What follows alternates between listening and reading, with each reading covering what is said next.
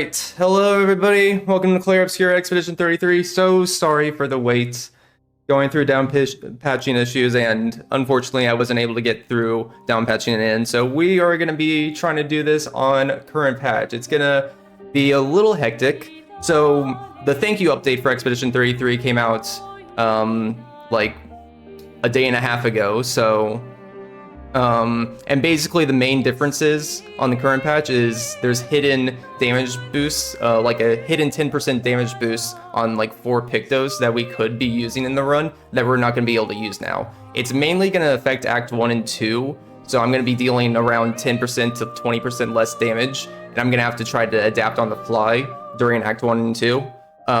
Might add a little bit of extra time on the fights, but I know the fights pretty well and know like how to parry and survive and endure the fight, so I think we'll still be able to get through everything relatively well.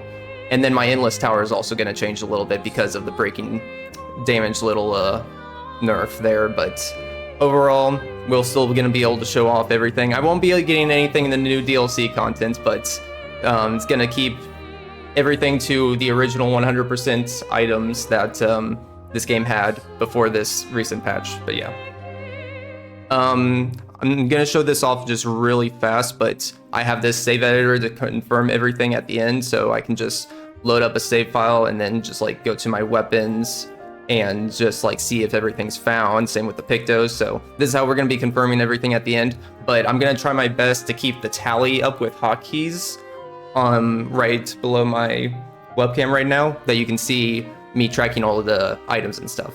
But that count will likely be off by the end. So yeah, the save editor is just for reassurance to make sure that I actually did get anything. So if there's any time that if there's any items that we missed that's not counted on the save editor, we'll spend some extra time at the end of the run going back and getting them. Okay, let's get this going forward though. So yeah, let's do this. Gonna use this save file.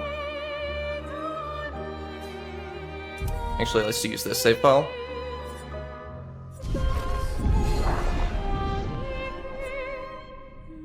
Alright, this is going to be on expert difficulty. I do everything on this game on expert difficulty, and this is going to be glitchless, so we're not going to be like skipping any of the big bosses or anything.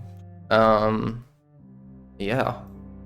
So I'm going to count us down in 3, 2, 1, go. All right. You can. That's a weird text. Hopefully, I hope nothing is gonna break here. Fingers crossed. Have not tested out anything on current patch, so you're in with the ride with me on this. But yeah, we got Clair Obscur Expedition 33. I love this game. I've been playing it a lot in the past 6-7 months, from expert any percent to doing all achievements and all bosses, and most recently I've been doing a lot of 100%, and 100% is going to contain a lot of all that. There's going to be a subset of everything, so a lot of the any percent strats are going to be very similar. We are going to defeat a lot of bosses on the way, so we're actually going to have extra stat values that I'm probably going to be able to invest in to compensate for having the kind of nerf of the hidden damage boost on some of the Pictos taken away on this current patch, so I think I can adjust to that. But other than that, I'm going to be trying to line up my strats as much as possible to the any percent expert strats. So we got my L here as our first boss, so we're just going to attack.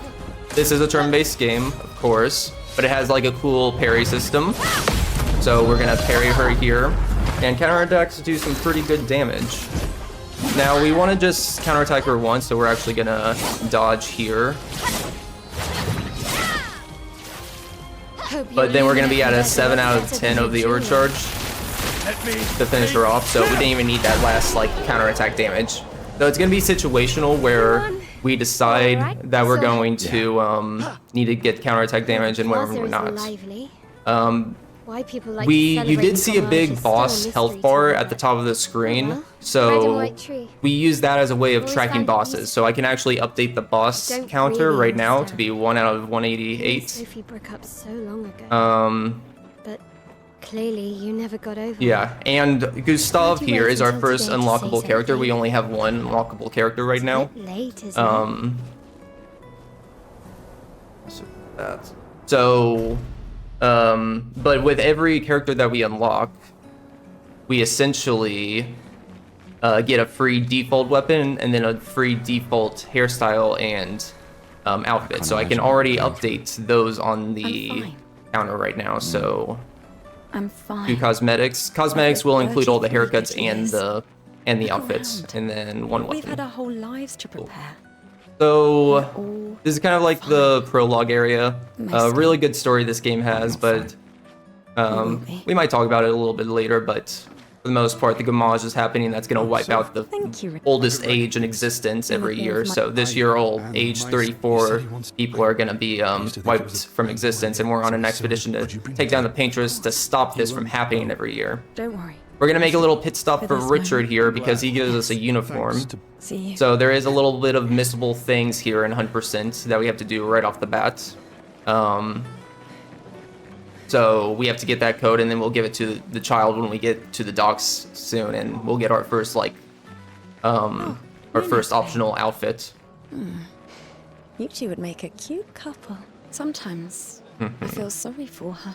Something I should mention is that part of all bosses, we're going to do all the tonks, all the chromatics. We don't need to do all the mimes as part of all bosses, but we're pretty much going to do almost all of them because they give us cosmetic items. But we're going to skip the mime that's kind of in this tutorial area because we can get the music disc that it gives us in Lumiere later.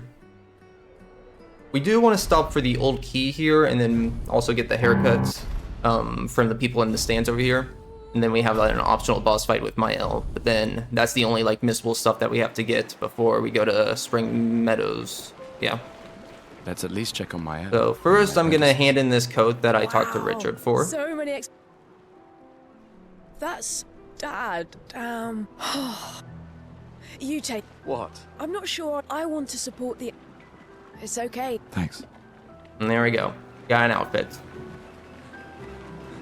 Mael over here, we gotta talk to her, and we have an optional boss fight with her here, which is the same as what we just faced, except she has more health. So in terms of what we have to do here on this boss fight, it's most optimal to do 3 attacks and 3 parries in a row, if I can manage to parry in a row. This is expert difficulty, so the parries are tighter. I can't guarantee I'm gonna hit all the parries in this run, but I'm gonna try my best. Parry it.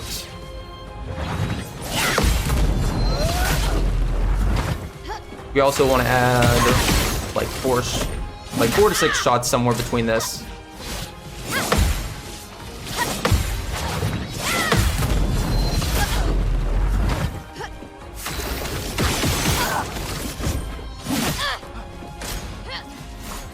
Okay, one more counter.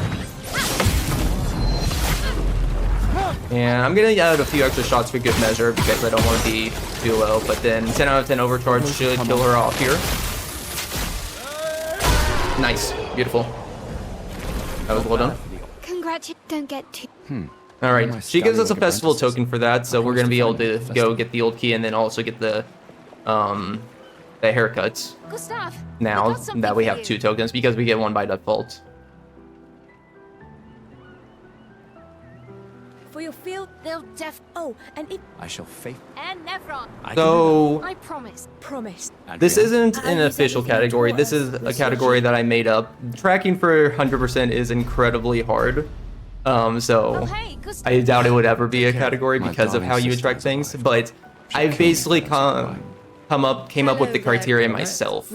So everything that we're gaining is every unique item. We don't have to fully level up everything. Take good care.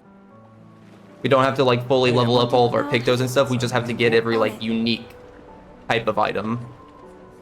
Okay, so I want to hand in this token and get this hairstyle. Looking good. and then we go on to Spring Meadows. What? This is the. I've heard you say. You and I. Up the cosmetic counter, so now we're at 4 total. We're never going. You're so Look at that, 2 bosses, 4 cosmetics, 1 weapon. She really. We've got, what is that? Just suggest. What's simple math? Anyway. 7 items in a run with over 800 items that we have to go through, so good progress so far, 7 minutes in.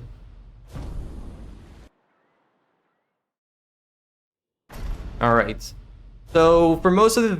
We're mainly wanting to try to get to Act 3 as soon as possible because SKA will give us the ability to fly and go through all the open world stuff, and we also get past the max damage cap when we get to Act 3, so we'll be trying to get there kind of as soon as possible. Which means we're not gonna fight every boss as we see it along the path. Right here, I'm gonna take away that skill so I have easier menuing later. Yep, we're at 1% of all the items. Great progress. I'm gonna shoot that weak point. Yeah, you have a gun in this game, kind of like Persona. Oh! I failed the first parry on our first Neveron. That's not a great sign. It happens to the best of us. Luckily, I have a retry battle feature that a lot of the older patches don't actually have, so I can just instantly get back into this.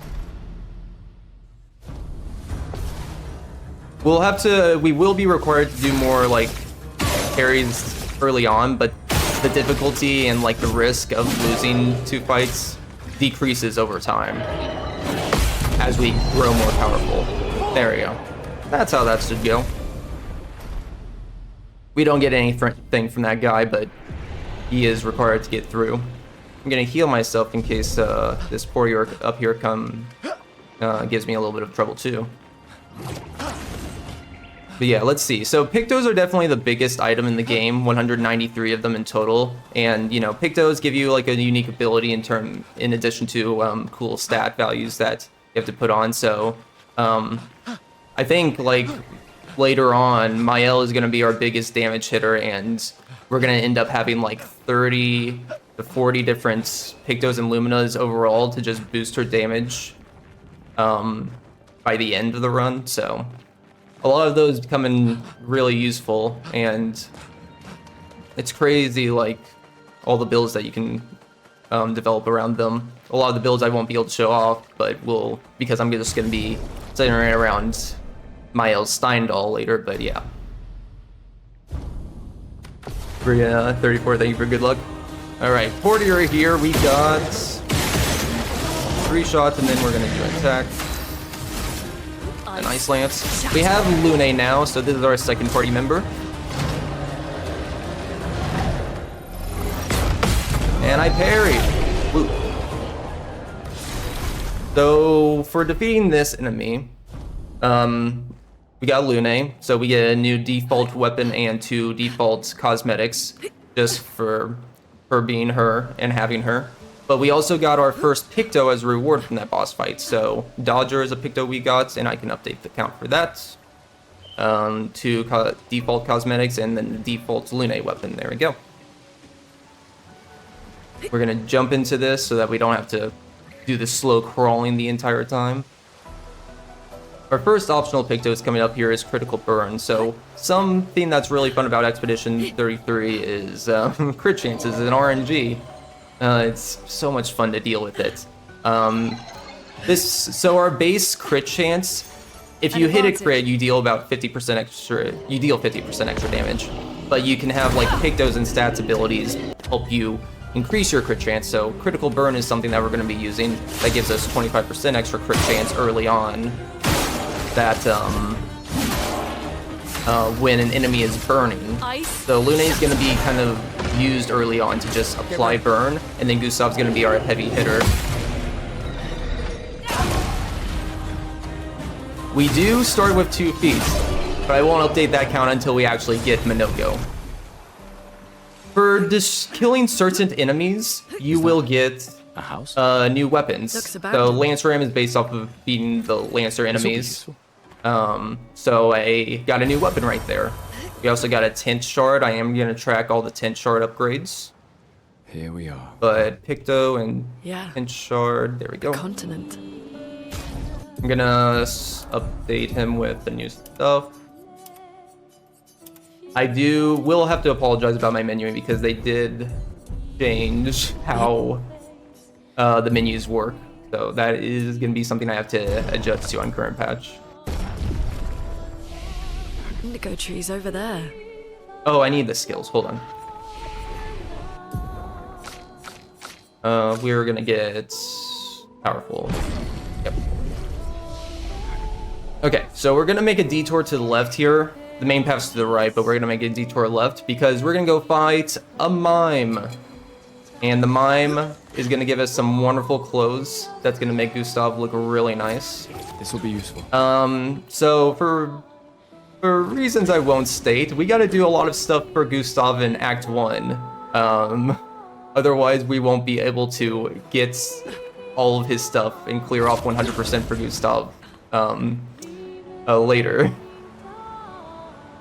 So this is part of an outfit for Gustav that we have to do now, regardless of if we wanted to come back here when we are able to end the fight in 4 seconds or not. So,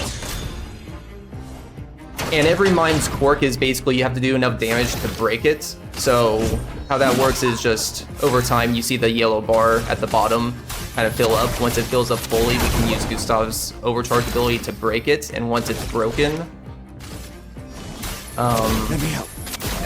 once it's broken, then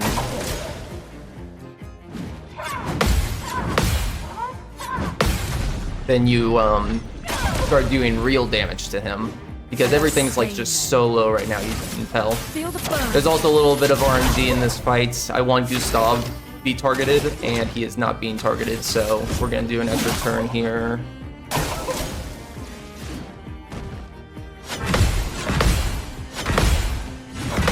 Nice. Okay, that should be good enough though. I'm just gonna make sure he's always burning so Gustav has a better chance of hitting crits. And 9 out of 10 overcharge, this should break. Let me paint death! Good, good. Chronos is flowing. Feel the burn. More burn.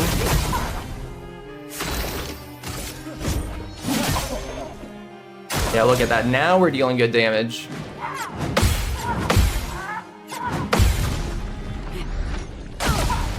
This is the only mime that we're gonna fight for like a really long time. All the other mines we're gonna wait until Act 3 when we can just demolish it without having to actually break the mines. But there is one certain mine later in the Sunless Caves, I believe, that we're gonna have to basically do a solo fight with every character. So we're gonna have to make sure every character is leveled up. We can't just level up Mael for the entirety of the run and just do a solo fight that includes breaking the mime later. That's gonna be a kind of tough spot for us, but that's gonna be about 8 hours in, so we don't gotta worry about that for a while. We did get the outfit, so for all the Baguette fans out there, here you go. We got Gustav Baguette. And I can add 2 more cosmetics to the total count.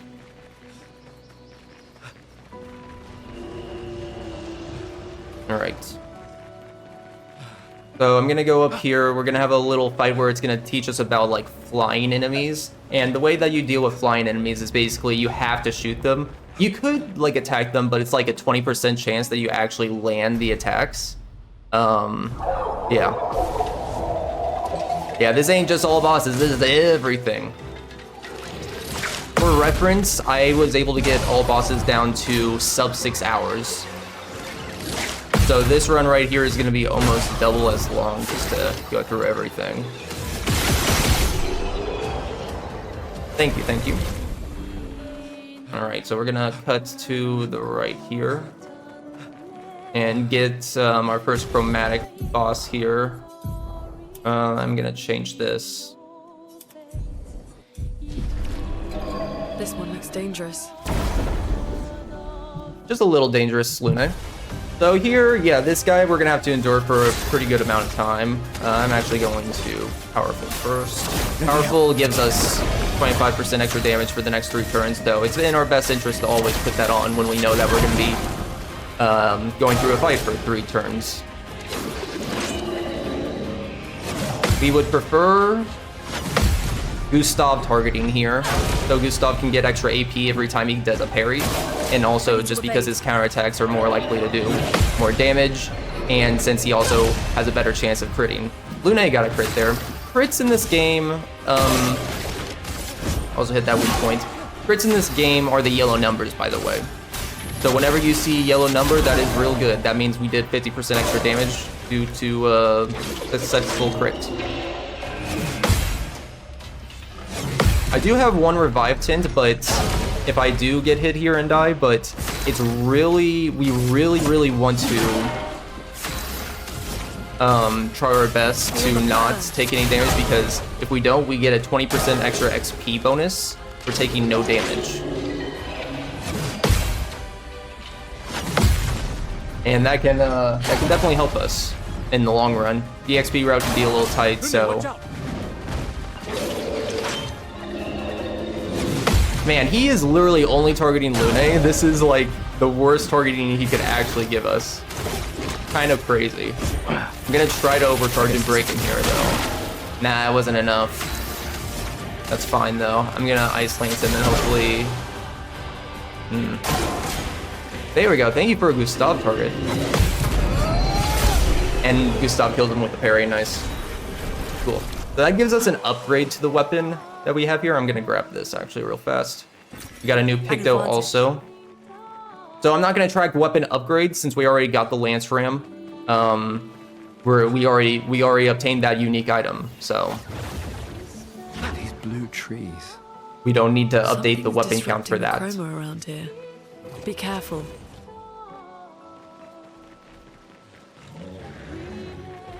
Okay. So something that, like I said, this is current patch, so we're gonna be experimenting during the run. Came here before. Or we're gonna and set up see these during the handles. run how things have changed. Something that I have already noticed is The climbers I adjusted a menu during a cutscene thank them for transition that. like this one. And like, I'm gonna test this right here. I put on a Picto during that cutscene transition. I'm gonna check to see if that Picto actually stayed on, because on previous patches, that Picto would stay on and we would be allowed to keep our menuing, like allows us to do menuing during cutscene transitions. But if I look now, oh, it did stay. Okay. Flames. Oh, you know what? I know why that's not working. So that didn't get patched out, but I know why it didn't work before is because I actually died on that first Lancelot fight. Oh, don't fall there. Okay. Get a Picto there. This is the Picto that got a nerf. This will be useful. Dead Energy 2. So Dead Energy 2 is used to have a hidden 10% damage boost, and I will no longer have that. So let's see how the usual strat here works. Okay, it still works pretty good.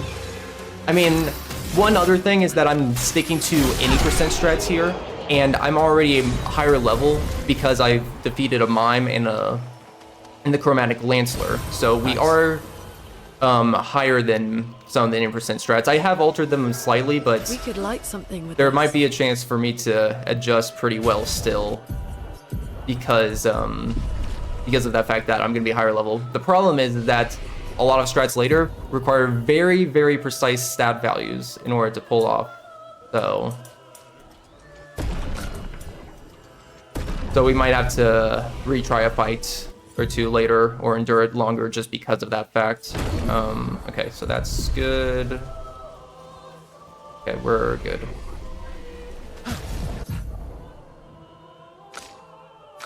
Yeah, okay. So we have our first like real boss now. Avec. And Avec is RNG hell in all categories. Because we're slightly higher level here than when we would be in any percent, it is slightly easier for us to bypass his like shield phase that kind of adds like an extra minute of time in after he's 2/3 done with his he has 2/3 of his health gone pretty much. If we can do like a very high buffed up overpowered attack after halfway of his health and kill him off with that, we can skip his like shield phase. Or I should say his shield move, not really a phase.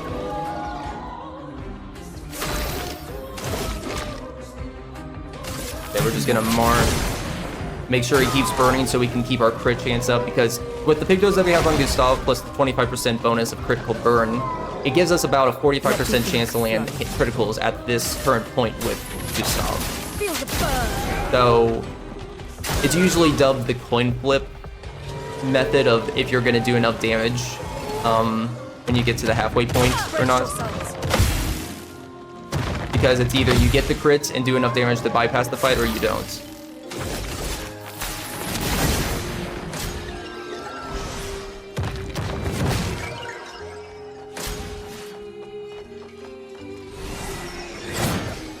I did get hit once, so I'm gonna miss out on. Yeah, we're gonna do this actually. I have enough AP with them, so I'm just gonna give Lune some extra AP. So I missed one counterattack, but our damage is still over half, so we should be good. I'm gonna dodge that on purpose so the mark stays on him. This mark gives me 50% extra damage on any attack I do, and I'm at 10 out of 10 overcharge, so everything's going into this attack right here. Ooh, it did not quite do enough damage, so we're gonna have to endure his shields. Get ready. And all this means is basically going through an extra turn where these guys attack, and we're gonna have to shoot off the shields before we can attack him again. But that's why AP tinted Lune instead of Gustav, since I knew Gustav was gonna have enough. I can get rid of all those shields with Lune immediately now, and now Gustav can hopefully actually probably won't be able to right here.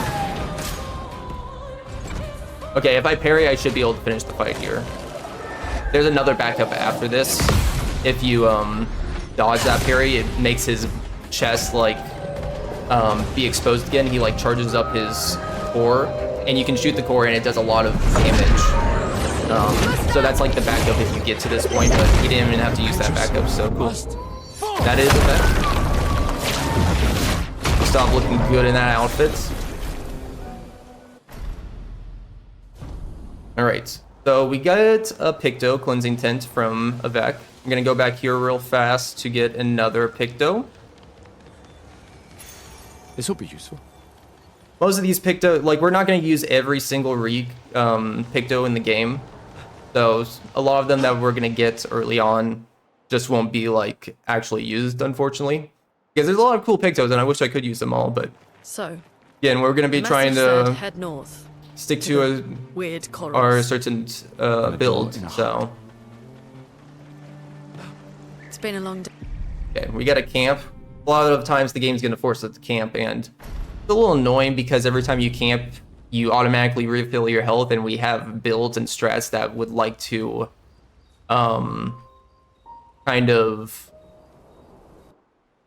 keep us at low health and stuff. We're not going to encounter any of that right now, but it is something that we have to be aware of and adjust to throughout all of Act 2, pretty much.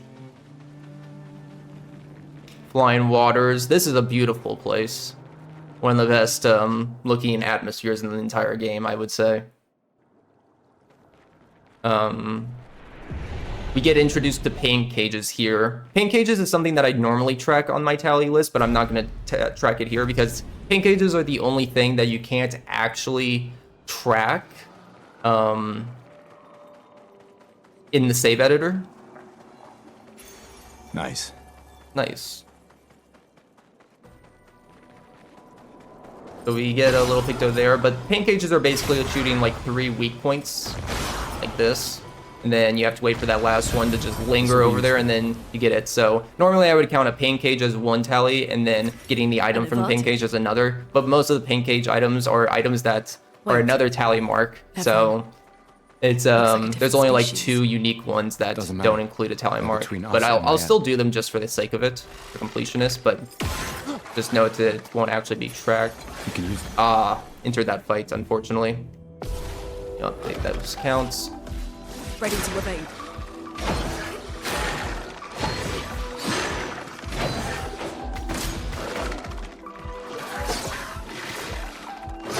Okay. So The trick there was to try to shoot the enemies to stun them and then run past them. Unfortunately, I triggered the fight, so... Can you move? I am stuck. Okay. We might have to fight these guys real fast. I'll do it. Dodge the stuff.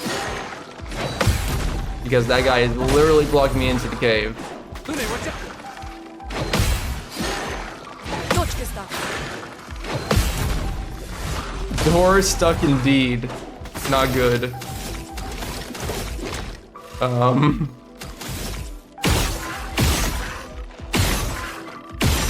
Okay. That wasn't scuffed at all. We're good, we're good. Thankfully, if you know where to shoot, you can get through these guys pretty fast. Gives us some extra chroma and XP, so that's another thing. Like, chroma is very, Those mines. Be careful.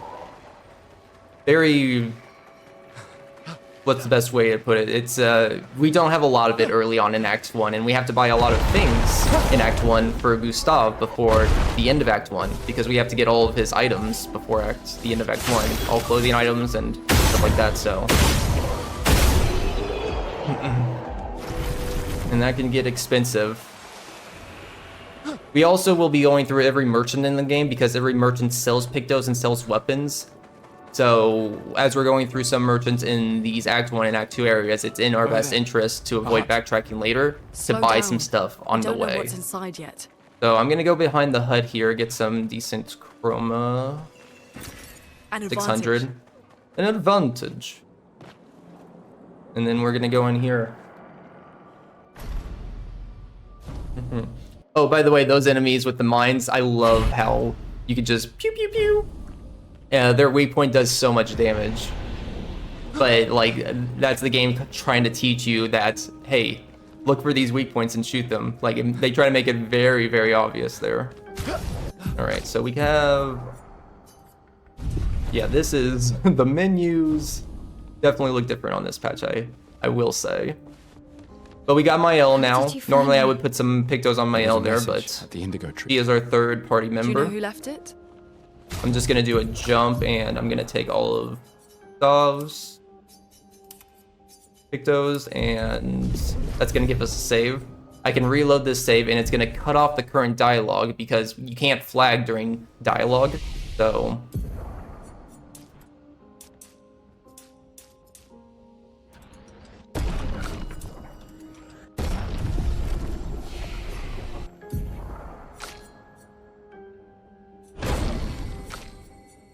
Certain dialogue you can't.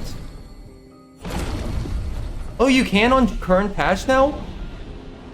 Really? Again. So I didn't have to actually do that then. Cool. I mean, I guess there was a few instances later that does come in handy. Okay, so we have Curator. This does count as a boss. I'm gonna skip you right now. But I'm gonna, so Mael has stances. Stances are good for like offensive, defensive, virtuous. That might not mean much to you if you haven't played the game, but essentially they'll give her, certain moves will change her stance, and different stances will give her different buffs. Most notably, offensive that I'm in right now gives me a 50% extra damage boost. If I can switch to virtuous, which is a little bit harder to switch to virtuous stance, but if I can do it, it gives me a whole 200% extra damage boost. And that is very, very important because we're gonna abuse that for the remainder of Act 1. Yeah, Mael is gonna be our big damage hitter for the entirety of Act 1 now, pretty much.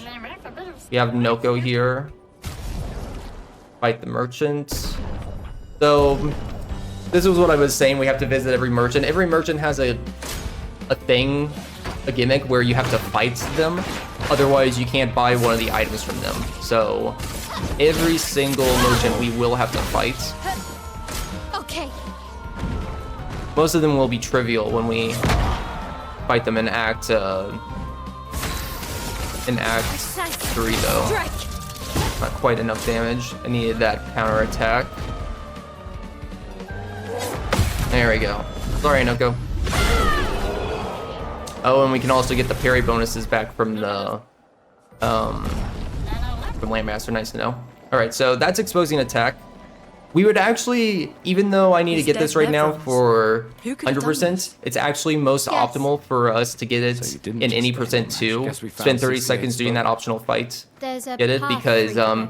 that applies to That fenceless. anchor doesn't Basically, look it's man-made. every enemy with the fenceless takes 25% extra damage for one turn. So if you use one character at the start of before another character plays, you can use it strategically to apply that. You only have one turn to do it though, so turn order matters a lot for making sure that strategy with that work. Okay, cool.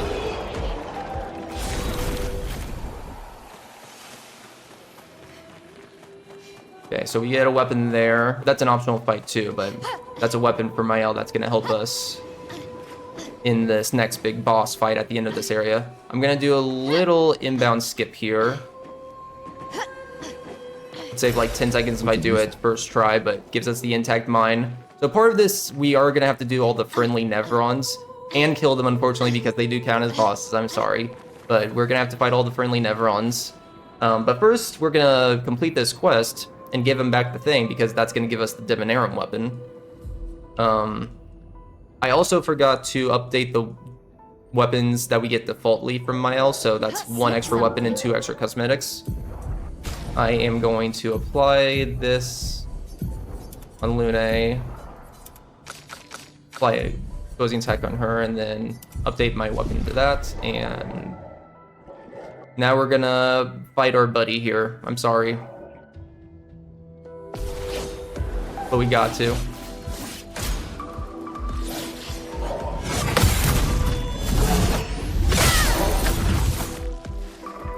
All right.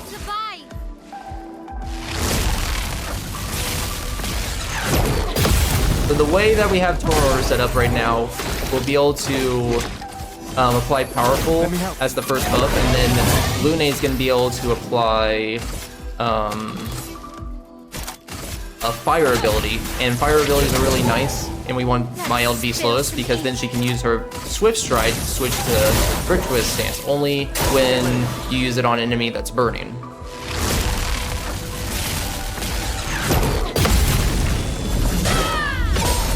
No crit there. So we're relying on crits now, just like we were relying on crits on Gustav. It has now switched over to Mael, where she kind of has around a 45% chance. You can also shoot that. Take him down. 45% chance to land a crit. We're just gonna hit you, and you're gonna pierce. Not too bad. So much for trying to help. So that is a boss. 100 Lumina at the end for the boss? Nah. By that point, we have so much Lumina. We have more Lumina than we know what to do with.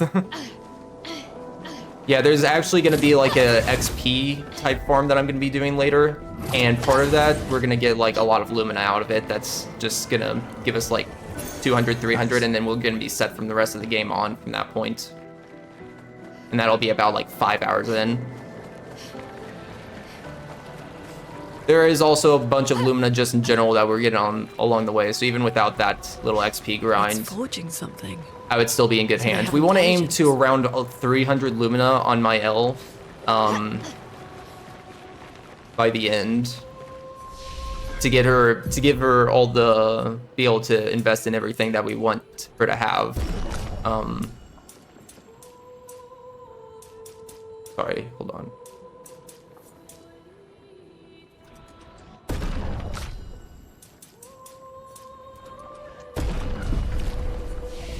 Okay.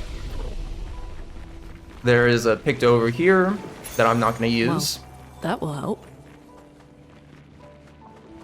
And there is another Picto to my left over here, and guess what? It's also a Picto that I will not be using. Nice. I wish I could use them all. They're all the design in this game is so cool, and every Picto, all 193 of them, have like cool abilities. If I jump and press square at the same time on journals, I can actually keep my momentum going as I access the journal. But yeah, I'm like this. that's our first optional journal. We actually got a journal when we talked to the friendly Nevron jar in Spring Meadows for the first time. So I actually Avoid those have, at all costs. I can update that count by 2 right now. So 1, 2. We're gonna go over to the right here because we got another paint cage below here. We aren't gonna fight the, oh shoot, actually, wrong place. We're not gonna fight the Burgian, actually now that I think about it. Yeah, the paint cage was earlier. I'm gonna have to go back for that real fast. I confused the Burgian spot for the...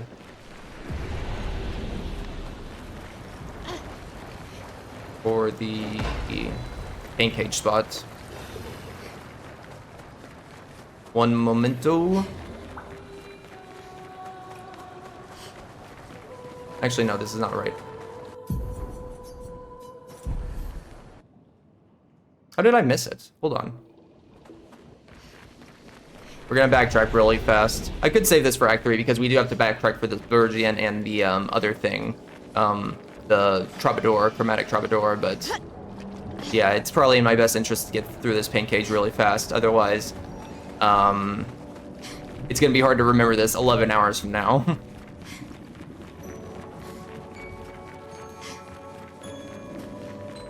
There we go. Both of these paths are kind of like off the path to the right, so they're, I confused one for the other pretty easily.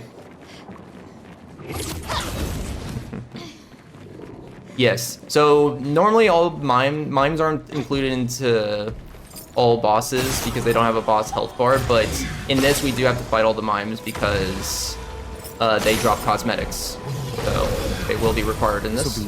There we go, there is a paint cage, gives us a revive tint, an extra revive that we can use if I make mistakes.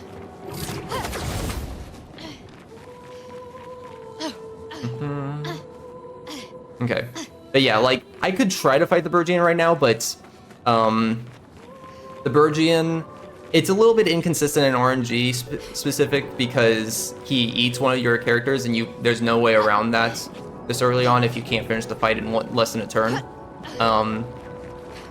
And also because of that, even if we did get the good RNG and was able to get like Gustav and Mael to combo into a good virtuous Pierce hit, even with that, the fight's gonna take at least 3-4 plus minutes on expert difficulty at this level. So, but if we come back here in Act 3, that fight's gonna turn into a 3-second fight. So it is worth us backtracking in here for like a minute and a half, just so that we can do a 3-second fight instead of enduring a 3-minute fight right now. But yeah, that won't always be the case with every boss, but for a good amount of Act 1 bosses, it will be somewhat accurate. So normally I would do Dead Energy 2 here on my characters for Gustav and Lune to have 10% extra damage, but this is current patch, so we're not gonna have that extra benefit from them. But we should still be doing good damage with Goblu, where we shouldn't see much of an impact. But this is a fight where it could affect it slightly. Yeah, we got Goblu here. He's got jam and music. Wait for the drop here in a few seconds.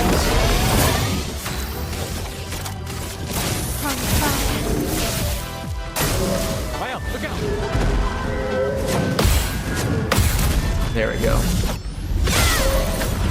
We got a crit there. Probably gonna grow flowers. Yeah.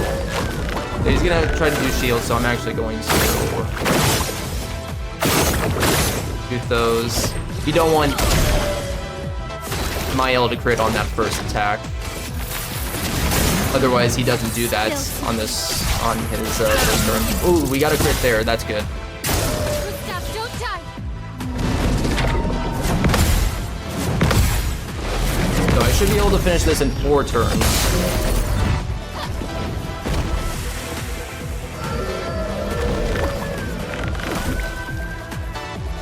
Danger.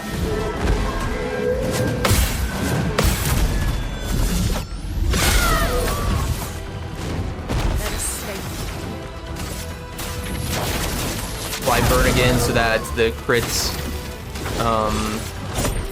Chance goes up for Mael. We have overcharge, so we can actually break Goblin here, and that's gonna make it so that we don't have to spend like, we won't have to spend 10 seconds enduring his attacks and go immediately to Lune's next turn. Take him down. We'll use that strategy on the next level too, but nice. Finish the fight in 4 turns. Good fight.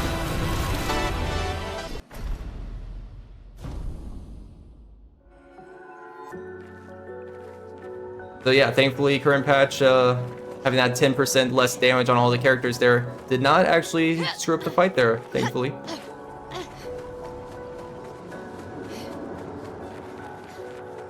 We got 2 recoats. Recoats aren't a guaranteed drop. So we just got 2 recoats from him. Recoats basically allow you to reset your skills and stuff, and we have to reset our skills at least twice in the run. So we kind of hope that we get good RNG to get recoats before the second level in Act 2. Did Noko tell you anything We more did get a about the tent village, upgrade other than and red killed the boss, trees so let me everywhere? update that. Noko's not great with Okay. specifics. We'll just have to think like Gestrels then. Okay, so we're in Ancient Sanctuary. I'm gonna pull up my notes because I have a very specific strat I need to do here. We're gonna fight our first Patank. And Patanks they're really fun. Oh, missed the thing. I need to update my might. Go. Okay, so what I'm gonna do is try to cut off this guy. Oop, not quite.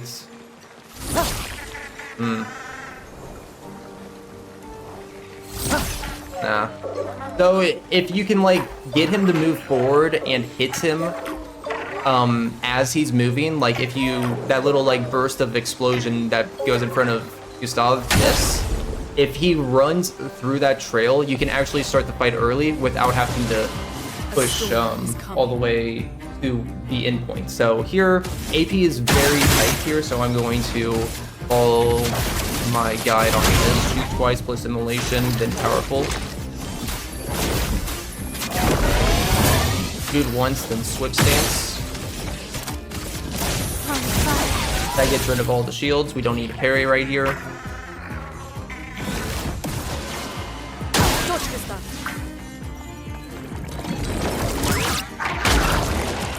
Dodge will suffice. Then I need to shoot once and then base attack. So exposing attack, we apply defenseless. So that's what Luna is going to do there. We're going to apply Mark. That's going to hit the extra damage. And you are going to do your Pierce. Pierce does actually more than 50% damage with Mark. That's one of its special quirks. But yeah, so This will be useful. all those buffs together are playing into each other really well. With all those buffs, we would be dealing like less than 1,000, but that probably dealt like 3,000, 4,000 right there. But that counts as a boss. We just got another Picto, and we're about to get another Picto. Well, that will help. Thank you, thank you. So coming up, we have the Ultimate Sac-a-Patat, the Robust and the Ultimate Sac-a-Patat, and that is French for the Ultimate Sack of Potatoes. So it's the ultimate war machine for the Gestrels. And if you know who the Gestrels are, that might make a lot of sense.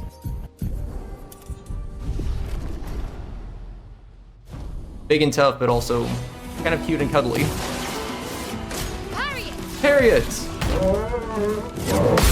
That is actually the only attack we want to counterattack here, because if we don't counterattack that, he kind of pulls up his shield and he takes a lot of extra defense. And I guess the main reason actually is because he'll do an attack every time you attack him, and that adds a lot of time as well. Otherwise, you want to just dodge everything here and avoid the extra counterattack animations, because we know that just applying defenseless and Mark here, regardless of if we've done any damage before, and whether we get a crit or not, we can always end this fight with that combination between all the stuff that we did on that turn. Carry for the swag. No need to actually do that there. Okay. So I need to tag this flag because this is another area that we're going to backtrack to in Act 3. And tagging a flag means that you unlock it as a fast travel point. So we're going to tag this and then leave. We got a weapon from that enemy. That enemy didn't count as a boss though, because he didn't have a boss health bar. So we don't have to update the boss counter for that. How did he even stand? Most of the stuff, since we have to come back here later, we're actually not going to get right now. This place is confusing. But from this point on, we're going to Make get their everything village because we're not going to come harder to back to this part of the level later. So we're going to go grab this healing tent upgrade. We can use that. Oh, another thing I almost forgot is for this next fight, we want to make sure that we switch to Lighter Rim, because Lighter Rim is a fire-based weapon, and you can only take down the weak points, like the defense barrier that this next enemy has, the Ultimate Suck Batot. He has like a lot of defense, and it's going to be really hard to deal good damage to him with that defense up, and you can only like kind of weaken him and shoot his weak point to take that shield off him if you have a fire-based weapon, pretty much. Okay. Got a journal, and we just got a tent upgrade. Cool, cool. Hey, Lambda. Thank you. Will you be making a new route? Probably. But I'm probably going to wait for that until after AGDQ. We got AGDQ coming up in 3.5 weeks, where it's going to be an 80% race between me and the world record holder, Zero, in an 80% expert glitchless. Which, most of the stuff you're seeing right now for Act 1 and 2 is very similar to what you would see in 80%, so Okay. if you like what you're seeing now, definitely check out AGDQ in 3 weeks. Let us stay. Okay, so we only want to use Immolation here because we want enough AP left over Finesse and grace. so that Lune on the next turn can shoot off this enemy's weak point like I was explaining. We're at 4. So we're gonna have to do 1 regular shot to expose the shoulder. Ooh, good. And we get extra targeting on Lune in case I miss a shot.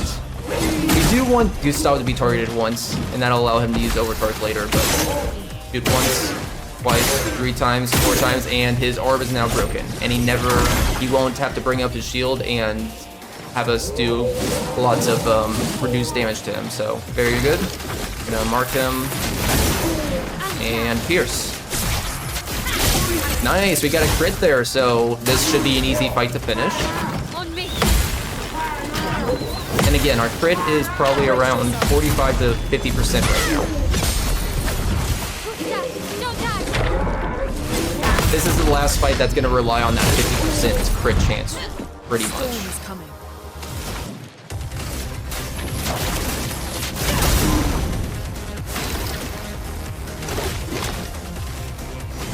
Gustav did not get extra targeting, so I'm just gonna opt in for powerful, reapplying powerful for this last turn instead of trying to overcharge him. But if I had enough for overcharge, I could have broken him right there, and I could have avoided these 2 attacks that he's doing to us right now and saved like 15 seconds. Get ready. Lune, watch out.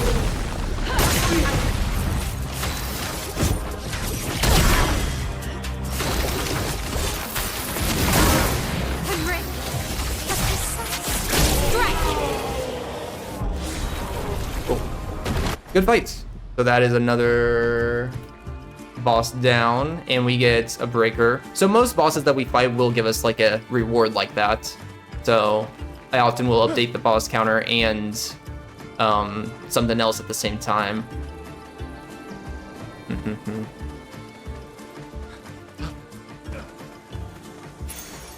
Zero is everywhere. He is indeed everywhere in RPG speedruns. And he's done some amazing work. Basically, most of the routing that you're seeing for this game is all thanks to Zero. All the routing that you're seeing me do here on Expert Glitchless. And most of the stuff that I've pushed forward into 100% is stuff that kind of built off of what he set up too, and even advice and stuff that he gave me to set up for this too. So lots of thanks to Zero for a lot of stuff that I'm doing in this run.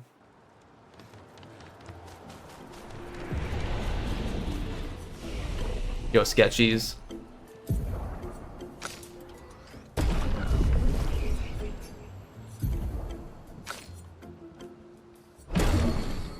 So we have the Gestural Village now. We're gonna talk to Golgra, and she's gonna want us to fight in the arena. The arena is kind of cool because it forces us into our first like solo scenario. Really I mean, I guess we technically saw gestural. solo scenarios with Gustav at the very start of the game, but Guess with here intelligence we is get to not a see Mael prerequisite for- stand on her own as a solo Was it? fighter, and so we're not gonna be able to apply exposing, attacking, defenseless on the enemy or mark with Gustav. So Mael is gonna have to do damage on her own, and the best way to do that right now is with burn-based attacks.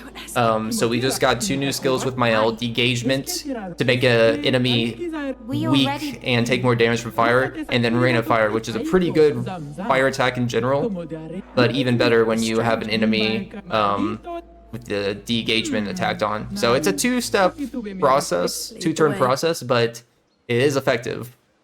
The survival on the continent. Now to find the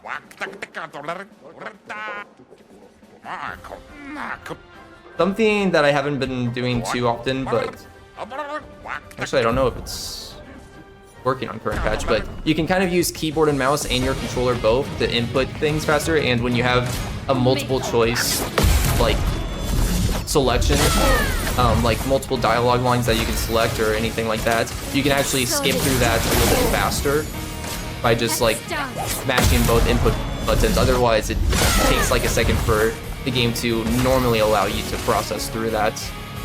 We're going to Ring of Fire, and the burn should kill him. Nice.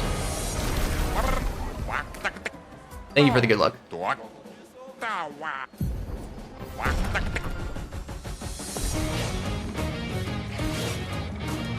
ready to parry.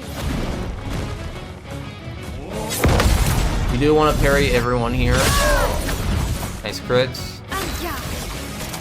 So yeah, we're just gonna do the same de-engagement and Rain of Fire with all 3 of these bosses. On the last boss, we're just gonna do Rain of Fire, but yeah. Something to mention here is that my skill is on the 2nd skill list, so I have to press R2, and R2 is kind of annoying because it's not as like you can't do the next input instantaneously after you press R2. You kind of have to wait like 200 milliseconds before you can do your next input. Or sorry, it's before you press R2. So I have to, every time I press R2 to switch over to the 2nd side, it's kind of like I'm waiting roughly a quarter second before I switch over. Otherwise, it won't take my input.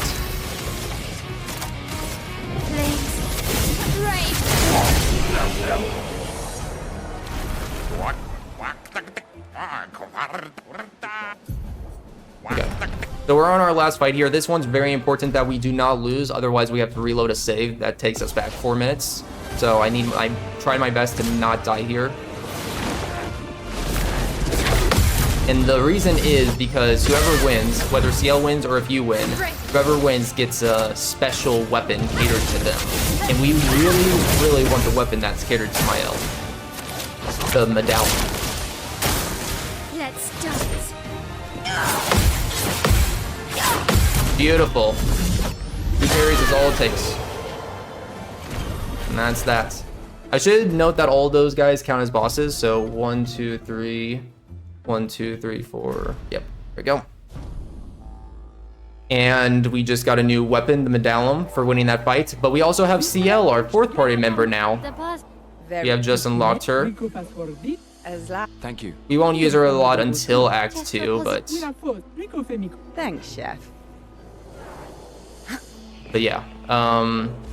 But we can mark off 2 more default cosmetics for her default outfit and haircuts. And 1 weapon that she has by default. No, we can't fight Golgra now. Interestingly enough, one of the latest additions to the route, for the chroma grind, I'm gonna buy 2 of that and then that. So we're buying critical moment there, but I'll explain that in a second. Update the Picto count. But what I was saying is Gold Grove, something that came up with 2 weeks ago, 2 or 3 weeks ago, is Gold Grove is actually the best person to grind Chroma on, and Chroma is very important in this. You might think it's XP or Lumina. No, it's Chroma. Chroma is the most important thing. We'll easily reach Lumina and good XP values halfway into the run, but Chroma, we're going to be scraping by for that for the entirety of the run until the very end, because everything that we need to unlock, every single unique item that we're going to buy from merchants costs money. So we need that money. It's about 4.2 million Chroma in total that you need, and if you fight all the bosses, because I've done all bosses before, I know how much that gives me. It's around 2.6 million. So we're kind of losing. There's roughly 1.5 million Chroma that we have to make up and figure out to get, either from just drops or we grind it out. So we're gonna grind roughly 1.2 million Chroma on Gold Grill alone, and it's gonna be about a 10-minute grind. It used to be, like 2 months ago, it used to be an hour-long grind, but now it's down to like 10-15 minutes. Crazy.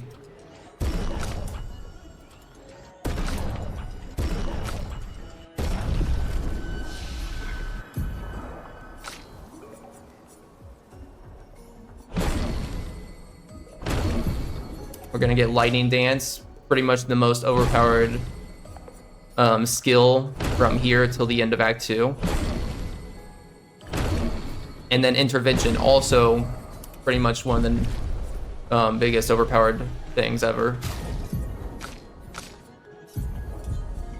Okay. I need to put on Critical Moment on Gustav.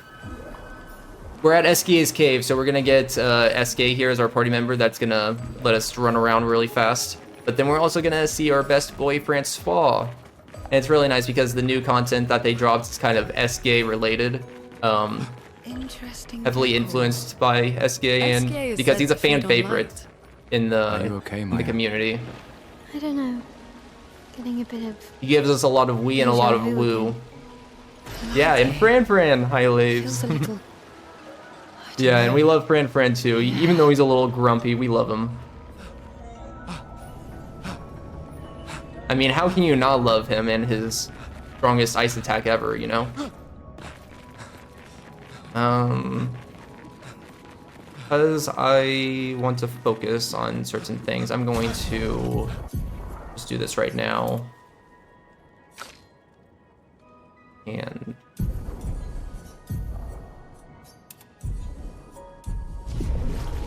I wonder, hold on. I'm gonna test something really fast. Accessibility. If I decrease this. It does, okay. So that was driving me crazy because before this patch, I was used to my HUD being 2 columns. So I knew exactly where my Pictos would be, but it was only showing me 1 column. One of the new options that they added in the patch yesterday was doing a different HUD scale size. And so I just shrunk that. So now it should be similar menuing to what I'm more familiar with a little bit. Something they also changed though is every time you exit a menu, any like features you do in the menu, like sort by decreasing order, anything like that gets reset. They made it so that it doesn't now. So I might, I won't be surprised if that trips me up for a moment or two. I did change that, and yeah, we're good.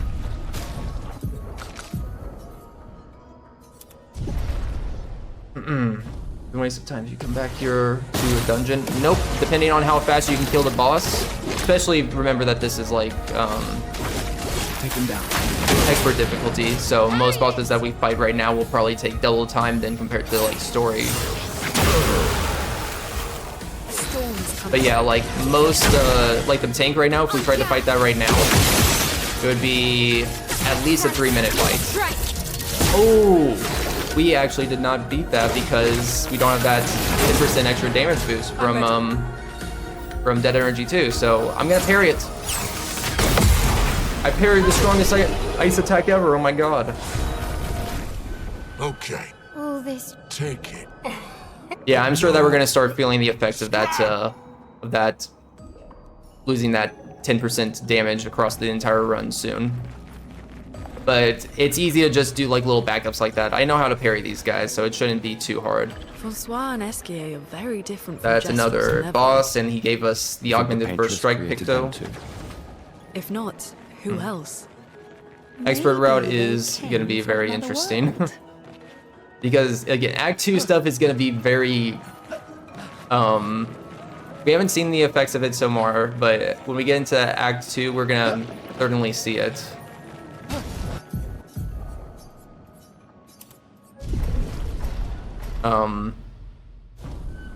Where if the stat values aren't just right, being able to skip certain turns and stuff on enemies won't line up correctly, and like sometimes we transition phases so that we know that like say Verso is always going to start his turn first on a phase transition. I probably won't be able to guarantee that on the Visage's boss and on Paintress probably. I probably won't be able to skip the second phase of Renoir 2 either, and I'll have to endure his Lion phase, which might add a couple minutes. That's what I'm expecting.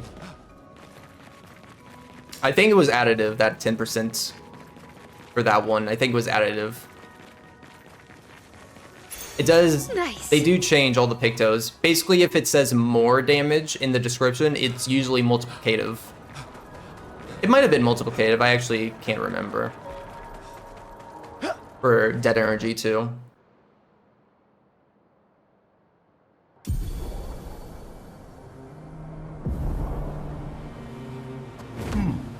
Alright, so we're at the point now where we only have one level to go before the end of Act 1, so we have to get all of Gustav's stuff right now. And that includes a pretty...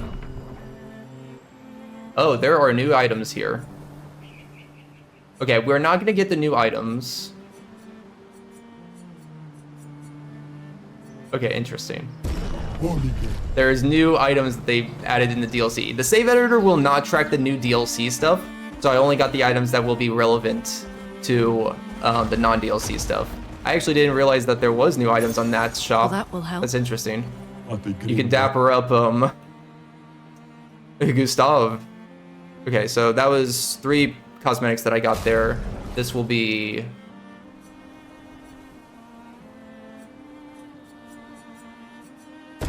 There should only be 2 here, but I'm gonna buy all 3 just in case, because I have the extra Lumina. Oh, lovely. So we're actually gonna pay a visit to the Gestural Beach over here, because this gives us a cosmetic reward for Gustav. If you do this later, it This should looks like fun. still looks like a save waste it, of time. but I've had issues where it doesn't show up in the save editor if I don't get it right now. But like technically, if you do this Gestural Beach later, you should have the outfits for Gustav when you go into New Game Plus. But yeah, just so that the save editor is happy, we're gonna do this, route this in right now.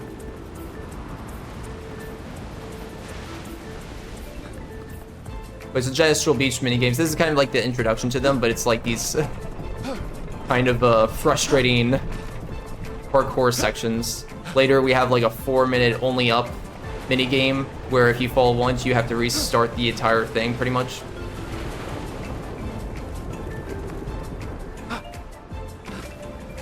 Cool. I'm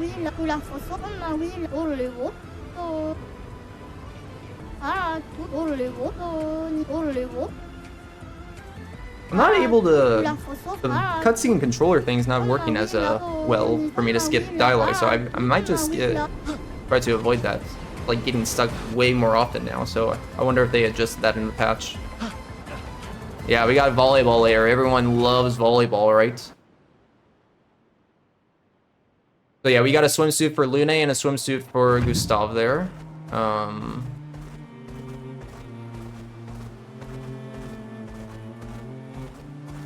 Now we're going to set up a fight. We're going to go through a fight that we normally would go in any percent, but one key difference is that we're not going to set up Lune for low health. We're just going to instantly kill these guys because by finishing this fight, we upgrade the Lance Ram, the weapon that we got in Spring Meadows, from level 2 to level 6. And that's very important because we're starting to prep for a... I should have first strikes. I could have avoided these enemy attacks if that was the case. But...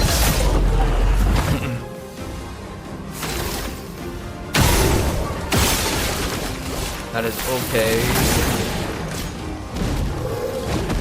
Hold on, let me focus just for a second. Well, I mean, she was gonna die eventually, so we're gonna set her up later for low health. So, I mean, her dying right now doesn't... I mean, it doesn't really matter because we're gonna go to camp and everyone gets set to full health anyways, but yeah, that doesn't really impact anything. Useful. In fact, I need to camp right now. Yeah, 07 Lune. We're gonna see Lune die a lot in this run. Because yeah, that's the best way to set up, to kind of set up low health is by just killing your characters in a battle and they get set to 1 HP at the start of the next battle. Find you here. Okay, so I'm going to upgrade Demonarum to level 7. This is very important for Lamp Master to get through it fast, but then I'm going to upgrade this twice because Gustav has a missable boss fight here in Dressel Village. So if you don't do this by the end of Act 1, you can't do this boss fight later. So we have to do this boss fight now. It's really hard on any percent expert routing. You don't have a lot of stats values, so we have to actually spend a little bit of effort leveling up Gustav a little bit. And upgrading his weapon there. Upgrading the weapon matters the most out of any other upgrade in this game, by the way.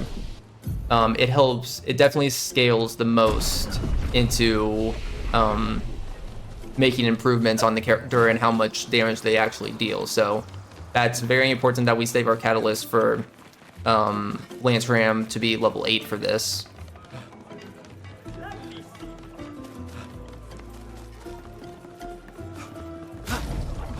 I also forgot to put some Luminos on him, but it should be fine. So we're gonna buy his haircut right there.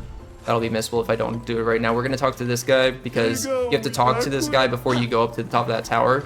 But we won't go and actually rescue that kid until like 3 hours from now. So we have to just initiate it right there. Okay, so we're gonna put this on, and I wanted to have like exposing attack on, but it's fine.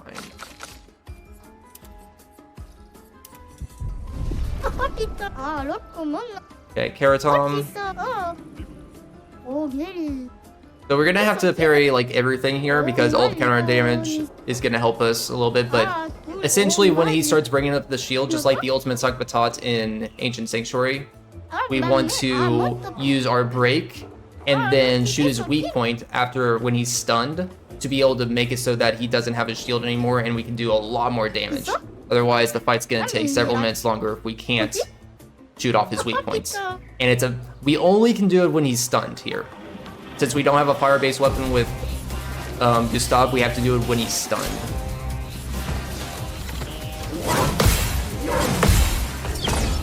I think so, at least. I think. So we're gonna start off with powerful. I forget if it is exactly fire-based for this version or if it's just stun, but either way, the stun will work and give us the shot at the weak point. So I'm just gonna look at this script real fast. It's gonna be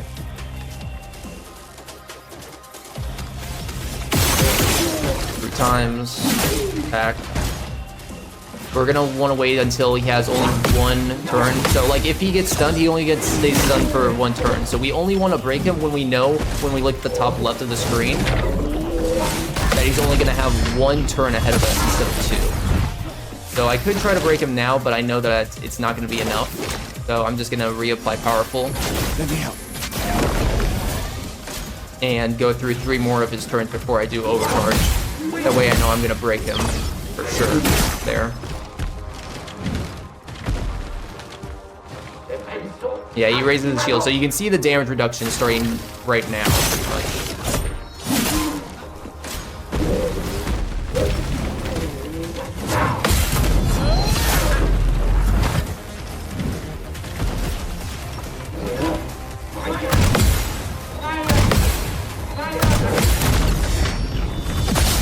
Okay, break bar is full. No need to parry this. Full on AP, all 9 of it, and have enough for overcharge. And my damage is really reduced, so it's really not worth counterattacking for those 2 specifically, but this is gonna break him. Beautiful, crit at 2. And now I'm gonna try to shoot him in his...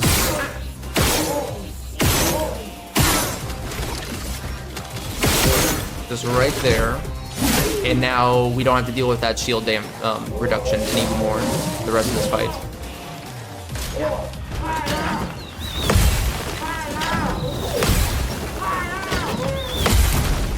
I have looked into going over to getting the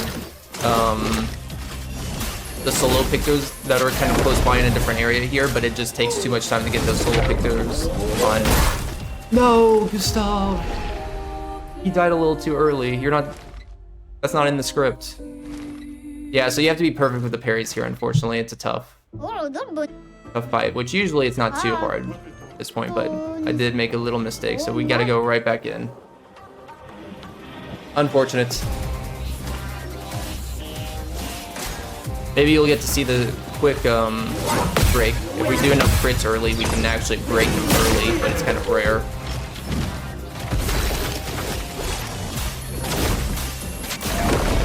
Thank you.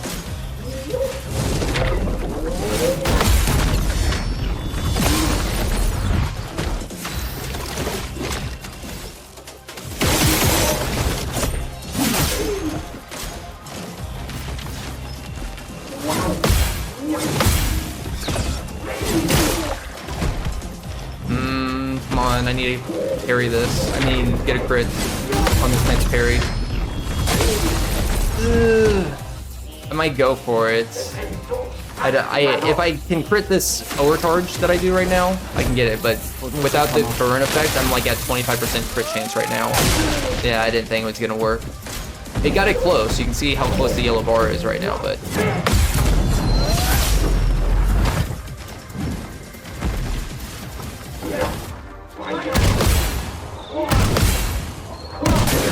Ooh. We're gonna reapply powerful for the next 3 turns.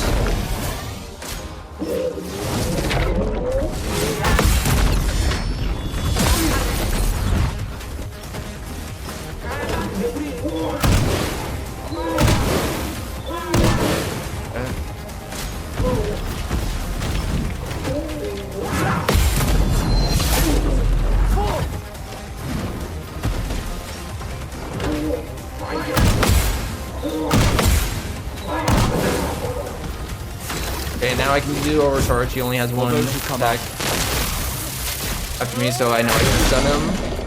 And I'll have a chance to his weak point here, and I have enough AP. There we go.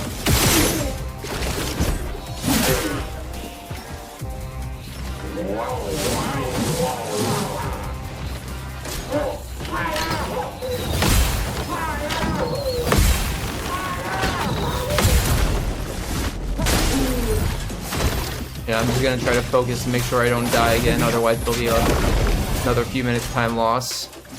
You don't want that.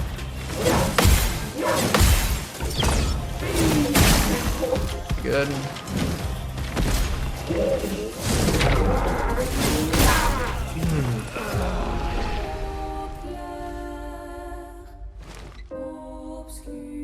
Unfortunate.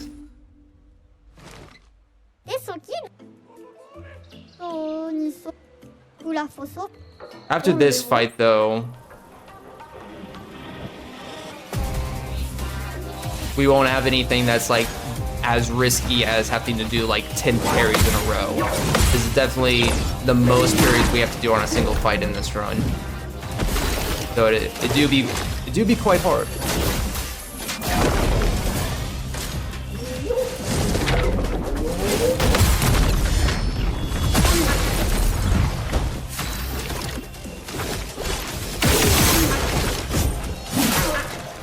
Come on, let me see some crits so I can do a fast break.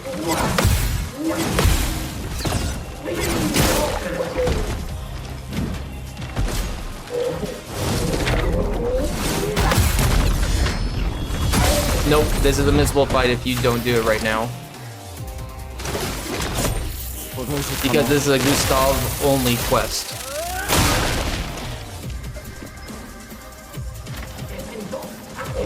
See, this is what all the other bosses would look like right now if I tried to do them right now. So this kind of shows you why we save most of them for Act 3 and actually spend a little bit of time backtracking. And this is like me doing setup for Gustav 2 on Expert instead of just going into the fights with what we have any percent here wise.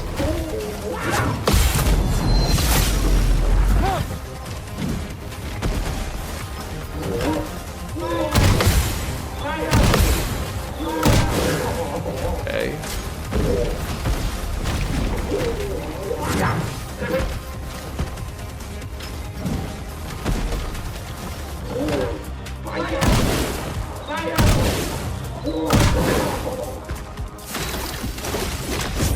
For those who come after. Break.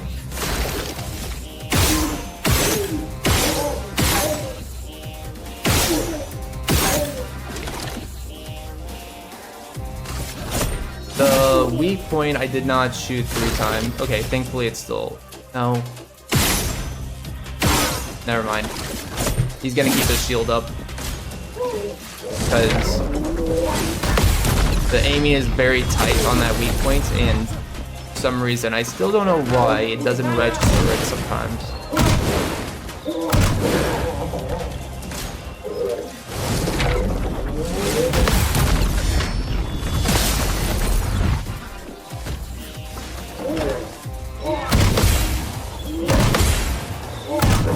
I mean, it's still faster to continue to fight as is.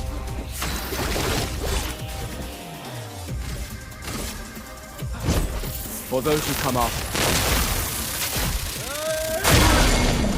Give me another break. There we go. That's what I want.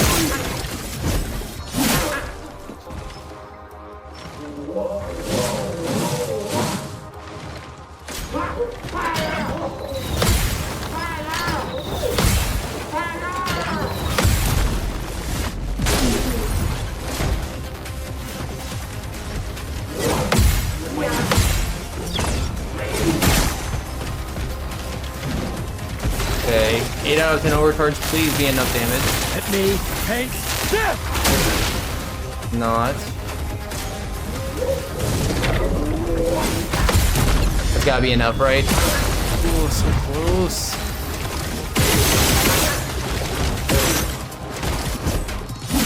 Okay, we got it. That was a bit hard, but we got through it. So it's definitely quite a few minutes of time lost in that fight for not having done it first try, but we still got through it. Definitely the hardest in terms of the most parries and the that we'll have to deal with on a single enemy through a fight. Except, no, yeah, even more than like Paintress and stuff. Yeah, so we got through it, and we get his kind of like pure outfit for that. So we've been seeing him rocking the what is it, Huguette outfit, but now we get the pure outfit. I'll keep the beret though. Nice. But yeah, now we can actually go over to Stonewave right now. Now that we've gotten through all of that, we have completed Gustav 100% as of this patch, as of last patch at least.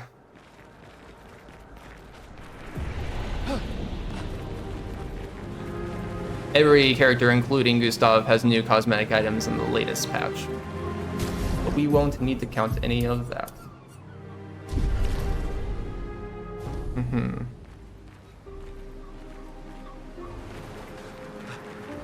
Yep, filled the whole skill tree, absolutely.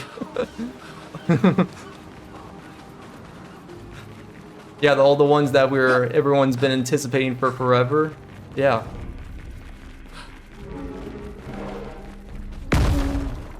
Bye, Phil. Phil always drops there and dies. I named him Phil. Okay, so here in Stonewave, we have a paint cage up here. Yeah, it's not ominous at all. Gonna get a journal. Now we're gonna get this paint cage in an unintended way, so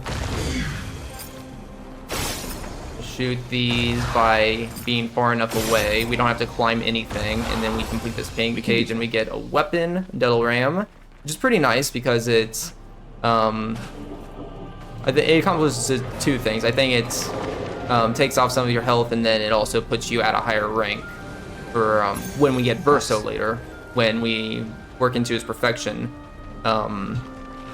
ranking later, which can be nice for some certain setups for entering low health with Verso later. But yeah, let me grab this Lumina. What have we here? So there's a few journals here, so we're gonna skip on around over here, make sure we don't engage in that fight. Another lovely city, another lovely story on how an expedition failed. We did go into that fight, unfortunately. But I got stuck on a wall.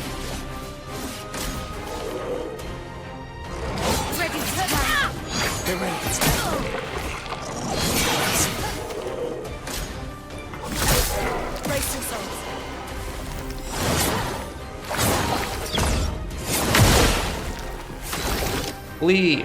I don't want to be in this fight, so technically we could set up our health with Lune. It did a little bit, but it's not enough because we need our damage to be, our health to be under 10%, pretty much. Because what we have now is Critical Moment. We bought that in Gestural Village, but we also bought, we'll get Death Store after this. I guess we're not going to use it on this next fight, but we'll get it from Landmaster. Here we got First Strike. This is actually a second Picto that would give us a damage boost. I'm just gonna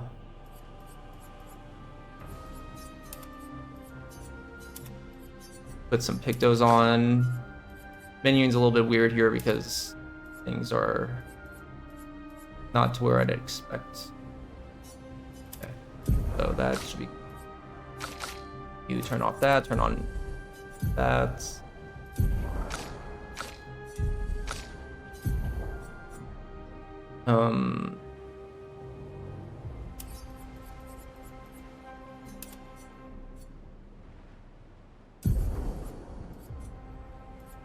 Start learning stun boost.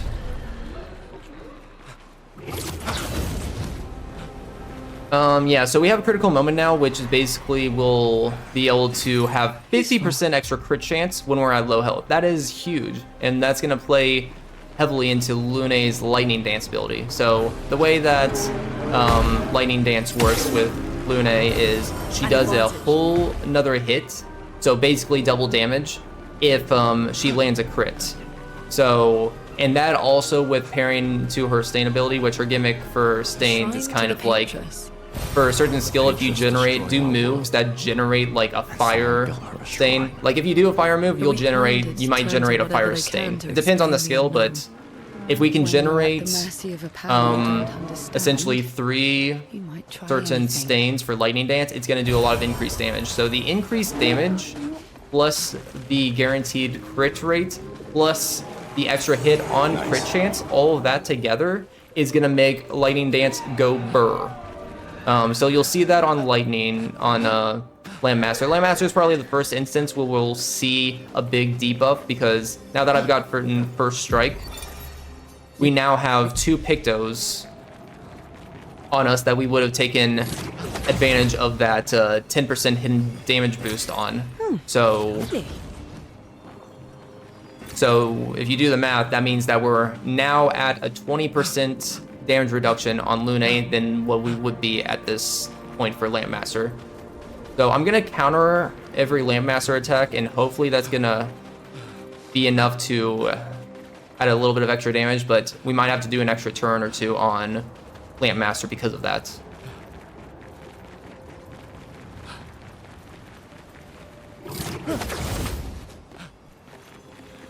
Yo, demon. Oh, lovely.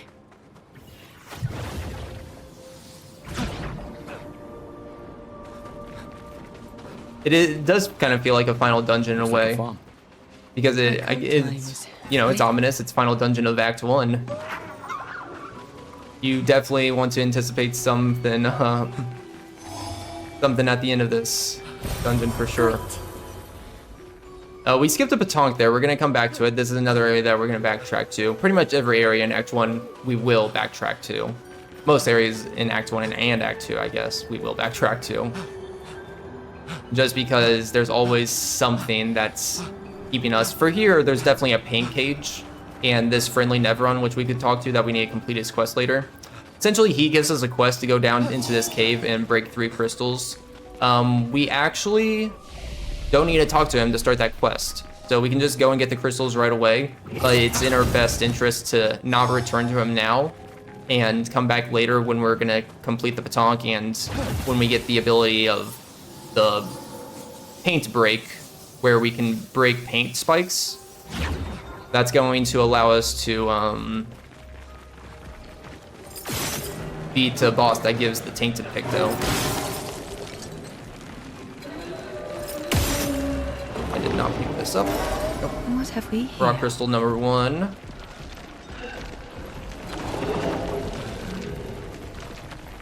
Oh, you know what?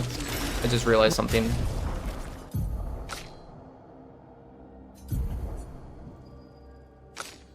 Actually, no, that should be fine. Well, that one. Will it be fine? Hold on. Yeah, I wasn't supposed to change the pictos on her yet, but she should be able to lower her health here. So this last crystal, we have to actually fight it, and this is a boss. But we have to fight it in order to get the crystal. This fight, we want to set up low health on Lune to be under 10%, so we're actually going to use Wildfire, and if you fail the QTE on this ability, it actually self-harms you. So she's dead, she'll come back at 1 HP next time, but we can just finish the fight. Boom. So that's a boss completed. We're gonna go down here, not to fight this guy, because this guy is not actually a boss, despite his giant size. Nice. We debated so long what actually counts as a boss and what doesn't, and the best way to track it is like literally just seeing if it has the boss health bar at the top. So even though it kind of feels like that should be a boss, it doesn't classify as one by our criteria. But this is our first instance of using a manor door to return to the manor, and we got a outfit from that. Most of them will give us usually a journal and disc. Yeah. The lanterns with the cane tap, all of it's just like, I get goosebumps at the cane tap. I even set up the cane tap as like a sound alert for when I get raided, so then I'm like, oh, who's here? Is it Renoir? No, it's just a friend of mine that's raided me. So.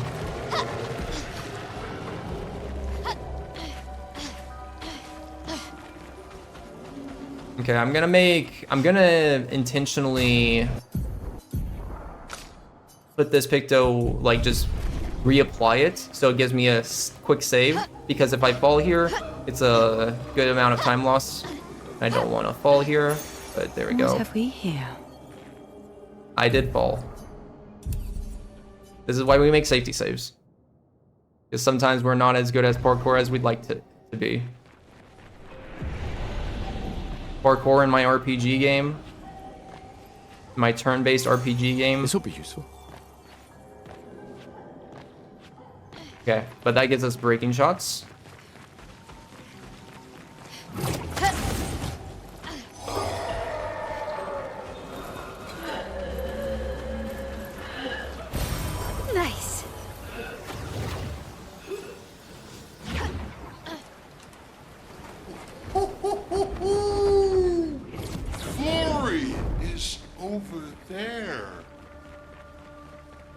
Okay, so we're gonna make a little detour to this area here. There's 4 items that we need to get.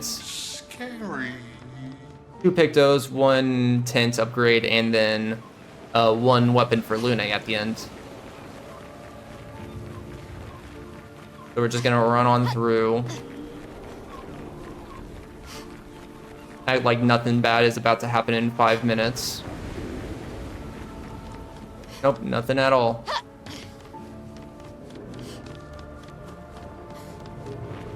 It's actually, this is quite hidden, actually, because you would not expect a secret over this way, but... Perfect. The Michael Scott parkour, that meme. Yeah, it's just, somebody edit that in, make a video of just Michael Scott parkouring in that little section that I did for that Picto.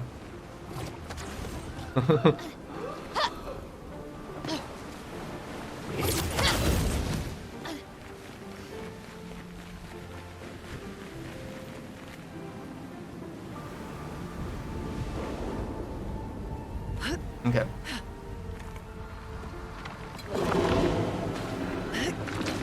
Dodge you. I'm gonna shoot you to stun you and then grab this Picto.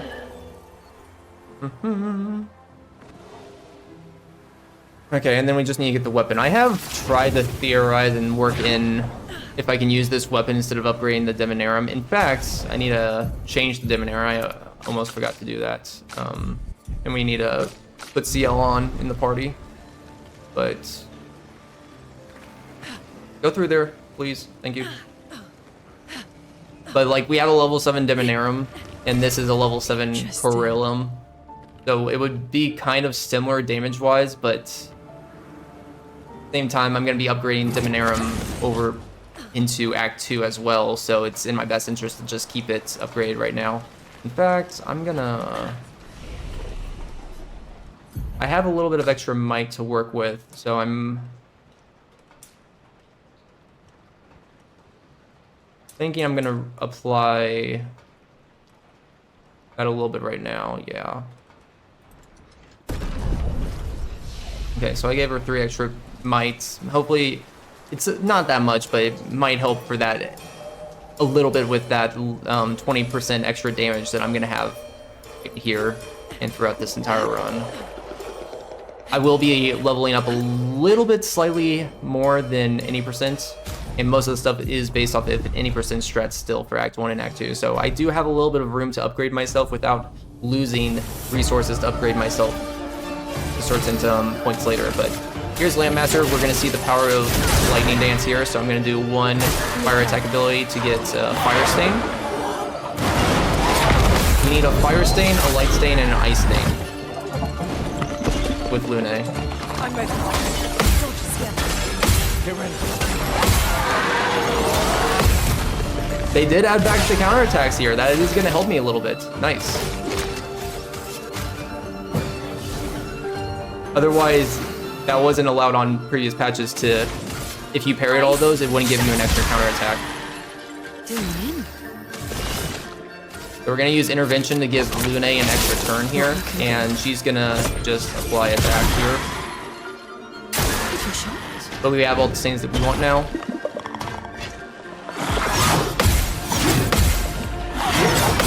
Okay, good.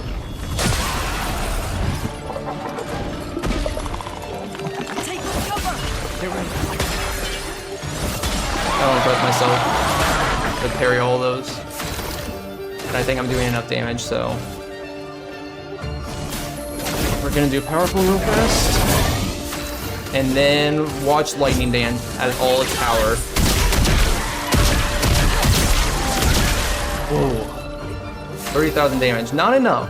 Very, very close. We're gonna tint Lune. This is still fine. The strategy will still work as long as I transition off of this fight and Gustavus first in the phase 2. Yep, good. This should still work. Well, kind of.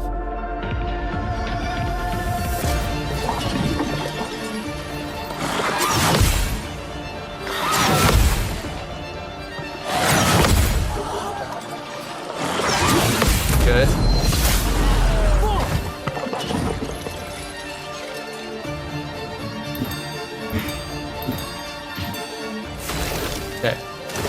so you have overcharge, but we're not going to do that. We're instead just going to attack to apply defenseless. Push forward.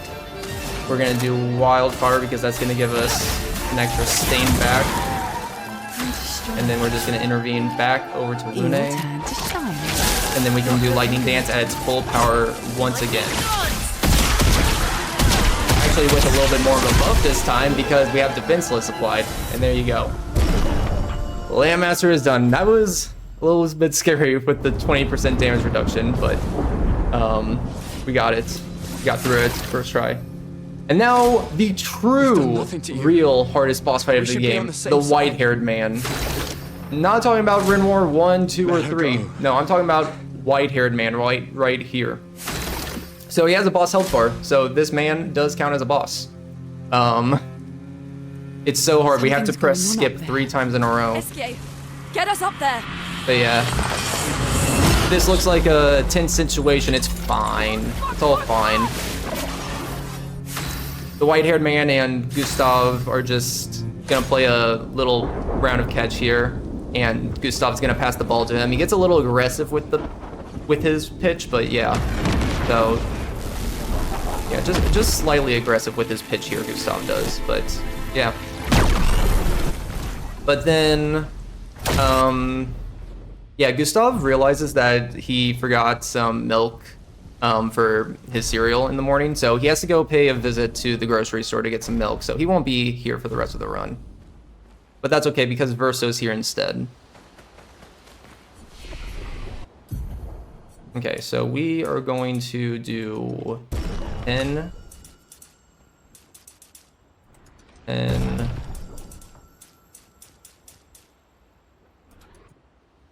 actually,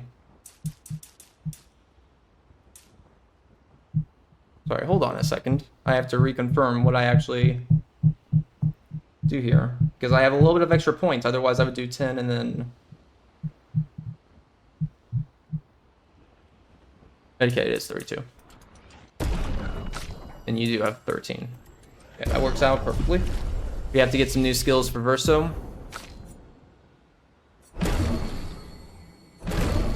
So Verso will take over all of Gustav's weapons at this point.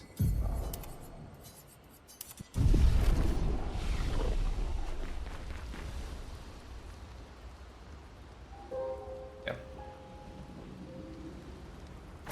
How is that you?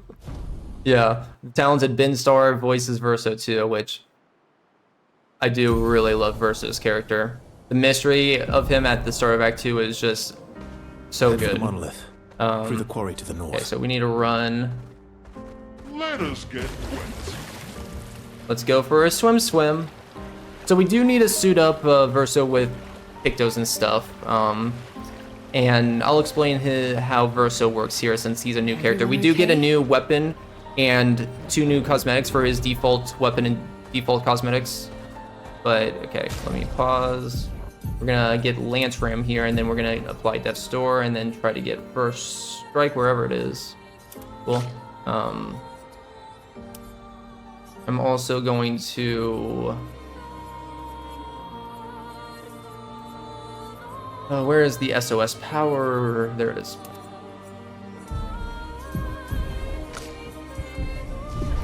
Okay, that's good for now. Okay, so the way that Verso works is he has a perfection system. Usually it starts at D, different ways, different weapons and stuff can affect where like where his perfection is, but basically his perfection ranking here on the right will determine how much damage he's gonna be like doing. Period, Verso. Good job. We die there on purpose with Verso because we're gonna set up low health with him. Because one of his skills is actually Berserk Slash, and Berserk Slash will scale based off of how much health Verso has. So if he's at 1 HP, his Berserk Slash goes burr. It's only a 3-hit attack, and Act 2 will start seeing the importance of multi-hit attacks and wanting to prioritize moves that do multiple hits in one turn as opposed to skills that do a lot of damage, because the damage cap is 9,999 in this game. So if we can get a character with a, like, say a 6-hit attack or a 10-hit attack to do all of those 10 hits at 9,999, that is significantly better than a skill that is guaranteed to give us I've only seen it once. max damage at around Most likely not. for a 3-hit move. So Berserk Slash is really nice right now because it's a 3-hit move that will already get us to the damage cap. But after this split, it's we start having other abilities be able to bypass that. But like, remember Lampmaster, we had Lightning Dance, and that was dealing around 3,000 on each of those attacks. Oh, I didn't want to get in that fight. Oops.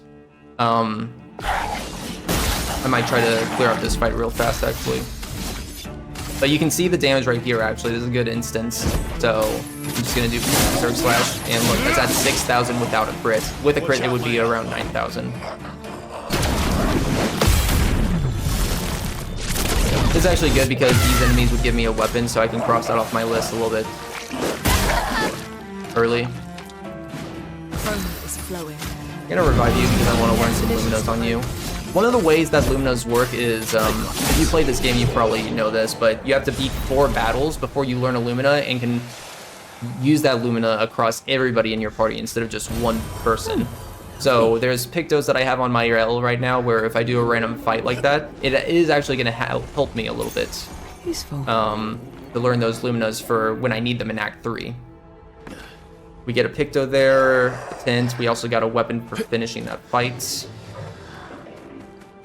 Sweet Kill, the Picto that I just picked up, is a third Picto that would have benefited from the 10% hidden damage boost. But we don't actually use it in Act 1 and Act 2 because it kind of messes up with strats if we tried to implement it and the 10% extra damage boost wasn't needed. So it's not like we're at 30% damage overall of damage loss now. We're going to be at, it's just going to be 20% less damage on this current patch from here up until the end of Act 2. I'm going to make my way over here. So this cool area here, there's actually only one required item in here that we need, and it's probably not where you think it is. Those enemies guarding that thing over there, nah, that's not a required item. That's just a silly little, like, catalyst, I think. But this item is unique and needed for 100%, so that is Energizing Death. We're gonna go over here and pull this lever. We can get out of here pretty swifty and fast. Got a question, Demon? Let me know. Sorry if I'm missing any chat messages. Lots to keep up with right now. I don't think I need to do anything over there, so let's just go this way. When you get to Simon, are you doing the full shot or the one shot? I will be trying to do a one-shot build on Simon.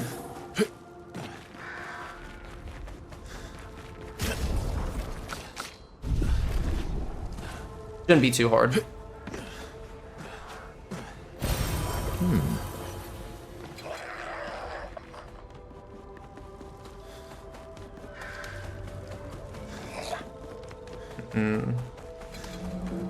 I am gonna tag this flag over here. There's a Patonk over here, but technically with Verso right now, it wouldn't be the worst decision in the world to go and do that right now. But it still takes quite a long time comparatively, and we have to come back here for the Chromatic Luster, so... And no sign of your special Nevron. Oh, I guess we're lucky. We got a little pain cage for a Chroma Elixir. Good stuff. Good stuff indeed.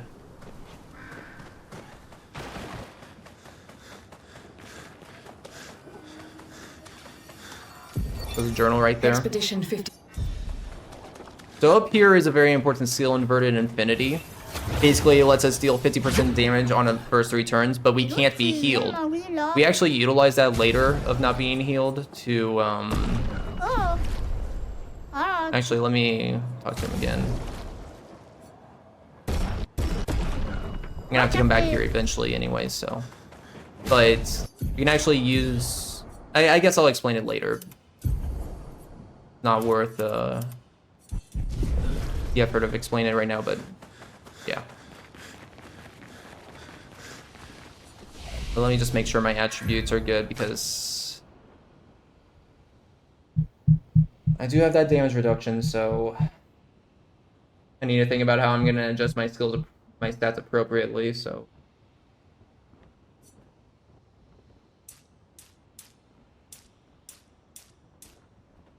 I'm gonna try to do this right now.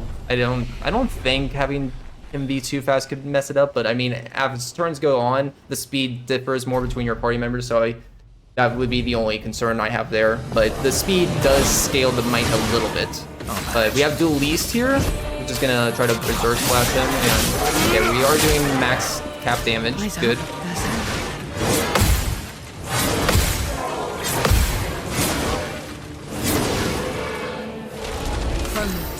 We're just gonna use Lune as support to feed AP into us so we can keep doing our Berserk Slash.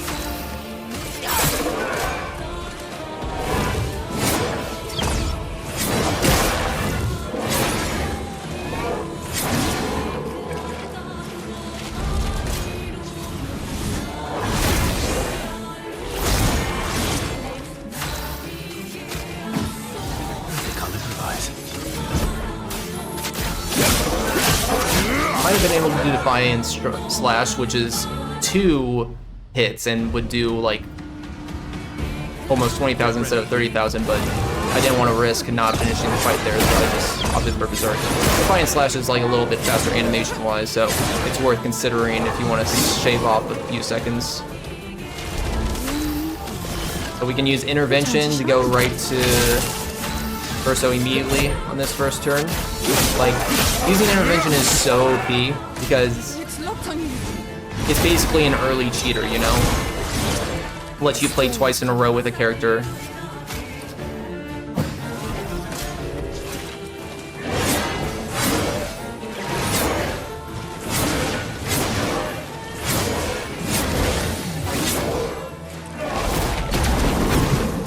I don't know why he's doing that attack this early.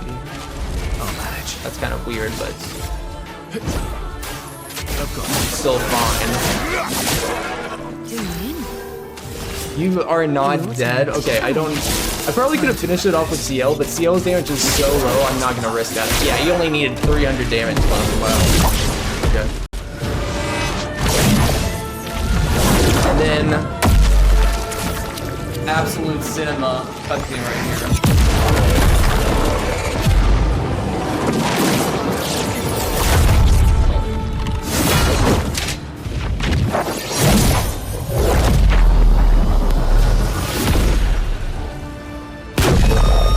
You do get a weapon and a Picto from that.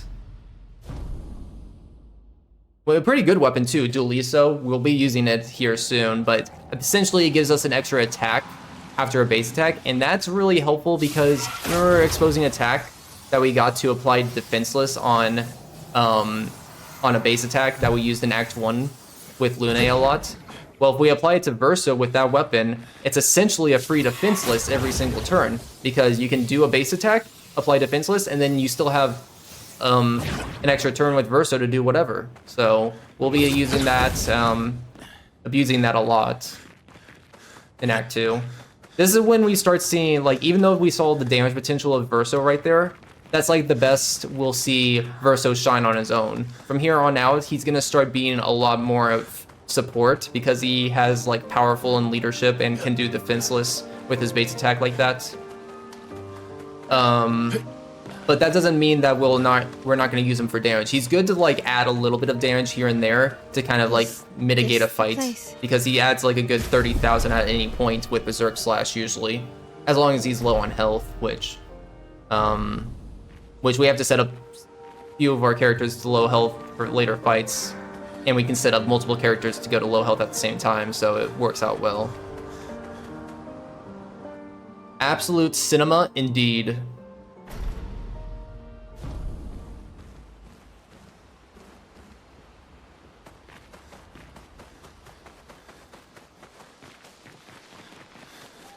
Pardon me for 1 second. I need to adjust in my script. Okay, there we go. So I'm using splits, and I had to deactivate the auto splitter because it was putting it skipping splits that I didn't want to skip. You guys can't see my splits, but I'm using it to track my boss count pretty much. Yeah, I'm using, because there's no way for me to actually confirm if I have all the bosses by the end of this run, but as long as I go through every split as I designed, making sure I don't miss anything, yeah. As long as I go through every boss fight in the route that I set up, I know for sure that I'm not going to miss any of them.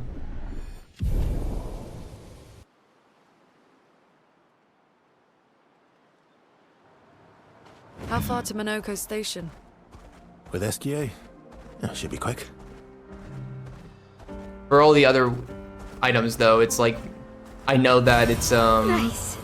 it can change a little bit on if I'm gonna route all of them in the exact same way or not, or get them all in the same way. Most of them we do, but some of them in Act 3 I might change up the order slightly depending.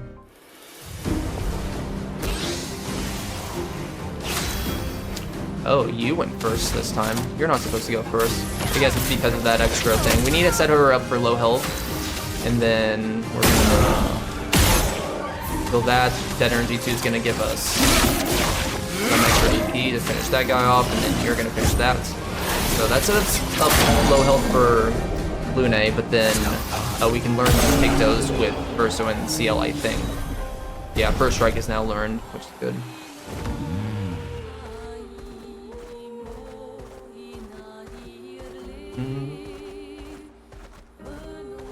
We almost have our next party member, which means that we're gonna start collecting feet as well, a little bit.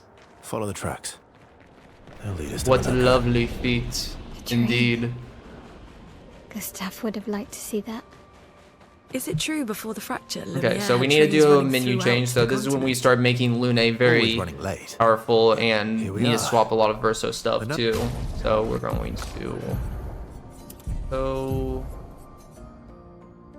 that isn't right. Or First Strike is not supposed to be green. That is like a new patch thing, apparently. That is an interesting choice. Where is that exposed? Back there. So my menu would definitely be better than this, but I apologize with how slow it is. Is that a Grundis? I knew it. But especially with the They're current real patch, too. I do not want to make a mistake, because you make one tiny mistake in anything, in any of your stat values, in any of your Pictos, in anything, and fights are not going to really work out.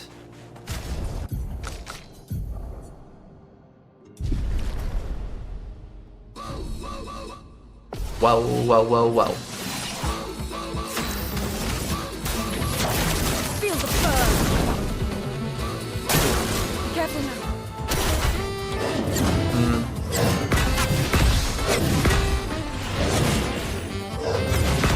That's the longest attack animation Minoko can do. It at like 7 seconds. We're going to apply defensive and hint Lune to do. So we're building up the stage just like Lamb Master again with Lune now to set up for Lightning Dance. You have enough for intervention, so we can go back to Lune immediately and do Lightning Dance at the same turn. That's doing around 8,000.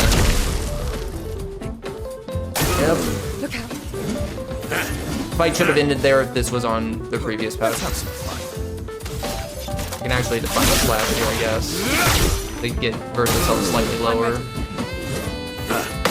And just finish the fight with Lune and carry. Cool. It is such a good song.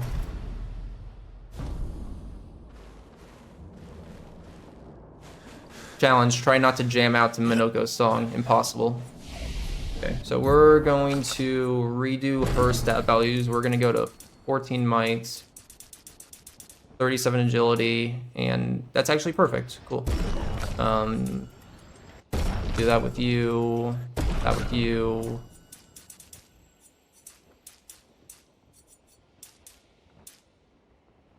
Yeah, not with you.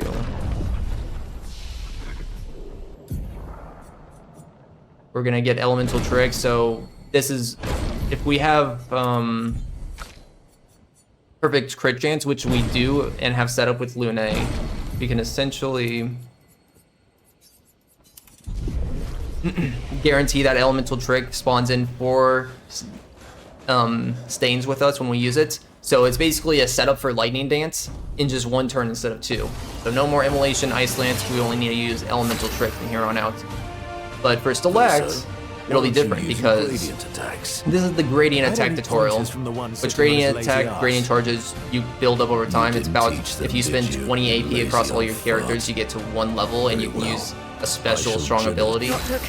Part of this tutorial is we just automatically get a charge at the start, so we can actually use our gradient charge with Lune to generate a stain for lightning dance. Need CL to intervene to us immediately. Oh well. Ooh, actually. Oh, you know why? I didn't equip first strike on CL. So we have to endure that extra attack. I'm actually going to heal you because I want to learn a Picto. And then I'll just have CL do her normal strat here with intervention. Not looking good. And then we can use Tremor to generate the stains that we need. And that'll allow us to use Lightning Dance right now. Good thing about Gradient Charges too is that if you start with a Gradient Charge at the start of your turn, it gives you a free turn immediately after to encourage you to use Gradient Charges whenever you can. So that's pretty nice. We now have Minoko, our final party member is here.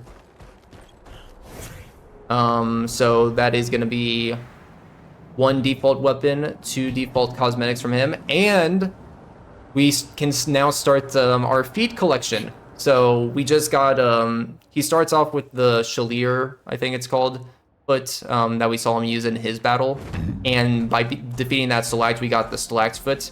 He acts kind of like the Blue Mage, where any enemy that you finish with Minoko, he takes their skill and uses it for himself.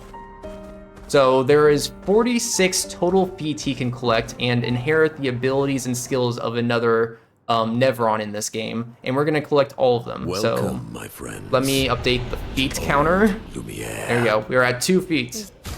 Lovely. Okay, so I'm going to this.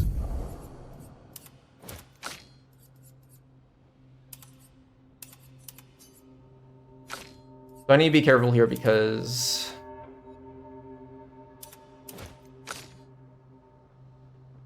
the descending order thing stays now.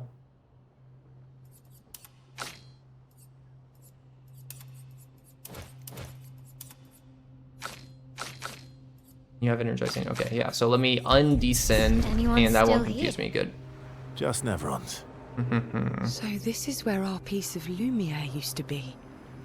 Before the fracture ripped apart the world and threw us into So we don't use a lot of Minoko early on. It did. That's probably. We usually wait till Infinite Endless Tower. I probably won't use him a lot either in Endless Tower though, myself, because it does take a little bit more specific setups for it. Although his Sakaba Top Fire, once we get to a certain point in Endless Tower, like floor 6, floor 7, we'll get a foot that gives us Sakaba Top Fire, which is an extremely overpowered ability for Minoko. Let's move on. I don't utilize it as much as I could because we'll be using Mael a lot, and I would need to suit up Pictos for Minoko too, and I definitely could. But it's been harder for me to route it, I would say.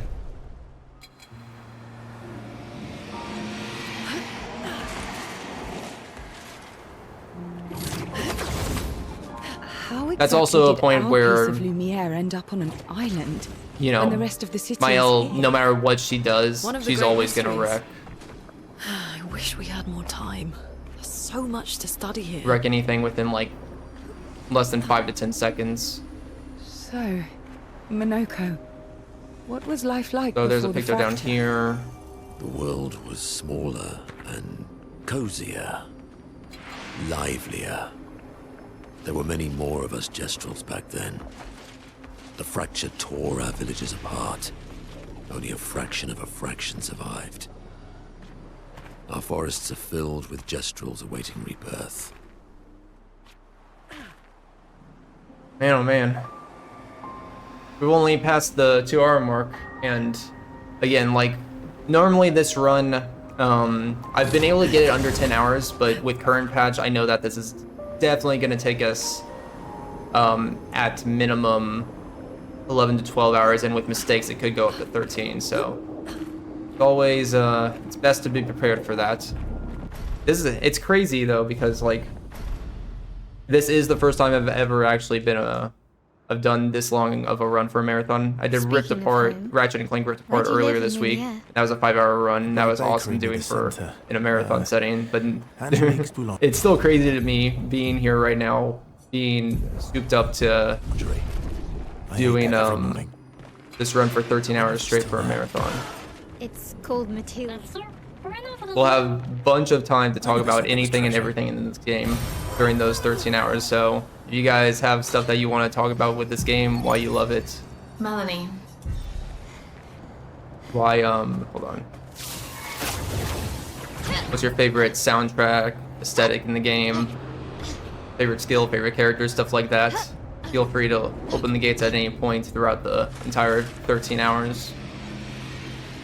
Favorite SKA quotes. There's a lot of good SKA quotes. So.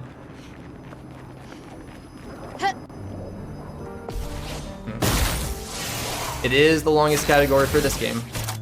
100%. Longest category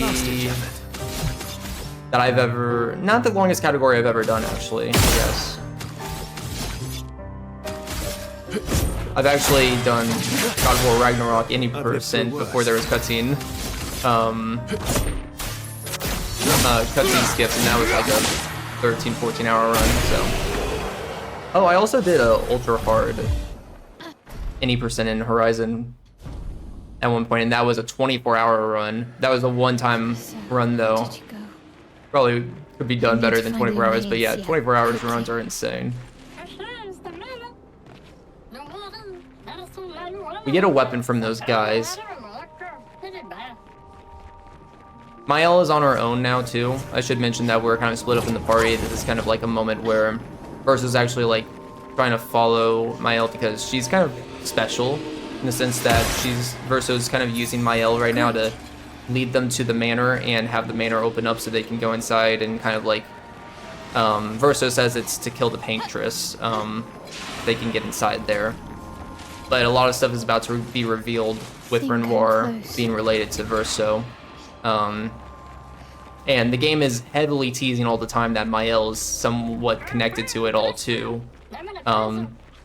Hence why we need her to get to the manor here. Why does it feel so familiar?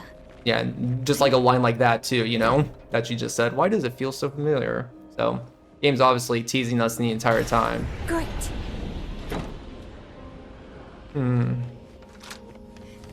Please help me line. We'll get to that line.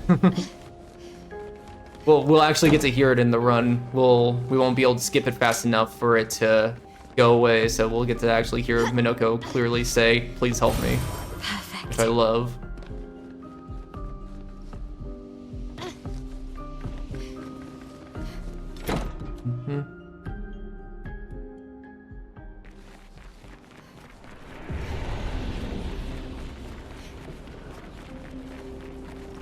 I kind of consider myself lucky to be able to do long runs like this. Because, yeah, like most people normally have to like take a little bathroom break after 4 or 5 hours, but I can literally do a whole run without bathroom break. I don't know why I'm built this way, but I am. Let us stay there. We're gonna try to go to low health here mid-fight because this fight puts us as max health no matter what we do. If we crit there, we're already in the 10% threshold, but if we're not, we actually have Inverted Infinity on Lune.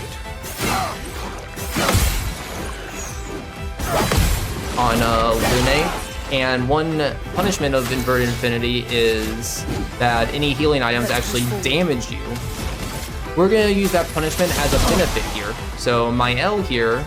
She won't help you this time. Hold on.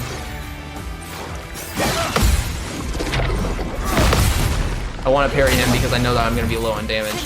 My L here is gonna healing tint Lune. Oh, that wasn't supposed to kill her. I made a little mistake in my stats setup apparently. Okay. Let's revive her. I'm not angry. We can end this from this. Disappointed.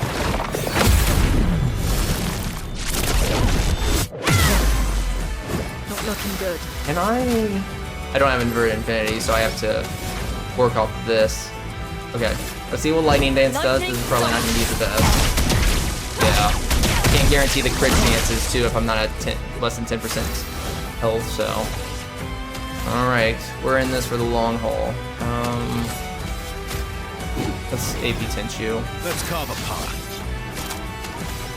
Let's reapply. Probably, yeah. Tearing this family apart. So yeah, this is when you're gonna start seeing me need to adhere to adjust on the fly in Act 2 due to this current patch. This is gonna start happening a lot on all these fights from here on out. So let's see here. I'm gonna Wildfire. That should give me the stains for another Lightning Dance. I'm gonna attack you. Let's carve a path.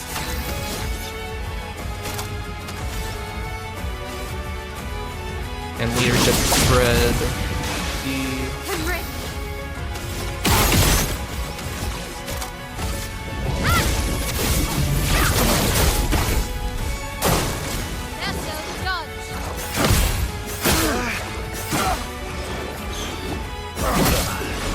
Verso.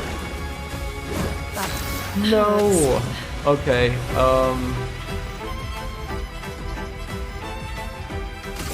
This isn't gonna kill. Unless I'm really lucky with crits, but I am not. I only got 2 crits there. Wow. Okay. Okay.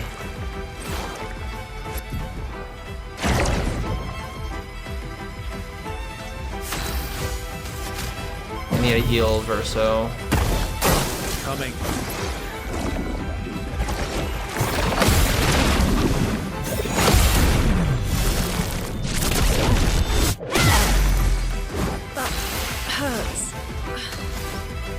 Okay. Primer.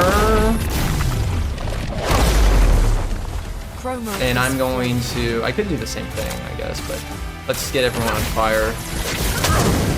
Yeah, that's probably the best call. I need to take care of those 3 things on the side. I'm actually going to use this. That'll help a little bit on damage on all those guys. But he like heals if you don't take care of the 2 things on the side. So I need to actually take care of that kind of fast. Lune, careful.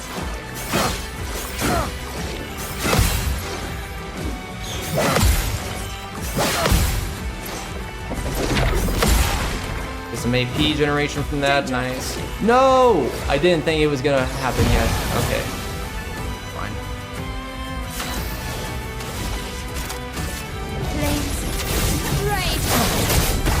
I've been through worse. Some powerful backup. Lightning dance. Wow, she had a lot of crits there. Why couldn't you have done that on the other Lightning Dance?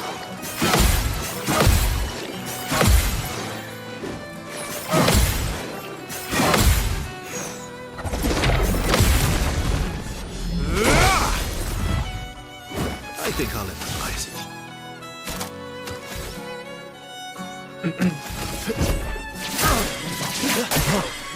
I'll manage. Let the ink flow. This ends now. Alright, that gives me stain, so I can do lightning dance.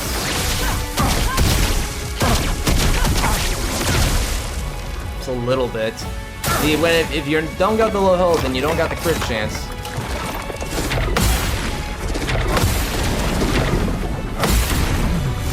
Damage goes with it.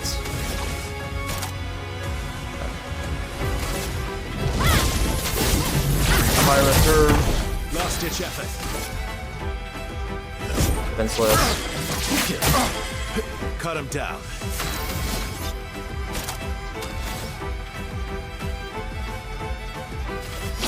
I need to reapply powerful actually.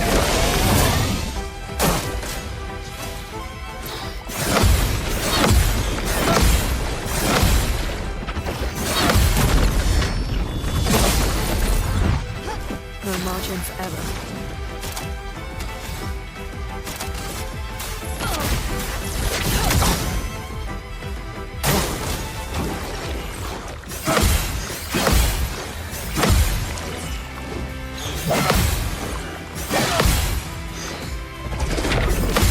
There we go. Blades sharp.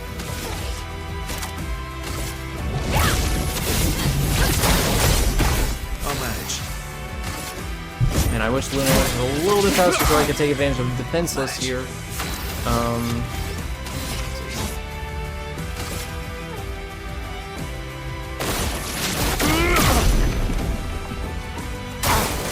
me.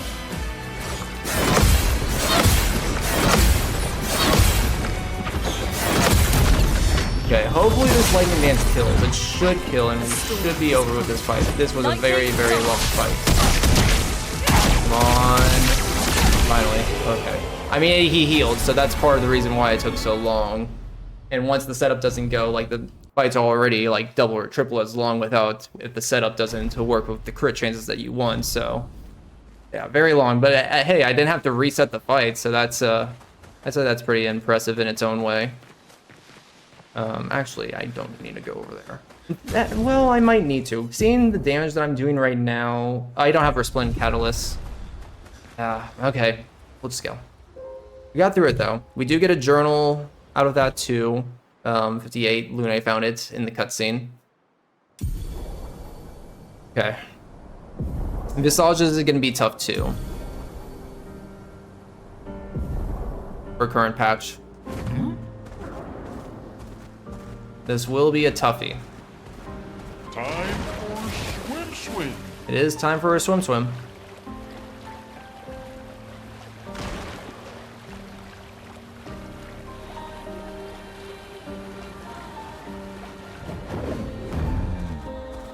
Yeah, so here, Visages is interesting because there's going to be 3 masks that we need to take down, and each mask this is is basically an optional boss fight that we have to beat right now.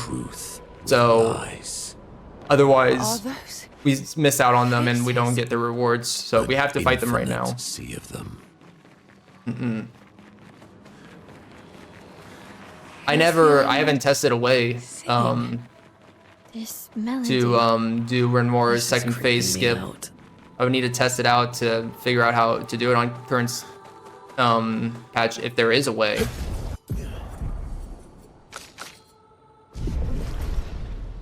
But I assume that there's not going to be a way. I'm fully expecting to have to endure the lion phase. Yeah. We're going to go over to this mask over here. So every part of where there's a mask, there's unique items for us to take care of. We will have to come back to Visages later because there's a boss and a mime that we just would take too long to fight right now.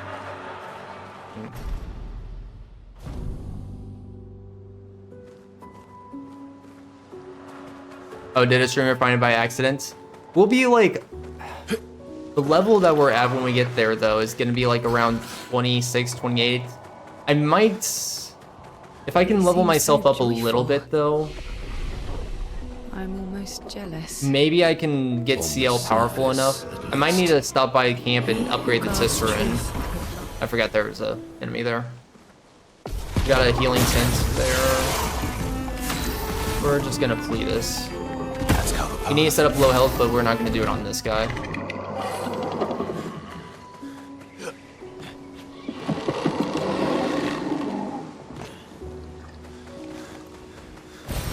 Useful.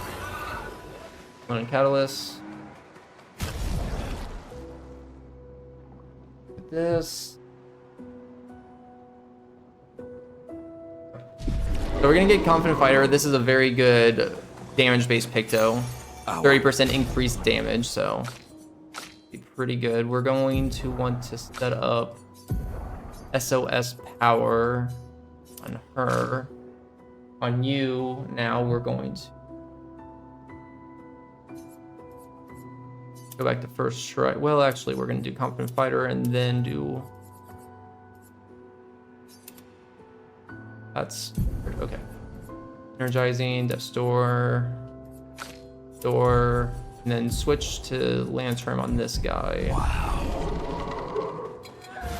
Go into this fight, and we're going to set up ourselves for low health so we can actually do good damage on the next fight. So I switched the Lance Ram on first purpose.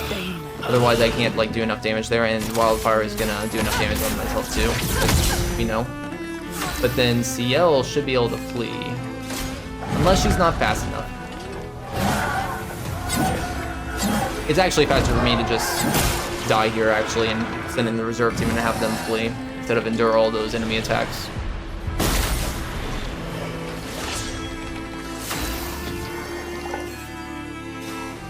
I could have put auto rush on her, and that's probably what I should have done to make sure that I could flee that fight, but it's okay. Before we go into this fight though, we want to switch back to Aliso, and that should be good. Joy. Okay, so here, what we want to do is apply Defenseless to the middle.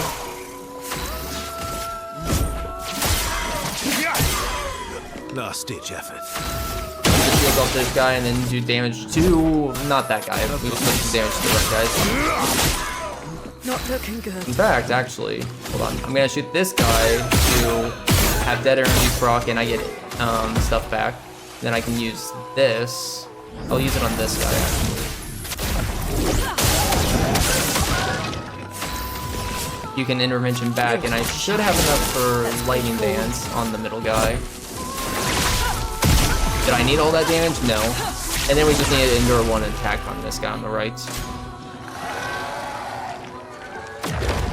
Last ditch effort. My turn.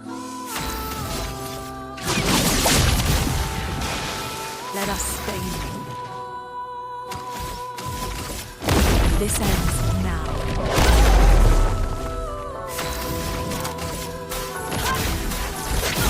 There we go. Okay, that's Joy. Each one of these masks will give us a new weapon, and it's kind of interesting because they give us level 11 weapons. Visages is the first place where we get Resplendent Catalyst, and so unless you go in here, get some Resplendent Catalyst, and then leave, Did you hear that? there is no way that you're gonna enter this fight with a weapon that's stronger than level 9. So utilizing what the game gives us was going to be a smart strategy for us, especially for this next fight, specifically for this next fight. So I'm going to apply that level 11 weapon. I will have a damage reduction for this, so I'm not sure quite how it's going to work, because the damage here is actually pretty tight. I guess we'll see. Won't be too hard to adjust on the fly, but it will definitely be affected. Tagging the flag because I will have to come back here later. I know they're Nevrons, but witnessing the sorrow of others, I can't help but feel for them. Does volleyball give you a level 10 upgrade that you could bring into Visages by this point?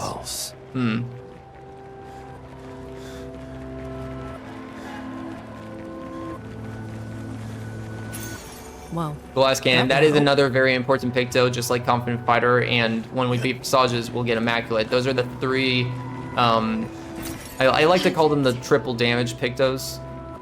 I like never call them that, but I think it's and it's because it's true,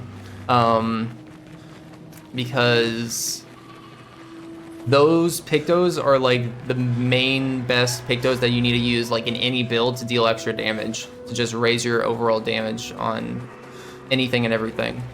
This is the sad veil, so the enemies actually don't aggro onto us, so we can just take a more direct path, sneak past them there. Got an energy tint upgrade, nice, nice. Then we want to make this way for a journal. I actually want to see real fast if I can. Glass cannon will. Oh boy, okay.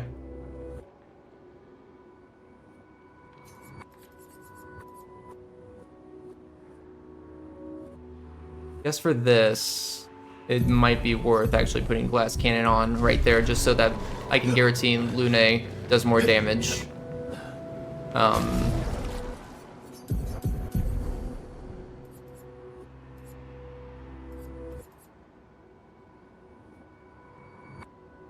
Oh boy, okay. Yeah, I don't need that energy. Well, no, I do need that energy too. Take that off. Okay, I'll have to reapply this later. But this might make this fight strat still work. Because I'm basically needing my free aim shots to deal as much damage as possible. So this fight alone, like, it shouldn't matter too much if I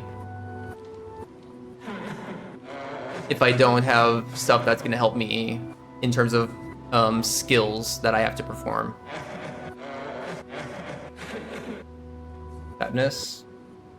Okay, so Verso is going to attack left. I've lived through worse. I'll manage. We want to aim for headshots here.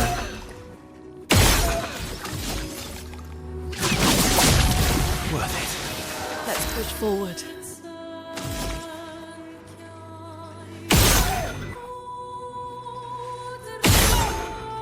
I think this is the damage I'm looking for. Okay, I do not want to miss a single AP though on this guy.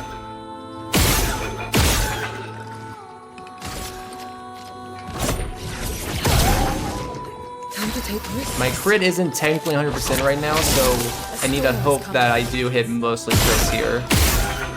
But I'm hoping to kill him off here, and then he gives me enough AP to give me wildfire. That worked perfectly. Wow. Let's push forward. Beautiful. I actually was able to adapt on the fly there. Nice.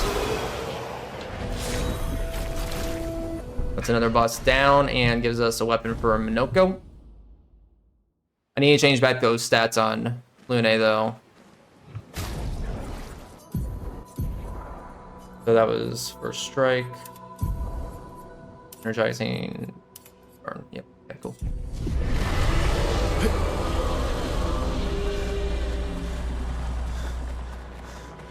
Yeah, it definitely hello. hurts him. I think I saw one more path. That's good. So we have one Then more we can veil get- left, Anger. It's another mask that we're gonna have to get through. This time we'll just try to use Lightning Dance and hope.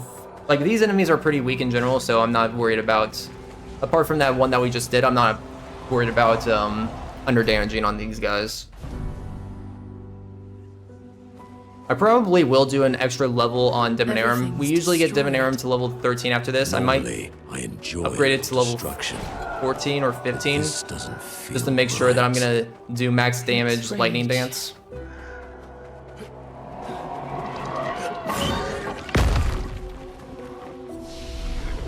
Actually, there's nothing over there. We're gonna go this way. There's a nice bit of chroma to the left over there, but I don't think I need it. Chroma is tight, and we do need chroma pretty early on in Act 3. Very important to have a good amount of chroma saved up at the start of Act 3, but it'll be fine without that little piece of chroma that takes like 15 seconds to get. We just got a tint. We just got Power Attack. This Picto is actually really good for parry-only builds. Really, really good. Parry-only builds where, you know, you're going through like 10 attacks before you play, stuff like that. And they do like 10 multi-hit moves. Power Attack and Empowering Parry are two Pictos that just make parry builds go burr. Sometimes burr, not like they're super overpowered, but they make them reasonably actually effective. Art. Yeah, not good for pre-aim builds though.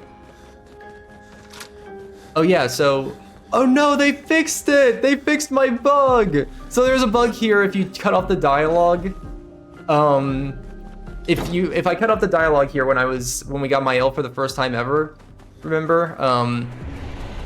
It was us, Gustav, and Lune, and we cut off the dialogue. If you go past her room again at any point, basically it respawns that dialogue, so we actually get to hear Gustav's voice again. Interesting. So Gustav has returned with the milk for a moment, but I guess they patched it in this, so unfortunately Gustav's now gone forever. He's infinitely gone to get the milk. Sad. Okay.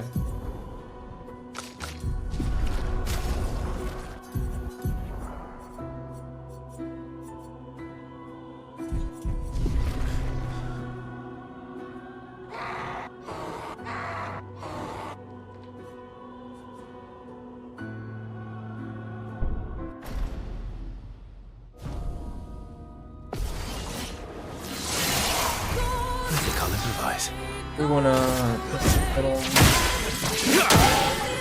I think I'll improvise.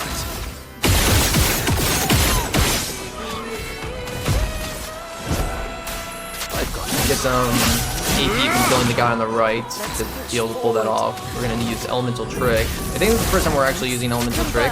If we have full crit chance, it'll give us stains for everything, for all 4 elements.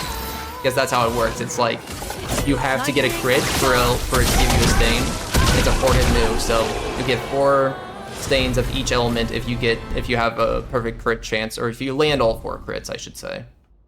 But yeah, that's Inger. That's definitely an easier fight. Got up to adhere to.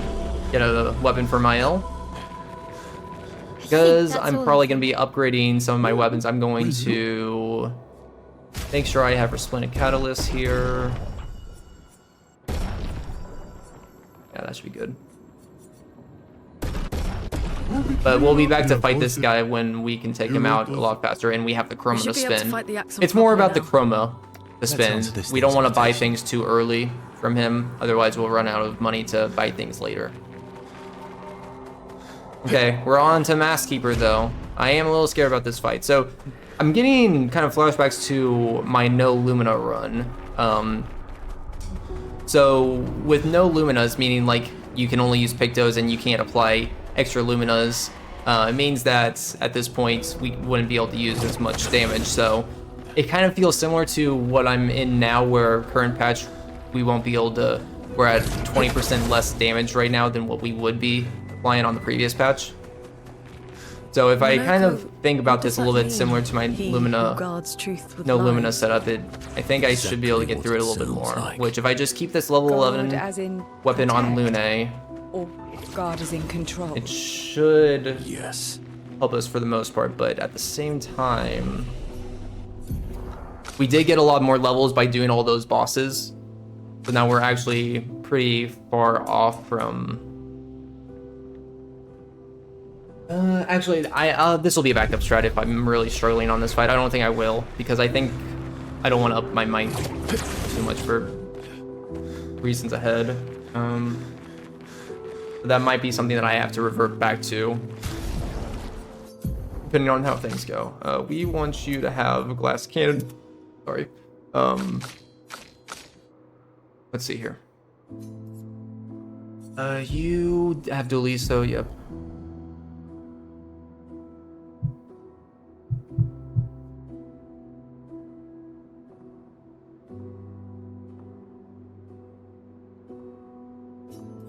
You do have. Right. It's not like this in any percent. This is all achievements that I need to do. And then, yeah, you have combo attack. That's right. It differs between any percent and all achievements. This is actually more similar to an all achievement strat than an any percent strat here at this point. Let's carve a path. Okay. I'll manage. Oh no, I didn't. I'm trigger happy. I should only shoot twice there, or else I'm gonna waste too much AP.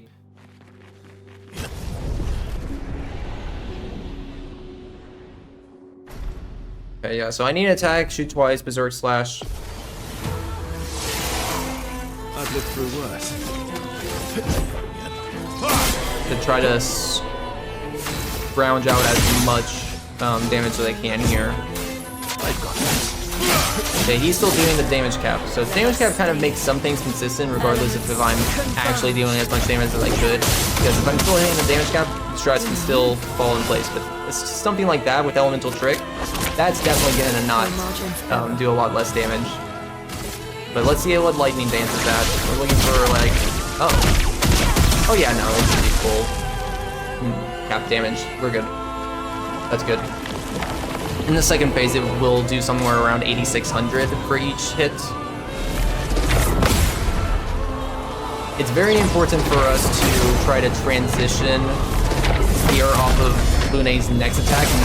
We don't want it to transition here. Nice, good. So I'm just gonna do leadership to apply some extra AP, and it's actually lined up super well. We want to transition off of Lune here so that we can ensure a turn order going into phase 2 that we want to go against them pretty well. Get some frame drops there, intervention back to Lune, and start off with Lightning Dance. This should put him over half. No, it won't. No, it doesn't. Okay, slightly too strong there, actually, than what I was anticipating. Interesting. It's a balancing game of getting the stat values just right. I honestly thought I was going to be severely under that, but yeah, surprised me. Not impressed. So, under halfway, you'll have an extended moveset.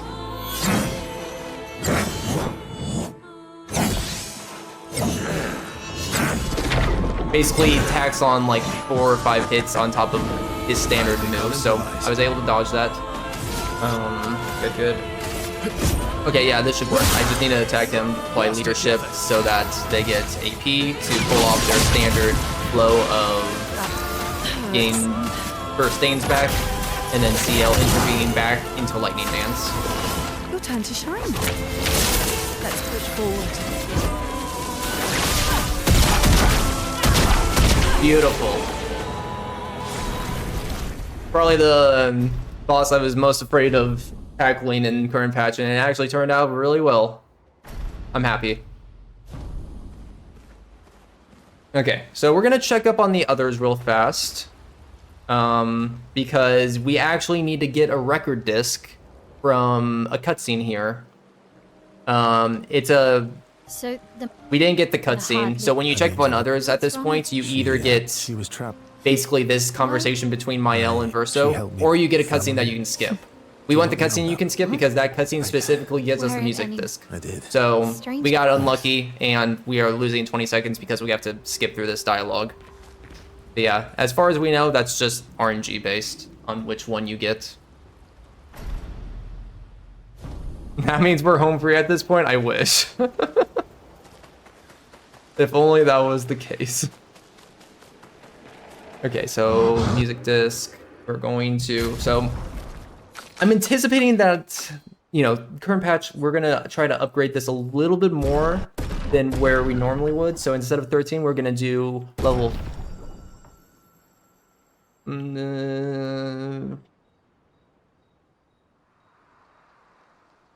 me go to Cielson real fast, actually. I'm gonna upgrade Cielson once.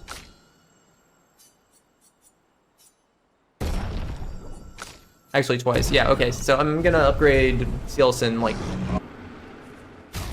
3 more times than I need to. I'm gonna give each one of you an extra.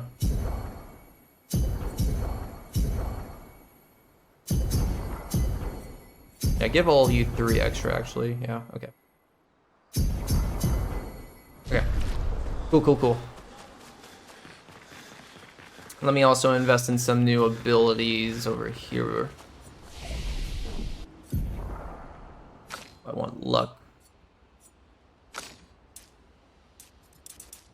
And I want to go for specific values.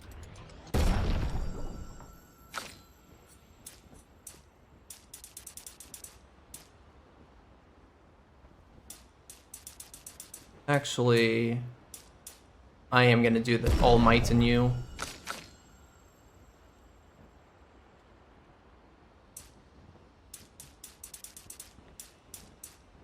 I do want to keep you at just 61 might though, because I need to put agility in you later, so. This is when CL starts being viable though, so we're gonna get some abilities for her. Viable in the sense of very big damage numbers that go burr all the time. So we unlocked Card Weaver and Sealed Fate. This is a good time to explain CL in general. So how CL works is her skills can either generate a moon card or a sun card. Now, when you have one moon and one sun card, you enter Twilight, and what Twilight does is it gives her like 50% extra damage. You can do various different, you can approach it differently. So if you like get multiple moon cards or multiple sun cards, you can like up the damage of Twilight from like 100% extra damage, 200% extra damage, or if you do, like that's moon, if you do sun, it extends the duration. So Twilight lasts for 2 turns on base, but I didn't get to do that, Picto. But if you, the more sun cards you have before you generate a moon card, then it's like goes to 3 turns or 4 turns. We're not gonna go any further than just the base Twilight that we're in, pretty much. So we're just gonna be using the 50% for 2 turns with Twilight, and that does go away with like using gradient charges too, which is very important because CL's gradient charge is one of the best gradient charges that we can use in the game. It's a 13 hit move, so when we're restricted by the damage cap in Act 2, that is basically gonna give us the best potential right now, like to use that and then use it to go into a second attack, since gradient charges give you an extra move. So Lightning Dance right now would give us like around 130,000 damage if we just use that, and then Lune doesn't get an extra turn on anything. But if we use CL, oh, I wasn't supposed to flee that, my bad. I was supposed to skip his wrong thumbstick press. But basically, if we use CL, we'll be able to use the gradient charge for 130,000 damage, but then be able to follow it up with Sealed Fate, and it's gonna do like around 200,000 total across all of our damage, roughly. Give or take, it depends on how much damage Sealed Fate does. You get the exact values of Sealed Fate at its max damage, actually, but it's roughly around that ballpark. So we're dying here to these guys because, again, we're going to set up low health on our characters. It is worthwhile to set up low health in the long run. As you saw from example at the Renoir fight, like that Renoir fight that I did in Old Lumiere is a good example of what happens when you can't get your health to low health with this build. Like this, the way that we have everything built up, you're just asking for fights that are double or twice as long if you don't do a setup. So doing a 20-second setup to make a 4-minute fight go into a 2-minute fight is absolutely worth it.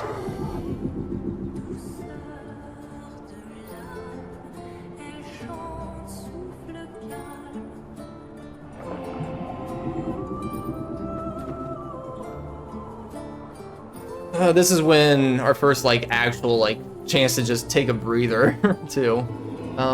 Actually, hold on. I need to change my splits for me tracking my bosses, so I'm gonna be idle here for just a second.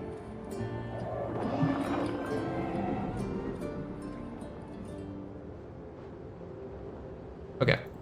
Cool. I was able to do that before I finished our elevator ride. So we are gonna do some things. We're not gonna do all the bosses here. We're gonna have to make a revisit here because we can't afford everything at the merchant in this area. But what we are going to do is try to put a Picto on us and off us. Just reapply the same Picto to force a save. And I'm gonna try to do a sneaky little petanque catch right here. So I'm gonna line myself very specific and catch him the first time he moves. That was well done. That was well done. So we just saved probably like 40 to 50 seconds of chasing him all the way around the place. My turn.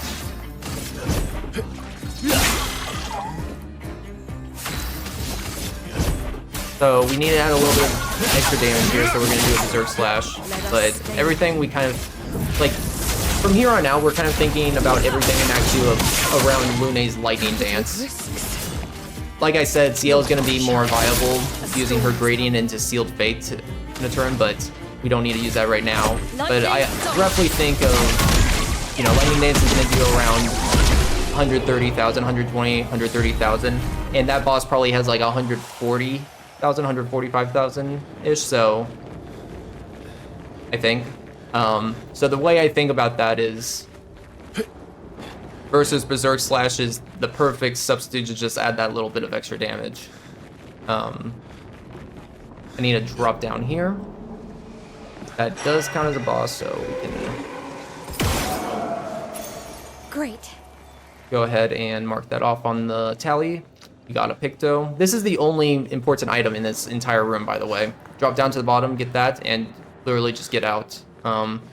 Although this spaghetti monster, I like to call it the spaghetti monster because it looks like spaghetti.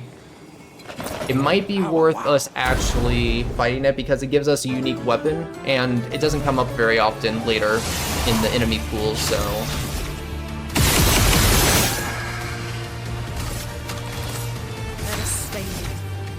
And all these enemies in Serene are kind of...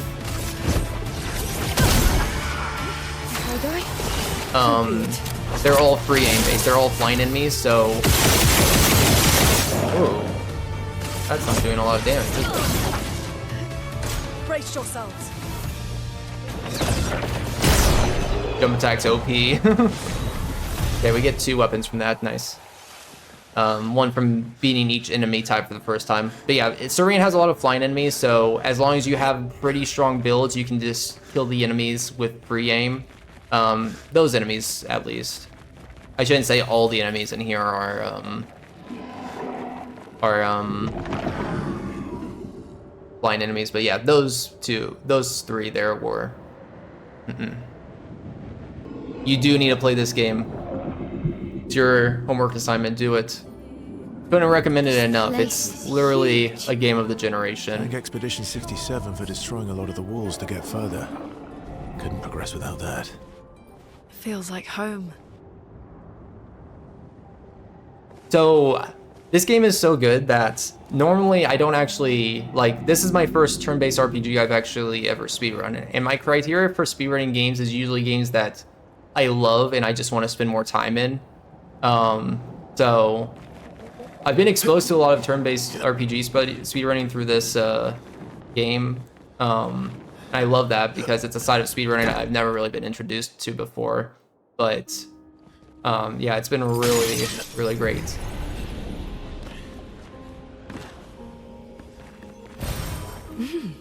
Interesting. Definitely my game of the decade. I hold my standard for games very highly, and I often don't change my list of like my top 5 games.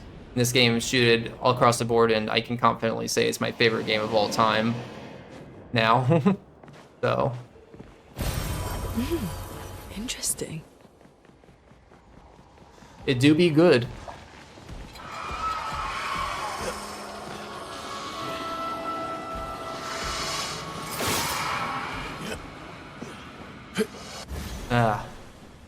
There's a little jump that you can jump on there, but I messed it up. We're just gonna flee, I think. No margin for error. My top 5, I don't know if you want to hear my top 5. So I hold a standard for it, but I feel like most people aren't going to agree with it, but I can go ahead and give it. So it would be Clair, Obscur, Expedition 33 first.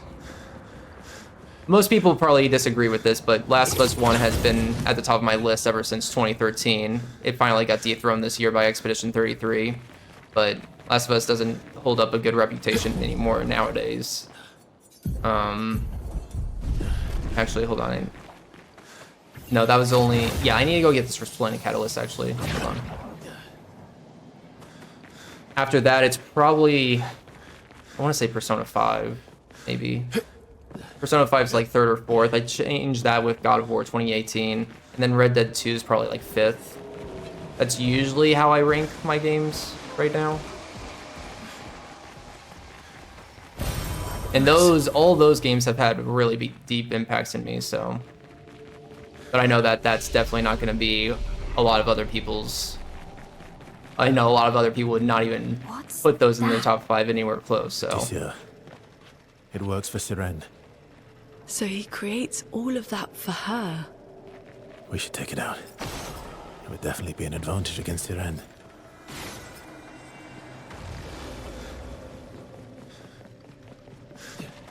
But yeah, I would say I'm definitely one that hasn't, we're doing it. I'm definitely not one that's been as exposed to turn-based RPGs as I should be. I feel like any, like, turn-based RPG that I've played, I haven't played a whole bunch of them, but any one of them I've really, really loved and enjoyed. Because, like, Persona 5 would probably be, like, my first JRPG, and that's kind of... It's still so recent, you know? So I feel bad about that being like my first one. So I need to do things here.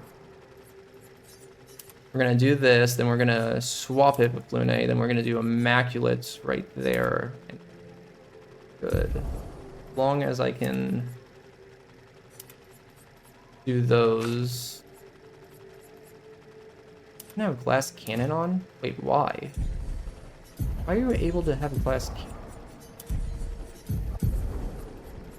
How do you have that much?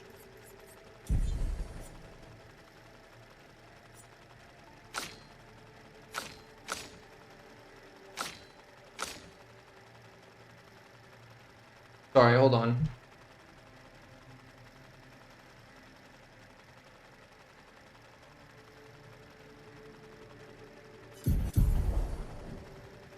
Oh, I think I'm just that much higher level than what I expected. Yeah, okay.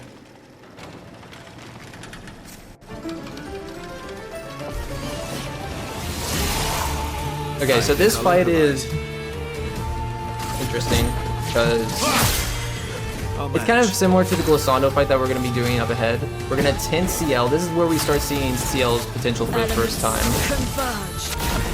We use Elemental Trek to get our stains.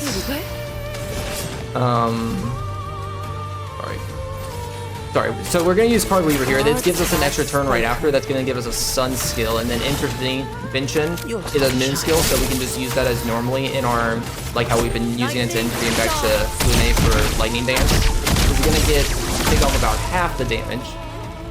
Not impressed. Halfway there. 2 Lightning Dances, a little bit of extra damage on top of that is going to get us there. His first move is always a Curse, which isn't something that you can dodge. So we don't need to worry about actually learning that and parrying that. We're gonna use our little damage is gonna be through shots, and then we're gonna apply leadership.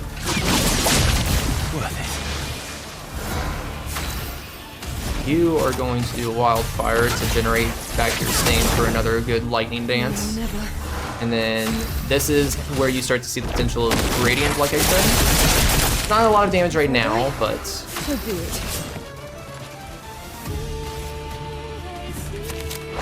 actually, it's gonna be way higher than that, though.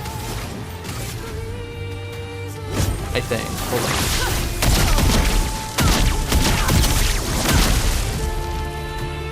Burn? Okay, burn finished it. Nope, that was right. It seemed lower than what I expected, but we got Manage that. No other expedition had weapon a for Mael Lumia there, converter. and Yet you this pick those. victory feels hollow.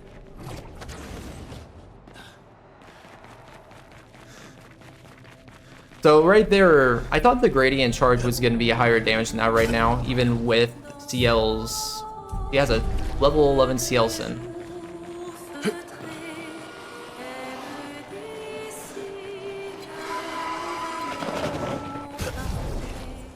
Facts.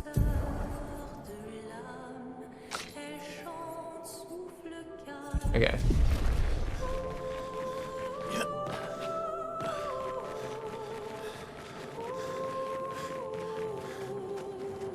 That's fine. So the Glissando is going to be pretty similar, but it's nice that we can use Card Weaver as a way to generate a like that's just how the skill works. It just gives you an extra turn. It's not like in Picto or anything, but yeah, it gives us an extra turn to allow us to have Twilight on our second turn of CL, like after the enemy attacks once. Okay.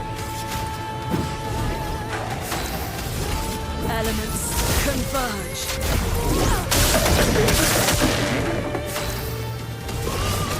The Card Weaver, Sun skill, Intervention, Moon skill. Let the ink flow.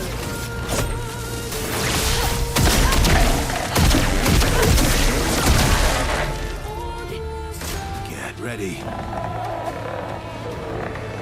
Do need to parry this for extra damage. There are some items around for us to collect, like behind us and stuff, but we're gonna backtrack here because this is where the merchant is that we need to that costs like over 100,000 chroma right now to buy everything. So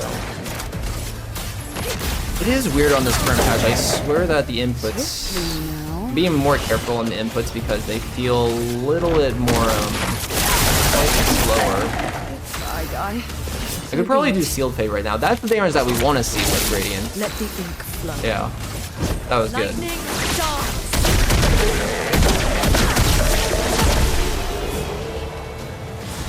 Okay, nice. Good Glissando. Let me get an outfit for Lune. I did tag the flag there before that Glissando fight to make sure that I can teleport back here when we do revisit Serene later. But we're on to another elevator. Cool, cool. Expedition 33 is number 5 for you, Corinne. Like FF5 is your number 3. I see.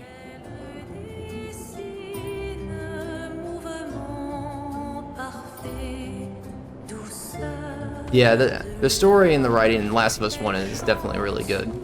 I still like Last of Us 2, but it is definitely more controversial and doesn't hit as hard and emotional for sure.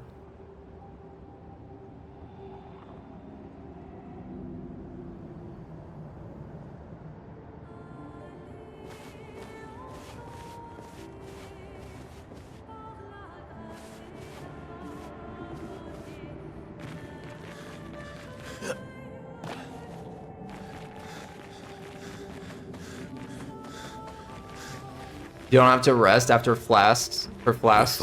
Oh, I need to get this journal. Oopsies. She's waiting at the end of this tunnel. That's interesting. For the Rune 1 thing. Luke. Uh-oh. It's Expedition 6-7.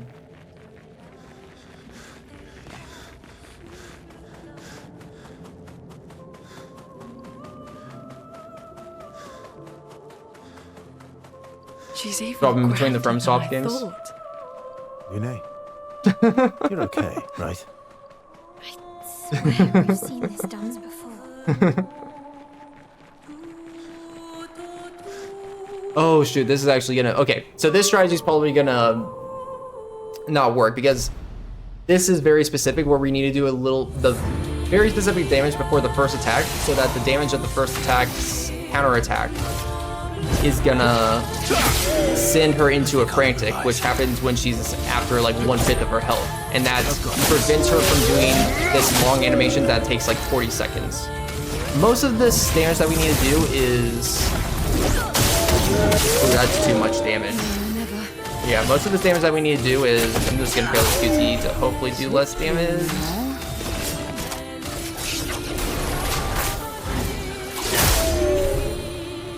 Yeah, no. We did too much damage. Okay, it's good to know that I'm actually over damaging instead of under damaging at this point. I was not expecting to be over damaging on current patch at this point. The weapon upgrades did indeed help, but yeah, this Grand Ballet, we can usually interrupt this animation from ever happening, and it's such a long animation. The longer you get into this game, the longer the animations get with some of the bigger bosses.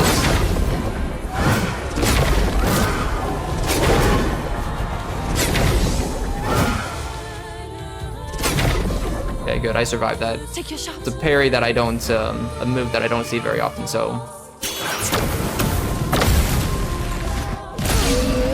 Ready to strike.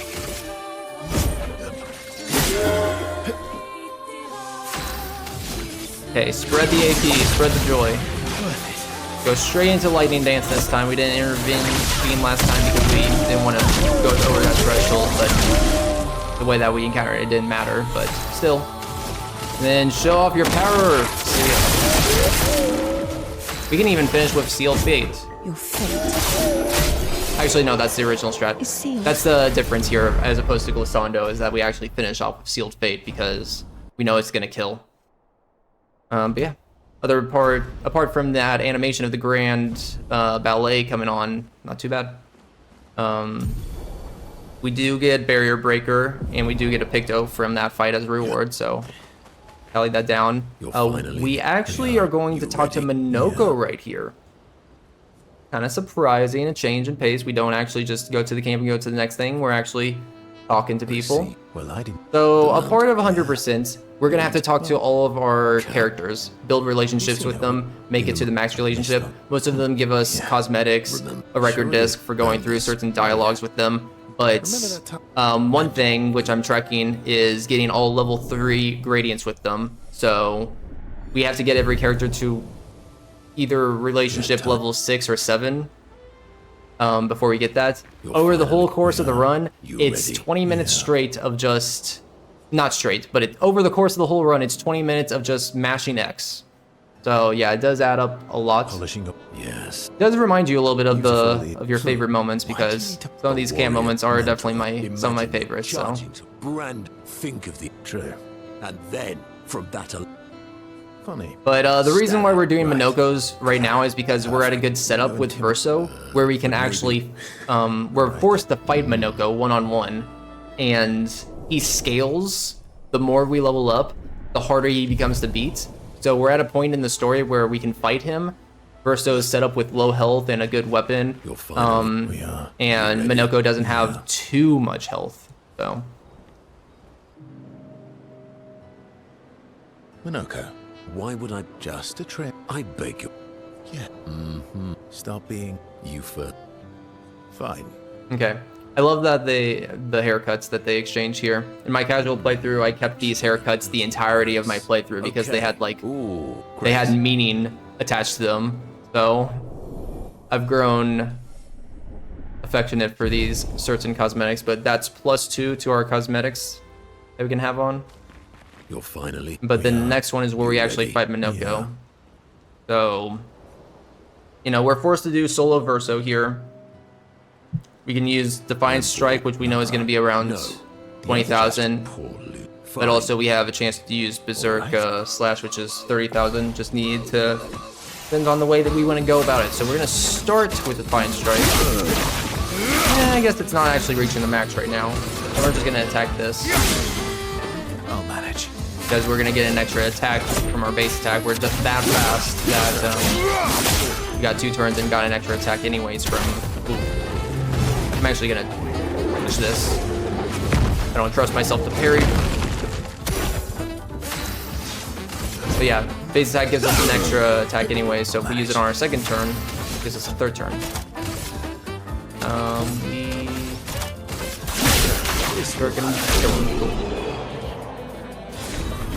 Aha! You got luck. What was it you... And I respect your luck. Come on. Okay, so that is another boss down in the books. So I am thinking I want to upgrade the Tisserine here, because we got a weapon from as a reward from Serene, the level 13 Tisserine, and that's pretty good as CL's weapon. But if we want to skip the lion phase, we're going to need to do better than that. The lion phase in Renoir. So we are going to go over here. We're going to upgrade this twice. I need to be careful about spending too much for Splendid Catalyst because I need to upgrade the Medallum at some point. In fact... Oh, I need more Polished Catalyst. Oh, shoot. Okay. Good to know. Seminarum should be fine at level 14. It should be. Yeah, it should be. So I'm just gonna go.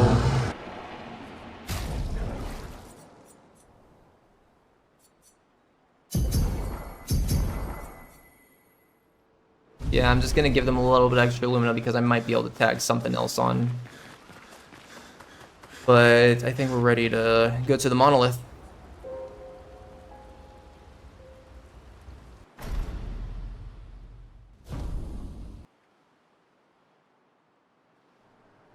Wow. I drank too much last night. I can't remember a thing.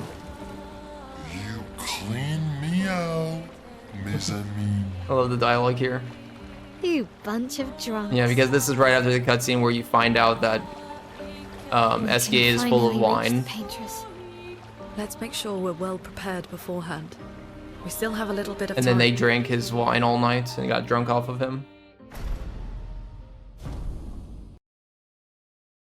Kind of crazy sounding if you haven't watched it yourself. I'm actually not gonna buy these outfits right now, but I want to see. Okay, I see. Curious if every merchant in the overworld is gonna have the new current patch outfits or not. Let's update one journal for a tally.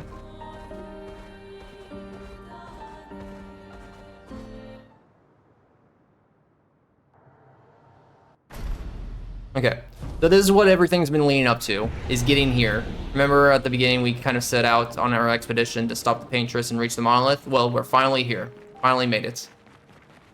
And that is what we presume to be the Paintress right there, that big entity in the background. So we're gonna go fight it.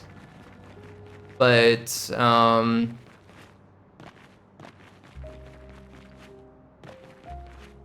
everything is not the truth. Because this actually isn't the Paintress. I am going to quickly put this weapon on me. Because I am going to try to set up... we can set up our low health setups on this fight. Actually, it doesn't really matter. Actually, yeah, it doesn't. Okay, never mind. I'm gonna just put my L on because we're gonna be able to skip through all the phases faster when we just have my L.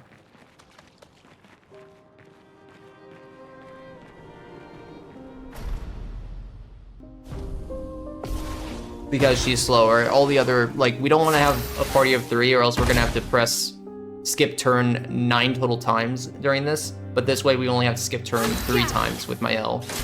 And she's actually so slow that we might only have to go through this 2 times. Skip turn 2 times. Yeah, it should be over right here. But yeah, this is like just a scripted fight where you go through 3 turns and then we find out the Paintress is actually fake. That does count as a boss because it was a boss health bar.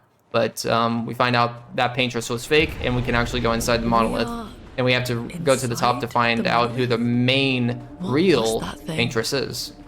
Now this monolith is basically a road down memory lane. So every location that we've visited thus far is gonna appear in this monolith, and even some locations that you might not have gotten to yet that you'll see later.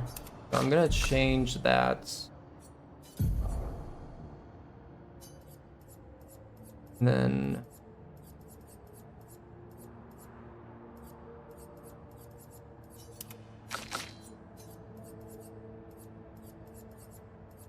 Where is combo attack? There it is. One thing about 100% is that you collect so much more stuff, so it's harder to find the Pictos at a certain point. The menus are definitely starting to get really, really big and cluttered at this point. In any percent, you only have to like do like 3 inputs to go from one Picto to another. Right there, I had to do like 7 inputs And I don't remember where all the places are for each of them, too.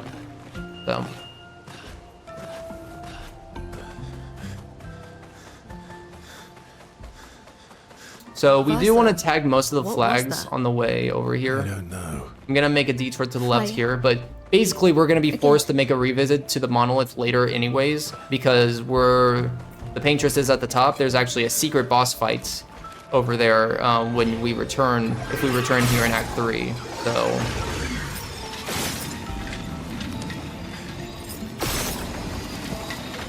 But that also means, since we're gonna come back here in Act 3 when we can bypass the damage threshold, like the damage cap, we can come back and basically one-shot all the bosses. Good stuff. If we come back later. So we're gonna get the flag to fast travel to each one of these areas later, but we're not actually gonna fight anything right now. Nope, you cannot fight in Endless Tower. Not the chromatic version of it, at least. Most chromatics aren't in the Endless Tower, so the chromatic Clair Obscur is what's at the top of the monolith. The regular Clair Obscur is there, but not the chromatic version.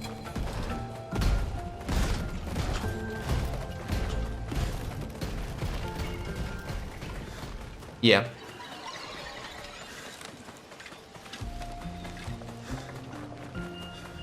I'm gonna try to do this little jump to avoid ledge grabbing, because ledge grabbing is like a second of time loss. Now I am, since I've upgraded Lune's and Ciel's weapons more to try to compensate for being on current patch and having a 20% damage reduction across all my moves right now. I have spent more Polished Catalyst and Resplendent Catalyst, so I need to buy some back to be able to afford Medallium, Mael's OP weapon that starts her in Virtuous stance. I need to be able to afford that, so I'm going to buy as many Resplendent Catalysts as I can right here. Also Lumina. I kind of was hoping that I wouldn't have to spend as much of my money, my chroma.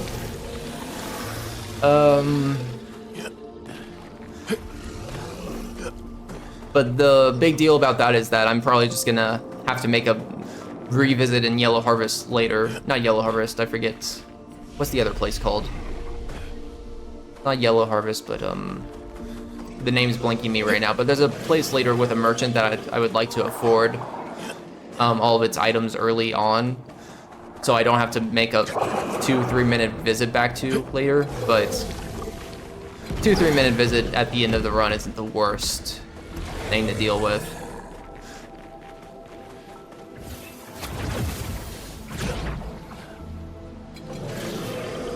Fallen Leaves, yes, thank you. I don't know why the name always escapes me for that, but it does.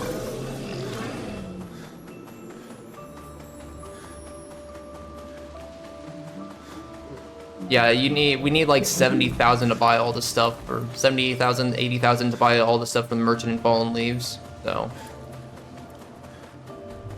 I can easily do Fallen Leaves later. Actually, no, I can't. I take that back. I can't, because I need to do it for Lumina. That gives me a lot of good Lumina that I need later. I am actually gonna grab this, since I know I'm gonna be kind of low on chroma. Might need to try to get every little chroma that I can get.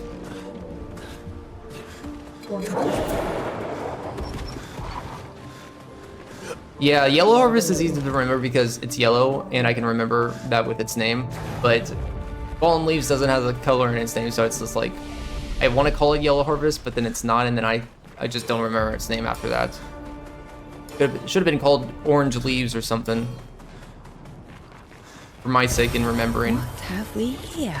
Totally not a great name at all, but... What have we here?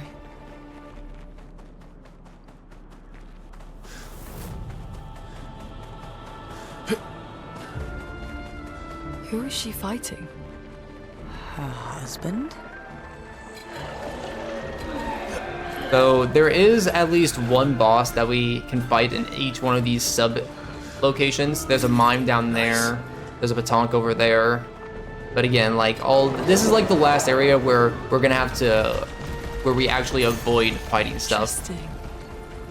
It's all centered around the painted power, you know? Once we can actually break the 9,999 damage cap, and unleash hell on everything, then we can really start moving around everywhere in this game and not hold back.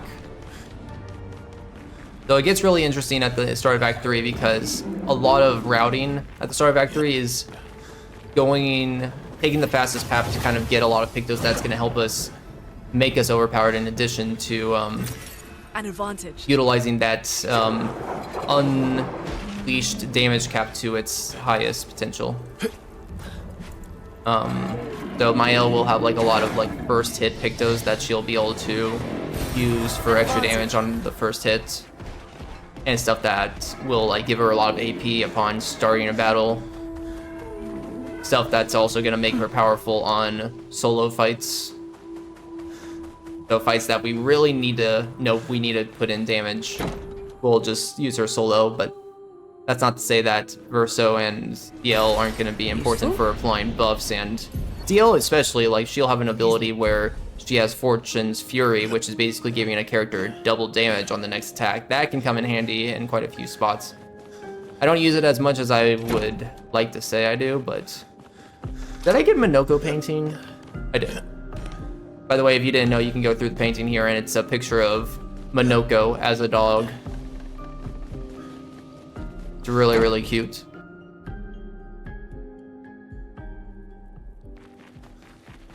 Yeah. Yeah, so we're starting to get into spoiler territory, like big spoilers, like the big plot reveal of the game. And you know, this is a 13-hour run, so I'm probably gonna talk about the story a little bit from here and there. But let me tag this flag. But yeah, like Minoko and SK, they're based off of different people in like the real world pretty much, because this world is kind of fake. And I'll elaborate that a little bit more in the future, but give everyone a chance to skedaddle, I guess, if you don't want to get spoiled on everything. I can read it. But yeah, let me buy some more polished and resplendent from this guy.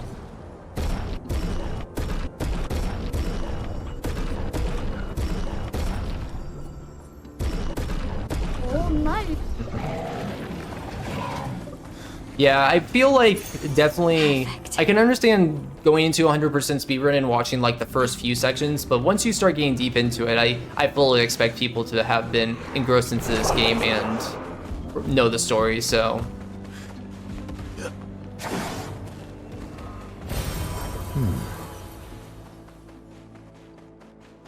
This is probably definitely a good time if you wanted to check out the game and see parts of Act 1 and Act 2, but don't want to get spoiled on the big spectacle that is Act 3, then yeah. We're definitely reaching that point.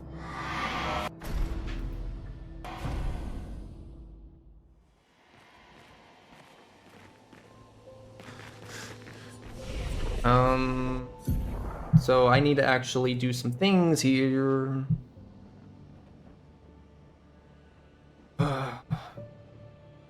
Ooh.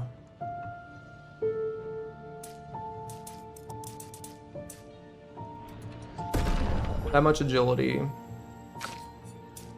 And these have to be pretty exact. This can be just at least 18 inches. Now, do I want to opt in for some extra hack?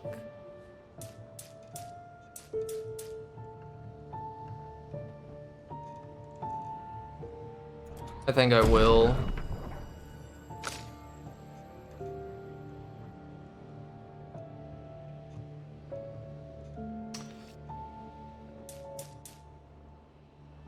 I don't know how this is gonna affect everything, but I do think I need more damage. We're probably gonna have to do Renoir 2 and Paintress a few times because these fights are very, very specific, and being on current patch, I know I'm not gonna be... I know that I'm not gonna get it right the first try. I'm basically trying to guess how much is 20% exactly more damage that I'm adding on top of everything for them. And I also need this from you. Sorry that my menuing isn't very Actually need to...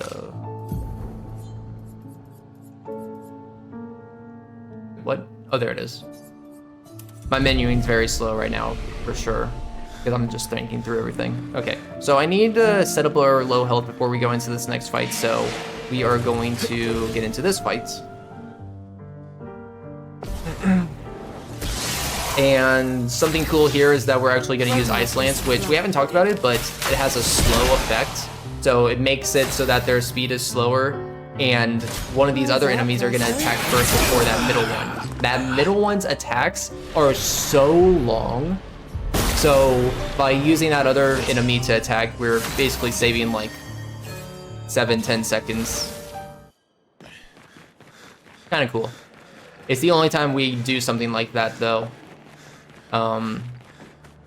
To choose to take one attack animation over another, or in that way, I guess. We definitely use Ice Lance to allow CL to have a turn when she was slow enough, towards like, back when we fought Minoko for the first time. Yeah.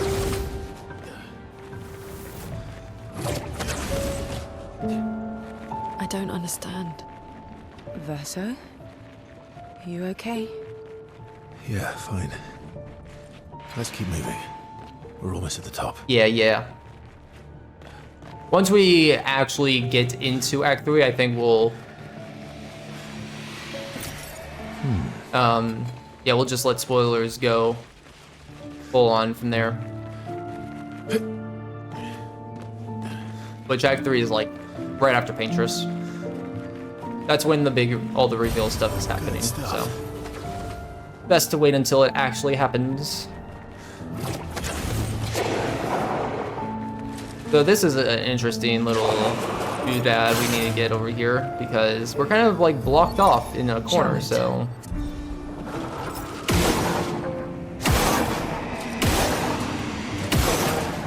So you have to very carefully get around them without triggering a fight. Very good.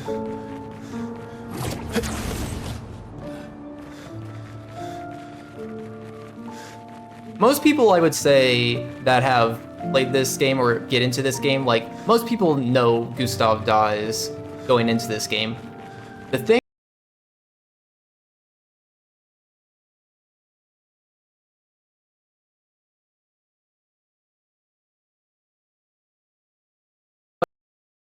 a big plot twist that's like going from Act 2 to Act 3, that's a plot twist I would never like, that's a plot twist so big. Like, you can always predict that a character might die or so after a certain point, or you can kind of sense it or feel it coming, but I never predicted the plot twist that this game was going to reveal of this whole world being fake in a sense, you know?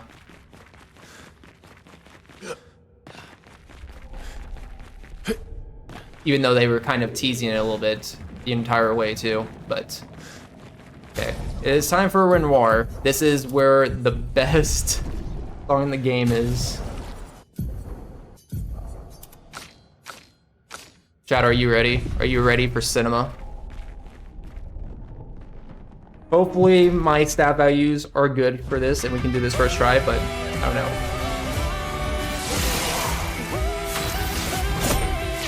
Sorry, I shouldn't say it's fake, but you know.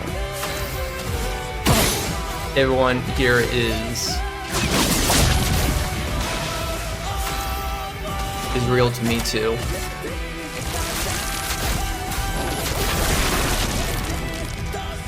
I die. So be it. Brace yourselves. So little.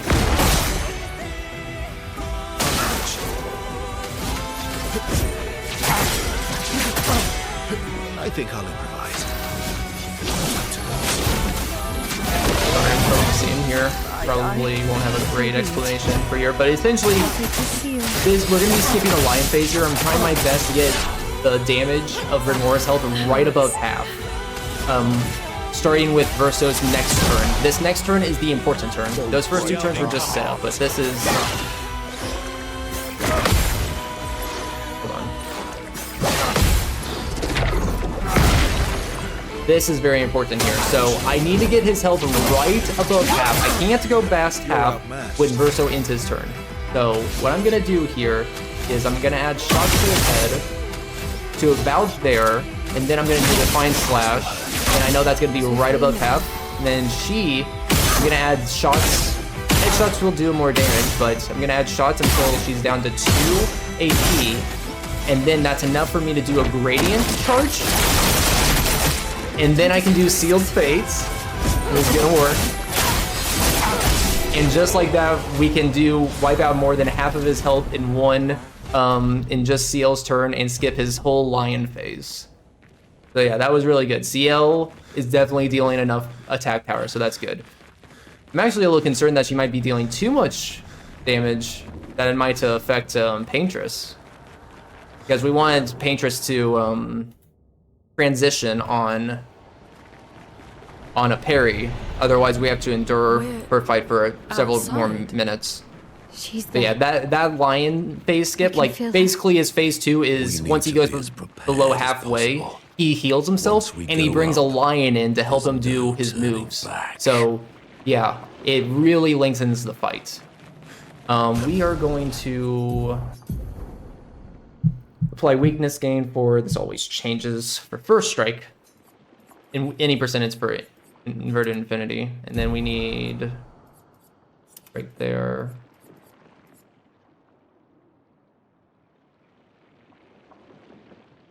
Okay.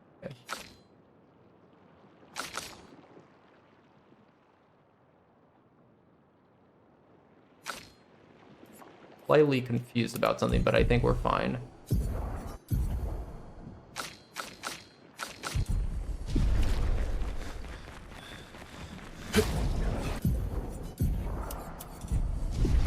Okay, Paintress time. So yeah, this is gonna be tough. We have to actually parry a lot of stuff here too, and she has some of the hardest parries in the game too, and I practiced it a lot. But she has a lot of health. At this point, it's like 1,000,000 health, the biggest boss has had across all of her phases. So start off with Lightning Dance. So like, you know how much damage Lightning Dance has been doing?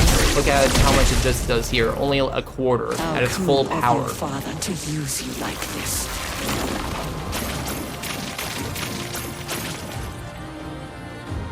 Just try it. Take your shot. Take your shot. Not impressed. Manage. I'm gonna shoot you once, and then I'm gonna do leadership. Spread that AP. Elemental trick again. I'm actually gonna fail the QTE to make sure I do less damage on there this time. I think I'm gonna be potentially susceptible to doing too much damage on Paintress. What you've done. You killed him.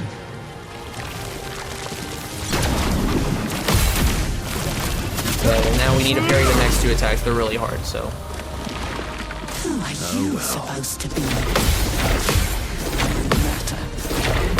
I wouldn't say like really hard, but a little hard to get consistent at least. I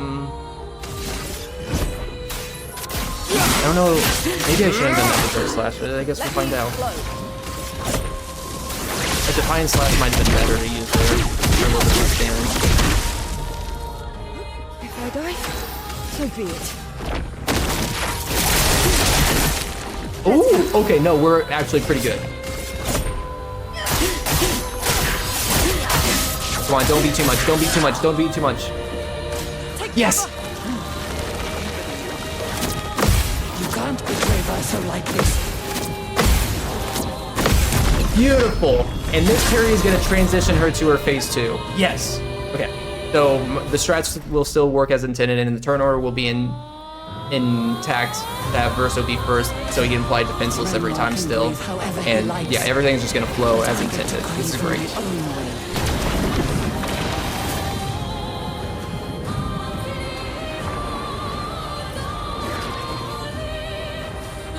Okay, so attack, apply defenseless, so flash for a little bit more damage. I think I'll improvise.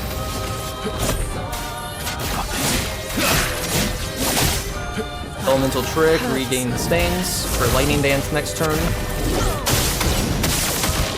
TL, the owl, powerful being, do your damage.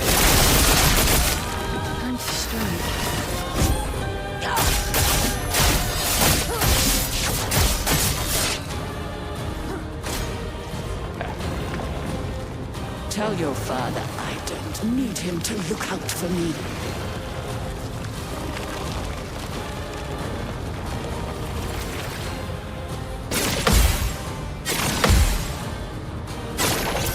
Okay, good, good. Ready to obey. Did I dream the fire? Is Versa still alive?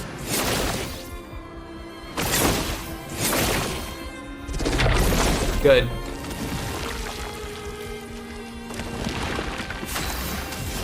You should be able to finish the phase here. Lightning Dance. Versa's gonna go and apply some Defenseless. Again. I think I'll improvise. But also powerful. So we won't have Twilight for Sealed Fate, so we want the extra bonus on CL here, but Gradient and then into Sealed Fate to finish the fight. Finish phase 2 at least. There is a phase 3, but phase 3 is easy and free. There we go. First try Paintress, let's go. Pretty nice, pretty nice. I was so afraid that I wasn't gonna be able to pull this strat off on current patch. But yeah, the extra levels on the weapons kind of like was perfect. It was perfectly evened out actually. Or never.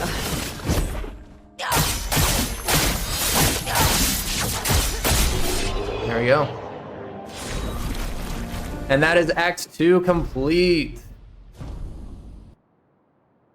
Ugh.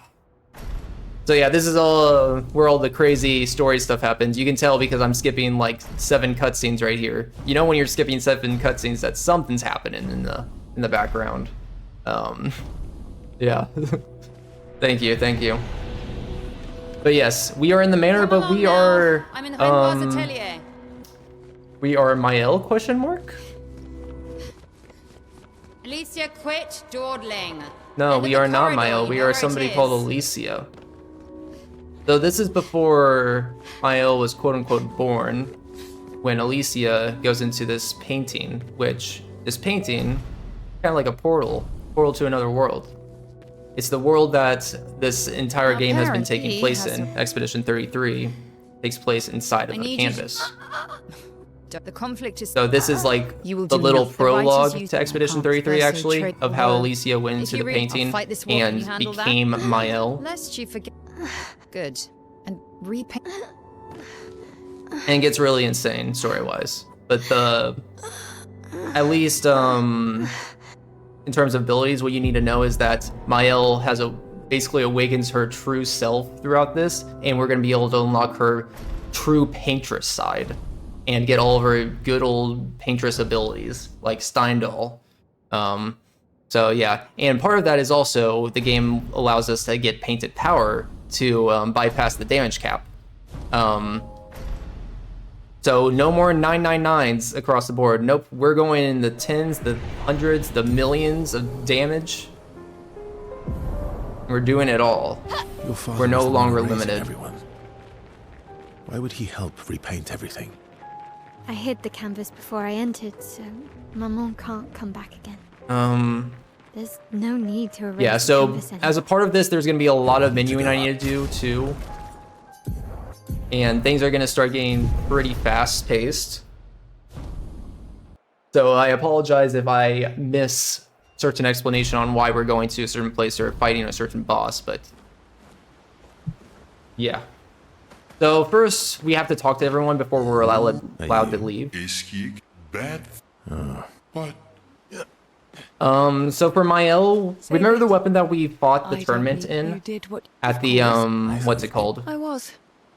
Everything. The I Gestural don't Village, care, and that and we got the medallion as a reward. We used a little bit in Act 1, As but long as you- the main reason why we got it is for right now, to be able to use it for Act 3 forward, because Story and Virtuous Thanks for the stance Was is it worth really good on itself What will as a you speedrun do? I'll do strat, my best. to just be able to What is- deal 200% damage on your first hit in a move without having to really spend extra animation time for buffing yourself or anything.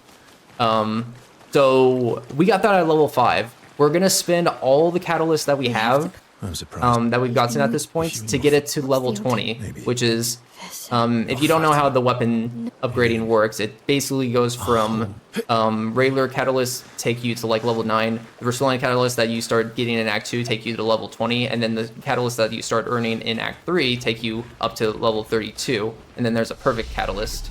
So I'm gonna redo, I didn't need to do that actually. I have 8 recoats too, so I have plenty to work with, but let's just get this back to 53. I shouldn't have recoded her. Actually, let's do 33 there. Yep, I'm gonna recode you and do all agility.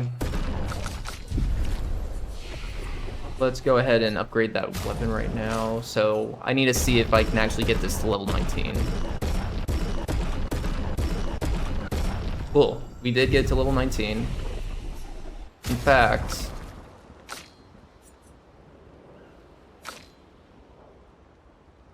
they should probably invest in this.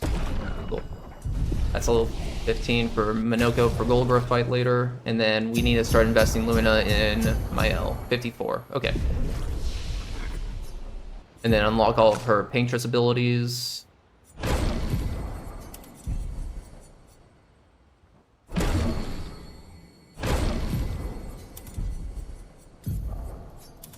Last Chance is also a really good one. That's not technically a Paintress ability, but Last Chance is so good at just getting you...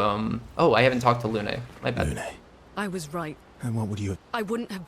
So you choose... Also, at the start of Act 3, it kind of redoes your party order, so I need to remember to readjust everything right now. And also put on CL, and then we need to put on the Pictos that matter. So Painted Power... Confident Fighter, big damage Picto. Immaculate, big damage Picto. We want Depth's Door. Dead Energy is not really... we might still need it for its non-damage boost capacity. I can put on Glass Cannon. West Power, sure. Energizing, Augment First Strike. That should be good for right now. But also, let's put on Second Chance on you. This is going to be helpful later when we have to fight Francois again later. Did not learn an extra energizing start, so I need to start learning that. We are gonna, guess I only have one. Do I not have energizing start 3? Oh, it's not alphabetical. Because I was gonna say, if I miss that, I have to go back to SKA's place. That should be fine. Yep, okay. Yeah, lots of stuff, but it's time for the greatest expedition in history. So we're gonna make our way to the Abyss Cave to defeat this pink fluff because it gives us first offensive as a Picto. First offensive will let us do 50% extra damage on the first hit. We already have one Picto like that, augmented first strike, which is basically the same thing. I honestly forget what the difference between the two is most of the time, but yeah. Picto there, dead energy, we're not going to use it, but it's part of 100%.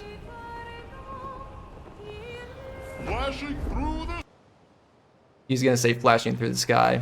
I had to finish it for him.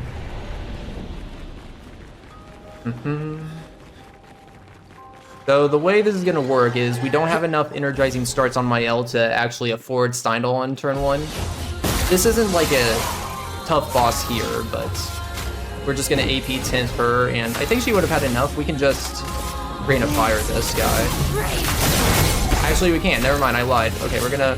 What's good about having CL is her intervention will act as like a backup now a lot of the time. Let's just Phantom Strike this to Oblivion.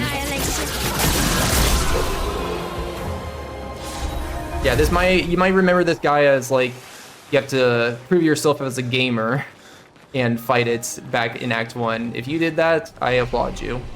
But that counts as a boss and gives us a Picto. Thank you for the good luck. SK is a little excited there. So we're gonna make our way next to Yellow Harvest, because Yellow Harvest has 3 very important Pictos. It has Death Bomb, Auto Death, and Teamwork. I guess Teamwork's not very important anymore because that is the 4th Picto that has the hidden 10% damage boost.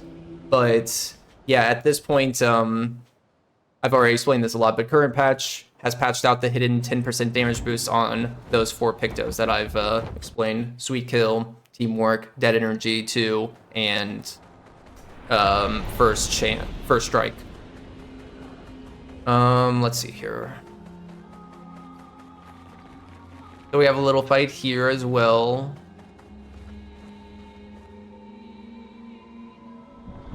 Besides Golgari, you killed everything in Act 1. I think the pink floof on average takes like 20 minutes if you try to tackle it in Act 1. We'll have to use Verso as a way of like taking off shields from other people. We should just be able to ring fire this. So things don't scale to you. So these enemies in Yellow Harvest, this is an Act 1 area. Just like the Abyss boss that we just fought, like technically an Act 1 enemy, like it won't scale up to what our level is now, so we can just demolish it now. Kind of demolish it. It still takes a little bit of effort, like we have to have a level 20 Medallum in Virtuous stance to be able to still do it, but you kind of get the idea. Like, we don't have to use Steindal yet. But you will be seeing Steindal a lot in this run, so you best be prepared.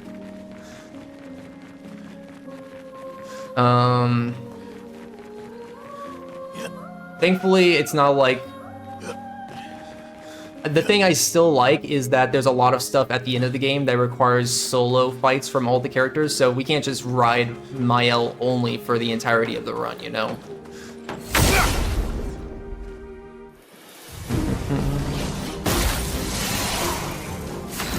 Okay, so we're gonna apply defense to this guy. We want her to be at low health, actually, so I'm going to do leadership real fast here. I guess I didn't need to do leadership, actually. I could just skip turn. We're gonna set her up for low health so she can actually start using benefits at low health for this fight. Because I'm gonna Phantom Strike. Phantom Strike is our go-to AoE attack. It's strong. Not as strong as Steindal, but strong enough to do stuff like that.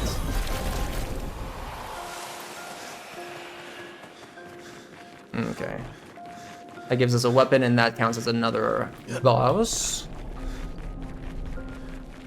That also gave us 15 Lumina. Each enemy there gives us 5 Lumina, so we want to try to get to 100 Lumina points on Mael before we defeat Sprong. Sprong's like our first, like, our first test to show that we are actually making a good build, that we've made a good build. Because Sprong has 4 million health, and we want to try to one-shot him. So that's what we're working towards now, getting Pictos and leveling up Luminas to allow us to be able to do that. And it'll probably take us 20 minutes before we fight Sprong, but Sprong is really important because it gives us the Picto Cheater to play twice in a row, which anyone that's played this game in Act 3 knows how OP that can be. It's like a free intervention, and you can still use intervention on top, so you can get like 4 turns in a row technically before the enemy attacks you if you use CL correct. It's great. Oh, so one thing they changed on current patch is that speed actually... Ooh, that's gonna be weird. Speed actually contributes to when you do first chance, so CL playing first there is really weird and awkward. I did not expect that, and yeah, that's gonna not be so great. Let's do Powerful just in case it's not enough. So this Mime, you wouldn't really want to break it, but with the power of Steindal, we don't need to break anything.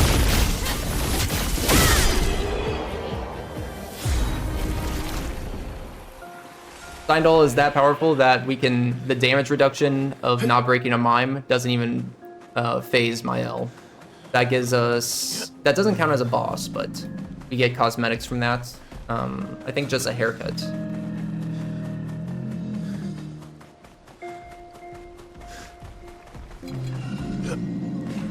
Okay, so we're gonna go back here and we're gonna pick up Death Bomb.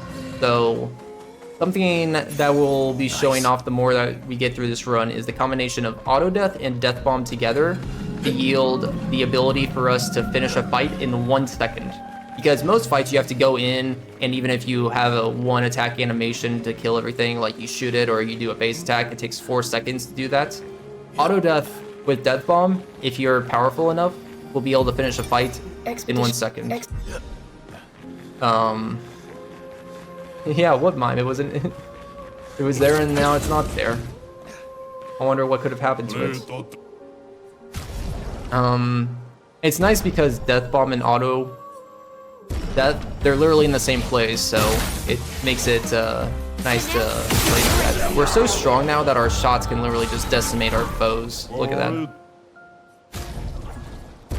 But again, this is an Act 1 area, so we're not actually that strong in the grand scheme of everything. I need a Picto cosmetic is what I just bought there. Okay, Painted Power is learned, so I'm gonna take that off, and we're going to learn Offensive and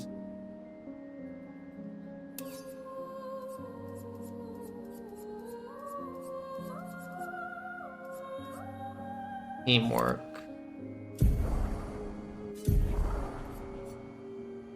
And then here I want you to learn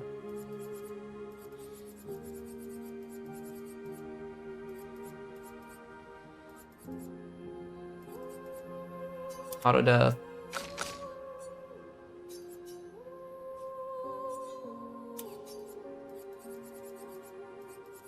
And Death Bomb. Okay, so now we need to make a little pit stop to get all the solo Pictos. So if there's a little like gestural tournament that gives you solo based abilities and buffs, that's gonna help us a lot. So let's just put some Lumina in my L. Let me go back to continents. What's nice is that we're gonna clear out 4 bosses in the span of like 1 minute too. So the hidden gestural arena, not so hidden. We have to go to here. So you get a Picto for every one that you beat that's based off of a plain solo, but you get a 5th one if you complete all of them. So we're just gonna go through here. We're gonna learn Luminas that are on my L now too. You just shoot to win. Counts as a boss, get a Picto. And let's see, we are going to put on, I didn't even have Painted Power there, so that's funny that I still was able to just shoot that without Painted Power. Okay. Yeah, that guy's probably could have decimated him with any one of my characters, honestly, with any of their skills. Okay, so we have the second boss here. You do get stronger the more you go down the list. So I don't think I'll be able to shoot all of them. That's another guy. It's kind of annoying. You have to like run away and run back in to actually get the prompt to select another fight for this guy. So that's why I run back for a second.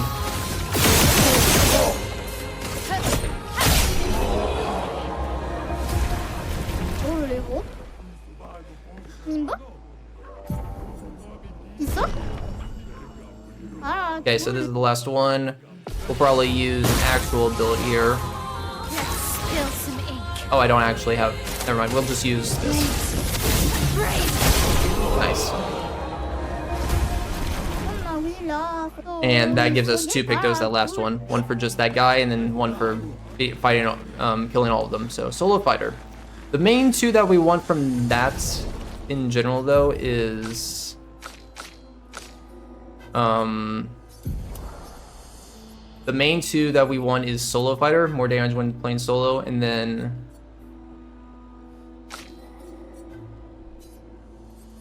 last chance critical, so we never have to worry about crit chance when we're solo. Yep. Yeah, last chance critical and solo fighter together are really good, just for a lot of different builds. It's a very easy build to pull off 100% crit chance and deal good damage at the same time. Okay. I actually need to start looking for these little guys over here. Before I forget, so lost gestural. We need at least 4 to get the paint break ability, because there's like paint spikes to break all around worlds to access secret areas. Perfect. Picked up there. I'm also gonna do a little detour like this. I wanted to route this better, but this is the best that I can come up right now. Nice. To come over here, get this little guy, and then we have one last guy that we need to get. That's gonna be right in front of Minoko Station. We're gonna go into this area. I like these little areas. They usually have a disc or a journal. This is the only one that has both a disc and a journal. Yet everywhere we go.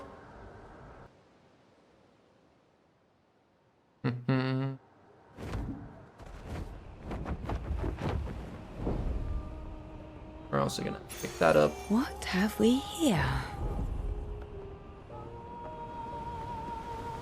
I'm actually gonna get that later. I'm gonna do this manor door right now though.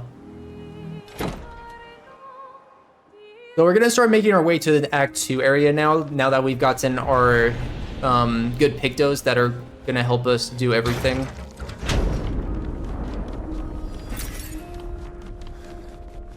Because Act 2 is where we can start leveling ourselves up to be more powerful and start investing more stats in and getting some of those grandiose catalysts to up our weapon levels. Because weapon levels are absolutely the thing that improves our attack power the most out of anything in this game. So if we can get grandiose catalysts right now, that's gonna up my overall strength really well.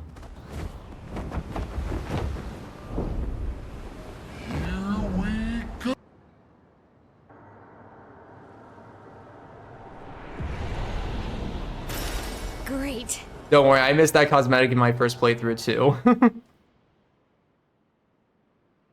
Just as simple as going up. I thought, like, when I found out it was there, I was like, oh, there must be like a certain order of books you have to do. No, it's just one book right there in that bookcase that you have to press square on. So I'm going to... So this guy is a really easy guy to get a lot of XP on really early on. Let's see here, actually.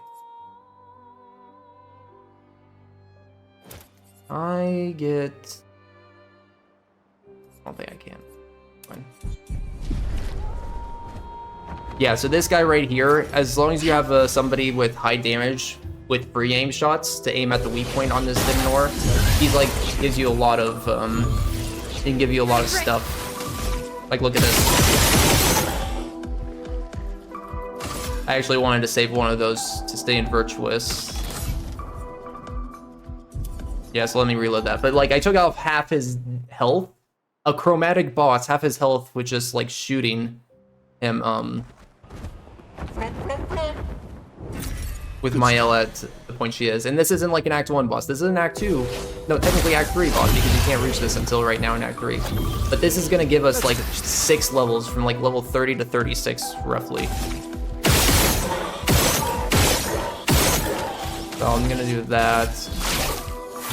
I'm gonna do this, and then I'm gonna let CL intervene back to me, so I have more of a chance to do more damage. There we go, nice. Yeah, so I'm level 33 right now, and if I'm level 38 now. That literally just improved me by 5 levels.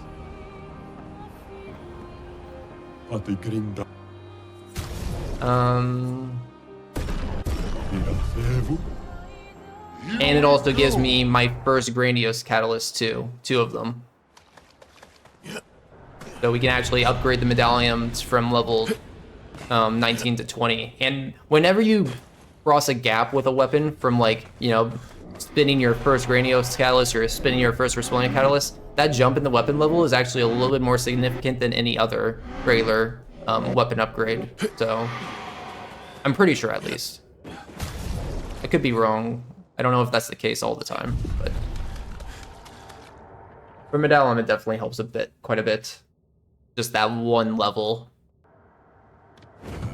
So what I did there is I went in a painting workshop. We actually aren't going to do all the painting workshops. Like, they're scattered across the world. There's 3 of them total. We don't need to go to the end until the final one. So once we get like the color of the beast, all we need to do is jump off the edge and then leave. But then the final one, we can go and place all 3 of the color of the beast at once. So.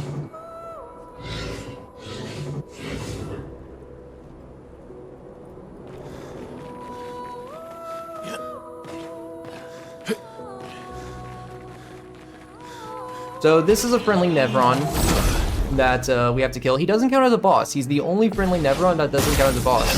For some reason, he just doesn't have a boss bar. It's kind of, I feel like it's kind of connected to... Your turn to shine. That's gonna get annoying with First Strike. It's going to CL a lot of the time, but as long as I have intervention, I guess it won't matter too much. But anyways, yeah, I've always found it interesting that he just doesn't count as a boss. It's kind of like because he wants us to kill him in a way, fight him honorably, I think.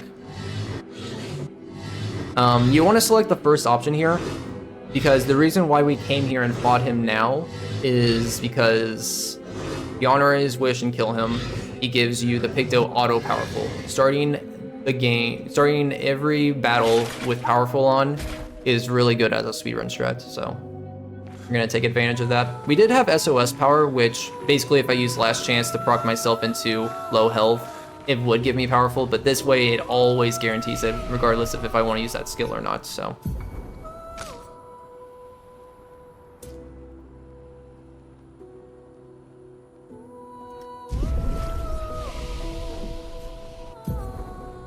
I'm gonna put this in right now.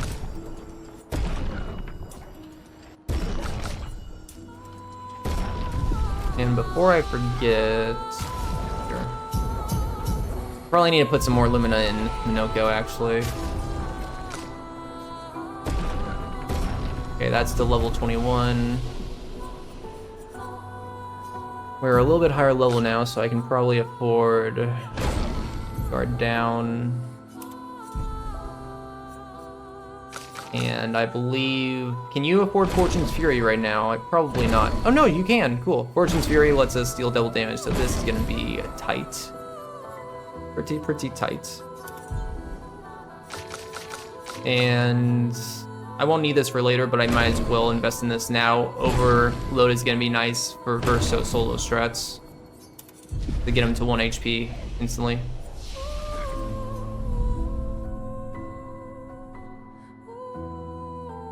Okay, I am scared about Sprung because without, like right now, I'm gonna be basically, yeah, I'm gonna be at like a 40% damage decrease across all of my Steindals right now. So I just need something in general to up that damage for me to do. Like if I can just give one like, I don't know, something like Burn Affinity where I deal 25% extra damage with a burn effect, like that would compensate for most of those. That 40% damage loss, but, or if I just like apply some more powerful, let me actually tag this. If I play, I could go to Endless Tower for the first 2 floors and get Greater Defenseless, which takes Defenseless from 25% to 40%. That's a good extra nerf to enemies that would help towards compensating for that 40% loss also. So a few ideas that I might mess around with and try to deviate slightly from what my usual 100% route is to try to tailor to a current patch 100% that I'm doing right now. But we'll see. I haven't made my mind up yet.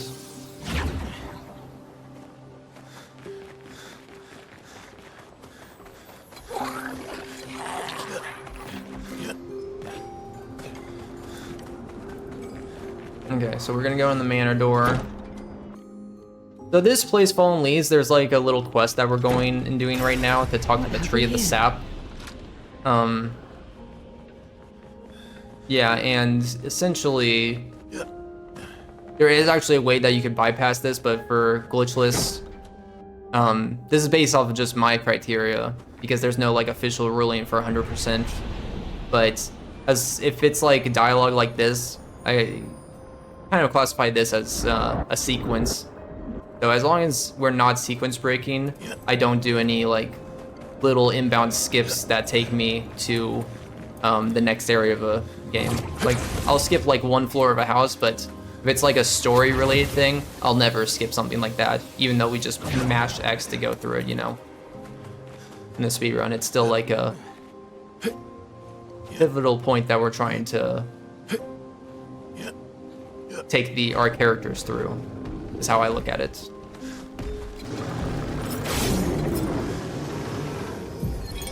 Matteo.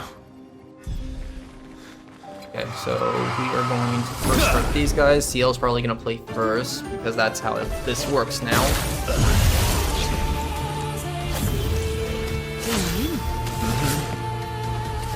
Your turn to shine. I should have dead energy on though, so I just aim for headshots.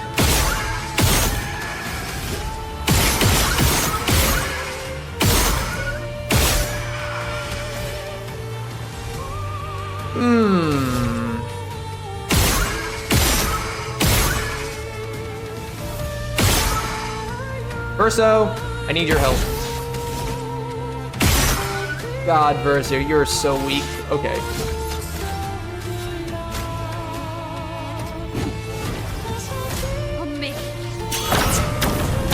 Nice, targeted my L. Easy. Okay, so that's boss. That gives us Please on as a weapon. Why I like doing this boss right now is because it's on our way to Sprong, and it gives us 15 Lumina by defeating those 3 enemies. We get Picto right there. And then this was the thing that I was worried about that I wasn't gonna have enough chroma for by this point, but looking at my chroma now, like I need 70, 80,000. I have over 100,000, so we should be able to afford everything here.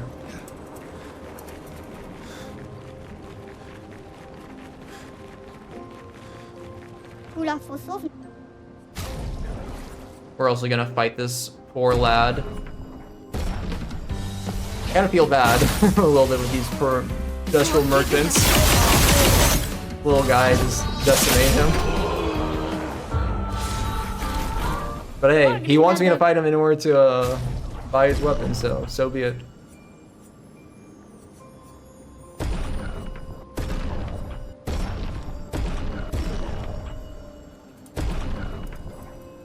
So that's 1 Picto and 1 weapon. Okay, just wanted to make sure I marked that down correctly.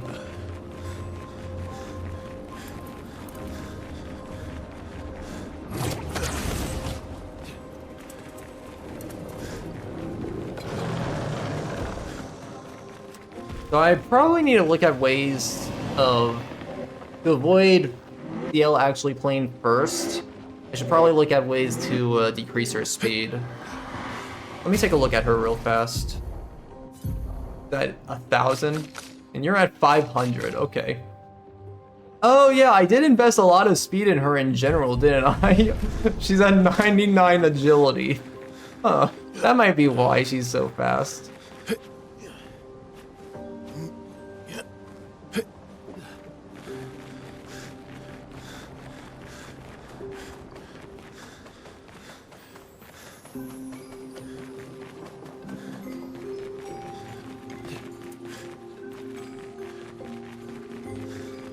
Oh, by the way, Groud, you can't use Endless Tower. Nope. To kill the bosses. I track every unique boss. So like Golgra, we actually count 4 different instances of Golgra as bosses because there's 4 different instances with her with 4 different health pools. So if there's a unique location and a unique health pool, I count it as an individual boss.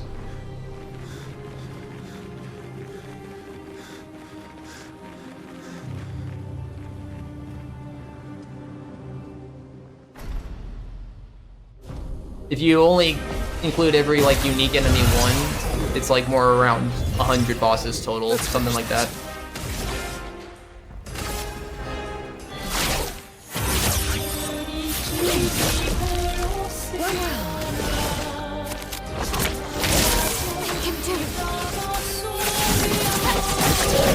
Oh shoot. I was not expecting that to do that little damage. Okay. I'm actually gonna need to restart this.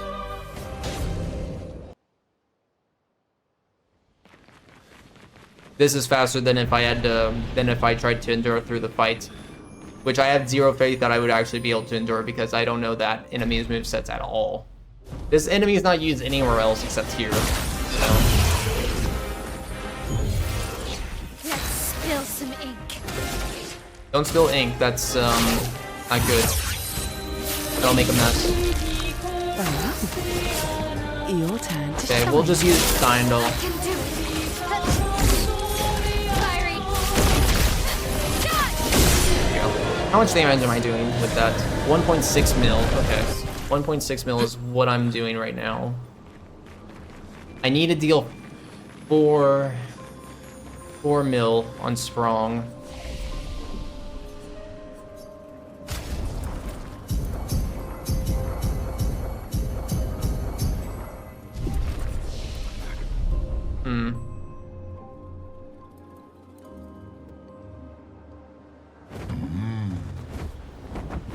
So, yeah, this is where we're supposed to fight Sprung, but I'm not... Flashing through the sky. I'm gonna have to think about this a little bit. Hold on.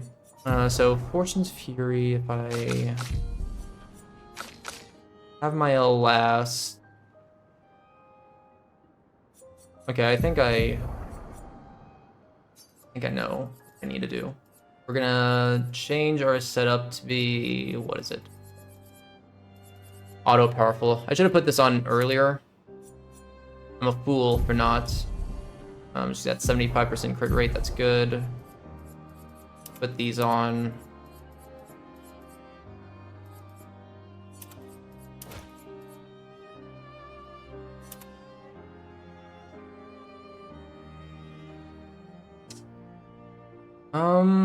Actually, is that gonna be enough for Steindl? I don't think it is. If I put energizing dart on, this should be fine. Yeah, I should be able to get Steindl. Okay, let me also just put painted power on everyone in case I forget.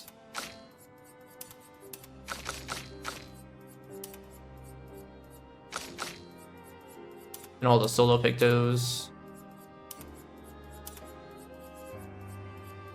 Yeah, okay. And I want you to just have some good stuff in general, Minoko.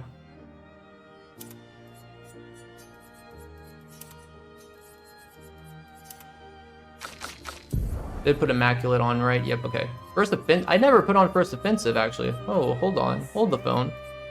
Hold the phone. I can take that off. I don't need SOS power. Okay. So this should work. Let me just land so it makes a save, and let's do this. So I'm gonna apply Defenseless and then Mark with Verso, unless he's gonna die. I forgot that he had auto death on. Better. Okay, we're gonna reload that. Good old auto death. I already learned auto death, so it's pointless for me to have it on now. Okay. Yeah, here we go. Sprung, we're gonna apply Defenseless and whatever it's called. Let's call Mark. Oh. I don't have an exposing attack on either. 2 mistakes.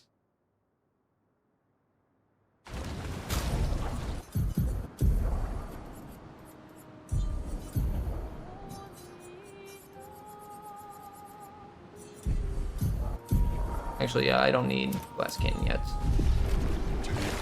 The sky. Whoopsie daisy. It's not the first time I've definitely messed up the setup on Sprung. There's a lot to remember for Sprung, and this is like the first big milestone of Act 3 that we have to get across. So, feeling 4 million damage is quite the milestone. Okay, so we're gonna use Fortune's Fury to go to Mael. Deals double damage. And now we can apply Steindl with all the energizing starts and turns on us, and this should deal a lot of damage. It did. That's 7.6. Okay. That was one of that is extremely better than I thought it was going to be. Let's see.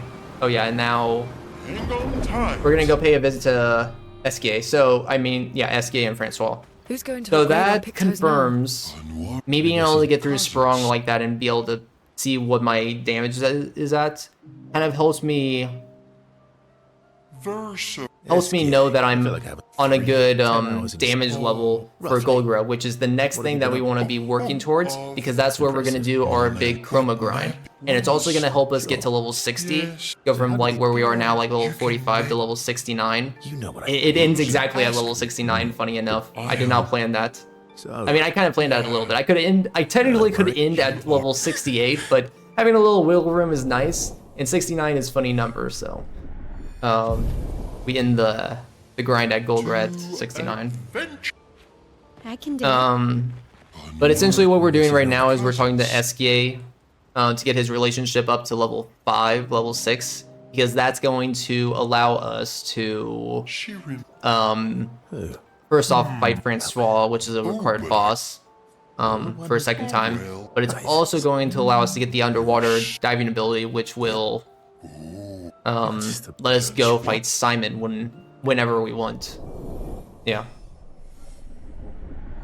Nice indeed.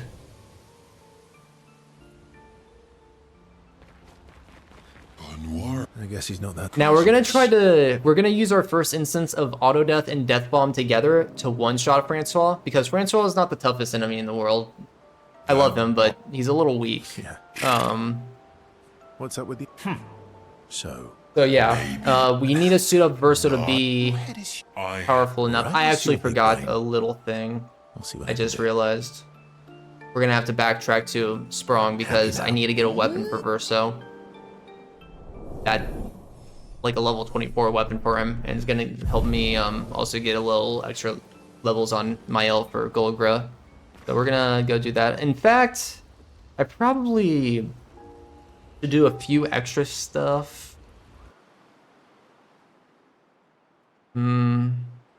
I'm contemplating whether I should do the first 2 floors of Endless Tower right now. Oh, actually, we didn't have to travel back. I thought we were going to be at SK's cave. Good thing that we were still there. So we just have to go here and do this level. But yeah, the reason why we're going to do... the real reason why we're talking to SK there is once we actually fight Francois, it spawns us back at SK's cave, regardless of where we were in the world. And that's really close to Golgra, so that's why we plan it like that. We don't try to fight Francois until we use it as a teleport to get us close to Golgra for the farm. It's the only thing in the game that does that, where you go through stuff and it like literally changes where you start camp. I love Francois too. We have a little inbound skip. It actually does save a good amount of time, but doesn't sequence break anything, so I have allowed it in my glitchless run. This could be up more up to debate though. I could see it be a more debated thing though.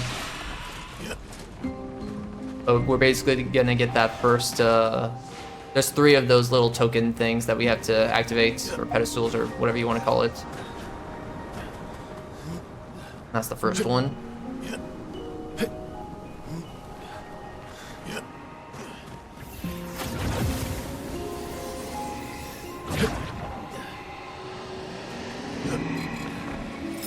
Shoot that guy so he doesn't fight me.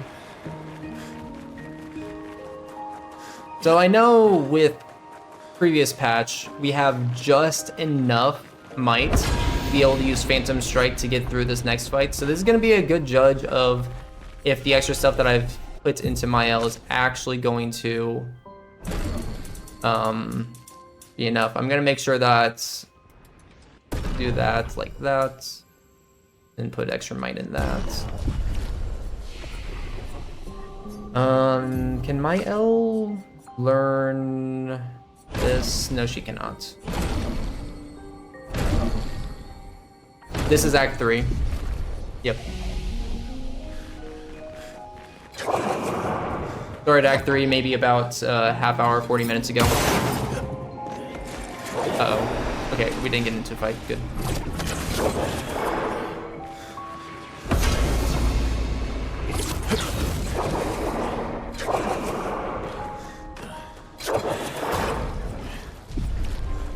Actually, with Phantoms... Okay, yeah, I know how to do this. This will be easy, actually. If I just use Fortune Fury on CL. You see, like... Act 3, there's just so many ways you can go to build, so even with this 40% extra, like, reduction, I can just have CL spend, like, 5 extra seconds with CL doing Fortune's Fury. On my L, and it's literally going to be enough to compensate for this fight, so this should kill. Never mind, I lied, it did not help at all. Do I use Fortune's Fury normally here? I must.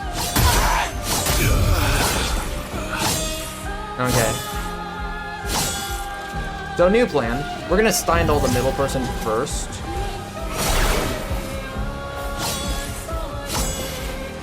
Actually, I might still be able to recover this. I wish I had Sniper so I could break this person. Never mind. I forgot that's how that attack ends. Okay, reset that.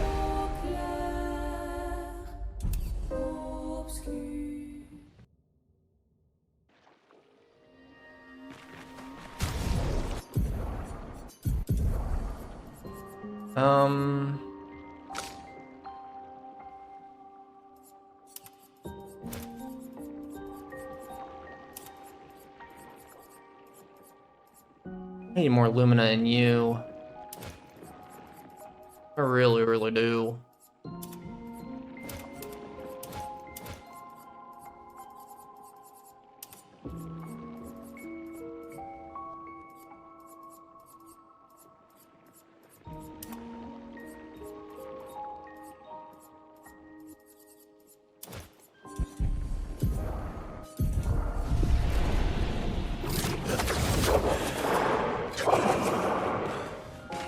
I agree, this chromatic is stupid. Oh, can I do more levels in Medallion? I think I can. I think that'll help me right now, because my damage is definitely way lower than even what it should be with current patch considerations. Yeah. That should be better.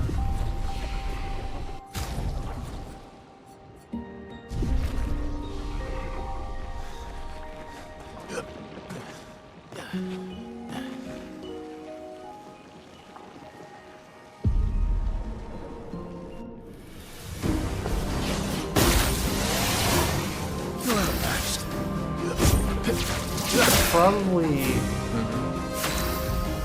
Sorry. I have to change up the strategy here a little bit. So here's what I'm going to do instead. I'm going to toggle CL so she's actually the last person in my party so that she'll be played last. This way I'll be able to Steindal the middle person and then intervention back to my L, and she should be able to Phantom strike the other two enemies without them getting a turn to play.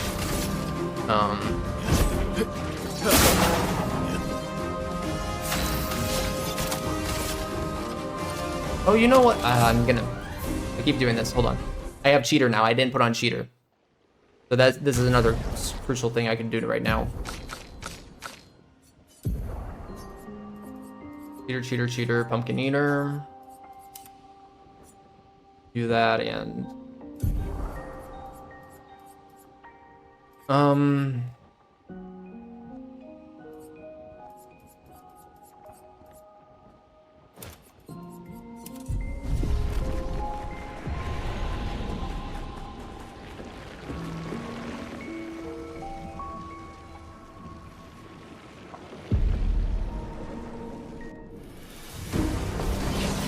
Okay, so what I'm thinking here... I'm gonna do the fine slap. Actually, I should have... I keep changing this. Hold on. Hold on. Hold the phone.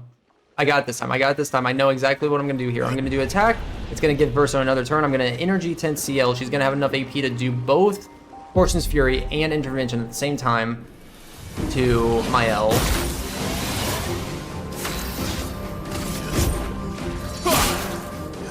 That didn't even apply to... I have exposing off. This is fine though. We can still roll with it. Oh wait, Fernor is wrong. Okay, you know what? It's fine. Show me what you It's fine. I'm trying to make this build work, and it's not worth it. I'll tell you that. That's lucky. Let's spill. Well, all we need to do is Steindal, this middle person.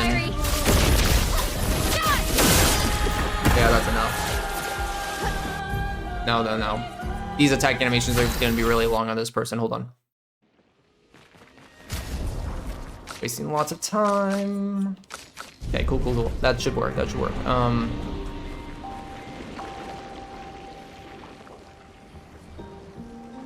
Yeah.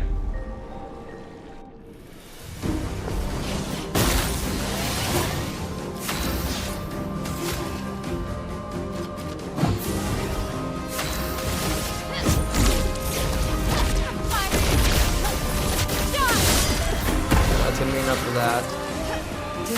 Then what I can do here is Scorching Berry you,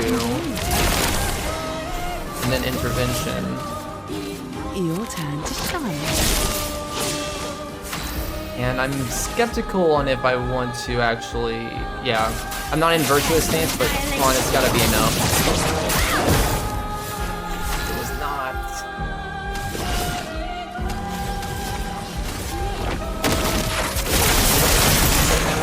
Here we go. But that allows me to play Intervention again at least.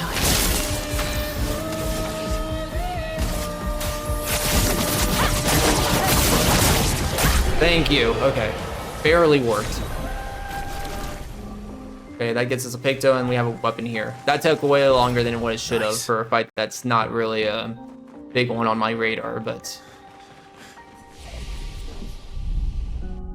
Okay, we're out of there.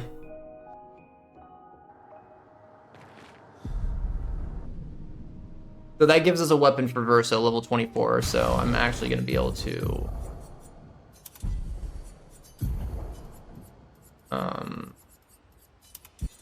Go. I didn't want to heal, but it's fine.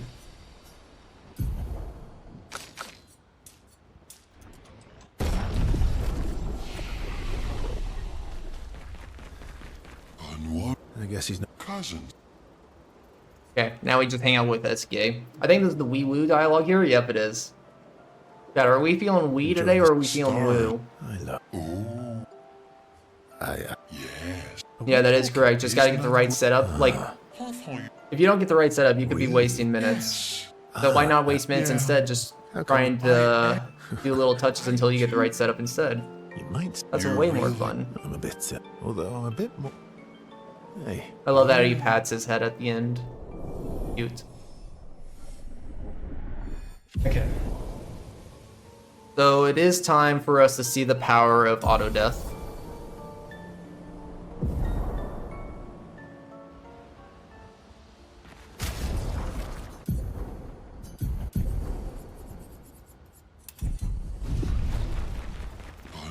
I guess he's not the Cousins.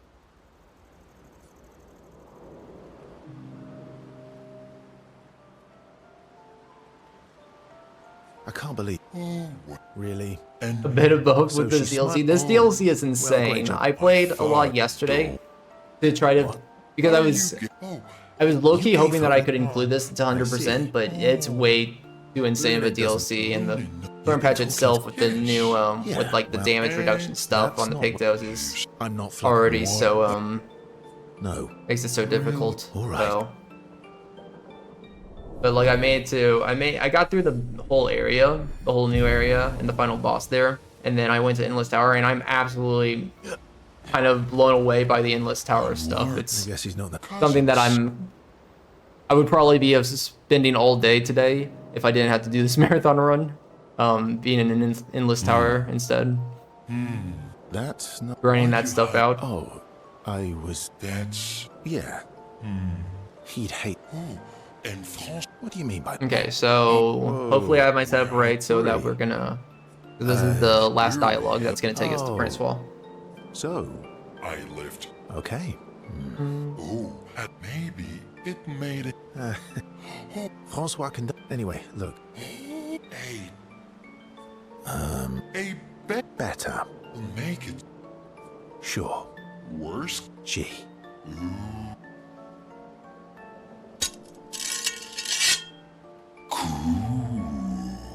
Ooh. I love it. What? Yes, yes, yes. It won't take long.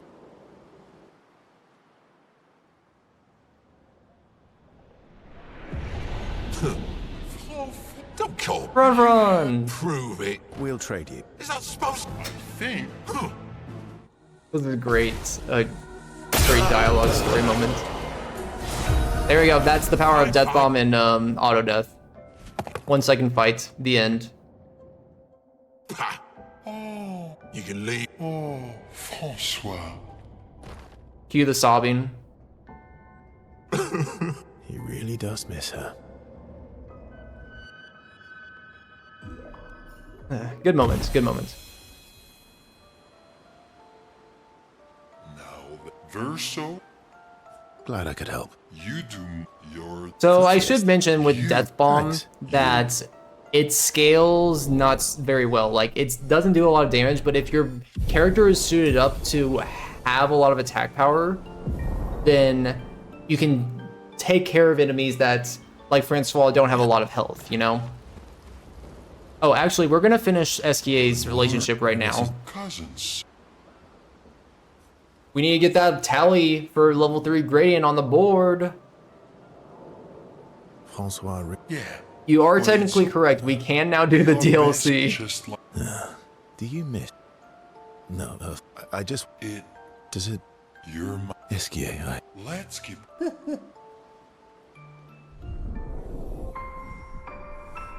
Yay! Max relationship. Boom. Now we have a number down for every tally on the board. We're doing pretty good in the tallies overall. Like 55 pictos out of 193. Like, you can tell that we're like almost a third of the way through.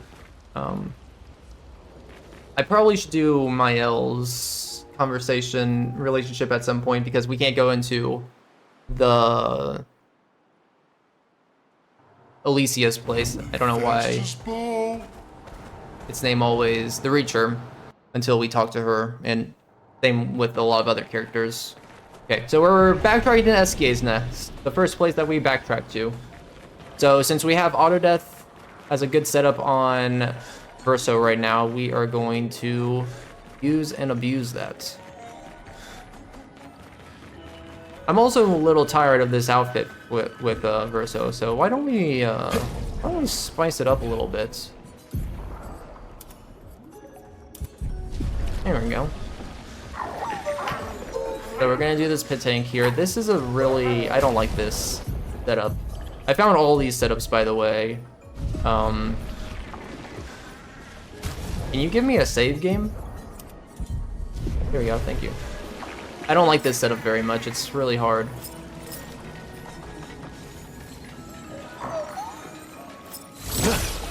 Okay, that wasn't right. Nice, got it. I actually got it first try. Well, technically second try. I guess that's first one. What? The Patank actually didn't die. So the thing with every Patank is that they're, even if you have first strike, they bypass that and attack first. And like show this like, they'll flee in this many turns. So it's very crucial for us to just try to end it with Death Bomb if we can, to avoid that extra time wasted. But that is that Patank dead. Why can I not do this? Hello? What is going on? I can't even swap my character.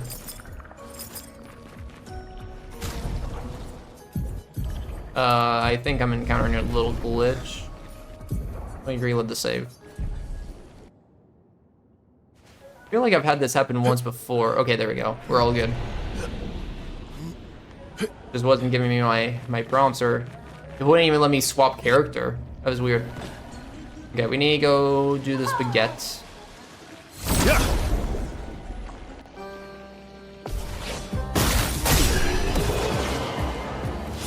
And they're dead.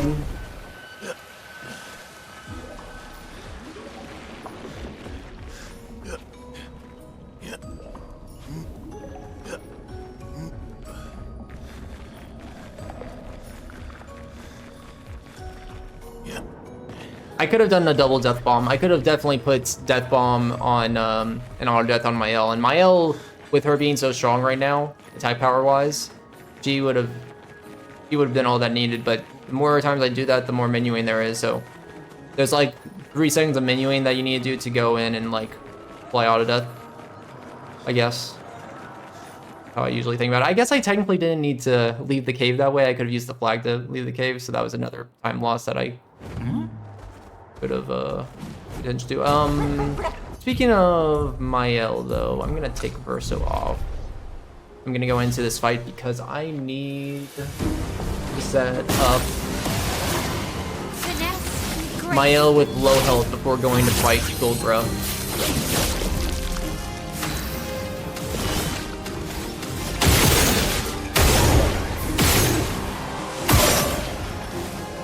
I'm just gonna go over to Mael. They're pretty easy enemies that I could probably beat with CL, but I'm not gonna risk it. Let's just end it like that. But that's just to set up low health on me. Okay, Gestural Village. Now, what's interesting here is there's actually 2 instances of Golgra that we have to fight here.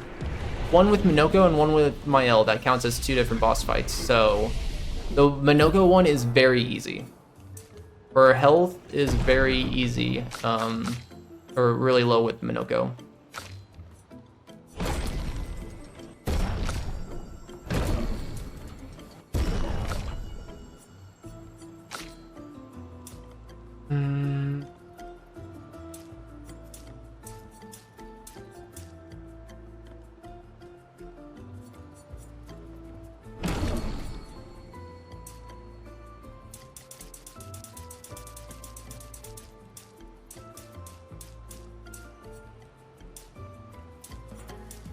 Alright, I need to just gauge.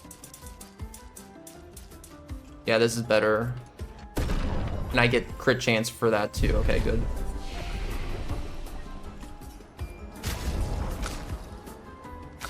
Can I upgrade this more? I can.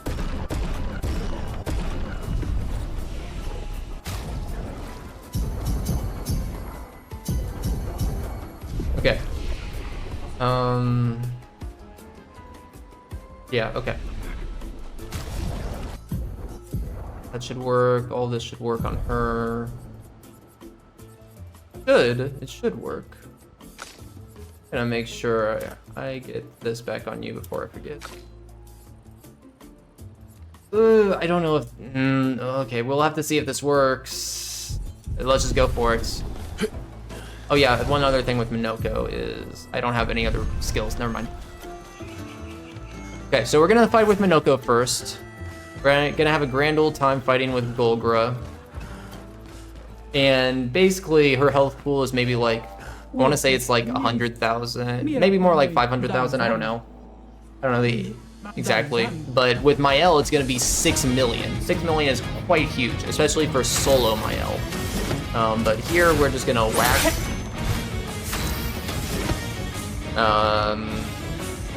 Then we're just gonna whack again. I love a dance.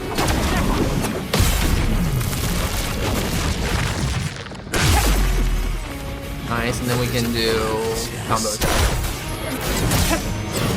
Yeah, she's very weak against Minoko, but that counts as an individual boss fight. And now we're gonna do Mael's fight.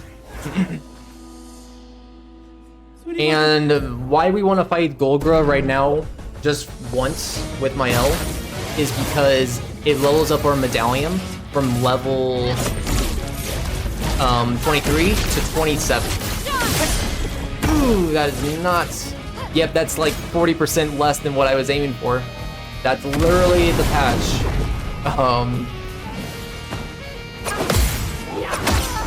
Okay. So we're gonna have to think of a backup.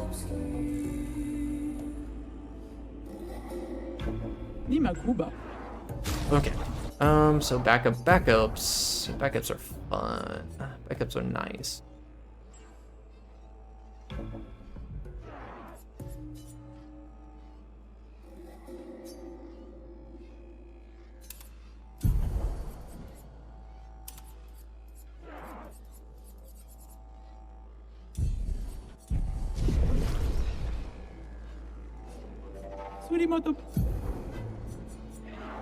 This is why I might have wanted to go get Greater Defenseless from Endless Tower.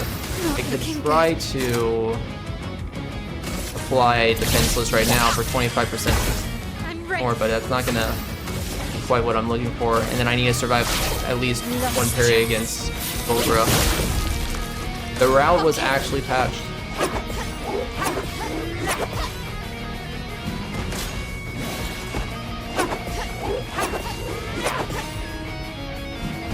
Okay, so this should get it very close. Maybe not. Okay, if I can survive two more attacks from her, I'm not the best against Golgra's attacks, but especially when she gets angry.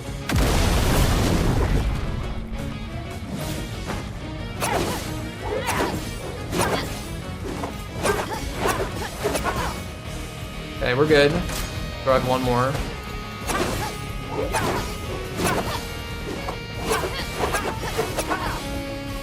Okay. I think we're good.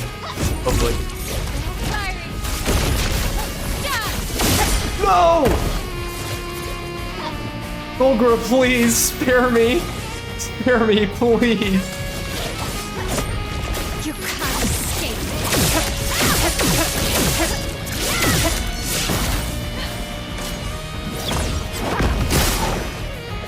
Thank you for doing that attack. Thank you so much for doing that attack. Yes! Alright. So now we have level 27 Medallum. And I need to go back in there to see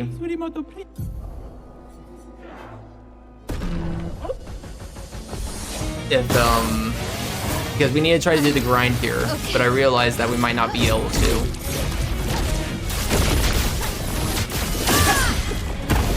Okay. I can do it. Last chance.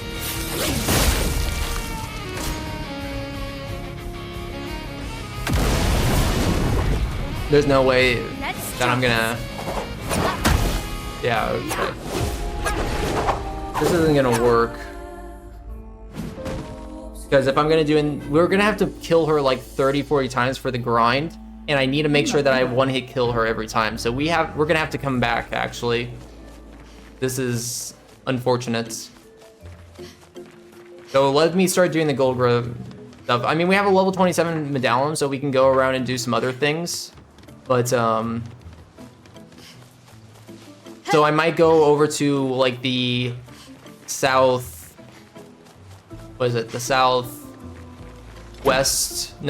portion of the map, where the Chromatic Petanque is, and clear some enemies over there.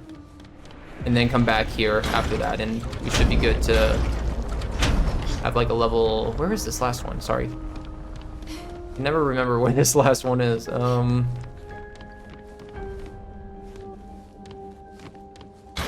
we go. Yeah, so we'll have to come back for that, unfortunately. Interesting.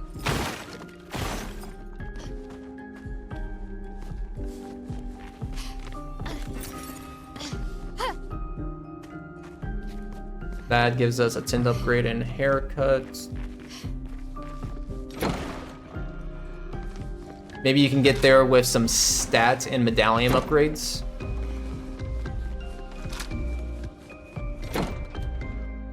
I doubt I have enough right now. I think I will have to do some extra bosses, like Thunder Vex, stuff like that, and that should get me close. I don't think I need a, like, yeah. Buy an outfit for CL. Oh, you know what I also forgot? I don't have the paint break ability, so I gotta leave right now and then come back and do my whole round trip around Gestural Village because, yeah, I have to go to Eskia. I was supposed to get the paint spike ability when I was in, back at camp.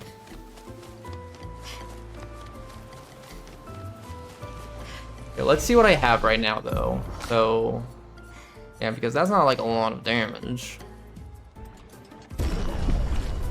Grease weapons. I can upgrade it once. Yeah, that's not gonna be enough.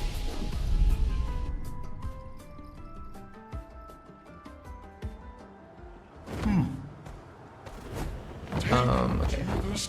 So one thing I need to do right now is let's go to camp and take care of that paint's break thing. I actually don't remember what this thing's called. I call it like 50 different things. Paint spike, paint break, break spike, I don't know.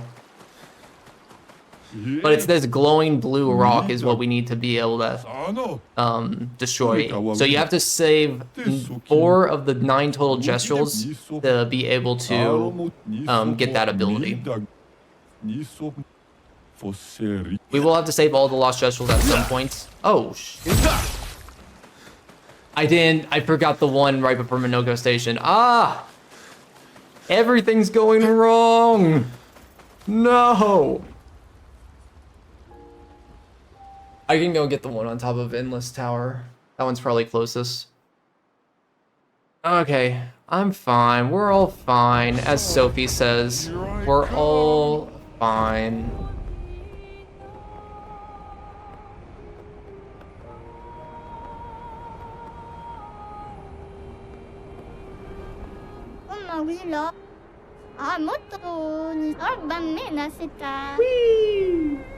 Yeah. Flashing through the sky. I want to see if I can... Here we go. What is this feat category? To gather feat, of course. You know, the best collectible in the game. Do you question my feat collection?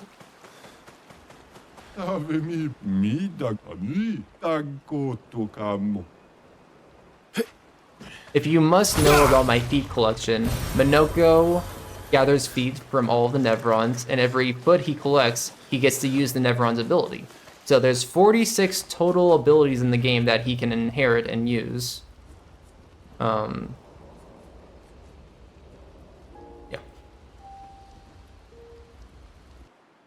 Yeah, it's like the blue magic. Oh, don't get off that. There we go.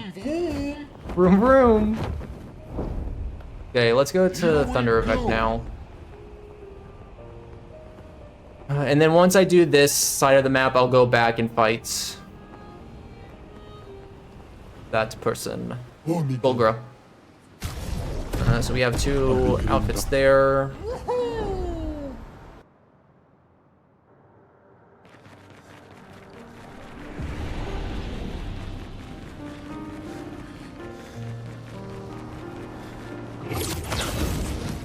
I wonder if I can, like, get these paint cages early, actually. Don't know if I can spot them. That is way too hard to aim, especially with the controller analog stick.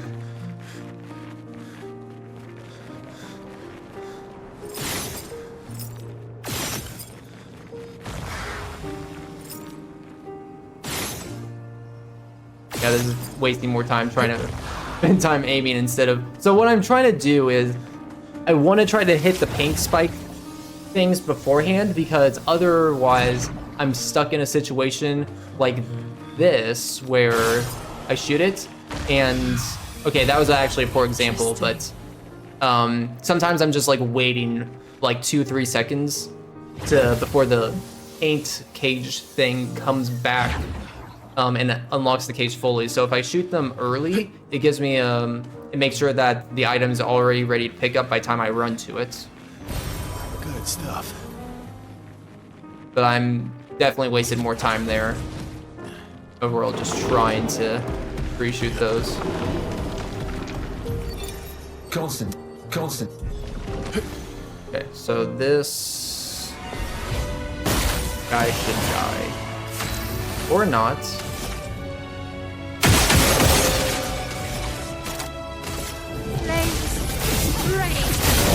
First ocean of auto death.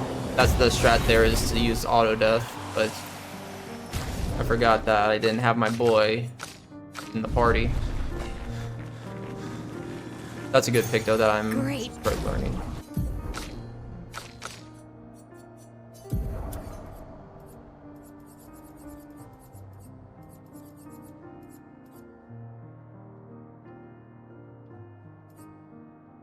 Actually, let's do Energizing Death, not Revive. There was 3 Pictos that we got there too. Acceleration!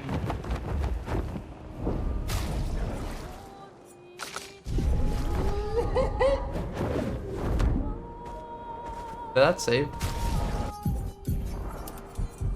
Okay, Picto save just in case. There we go.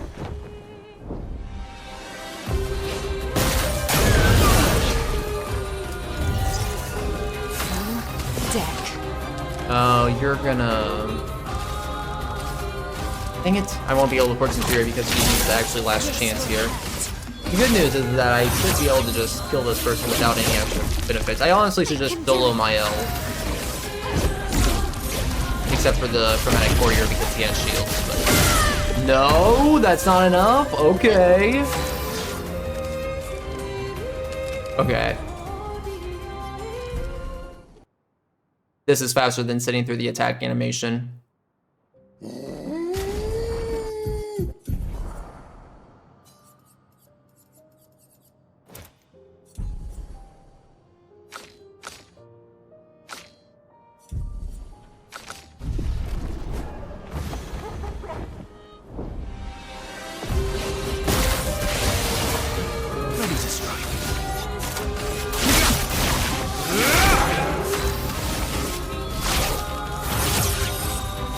So with Mark, this could be enough. I can do it. Fiery. There we go. Okay, so now that gives us Breaking Death. This is the Picto that also got patched in this. Those 4 hidden damage boost Pictos and this Picto, Breaking Death. So this Picto, we can't just use Auto Death to make its ability, which is kind of gonna mess up my Endless Tower and solo mime strats. Kind of not work. So I'm gonna have to think about adjustments for that. Oh wait, I didn't want to do the weakest one. We're up to the volleyball one. We actually did not want to. We only need to do the normal one and the toughest one to get cosmetics, and then we can just leave this Gestural Beach. Don't need to do the weakest one.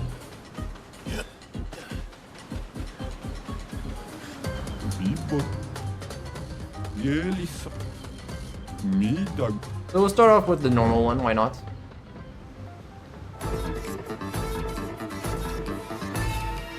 Do do do do do do do do do do do.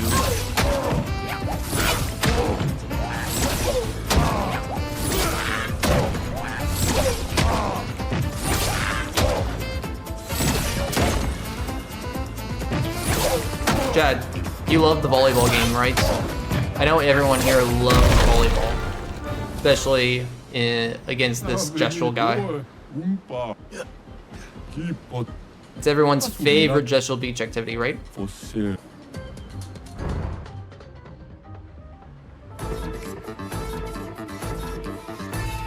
Let me show you how a true pro does it. Please don't fail, please don't fail, please don't fail. Crap.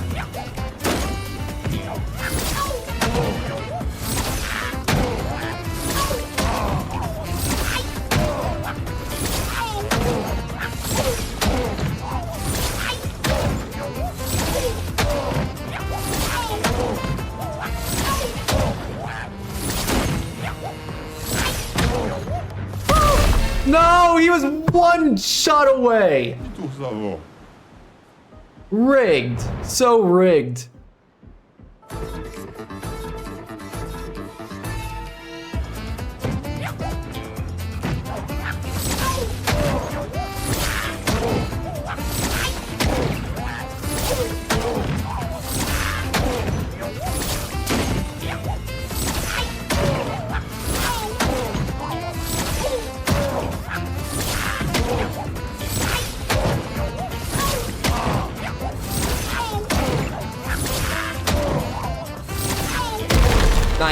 GG. Exactly like how the pros do it. We fall in the water too, so we just get sent back here. Reminds me, actually, I want to put on some outfits.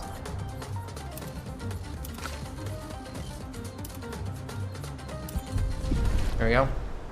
Spice it up a little bit.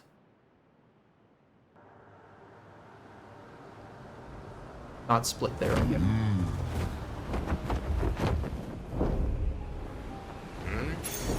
Oh, lovely.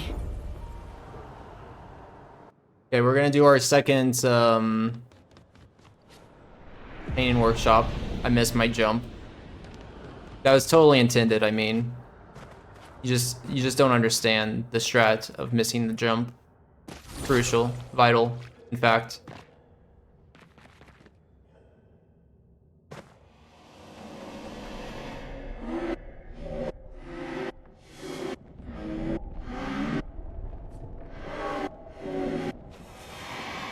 The Light of the Beast. So that's our second one. We can just jump off and leave the workshop immediately. But on the last one, we can go all the way to the end and deliver all three at once.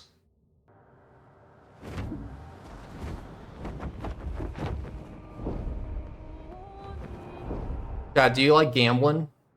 I like gambling. Let's go gamble. Except we're not actually gambling. We just like the idea of gambling.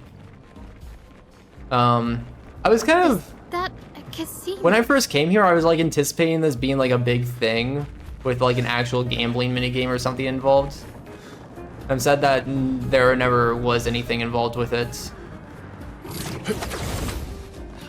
Thank you for the good luck, Gritty. That's really good music too.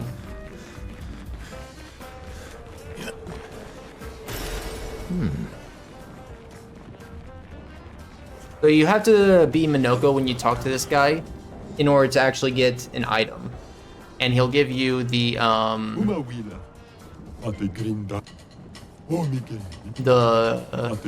suit. Gambling is bad? What do you mean?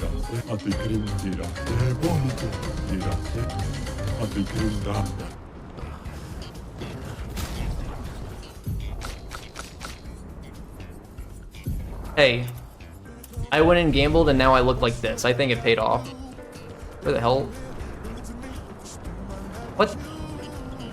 The game's punishing me again.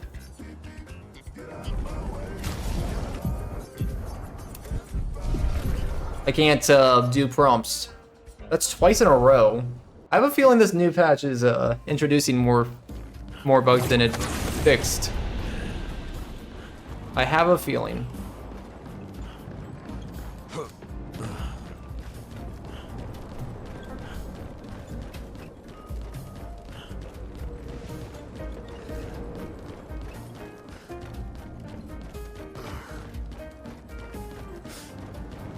Okay, let's see where Mael is now in terms of becoming stronger. So that's about 100 more damage.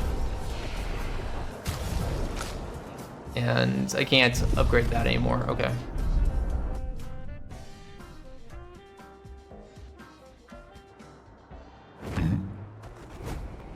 There's a gambling minigame in FF13. It was killed that category. Oh no.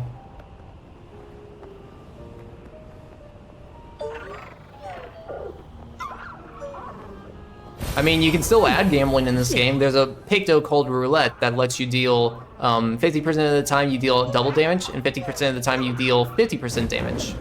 There's a Picto down here, by the way, that we need to get. I choose to never incorporate Roulette into routes because that just sounds like pain. We're gonna go in this manner.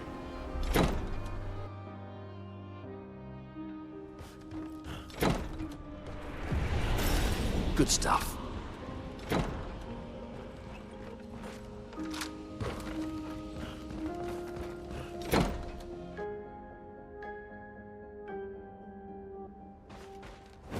Acceleration! And then we're gonna go straight up. Here we go! I'm gonna make sure that you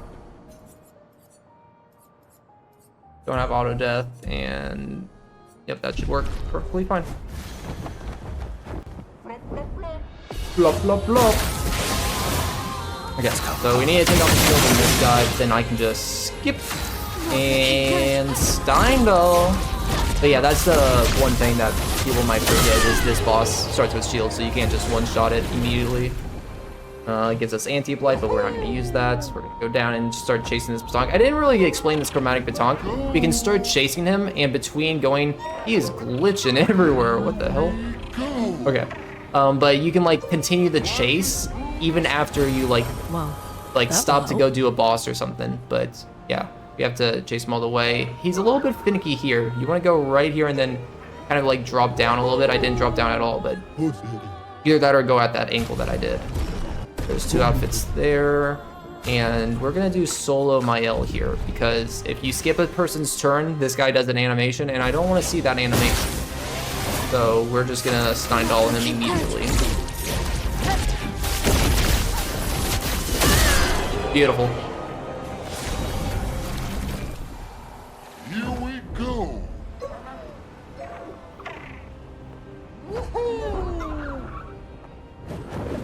Quick save just in case I make a mistake. I can probably just solo my Elda.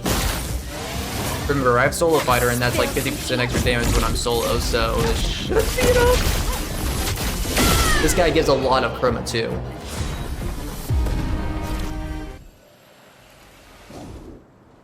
Okay, good. So at this point, I think we should be ready to go back to Golgra. If not, I'm gonna cry. And I don't want to cry.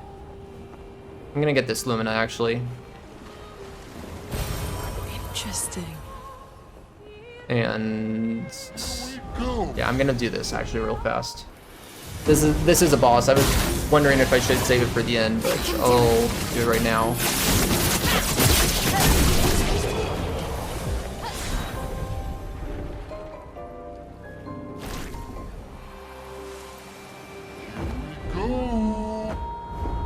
And just do a few of the miscellaneous things over here with entering these types of arena areas with music disc and journals. It's okay to let it out. I don't want to weep and cry in front of 300 people. I don't want to embarrass myself. Bang, bang.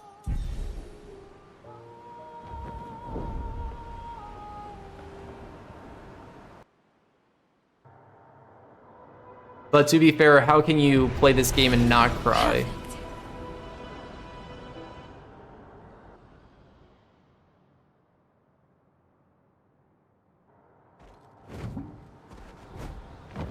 I usually get this one as a pair with all of them, so I'm gonna make sure I get this. Even though it's not the most direct path back to Golgra.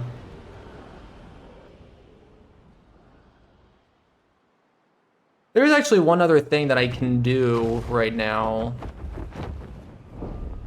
that I should have done, and that's go back to Ancient Sanctuary. I forgot I meant to do this before Golgra. Not that it matters, it has Energizing Start too, which is a little bit easier to work in instead of a different Energizing Start, but it doesn't matter. I'm able to get Steindl immediately with my blah blah blah with my L now. So I don't need Energizing Start anymore. But yeah, the reason why we needed a way to go back here to backtrack is because I can actually turn on auto death. Death bomb on my L. But the reason why we have to wait is because one of those like paint spikes that we have to break, they're in this area, so it's not worth us coming back and backtracking until we have that ability. So. Oh, lovely. We're finally gonna get Lune's baguette outfits. I'm gonna go in with auto death with just my L and break this mime. Booyah. And now Lune, join in the party. of embracing her Frenchness. There we go. Beautiful.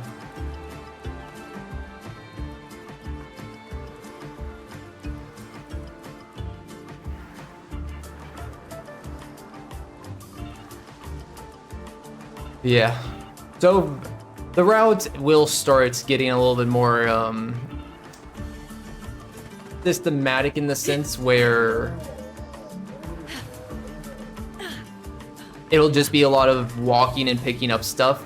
Definitely not just what's going to be included in the next 5 hours, but it's going to start heavily focusing on just, What have we here? you know, going from point A to B to C to D to E to F and so on and so forth. So.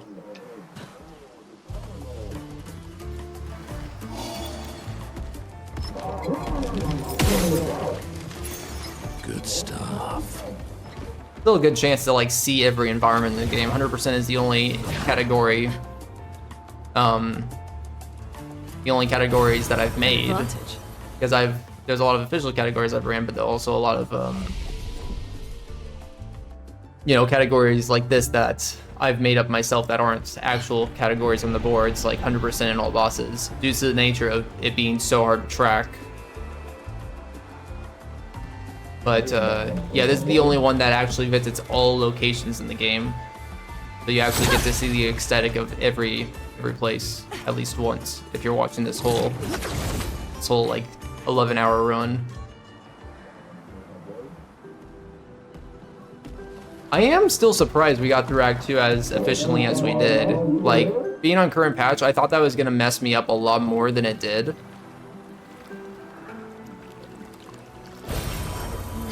I don't know if I just got lucky in like how I readdressed everything, but got piercing shot there. I'm actually going to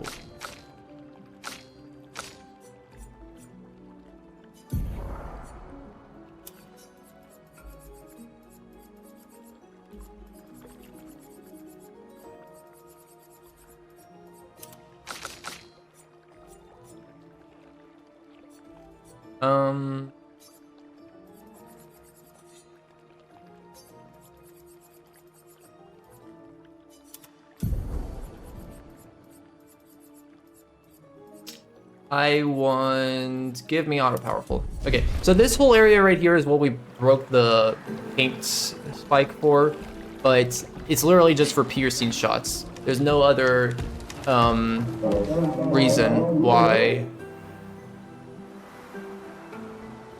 There's literally nothing else here for 100% that requires our attention, which I always thought was quite a lousy use of that area. I thought it had a lot more potential. Should have had a lot more potential. Okay, chat, we're back here. We're gonna try our best to face up against Golgra again and try to do this grind against her.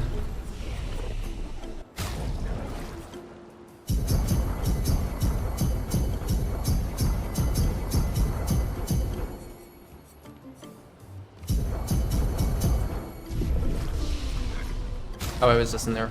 Let's see what our weapon can get up to now. Level 30. That should be enough, yeah.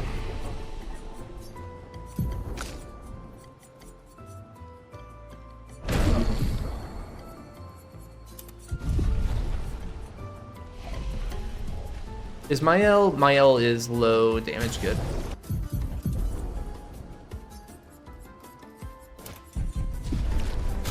Actually, what else can I put on her?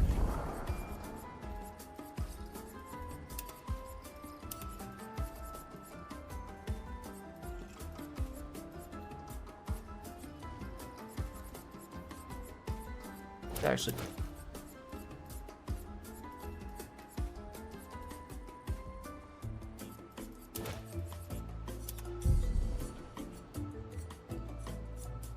that's not gonna work.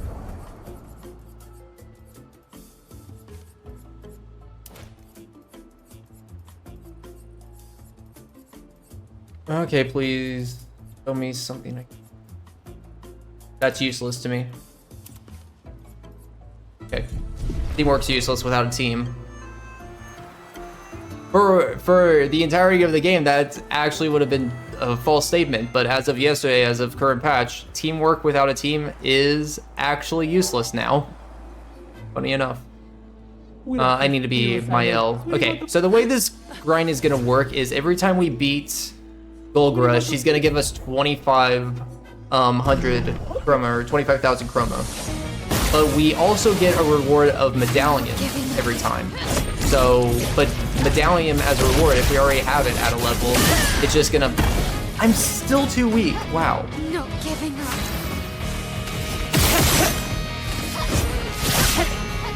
Wow. But, yeah, medallion will get converted over to money every time we beat this, so...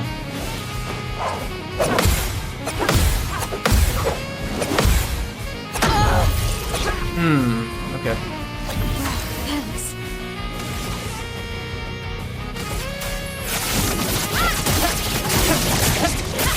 Wow. Okay.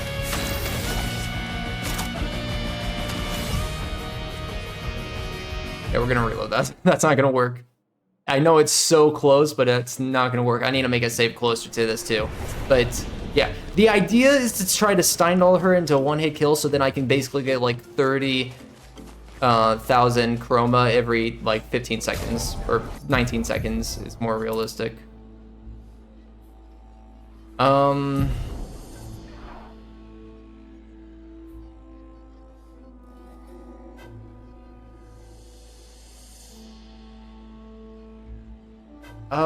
Crap. Actually, is there any way I can actually...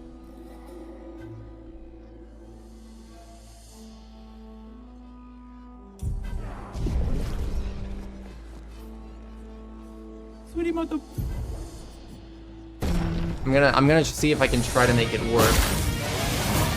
I can do it.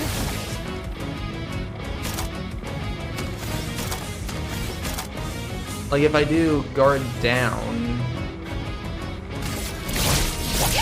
this is gonna take too long if I'm gonna do it multiple times, but it would, if I can do this at least once or twice, it's gonna give me enough grandiose catalyst to go back and upgrade my weapon just once or two more times to be able to start doing the grind.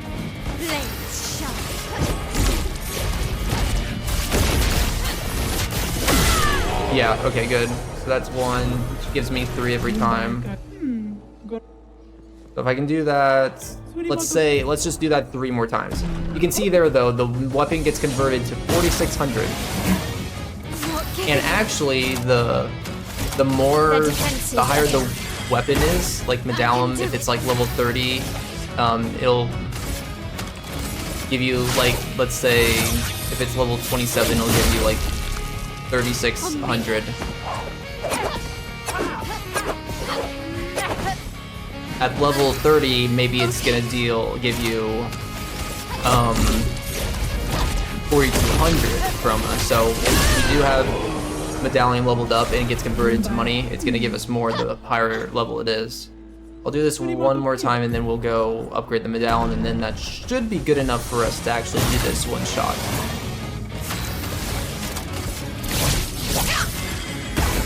Not giving up.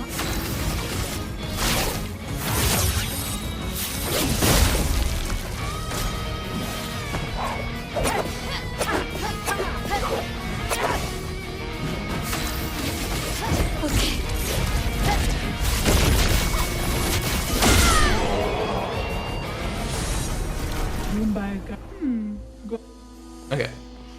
Go back. I can actually just do like the regular routes around Gestural Village because there's a flag that I'm gonna be able to get on the way through this.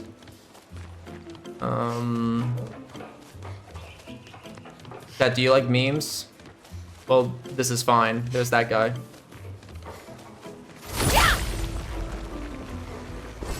An advantage. Sorry, I can't stay and admire him. This is a speed run, but that's where he is. That famous "this is fine" guy.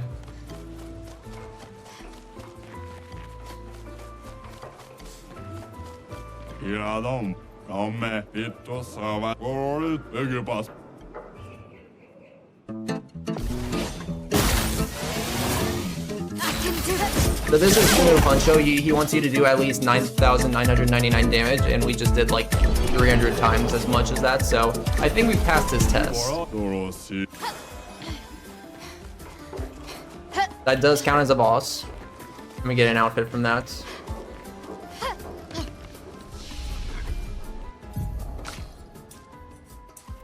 Okay, we did level up more times. Also... Okay, we're at 32, the last level before max, the max level. We need a perfect catalyst to upgrade to level 33, and the difference from level 32 to 33 is huge. Like 32 is like 5,000 attack power, 33 is like 8,000. So it's pretty substantial. Journal over there.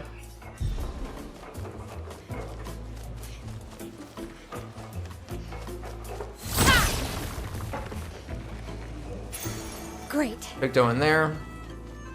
Okay, now remember when we were Gustav way back when? Oh, it was so nice having Gustav here, wasn't it? But remember when we had to beat that ultimate Sakabatat here? And we talked to this guy at the start of the tower? Well, we're finally going to go save his kid that he was trying for us to,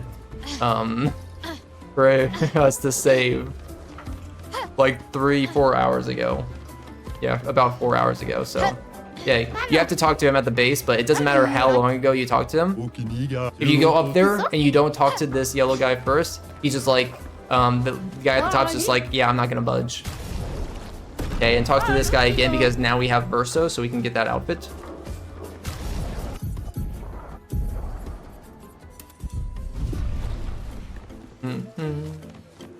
Rip the goat. This guy doesn't like us. He wants to fight. They're a little shady. Oh. I don't have Death Bomb on. That's fine. Phantom Strike.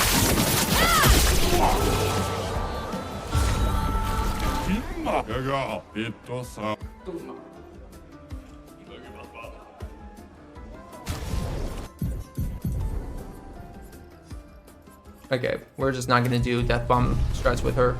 But we needed to fight this guy, not because he was a boss, but because they have Picto and Weapon.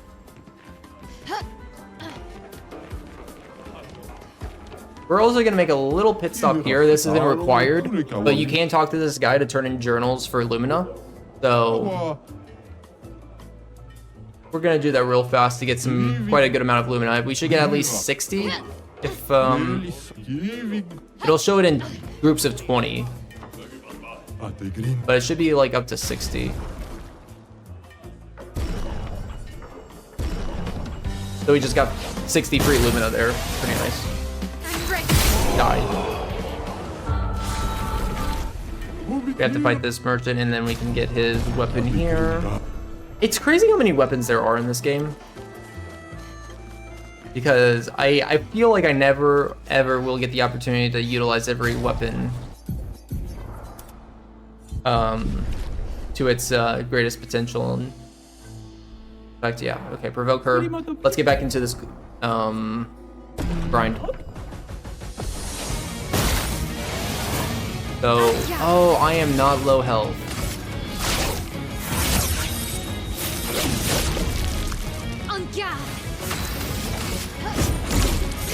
That's not great. Because I'm gonna have to last chance every time now. Would it even be worth?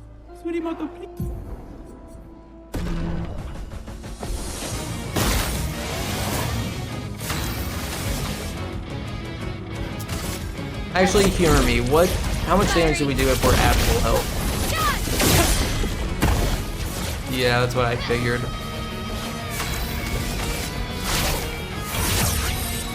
I'm debating if I should leave this place for 2 minutes to go set up myself to low health again so I can do this grind more efficiently, or if I just do last chance. Okay. At the start of every fight. I don't know. It feels like it would be close time-wise, if I had to guess. Okay.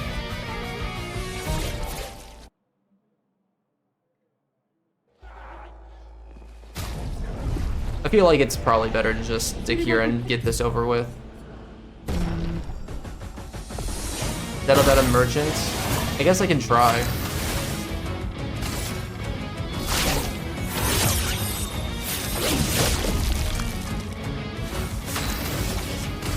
I think it's worth a try.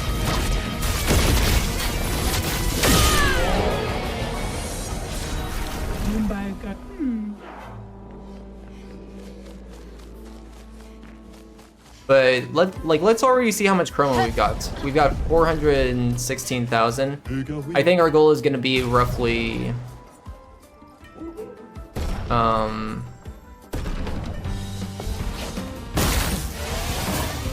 probably like 1.25 million chroma. That's what I might aim for.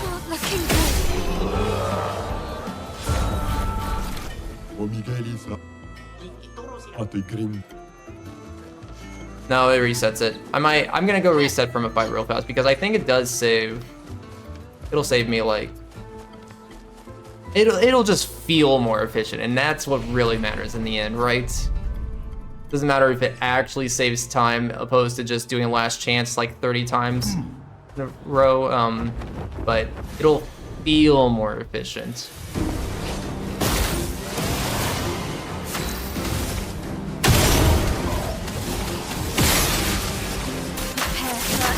I didn't even set up low health. What am I doing? You know what? I can actually fight a boss instead. Because there's a boss, so I have to fight this guy eventually. So I can actually optimize this by fighting this guy while setting up low health. Now we're thinking. Now we're being smart. I can do it.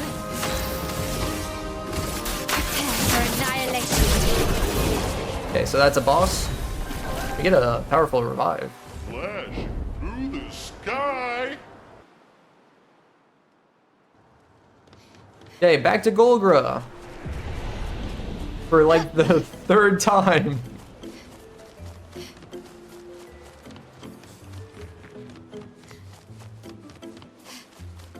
Hashtag planned.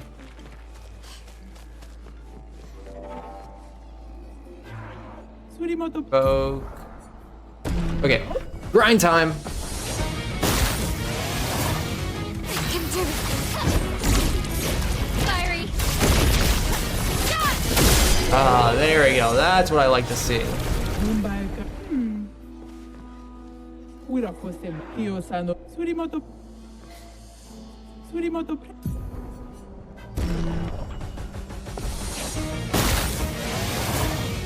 can do it.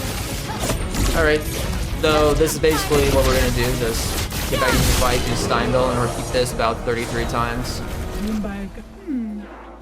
Because why not 33 times? 33 times is actually kind of accurately close to how many times we're gonna fight her in total.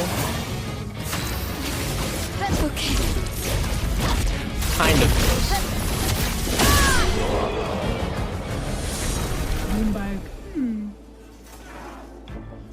We're gonna have a lot of grandiose catalysts after this too. Like we get 3 each time, we're gonna be swimming in them. I'm not giving up. I wish she gave us Lumina though too, and better XP.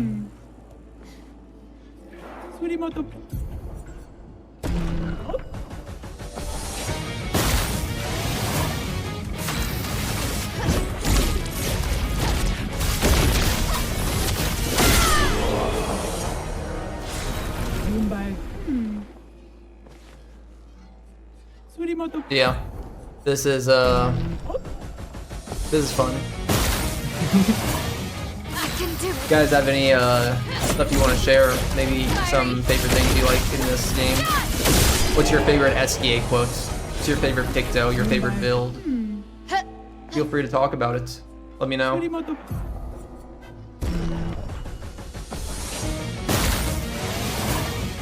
can do it.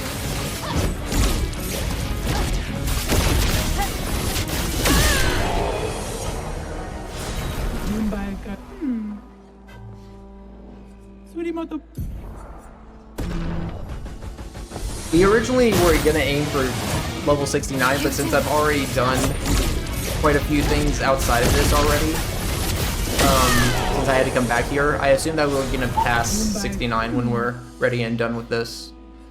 Maybe 74, 73 might be pretty accurate. Who knows?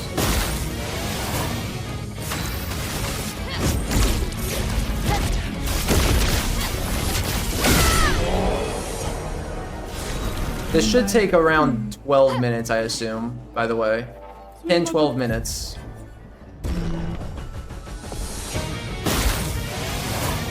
Let's spill. 33, That's what they meant by Expedition 33. They knew... They were basically referencing this run in the future to the amount of times that we were going to face Golgra. And that's why they... Yeah, that's why they're actually called Expedition 33. Your favorite is the new Lune weapon? Is that the one that adds the Barba Kappa to her at the start? And then her fit skill is like incredibly overpowered? I had my eyes on that one. I wanted to experiment with it.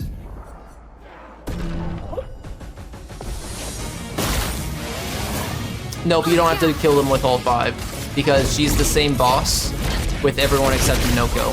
Same health pool, doesn't change at all.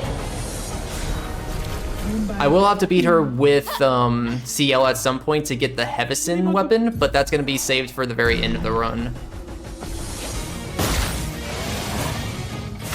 Not looking good.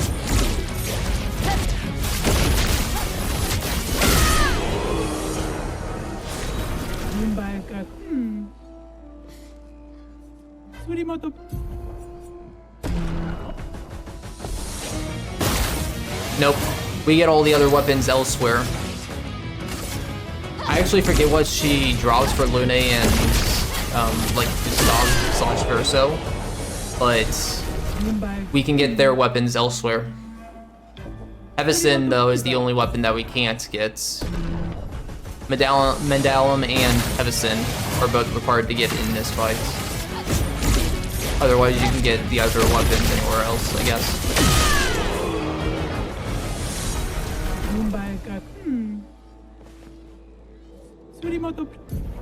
Onto...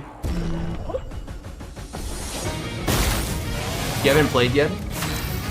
It's on your to-do list. The OST is amazing. Absolutely, absolute cinema soundtrack. Yeah, and it's like great. Yeah, you don't even have to like play this game to understand how good and like how awesome it is. Just the settings, aesthetics, the soundtrack, there's so much going for it that you can just get from a glimpse. Oh, is that a Pictocoran? The attack and turn all your stains to dark stains. Oh, yeah! Okay. Yeah, okay, I remember that one.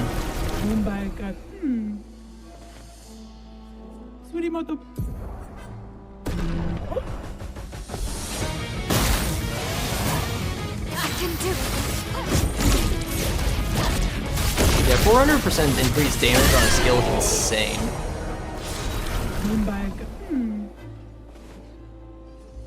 Okay.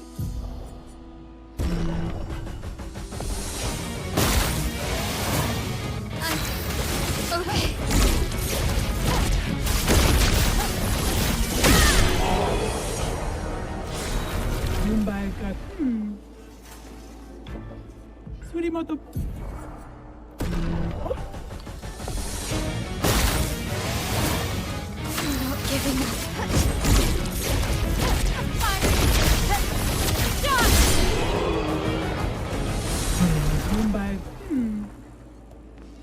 For those that do want to play this is really great, like if you just, it is really fun messing with all the builds and you can spend like dozens and dozens of hours on it, but it is a game that you can treat like, you can just treat it as like a long movie because the narrative and the writing is where this game definitely excels out of everything in my opinion. And if you just want to get that crux example, it is like a 20-hour game to go through if you just rush main story stuff on the easiest difficulty. Definitely could get through it in a weekend if you want to.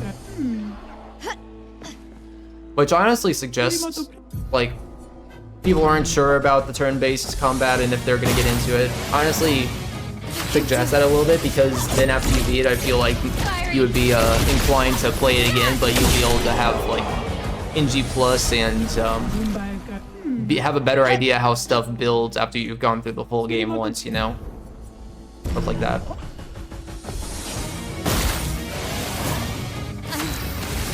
And I feel like I'm not the only one where once I've played this game and beat it, I feel like I need to play it more, just to spend more time in its world, you know? An excuse to keep me playing. So I feel like most people, if they just rush main story, they'll get addicted fast to this game's story and lore and world. Turn-based, do I see a second turn here? You have a good point. Yeah, we're level 69.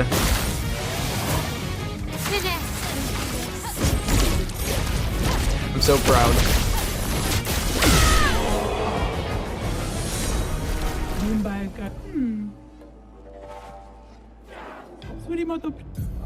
Okay, I should probably check my account.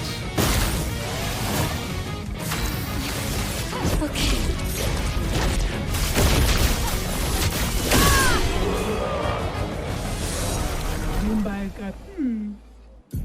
Okay, in that time, we are now at 1.2 million chroma. I explained it earlier, but I guarantee most of you weren't here to hear it, but the total chroma that we need to, the chroma grind is definitely the most important. By the end, or even coming up soon, we'll have enough Lumina and XP that we won't have to grind or level it up even anymore. But the chroma is something that we're stretching out to try until the very end. So we need a total of 4.2 million chroma. If we defeat all the bosses, we'll automatically get around 2.6 million chroma. So we basically need to fill the gap with about 1 million, 1.5 million chroma elsewhere. We will get some other stuff from like, actually never mind, like I was gonna say various other drops, like in Flying Manor and Frozen Hearts, but most of it is gonna come from this grind. Just 2 months ago, this grind was over an hour long, with me doing the merchant in Renar's drafts, and also trying to do a setup with the chromatic, the tank. But yeah, Zero actually was the one to suggest Golgra. I was starting to cook up something that was significantly better with Simon. That was gonna be like 20 minutes long, but Golgra is like by far the fastest at like around 10 to 12 minutes if you do it like optimally. That's probably good. I think we're good with Golgra now. Let me, yeah, I think we're good. All right, grind complete.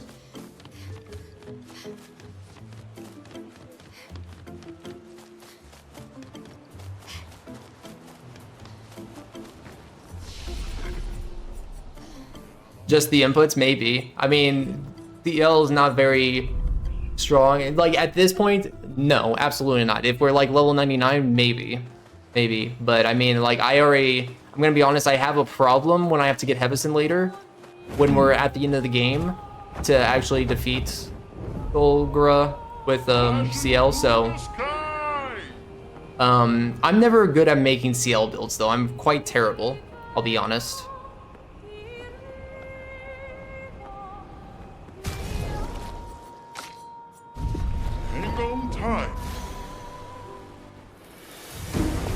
Challenges, that's they added that as a post-game update. Basically you can make the enemy's health like 1,000 times more to give yourself a challenge, or you can limit yourself to damage caps like 9,000, 10,000, or like 10,000, 100,000, 1 million. So you can never deal more damage than that. Kind of cool. I should have waited to save this guy until I was going to Endless Tower later, but... The dance begins.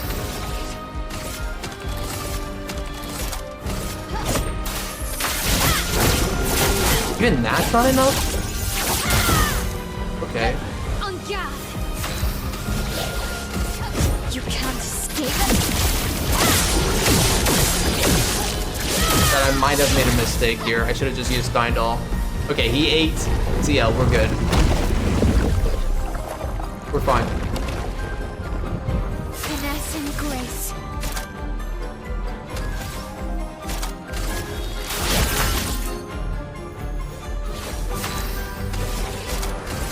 I really thought Sword Ballet was gonna finish that.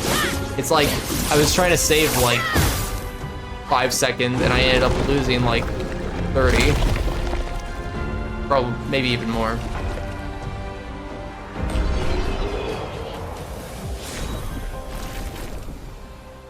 Hang on tight. There's a Picto there. Nice. Also gonna do this fight real fast. Not giving up. Because I think one of them gives me a weapon. Few weapons. Through the sky. Also, I almost missed this.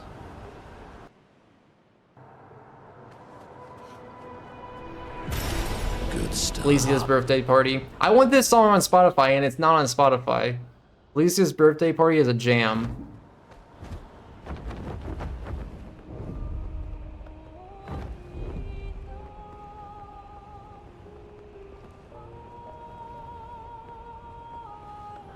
Okay, we're going to the white stands. I still don't know what this place, what they expected this place. I don't know what they're saying, but you hear their voices. That manor from old Lumiere. So that's where it went. Wait. No. Something's different. Okay, there it is. Lèvres fantômes. Et râle pas. What are these voices in my head? Lumière s'éteint. Get them out!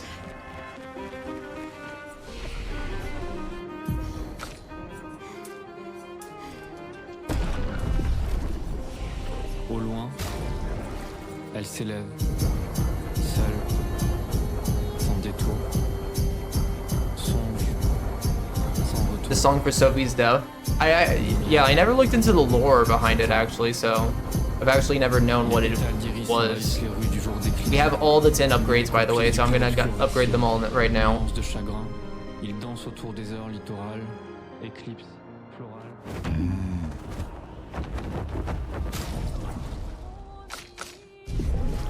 Flash through the sky. Well. Show me what you can do. We're gonna have Fortune Fury here, but then this is the super boss Surf and Fair. This needs 11 million HP to take down. Okay, maybe not 11 mil, maybe it's like 10.5, but... Crap. Okay. Okay, I need Verso.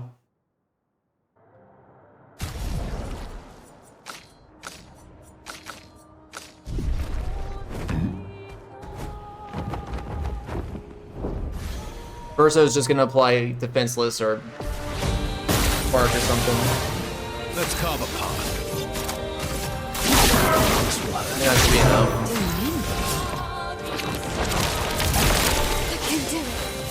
Okay, here we go. So what I meant to say is, Surf and Fair, look at this guy. We're just gonna decimate him. Not even close. Absolutely decimated. Right?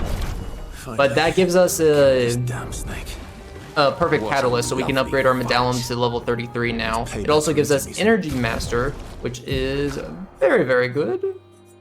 Me like.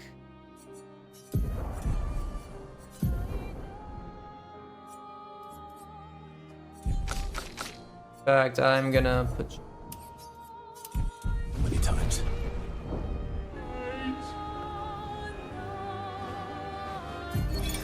Expedition for...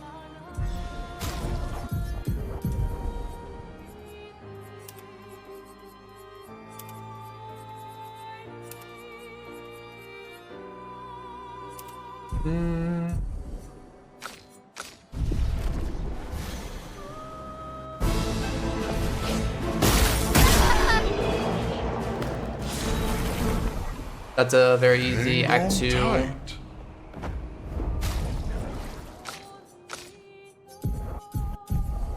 Turn on off. Auto dub. Actually, I need turn order like that. Okay.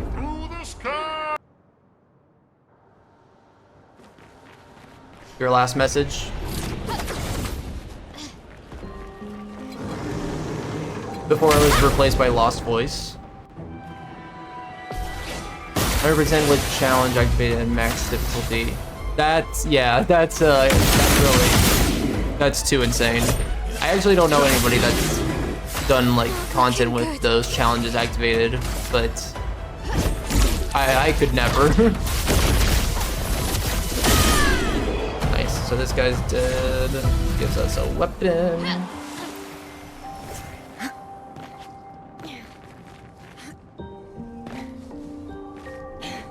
So something that I am gonna do that is part of the DLC.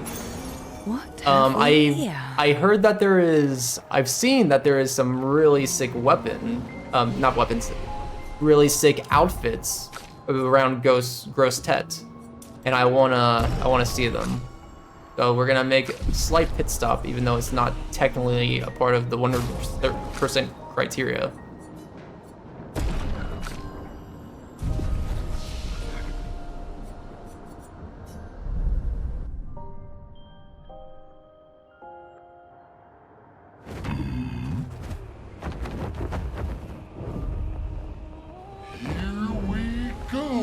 Got a Lost Gestural Kid right here.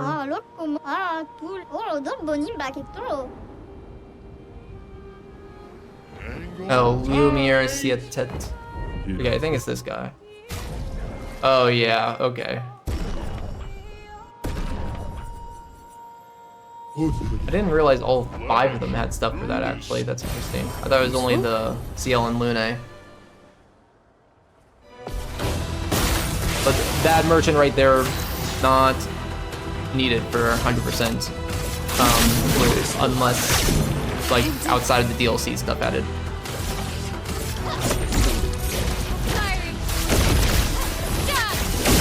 Good. Gross Ted is down. Oh, I was actually supposed to have Minoko in. So this is one of the 3 feat that you can't get in Endless Tower. We can just wait until Blind Manor for our second Gross Tet appearance, but yeah. We also got Warming Up, which is pretty sick. Picto.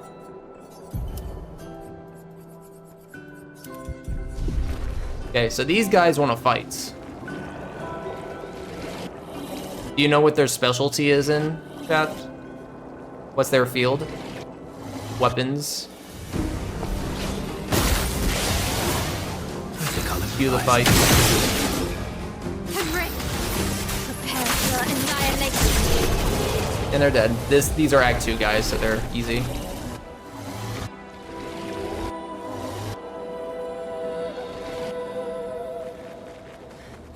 Yes. Oh, actually, hold on. Sorry, we have to actually buy a weapon. So none of the weapons here will like get everywhere else, but there's only one exclusive weapon here, Serum, that you can't find anywhere else. So that's the one reason why we have to actually come here. I almost just fought them and then left for no reason.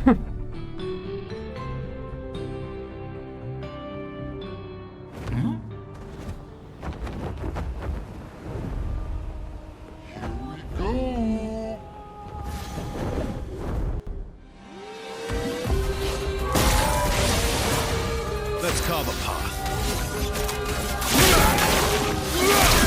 Not giving up. Fiery. Shot. Nice. Easy does it. Now I'm gonna try to go here.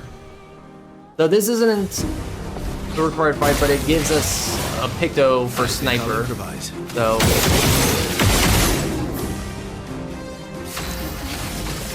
I'm gonna do it right now because it's gonna help with like break builds. Oh, but yeah, not an actual boss that we need to fight. Nice. Actually, I'll come back through this area. Actually, I don't know if I will.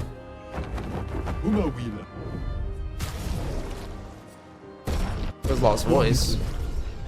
Hairstyle that, and then this little Lost Gestural.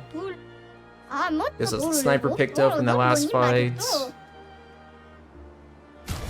Okay.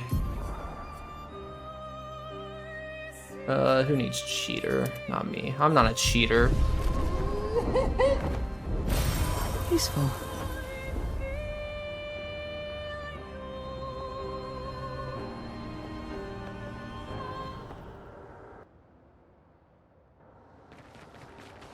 Okay.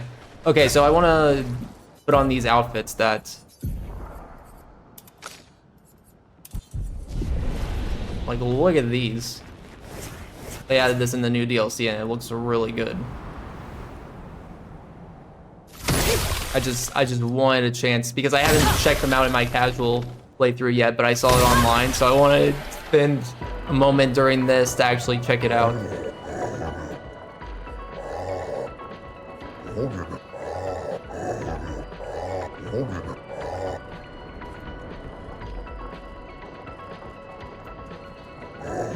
This is a required haircut though. It actually like force changes our haircuts.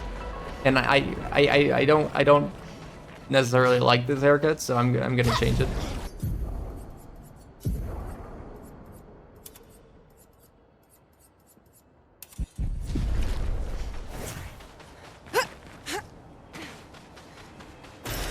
Well, that will help.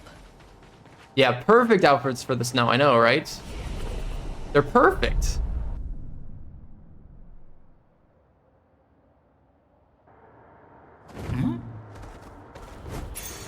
Useful.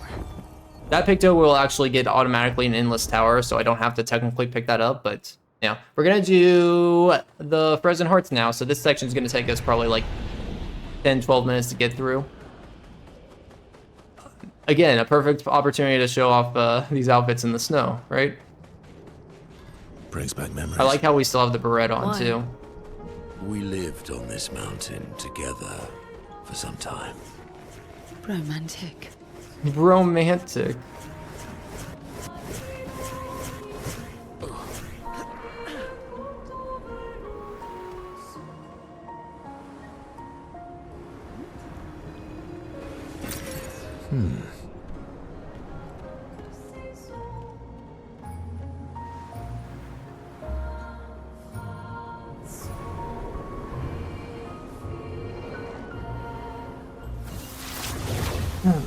So what's coming up is next is the danseuse teacher. This teacher actually, you can bypass having to do the parry attacks and everything.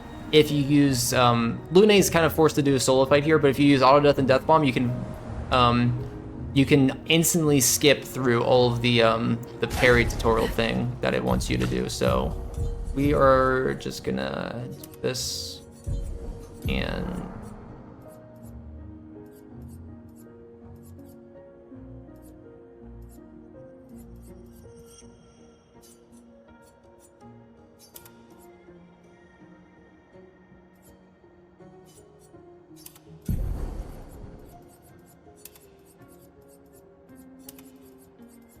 Mr. Sin, hello!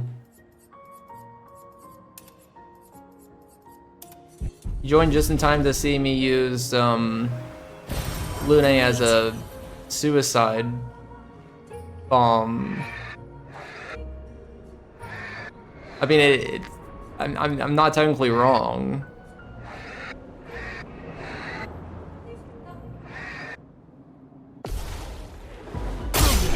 But don't worry, she comes back like 2 seconds later, so it's fine. See? She's right there and she's fine. She's alive.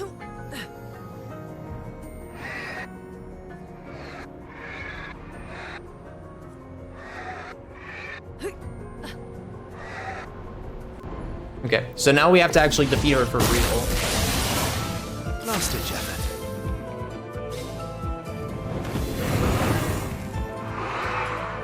Let's spill some ink.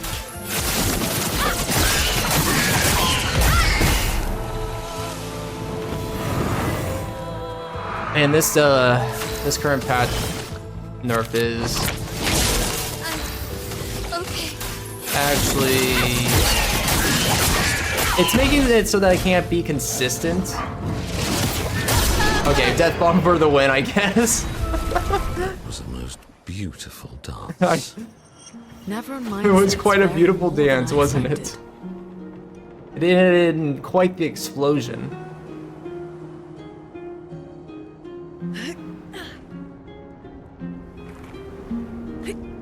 Yeah. So again, I'm missing out on 40% of extra damage. Just from, just because we don't have the hidden 10% damage boost on a lot of the Pictos anymore. Useful. So yeah, being around there, 30% under, kind of makes sense.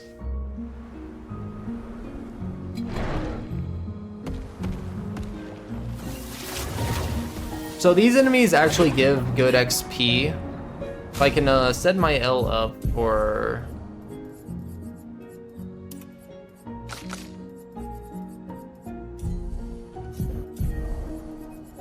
Death Bomb strats.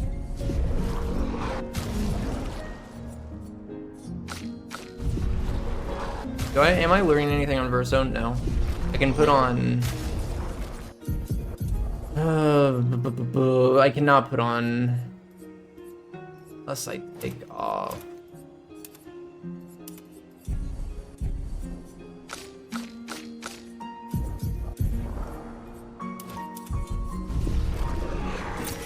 And there I reordered my L to be first so that she takes advantage of teamwork, being first in the party with everyone else alive.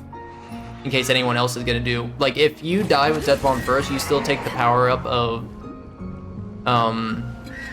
teamwork. But if you die from Death Bomb after somebody else has already died from Death Bomb, you know, going from left to right, then it doesn't count actually, and you don't get that 10% extra boost from teamwork.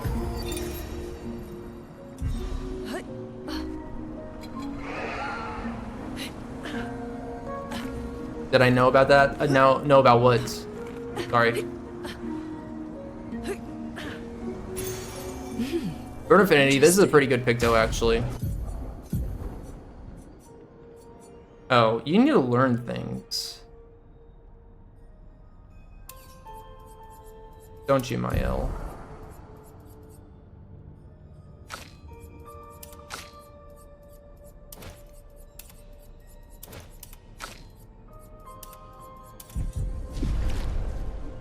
The 10% boost. Yeah, we knew about it for a while. We knew about it since like 2 weeks, a week or two after the game came out, and incorporated into all the routes that we planned from the get-go of this game being out. I like how this song is literally Clair, don't play with your sister's hair, or don't pull your sister's hair. Great song name.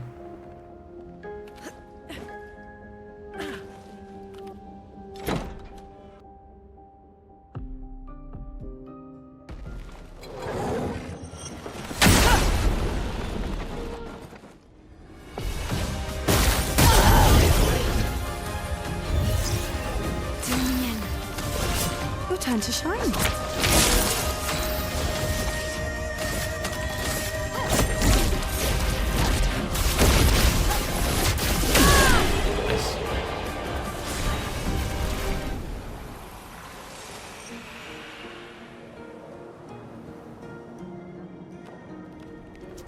Yeah, reroute it. Maybe. I mean, leaderboard wise, great. And nobody's gonna be on current patch. Experts Glitchless was the only category that still did runs on the latest patch. But now it's like, I don't think there's a way we can argue keeping it doing runs on current patch anymore. The only reason I might still do it is just for fun. Where is this? Hold on. Where am I forgetting? Oh, there it is. Yeah, I feel like it'll be fun to include 100% speed runs with current patch, just to be able to include the DLC. Like, that just sounds fun, you know? But leaderboard-wise, I doubt anyone would ever actually stay on current patch now. There's no reason to. Unless for maybe for NG plus runs with the new stuff from the DLC, but it's hard to tell if people even need, if the DLC stuff is going to be worth patching for.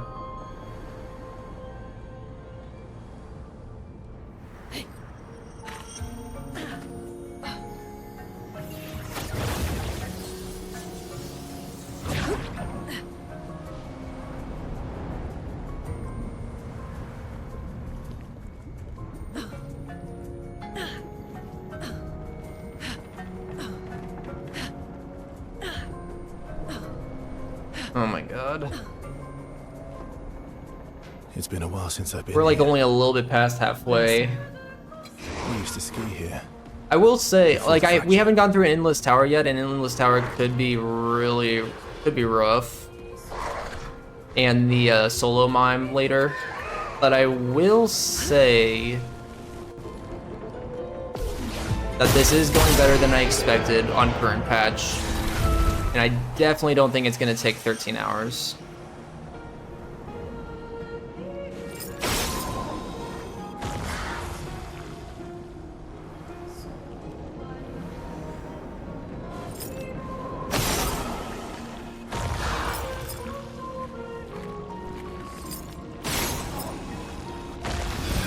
Good stuff. 5 tens.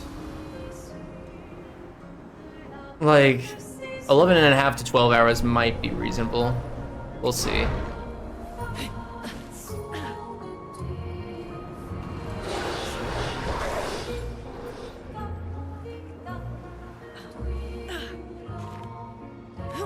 Yeah, Breaking Death doesn't work with auto death anymore.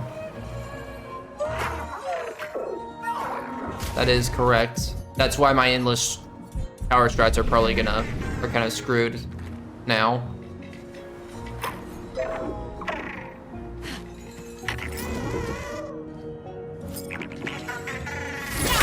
Beautiful. You demand 10 stare? No. Merci.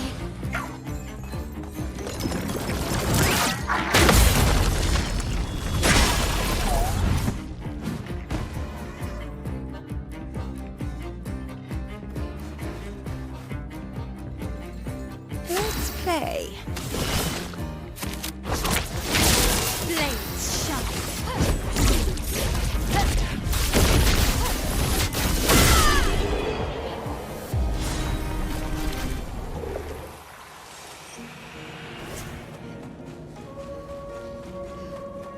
Got that tank taken care of. Used the quick baton catch. How could they do this to these trains? Verso. Yes. I still like trains. Verso loves trains, and I do too. That raise your hand if you love trains.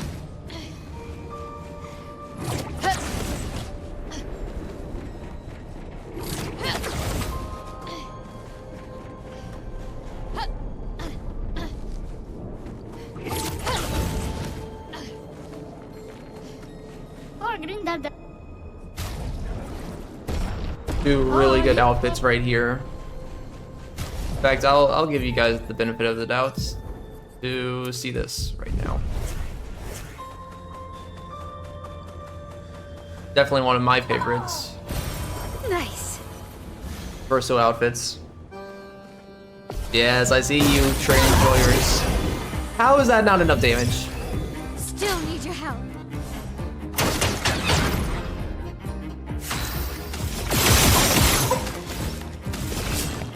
Oh, you have piercing shots. That's not right. That's not working.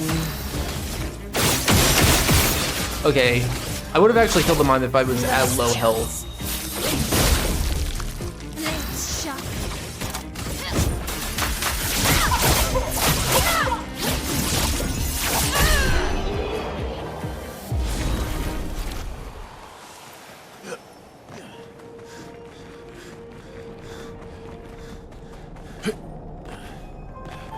It's Clive Rotsfield. Oh my god, hi.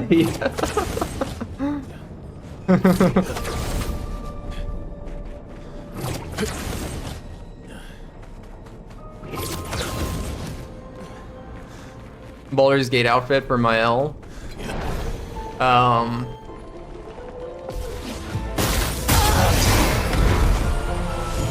the fight not over? Okay, there we go. I'm trying to think. I don't think so. The most... Not something that's like... Oh, like one of these type of outfits-ish, I guess. Oh, this one is I don't know huge. what the one for Mael is, but I don't think it's... I don't think so. Oh, I should have turned off auto death here.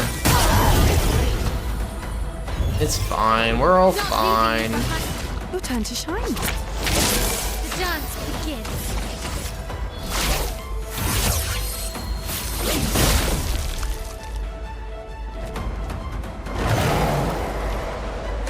Join me.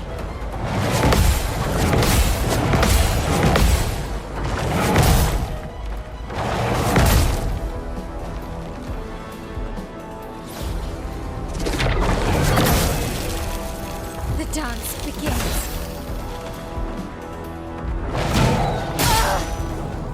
That's not good.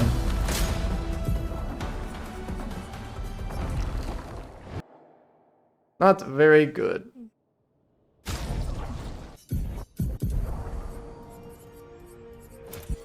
There we go. Take off auto death. Everything will be a lot better this time. Alright folks, Patanks or Mimes, would you like to fight more? I like to fight Patanks more, personally. I hate the idea of having to force the Mimes to break. That's just me though. That's just me. My speedrunning nature can't handle it.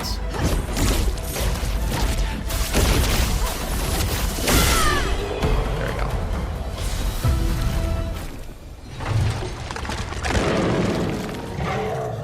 We do have to kill every Patank, yes.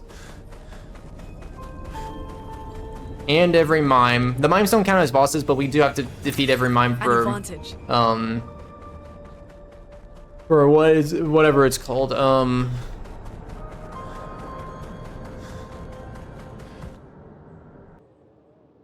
We have to defeat every Mime for the cosmetic items. Except for one, the one that is at the start of the game in Lumiere. That's the only one not required. Okay, we're gonna go back here, get this journal. I'm sad that even in 100%, we don't really get to see these types of, this, species that much, really. The Grandis, yeah. I forgot their name because I never see them. We need more love for the Grandi, the Grandies, the Grandus.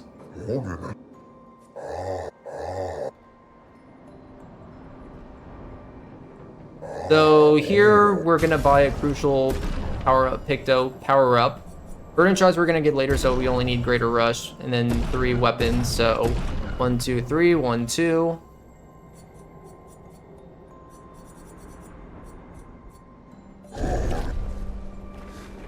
Okay. Survivor is good because I can actually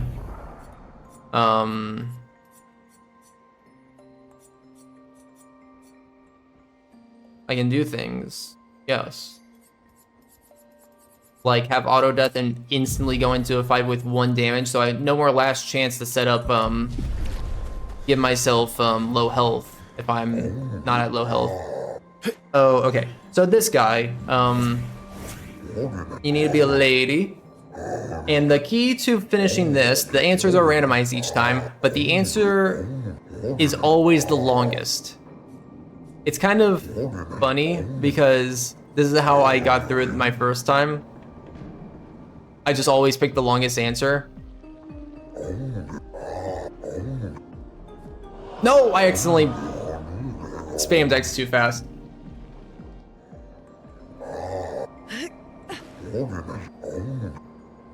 But yeah, for all 9 of the answers for each of the 3 ladies,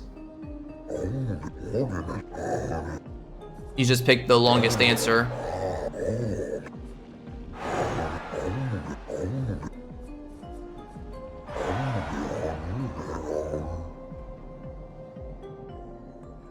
The funny part is that And I don't recommend this, but you could use this strategy in real life too. I feel like on tests, like English related tests, I remember always like some of the longest answers were always like the most suspicious. Like that clearly has to be the answer on the test, right?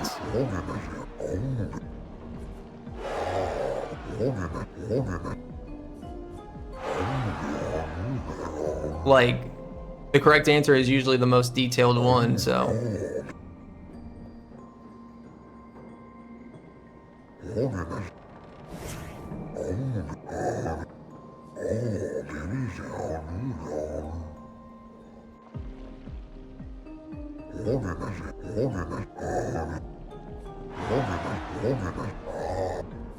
Okay, but yeah, this gives us the nice white pure outfits for everyone, for the ladies. So that's 1, 2, 3, up to the cosmetics.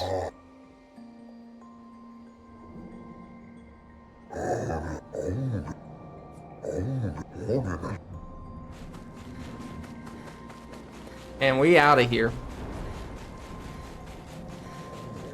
Actually, I should have gone the other way. The other way is a little bit faster than this, but.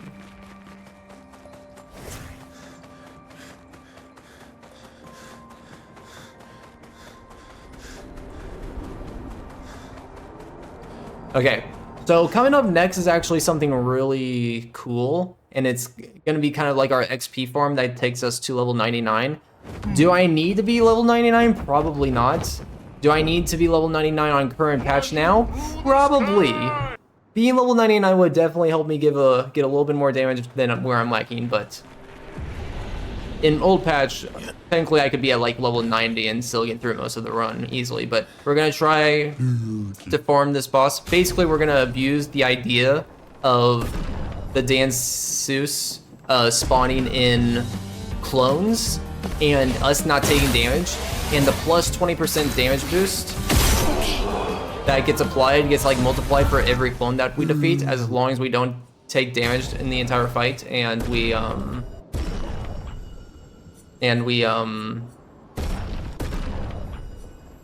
go. What was I saying? Yeah, and we kill like 30 of them, then that'll give us good things. But I gotta set myself up for it, so. I actually haven't tested this on current patch. I assume it was not patched. Otherwise, I feel like there should have been a patch note about it, but I guess we'll find out.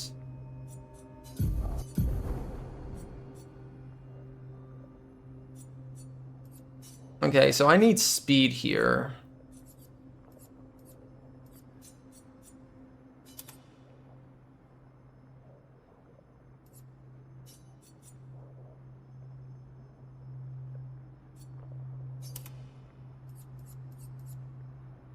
And then Sealson.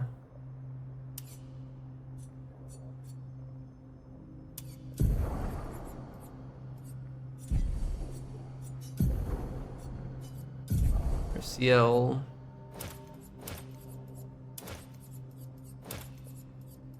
You're gonna have Cheater.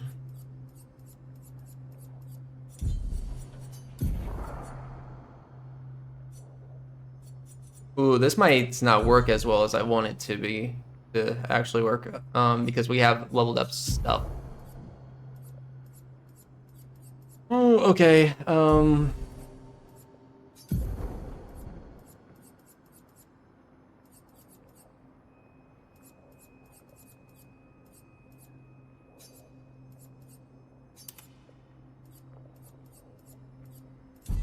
What does this, hold on, what's the weapons effect?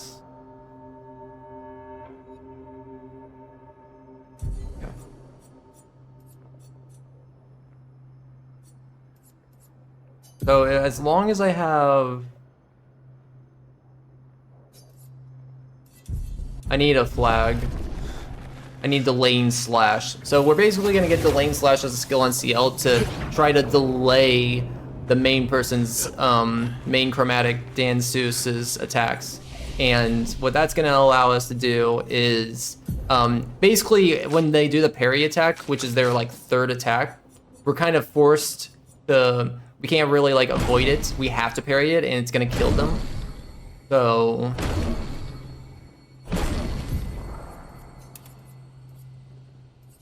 I'm also gonna put that there.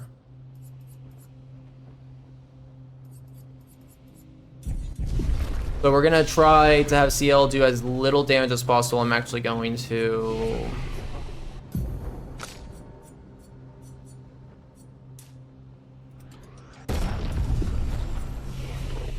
take off all of her skills, completely reset her. I'm also going to, did I upgrade my weapon? I did. I'm gonna put a Picto on Smael, the piercing shot, for better free aim damage, because she's just gonna do free aim stuff. Yeah, okay. Yeah, so I'm gonna focus hard on not needing to, if I get like hit or take damage, it kind of ruins this whole XP farm, so hopefully nothing bad happened. Okay. I will spend like 5 minutes in here and try to take out like 30 of the danceuses. Oh, crap. Hold on. I'm gonna relaunch my game. Of course I have Death Bomb on. Okay. That's the only way to not get a checkpoint is relaunching the game, so I'm gonna relaunch that. I mean, technically, I guess I could have done a previous save, but I don't know where the previous save is gonna be. Okay. Okay, so just hold tight, everyone. I'm gonna relaunch the game. Give me a second. Yeah, whoops. It's always Death Bomb. I always forget to take off Death Bomb. All the time. It never changes to, it's always Death Bomb. What a fun farm. Okay. Okay, game feed's back. Good. Actually takes a little while to load in, doesn't it? Maybe a previous save would have been better. We are on autosave 2, which is the third one, but it's autosave _2. Okay, so let's take off auto death, and now let's do this. I'm ready. God, are you ready? Nobody's gonna death bomb, right? Okay, we're good. So I'm just going to last chance to get to low health, and then she's gonna start spawning in clones, okay? I just realized they changed the color. Blades sharp. And then we're just gonna go do this. And Mezzo Forte to get back our virtuous stance. And then they're gonna send more clones in. So if we defeat 30 clones without taking damage, then here's your card. I'd say we're doing pretty well.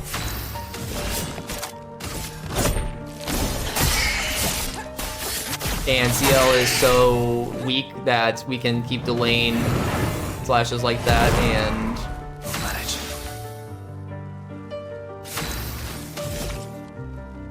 we are gonna be all good.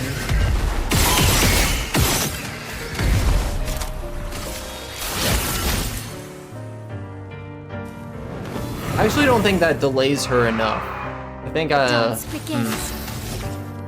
might not be doing delaying slash as good as I could. I'm not an expert on delaying slash stuff, I'll be honest. I think the more fertile, the more you delay. Not today.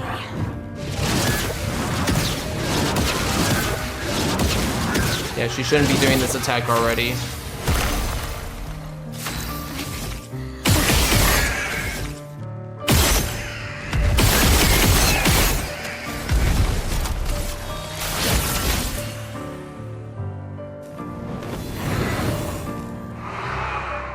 Blades sharp.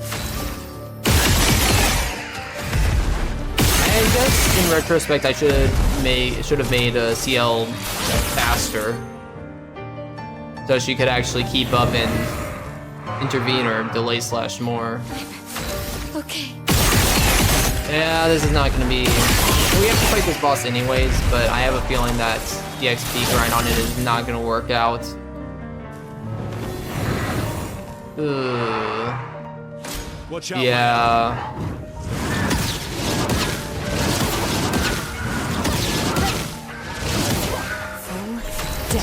Not gonna work out.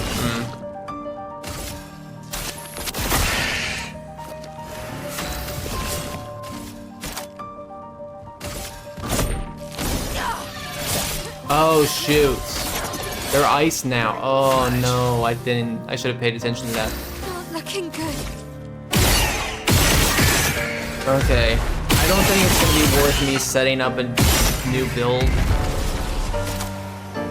because I don't think I'm even close to having something that's gonna work off with this delaying slash properly.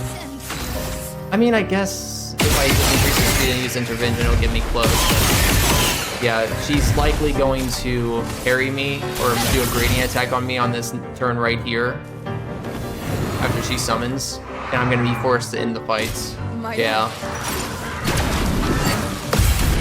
I mean, let's see. If I get like 200 million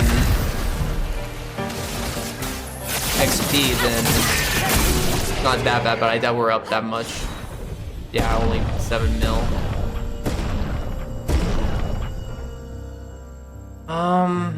Okay, it's fine. We'll just go.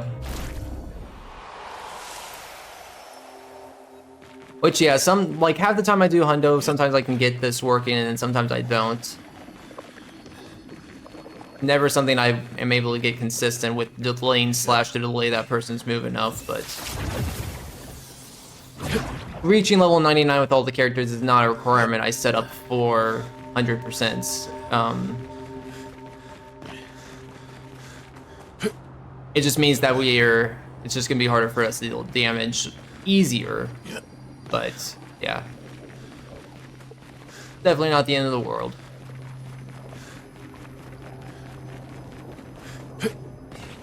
We got a lot of Lumina from that though too. If you saw on the end screen, it showed a good amount of Lumina. So that's also a pro too. Whether we get a lot of XP from that fight or not, that's a pretty good pro.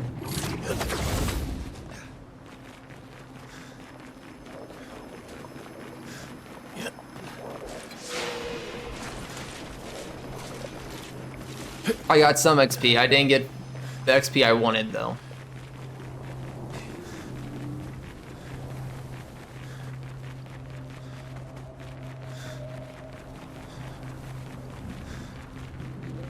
We have to backtrack during this area. You might remember it from the Act 2 portion. We're literally taking the same routes. We have to go through the whole route all again. We like backtracking in our 100% runs. This is normally where you get the cutscene though, and now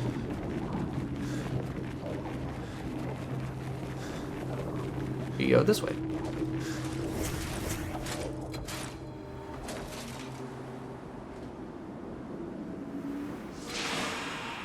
No, I wouldn't say that they farmed. I mean, they could have. I don't know if they did actually. I wouldn't be able to tell, but I think it's more that I had to end the fight earlier because I can't dodge the gradient parry. I have to, so I wasn't able to delay the main chromatic person's moves enough. 7 million seems low with how many I killed though too. If I'm being honest, I don't know. It's alright. I don't know. Not looking good. You have shields, don't you? Of course I do. I can do it.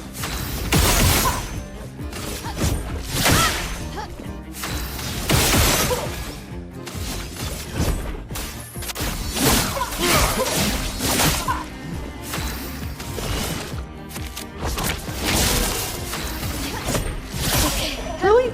Let's How are you spill doing some only that much? Wait, you have sniper, right? I love that. You did indeed have sniper. need sniper on somebody else though too. And I need you to actually take off your piercing shot.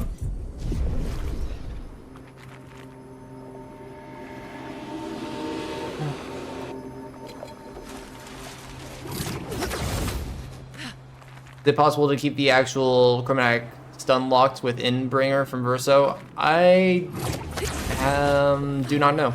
I don't experiment. Haven't experimented with Bringer in a long time. Useful. I'm on.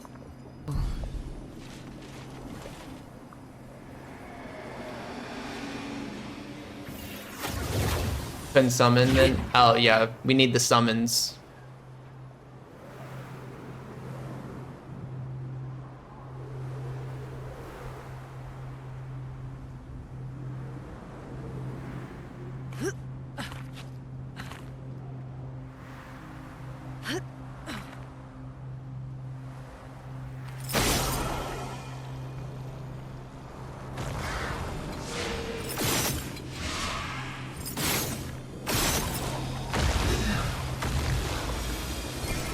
Well, that will help.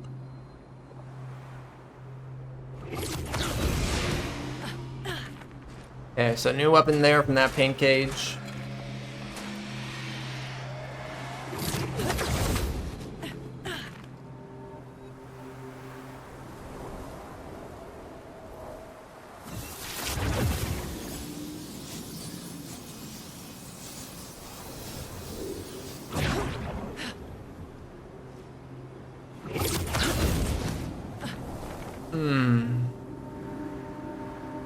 By the way, if you want to see the strat pulled off well, the all achievements run pulls it off really well, and it's actually really cool because we combine it with a lot of trophies. That's another one of innovation from Zero that he was able to make. Is coming up with that strat and with delay and slash on how you would go about that farm. So all achievements shows it pretty well, but yeah, I can never quite figure out how to apply it the correct way in the middle of my 100% runs exactly the same way. So I can leave. That should be all of Lumiere done. Okay, so yes you are, Eskia, yes you are. So we need to go to our friendly neighborhood Portier. The Esoteric Ruins. Esoteric. Alright, so I think we should go for an outfit change. Go off the dance uses.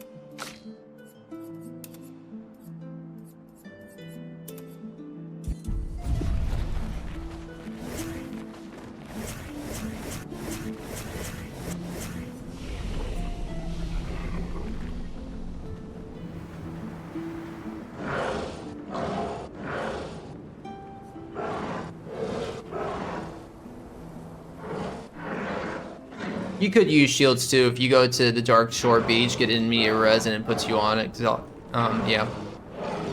Yeah, so you remember the mysterious ball of lights? I don't know about Nevrons. It's possible they died We're gonna before kill it, or during the but only fracture. after we do its quest. Or perhaps they called Nevrons something else.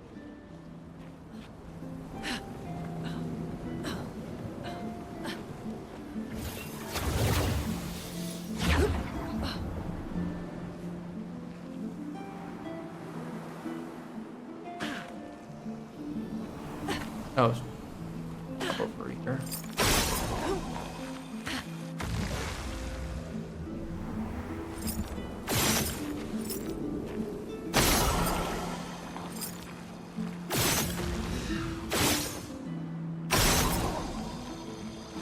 We'll have to go through the maze. So here you only have to do 4 shots to get through this entire maze. So those 3 shots, then you go into this room all the way at the end here, and then shoot this last one, and you're out. Where's the fighting? Great. The door closed again. spooky. Gotta get that quest item, the wood boards, and then you go back.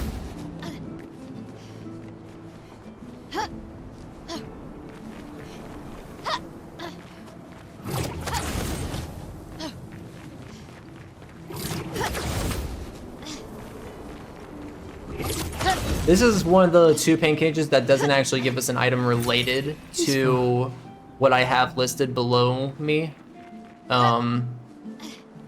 I'm still getting all pain cages because, you know, it's cool. Feels like it's a worthy addition to 100%, but I'm not tracking it because it's impossible to tell if I've actually gotten them all, pretty much.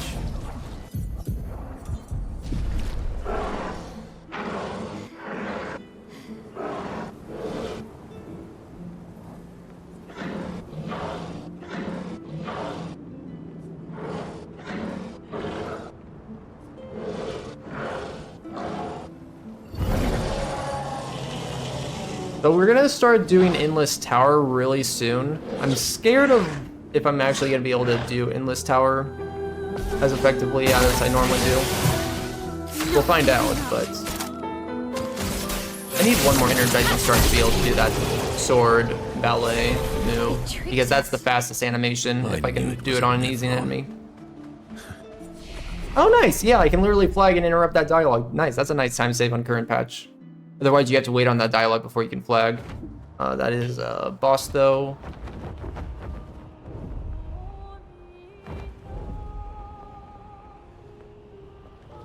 Hold on. Oh, I just realized what time it is. You guys are gonna like what I'm about to have to get into. We're on our way back to Endless Tower, but we're gonna do stuff on the way back. And one of those things is a certain gestural minigame. Can you guess which one it is? I didn't want to go into that fight. Let's spill some ink. Might give me a weapon, actually. No, it didn't. Okay. Absolutely useless. Perfect. Good stuff. Up, indeed. Let's buy this stuff.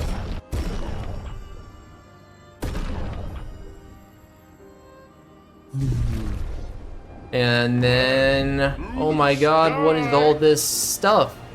Why, it's the only up Gestural Beach minigame. You better be ready to climb.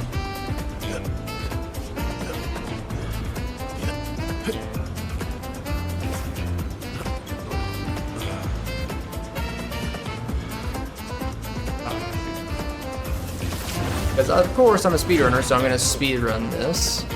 But this also is like one of the places where we can get the most time lost in the entire run if we fall down. So yeah, you guys get to jam out too to the music. Do be warned, I might scream in utter terror if I fall towards the top. So.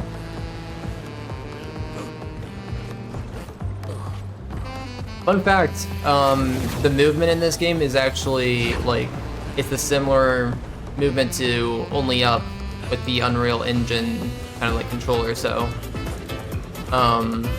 it literally operates like Only Up 2.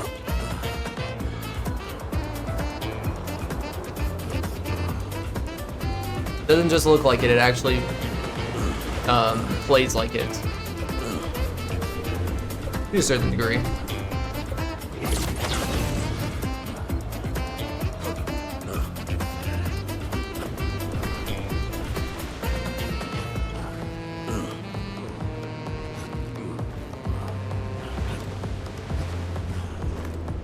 Okay. So far, so good.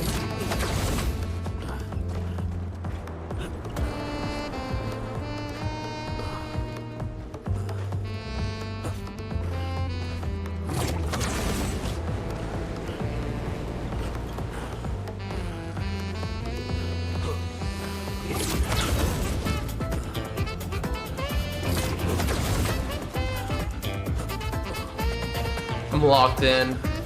Nothing's gonna stop me. We're going all the way to the top.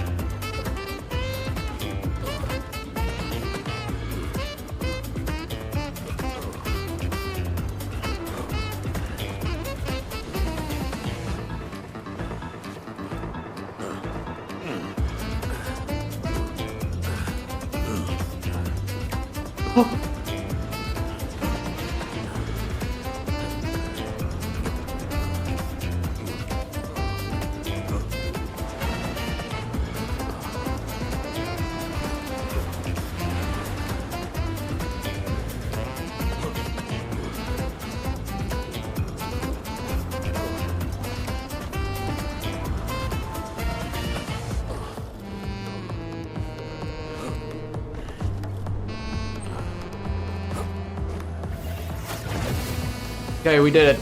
We're good. As long as I don't follow the wood boards and fall in this hole. Jump. I did that in my first casual playthrough. I actually fell. I followed the boards on the ground and I fell all the way down after making it to the top, but hey, we made it.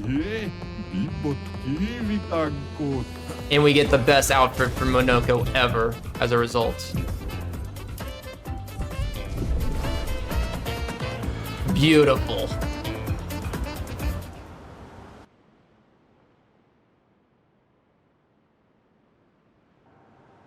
Best outfit ever.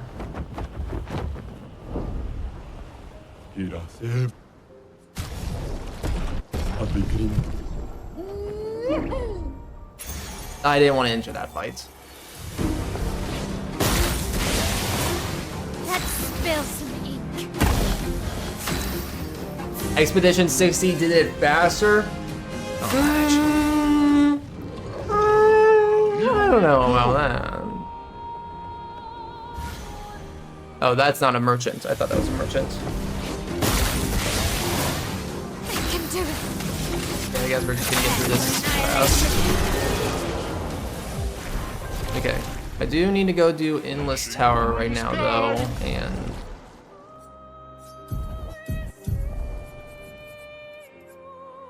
who has the most Lumina overall? Beat them.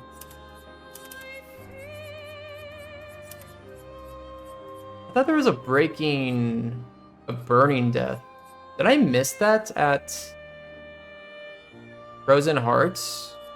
Where is burning death? I can't remember.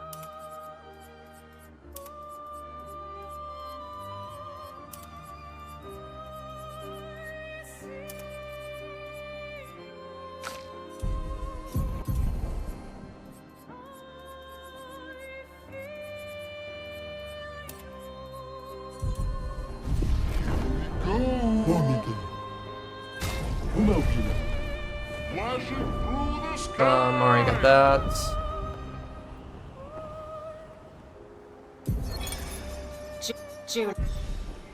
Get the Julie from Verso. I miss him.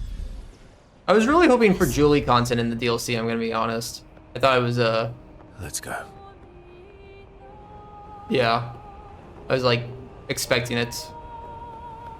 Okay, this is the time where we have to go in and fight a bunch of enemies. This is where we have basically the most bosses. Some Endless Tower trials will have multiple bosses. That so sometimes if I see multiple health bars, it'll be counted as 2. If there's 3 health bars, it'll be counted as 3 bosses for a trial. There's like 50 bosses in this whole Endless Tower, so our boss count is gonna go burr here. I need Monoko. Wow, you have nothing leveled up. This should be fine.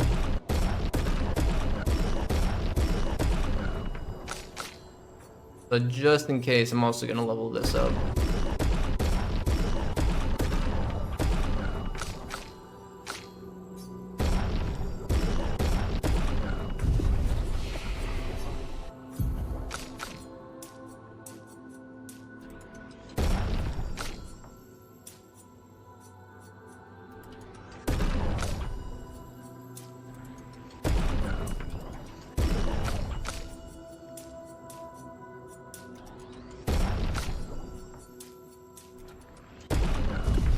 Burning Death is Fly Manor. Gotcha. Thank you. I already did that.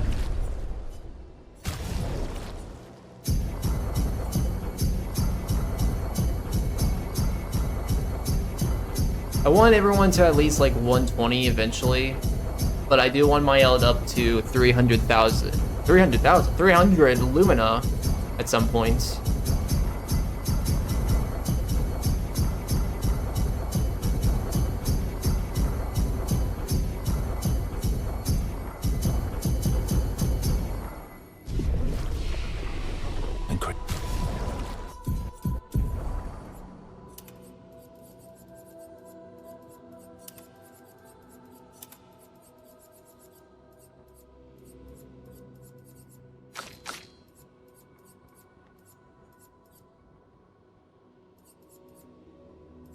Enough for super.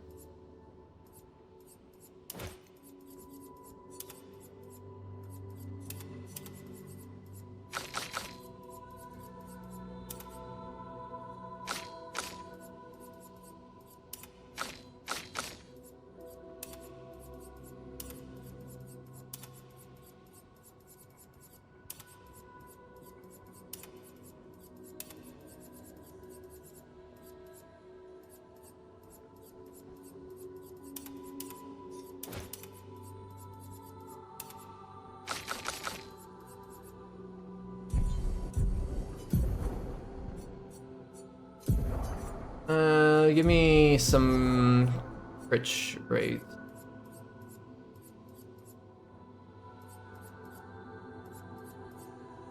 The hell? That is not the best crit rate. What?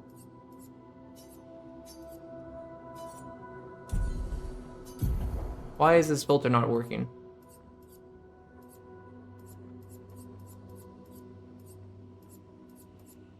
My filter is broken.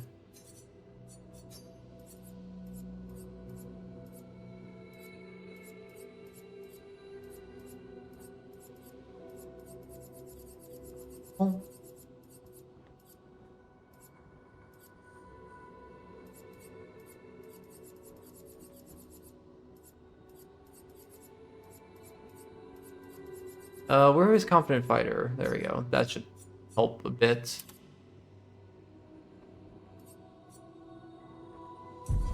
B8. Yeah. Okay, so we need to have Minoko in our party here because this is where we collect all the feet too. As long as we can get all the feet here except for Array. The dance begins. So this doesn't have a boss fight, but that is 3 feet. Where is my feet counter? 1, 2, 3. So we're now at 5 feet.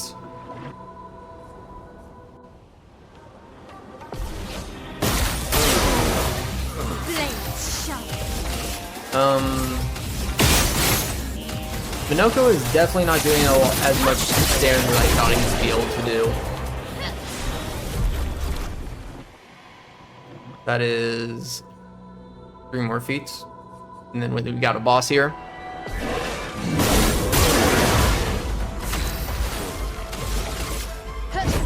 Oh, Survivor would be good on my L here too, to get her to low health instantly. The one thing that's going to be hard in this is the fact that I do not have Breaking Death, or Breaking Death got nerfed where we can't just activate it anymore upon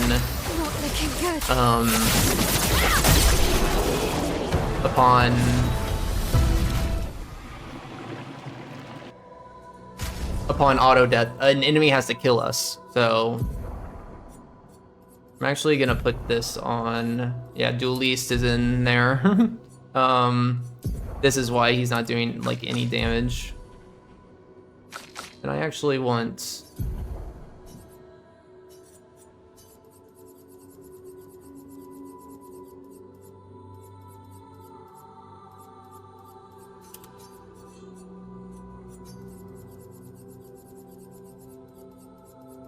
energy buff. Okay, what did I say I needed here? I needed... You have cheater.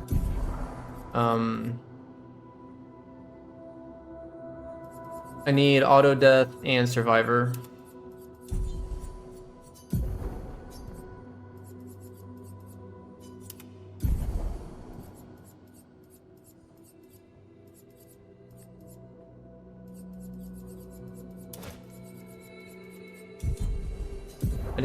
Input didn't go through. There we go.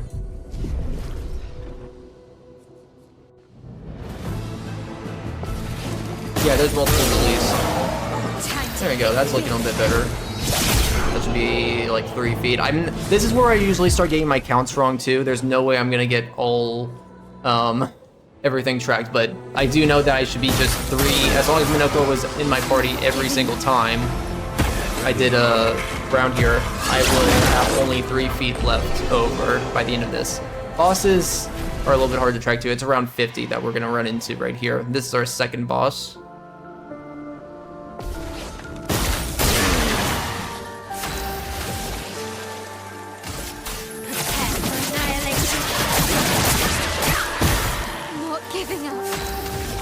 I need to get CL in over Verso. And almost after every 3rd stage, we usually...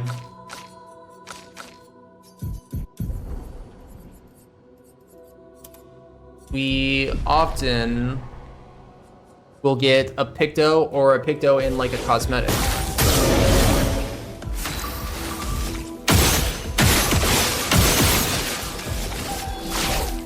Rid of those shields, and then we are going to do this. Oh, CL also is auto death. I gotta take that off. Oh man.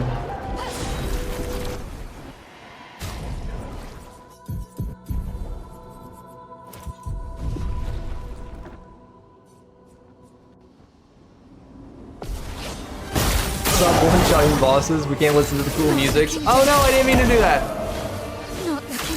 I was just like mashing.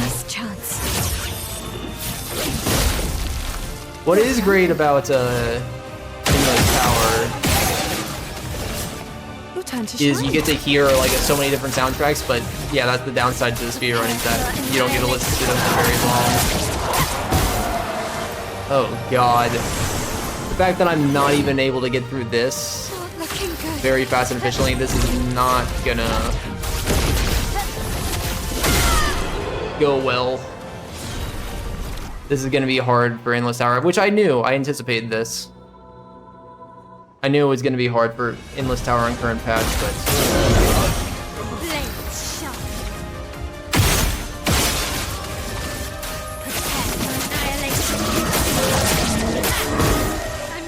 so this is our first instance of 2 bosses.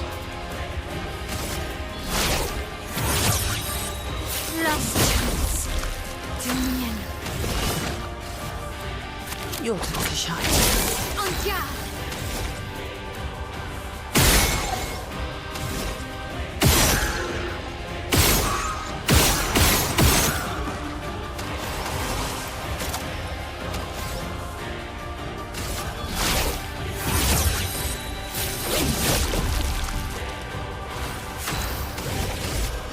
The Goblu must go down.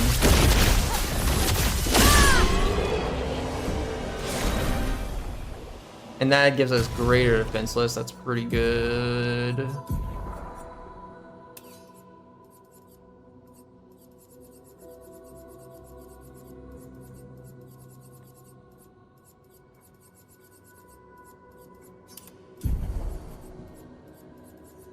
The menus get so unfun to traverse at this point.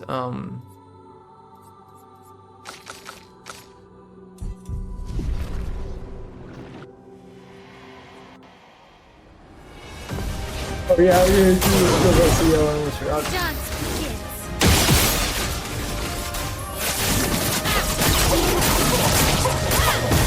I can do it.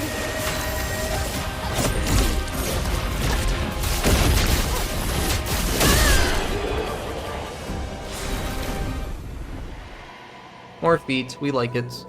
Let me do marking card here just in case. I might actually do CL first on some of these.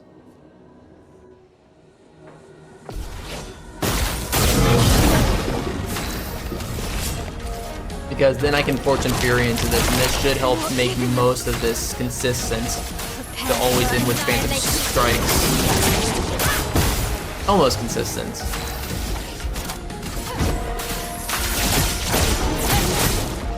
This will hurt. Really? Okay. Let's spill some ink.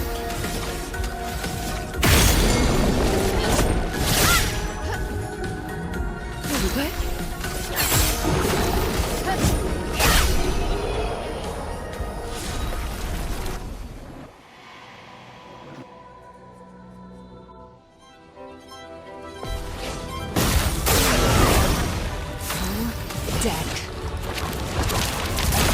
Let's spill some ink. Prepare for annihilation. Join me.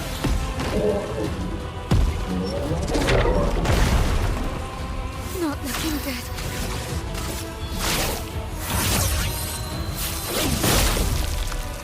Not giving up. Fiery.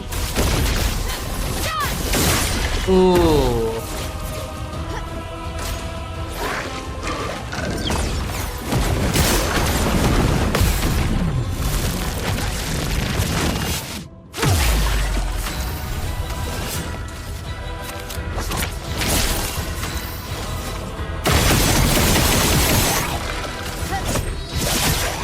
That's not, I probably shouldn't have done that.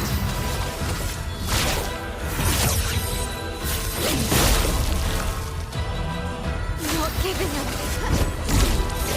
Fiery.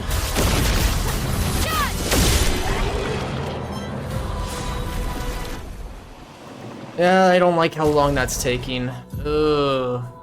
Okay.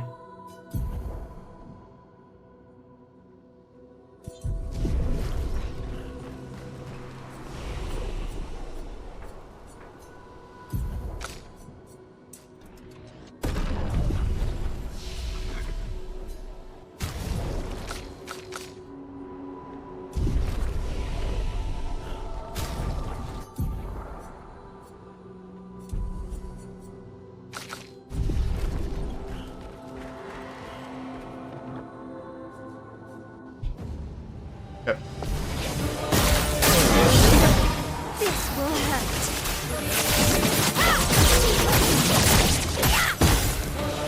Not looking good.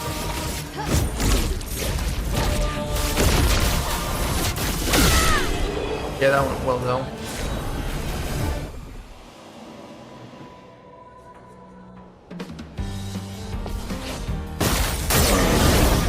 I can do it.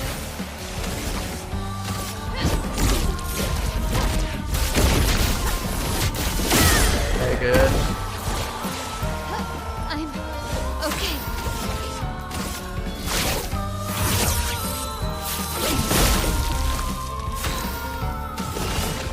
Your time to shine. Not looking good. But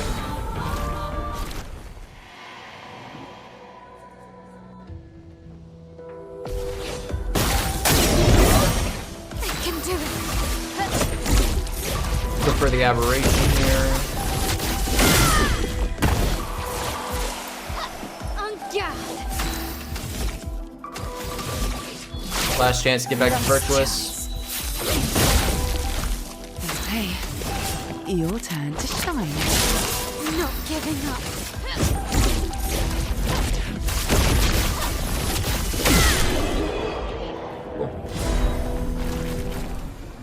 Get multiple things there. Picto, here, 2 bosses down. This isn't a boss, it's the only one past the first 2 that actually doesn't have, like,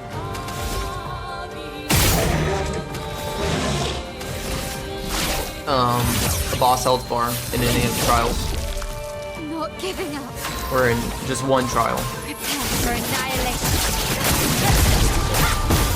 Full deck. Your time to shine.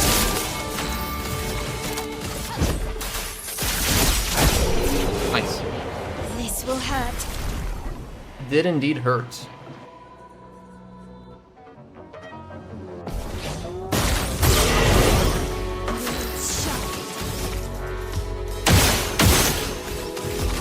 Prepare for annihilation. I can do it. This guy will give us a foot. Let's go. Your time to shine. They're in other canvases that you can, they're like, you can go to them right now. They're like up the steps past this canvas.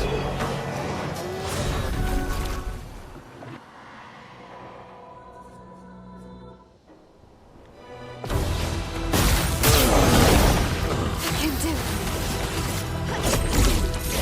Fiery. Done. Not giving up. I need Energy Master on my L. Let's gamble. Let's shut.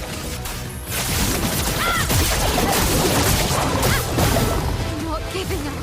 What?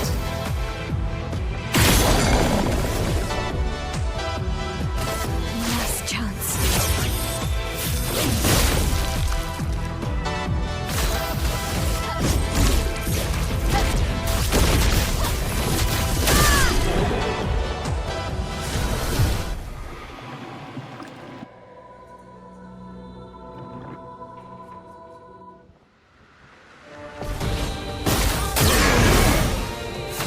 Not looking good.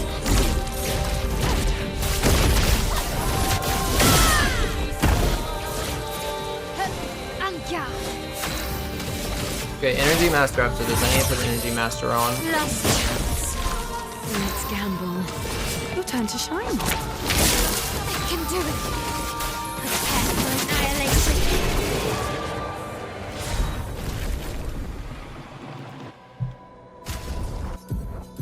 Okay, so Energy Master.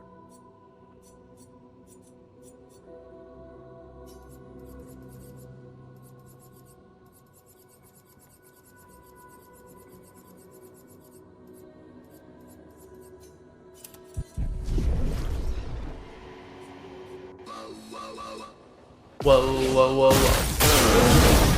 I can do it.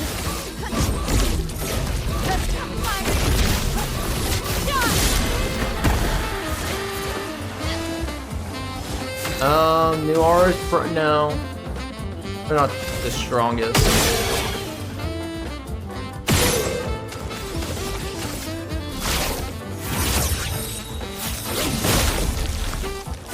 Probably Creations, maybe.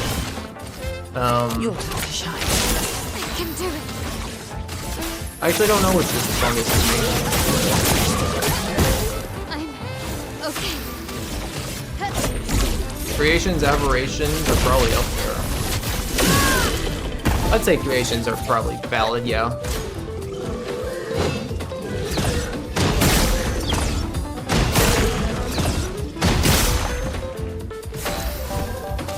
Your turn to shine.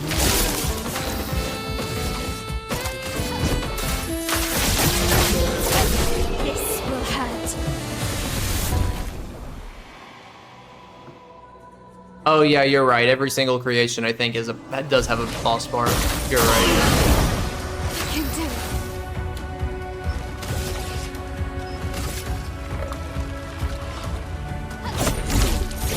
Fiery. Done. Not looking good.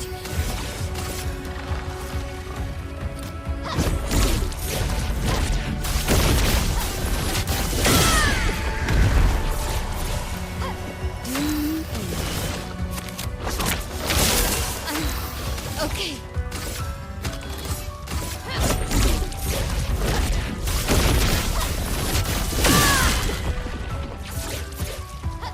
Not giving up.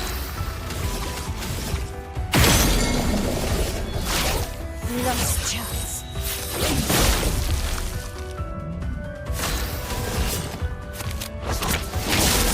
Not giving up. will hurt.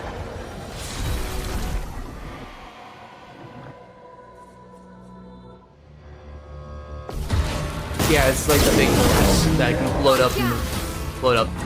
Francois!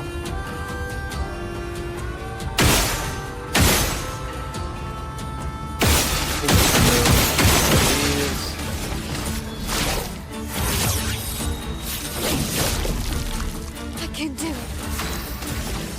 Prepare for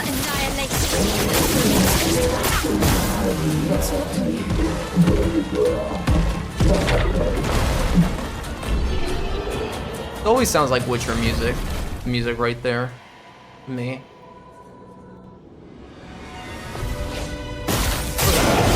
Okay, it's gonna start getting hard.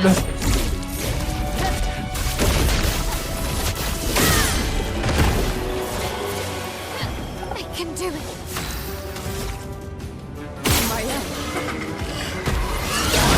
I didn't want that exhaust.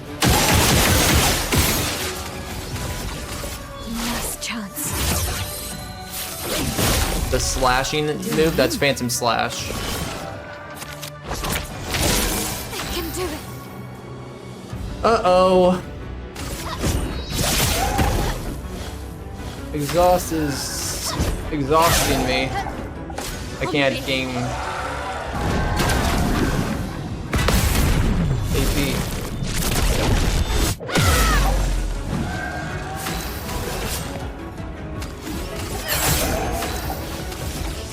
Okay, we're fine. We can go into Sinal right now. Blades sharp.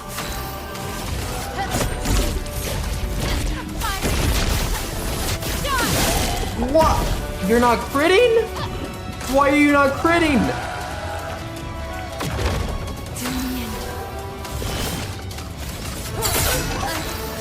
Okay.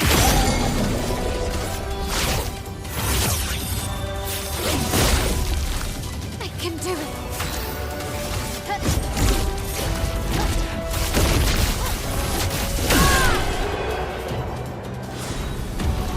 Oh my god.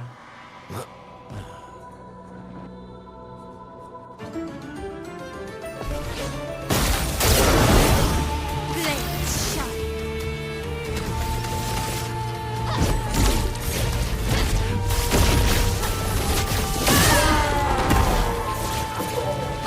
I can do it.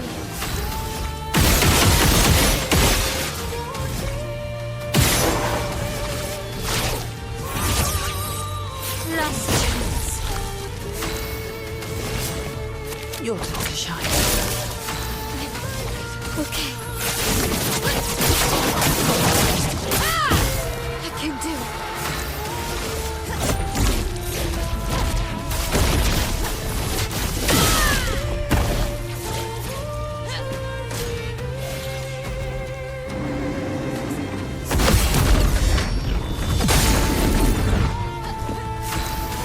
Your turn to shine. I can do it. Last chance. Not looking good. Fiery. Okay. I need to readdress myself here that... Oh god. I'm not... Yeah, this patch is making this tough on the, yeah, everything. An Endless Tower. Yeah, there's not much else that I can put on, really. Thumb boost would be nice.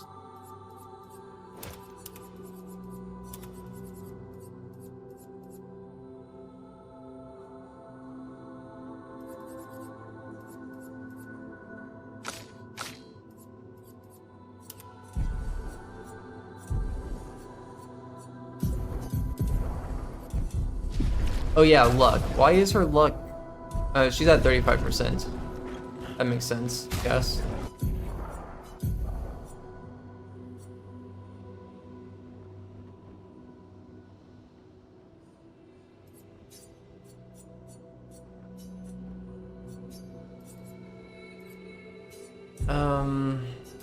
I hate the menu changes. I don't know how to find anything.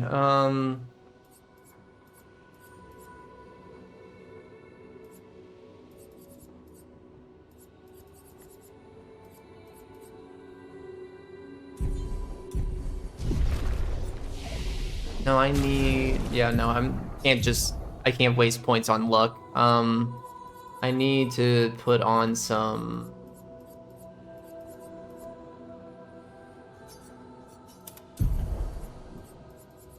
sniper instead. That should work. Yeah. Okay, cool. Actually, let's level up. I need every bit of damage that I can get here.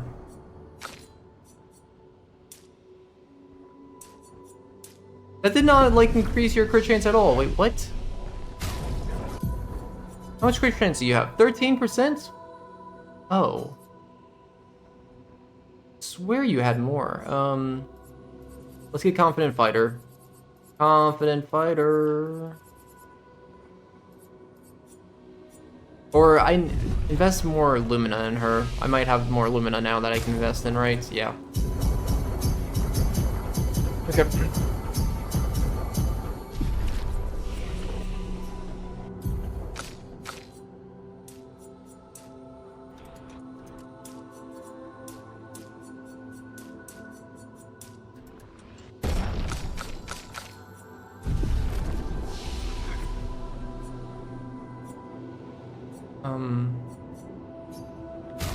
No, I just back. So then I should be able to take off this and put on something that actually can help that. And then put on cheater there. Cool.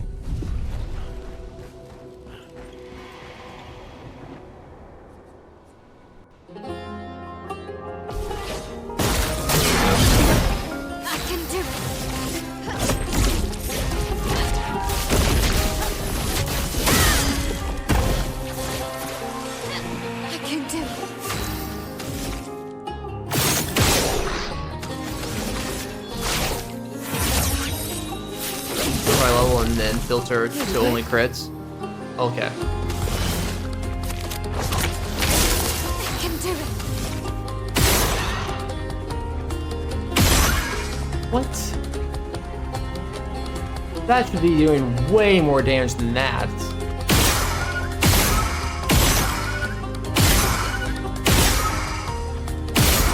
Oh boy.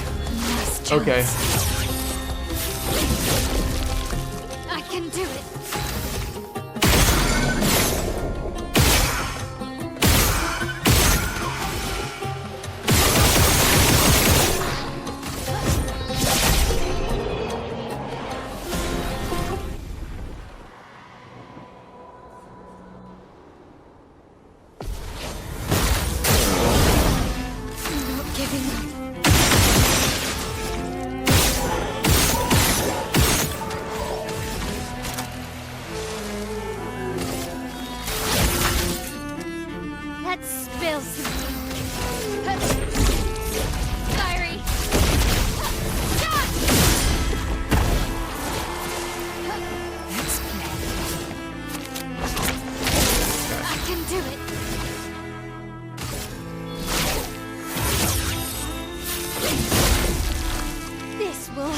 That should kill.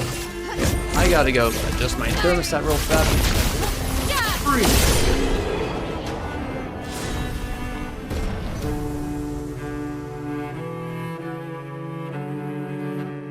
Okay.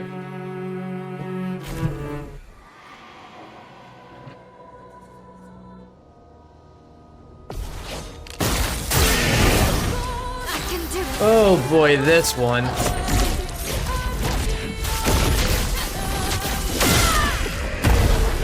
The last two floors are gonna be really hard.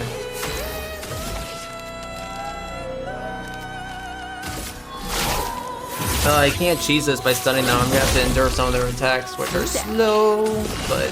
Show me what you can do.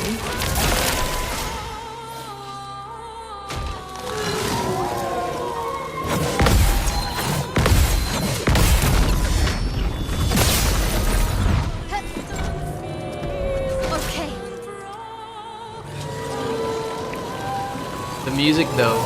True. Let's dance. Let's gamble. Anja.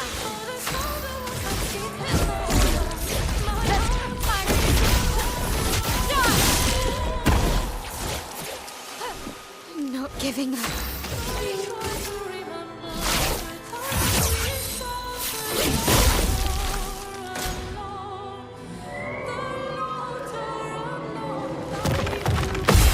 Look out! Give a shot. On me.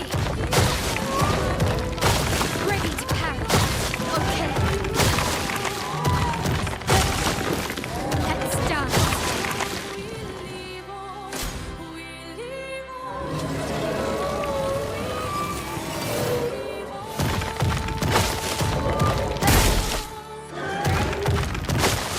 Dang. I don't have anyone else suited up.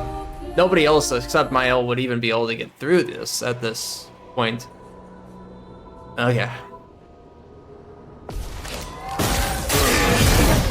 Let's shine. Fiery. I guess there's no point to having Minoko die anymore. Doesn't like cause breaking death. Yeah.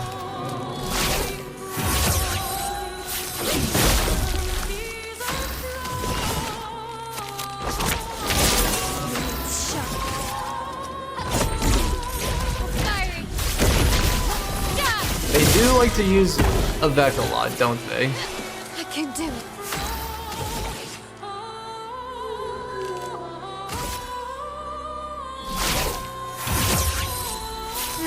How the immunities work, they just switch every time. There's one that's just never immune. Oh! I forgot that was a gradient. Not giving up.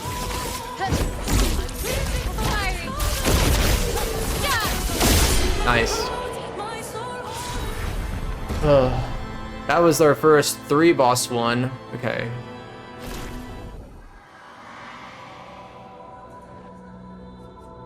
We are going to have Minoko not die anymore, but also have breaking depth so that, yeah, if he does die, he can still like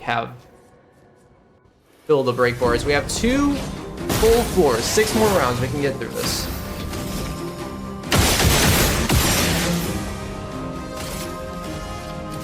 I should have exposing attack on him too, actually. That would be nice.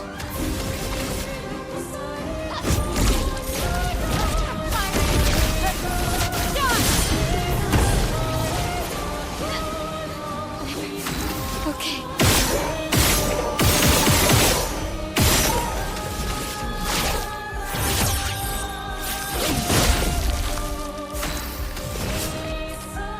Your turn to shine.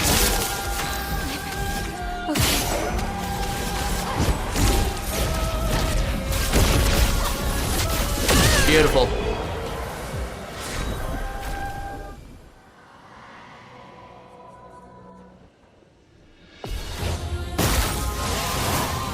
bit of violence, yes. Actually, let me put exposing attack on Minoko, like I said. That can help here quite a lot. Expose an attack. Gotta expose it. Yes, we do. So that's gonna apply defenseless every time we attack, so 25%. Oh, actually, you know what's even better? If I have greater defenseless now, so if I combine that with Minoko too, that's gonna go to 40% instead of 25%, so let's do that.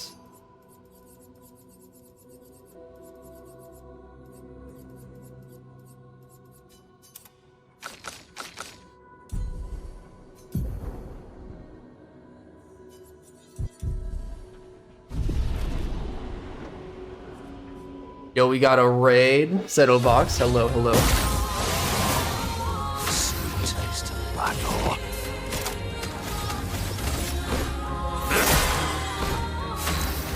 Thank you for raiding the really, really long phone.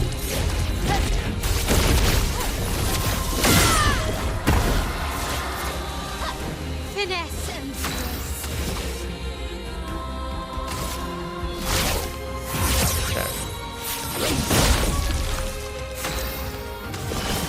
turn to shine.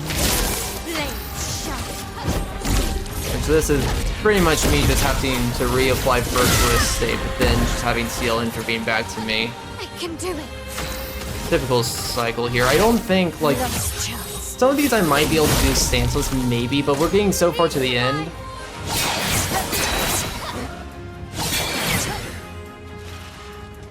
The dance begins. That, yeah, I'm pretty sure it won't work stanceless on current patch. Ooh, even that. Okay, interesting. Let's stun them.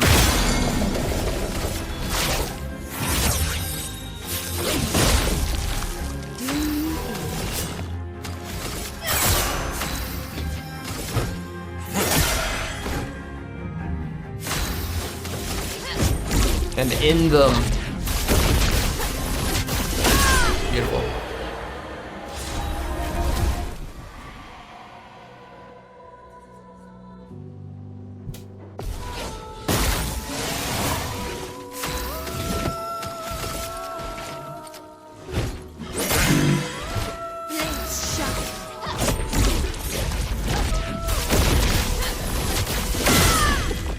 How much time do I think the DLC would add?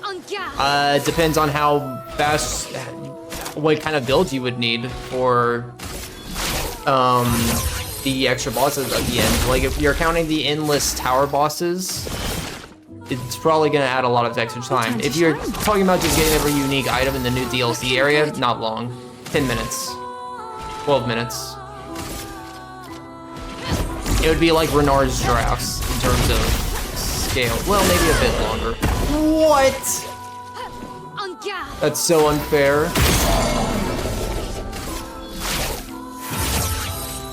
Last chance. This will hurt.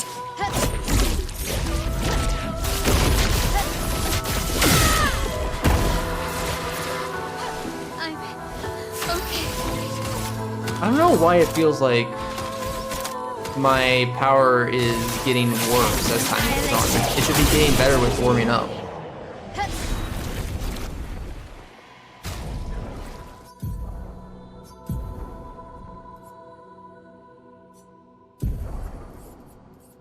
I do have warming up on.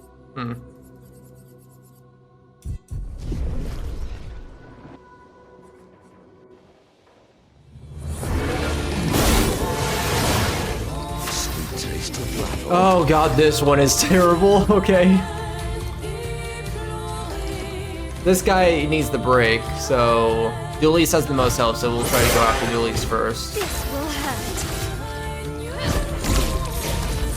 Even though I'm the most comfortable carrying against Julius. Even that didn't kill it. Oh my god. Last chance. Ready. Oh boy, okay. This will hurt.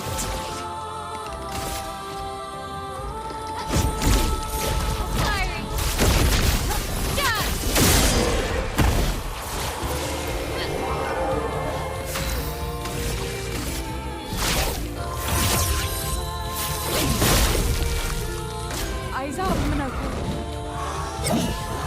Actually, no, die. Because that's gonna break that person.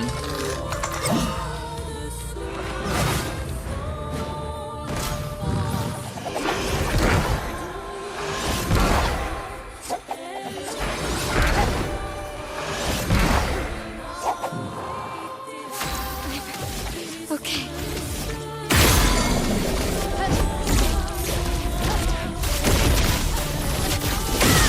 Yes, good. Let's spill some ink.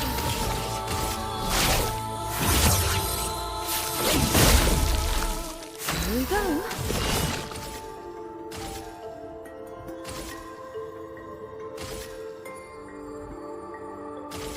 Nah, there's no way I'm gonna be able to get through this, so Fortune's Fury. Actually, no. Let her die too, so she, I can stun him. Do even more damage with stun boost. Yeah, that's the plan. So, yeah. Sharp Double damage this turn, shoot to stun.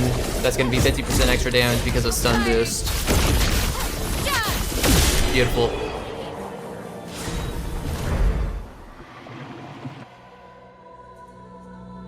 Okay.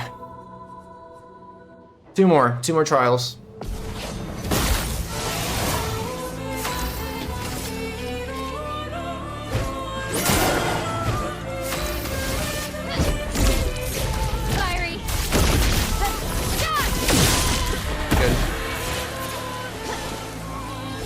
Maskey with Serene, yeah, I don't think that they put much thought into it. They just wanted to play all the songs at some point. There's not like a Serene boss, you know, so they wanted to play Serene's music at some point. Last chance. Do me in.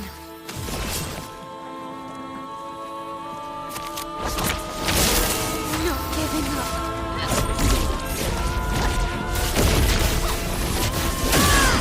Ooh, dang it. Okay. But I can stun him so he doesn't go in the sky and be a menace.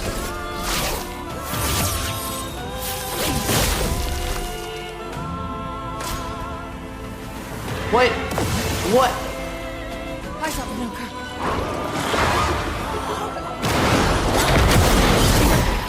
Okay. Okay.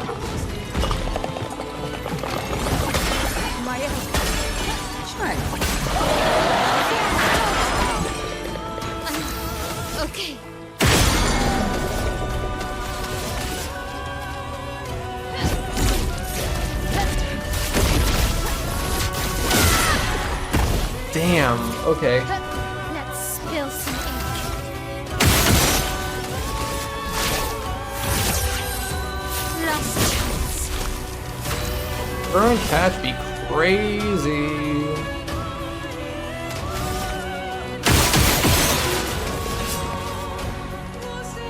Show me what you can do.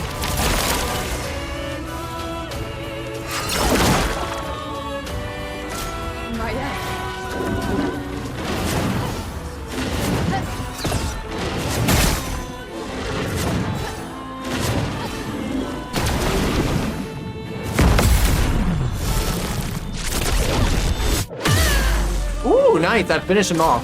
Good. I can do it. And you're still stunned, so... And I have Force and Fury. Yeah, this is gonna finish you off. Oh, okay. One more left.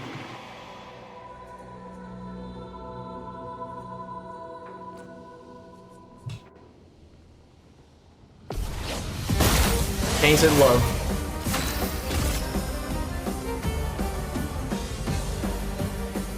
Actually, hold on.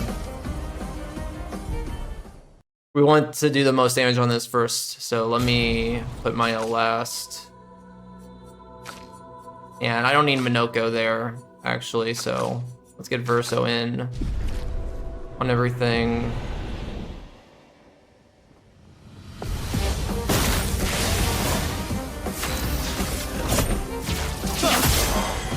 Ready. Oh. You don't get an extra turn, okay. Show me what you can do. I guess I don't have Dualiso on, that makes sense. Let's see what this does.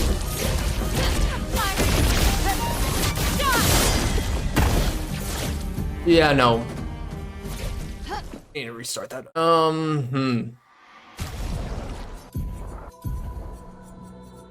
Dualiso.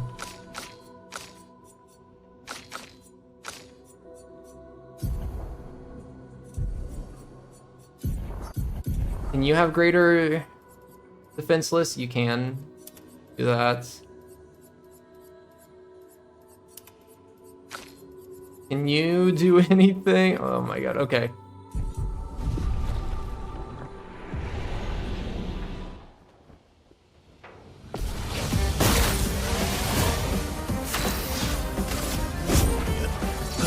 Greater defenseless. Mark. Here we go. Fortune's Fury. This will hurt. And then Steindal.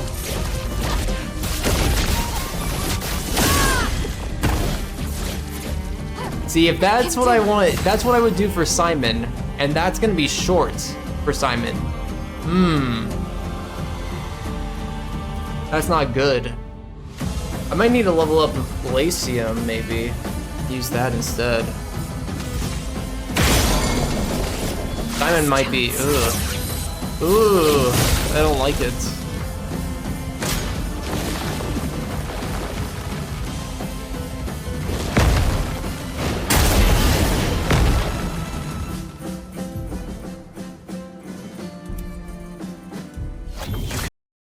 Okay.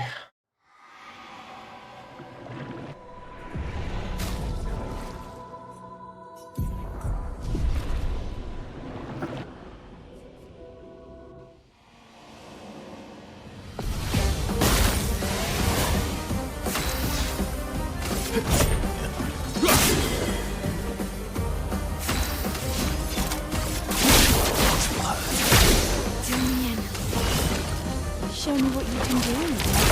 Let's shut.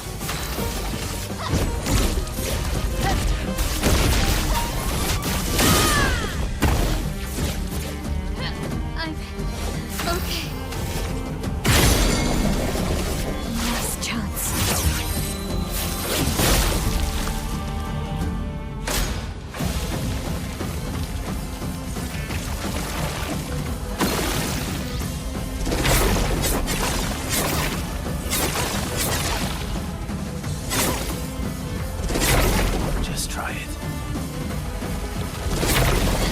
Good. Not giving up.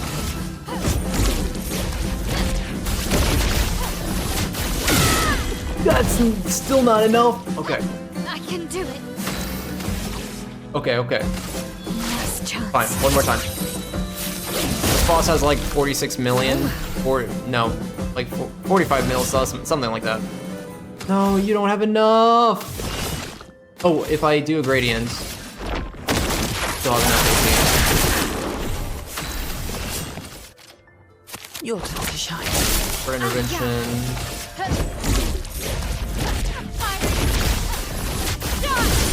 Oh.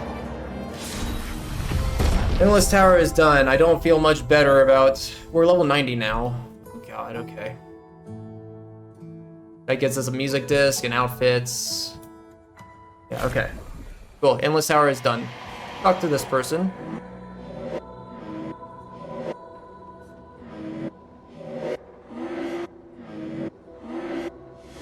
I actually don't know how I'm gonna do Simon, I'm gonna be honest.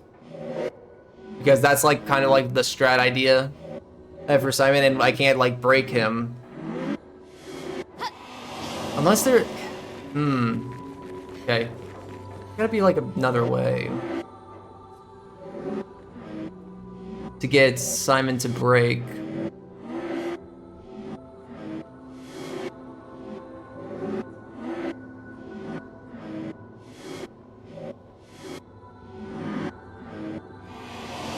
Break really fast. Roulette. I think you're right. I think I'm gonna have to.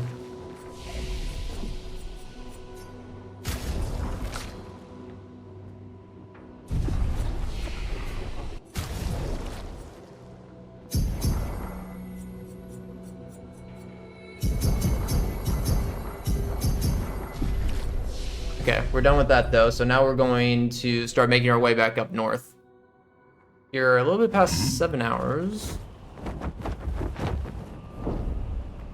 Flashing through the sky.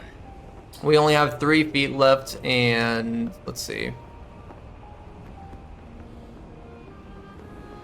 Yeah, we've gotten through... So at this point, we should, like, this is usually in my 100% run where I feel very overpowered and everything's just, like, easy going from here on out.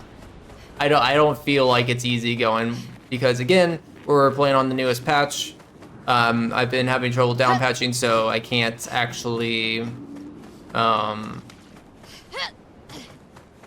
I have the limitations of what they nerfed, which was the 4 Pictos that grant a 10% hidden damage boost.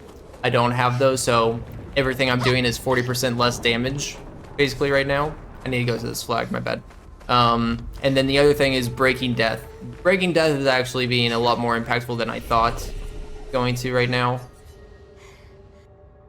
Because basically we were able to use auto death and Breaking Death to stun an enemy, and then we could do 50% extra damage when we stun an enemy. So that would give me a big damage boost right away to match it with the first hit damage pictos. But yeah, without that, I'm gonna lose a lot of my damage output.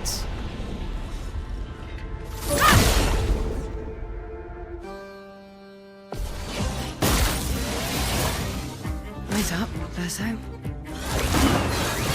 Incoming. I'm waiting. I need to remember to have auto death for these guys, so I don't have to sit through their like first attack animations.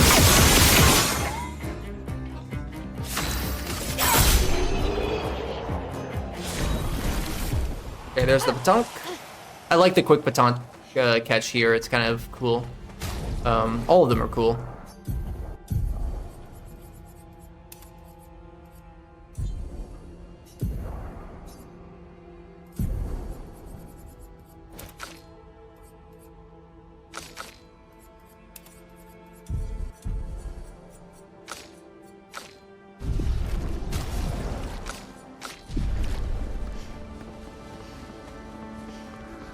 Okay, so now we're gonna make our way to the chromatic luster that we didn't do beforehand.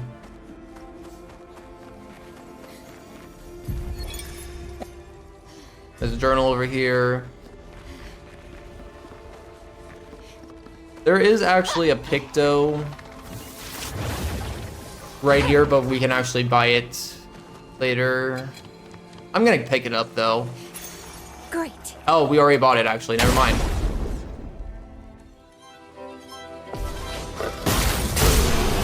There we go, and he's dead. L chromatic luster.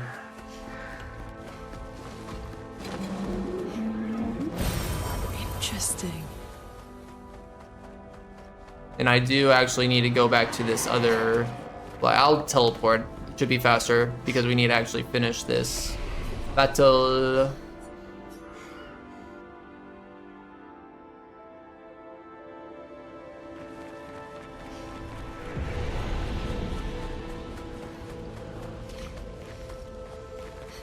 Yeah, so with roulette, I'm gonna have to get lucky on both turns, so it's gonna be a 25% chance, but I mean, if he's sending my party out when I'm going below a third of his health, like there's no chance for me. I would have to make a build with Lune or something, and that would be so kind of difficult to have it be effective. Okay, we got a really sick outfit for Mael. I'm gonna actually put it on right now because it's so sick. Best Mael outfit in the game. Don't at me.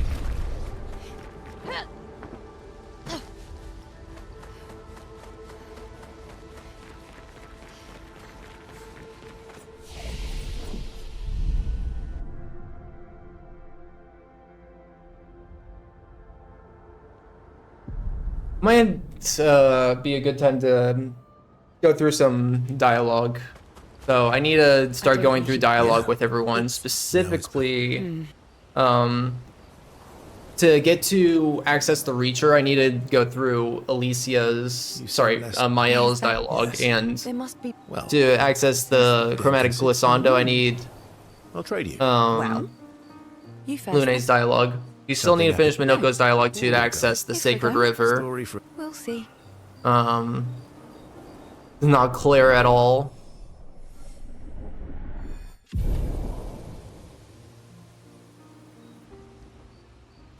This is a good time for like bathroom breaks and stuff too, by the way.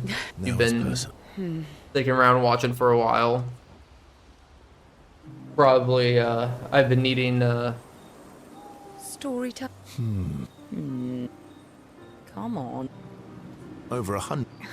All right. I could use a break myself, but I like the endurance of these long runs, you know? Hey, Please. But it gives me like a little mental break just being able to, after that endless tower, with that being so so much, just sitting through this dialogue for a little bit is a good mental break for me. I'm not. My young, her parent. These are the earlier you and you're shortening. precisely. You don't have any. No, one of my friends. She said is not. See, Yeah, you said. come back with the best.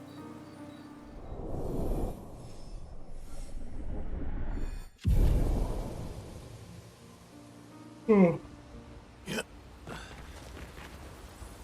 Well. I can actually do the rest of heal later.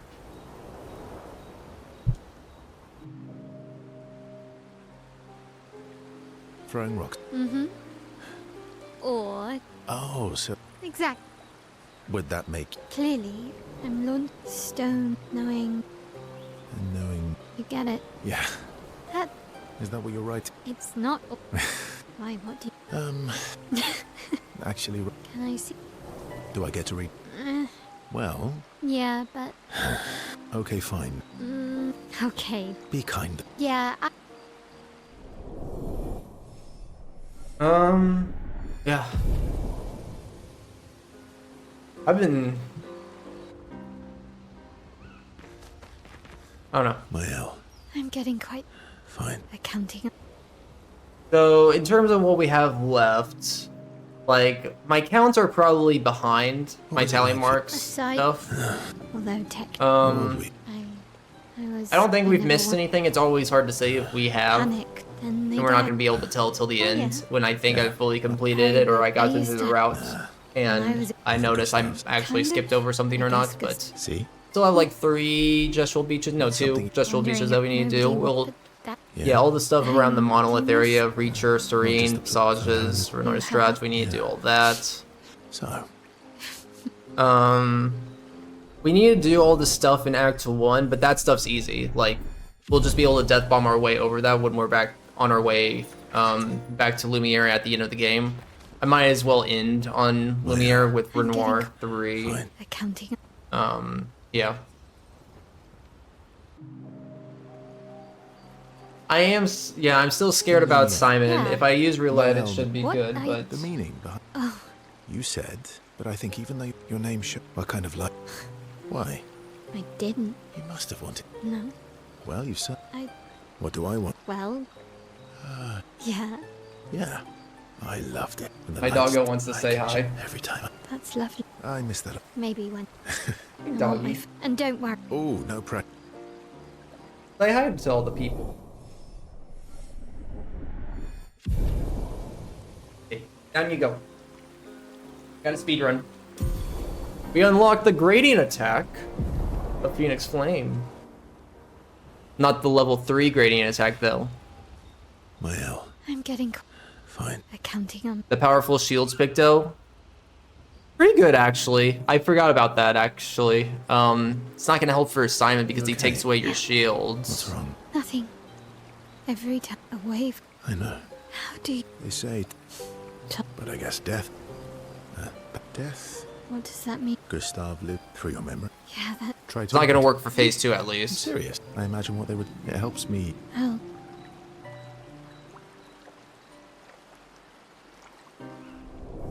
I think the Pictos wore more instead of increased.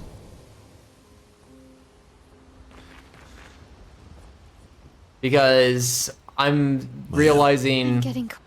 as I tag more stuff on, it feels like I'm dealing less damage, less than just like, sometimes it feels like less than half, which if it was all multiplicative, then it would have been more than than just a 40% Understand what? Why, Mum? stuff with all these extra Pictos that I'm actually That's so. cracking on. And let's not. Yeah, of course. Then she can throw.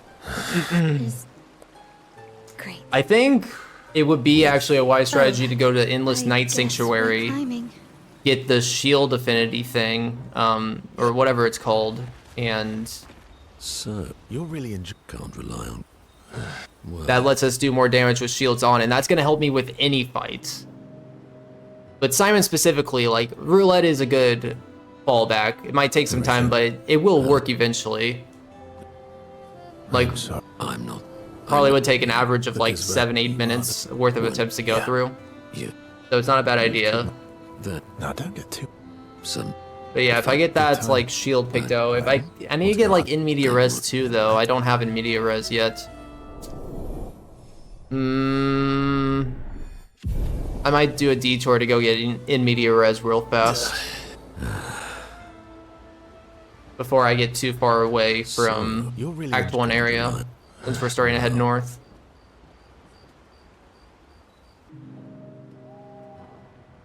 Cultist barrier. It is the Oh. tonight. Is it? We shall bring. Who knows? It's a simple. We're not. Yeah. Golgrower. I'll deal. You helped me always. That's a good idea. Yeah. So you're really enjoying. Can't rely on. But oh, we're ready to go to the Sacred River. Mael. She has the. Yeah. I don't know. I don't think I could do that for like Simon, but for like other enemies, I could. That couldn't be too bad of a strat if I. Why are you ally? Not a lot of. What about the pre? That's a terrible one. Given the alliances, trust goes both. All right then. No need. Well, aren't you? But I appreciate. By the way, even though it was really hard to go through the endless, and as a gesture, the endless tower, the way that we did it, the reason we do it that early is because you get a lot of chroma, where we can go into all these areas and actually afford everything. Like even with the Golgro grind, I want to incorporate the like 1 million chroma that we get throughout endless tower at some point too. So that's why I forced myself to do it that early. Even though we could have waited to get like shield affinity type stuff. But I think for the rest of these fights, to make sure that we don't run into any issues and it goes very seamlessly, we should go to build that. Lets us, basically for every shield that we have, we deal 10% more damage. So if we have 5 shields, we do 50% more damage. If we can tailor ourselves to that, we can kind of, This is where. What a long. Yes. that would pick up the slack of losing this, the other Pictos, because in my regular hundos I usually don't rely on the shield powers as all, just because it's a little extra tedious to set it up initially. But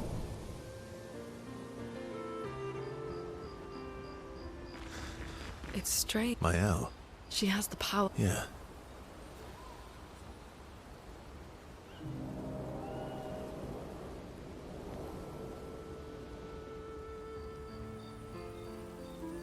Do you like dogs? What? Do you like dog? I think you've spent. I just have this Well, you're right. interesting name. Stella. Any other siblings? Yeah. It sounds like. I'm shocked. Sol was. That's actually how I met. So you. That's an all. All right, we can. How generous. Ask away. I'm being. Remember, do you like monkey? Oh, come on. yeah, it is. The shields is probably increased damage, but that's still gonna help it a lot. It's strange. Mael. She has the power. Yeah.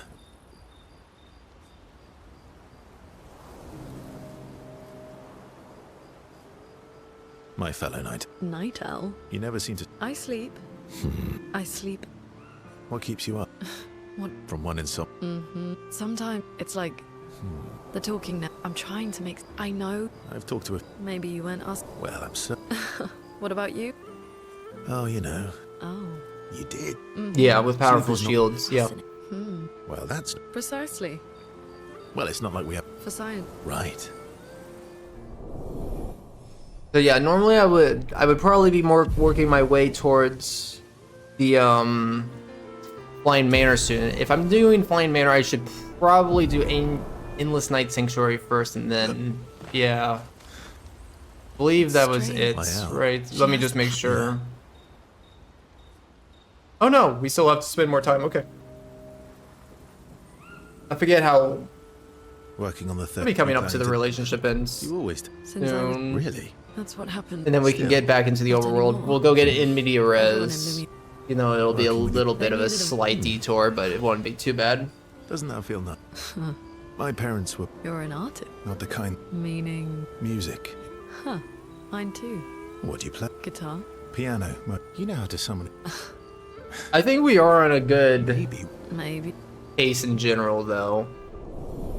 With the shields, everything should stay consistent enough where this won't have to drag on for a super long time. Like, we gave myself an extra hour estimate She has the power. on top of what my estimate was before, just because I have to deal with all this new current patch struggles. And You said. Yeah. Did you ever? I think it won't actually add up to What is it? to adding up that much extra They time. were expedition. I didn't travel with. You have. Now that we're actually like 2/3 of the way through, it's. Really? I think I can see that it won't actually take that long, but hard for me to say exactly how long this will take. Maybe, I think 11. It's strange. Mael. 11 hours.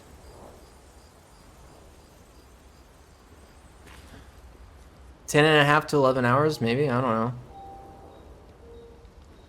That might be a good guess. 3 more hours is a decent guess, I'd say.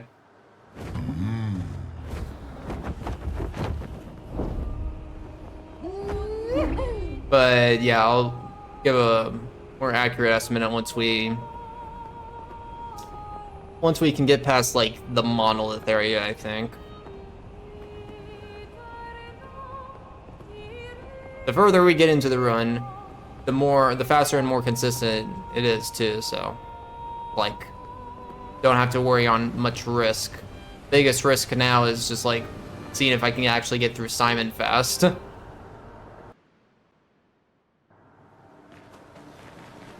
Okay, so Dark Shores, this is where In Media Res is. Basically, In Media Res will give us 3 shields at the start of any battle. Nice.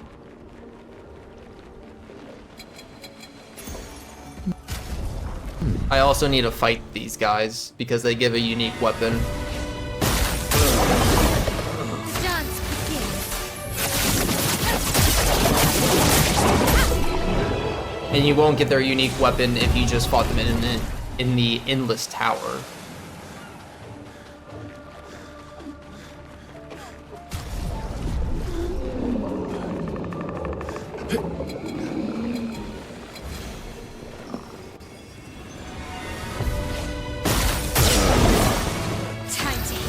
And they also give good chroma, so doing all 3 here is gonna...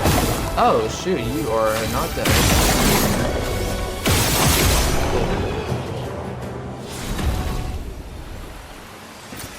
Perfect. So yeah, I just got like an extra of like 50k chroma there from those guys. Pretty nice. Oh, I can't even leave.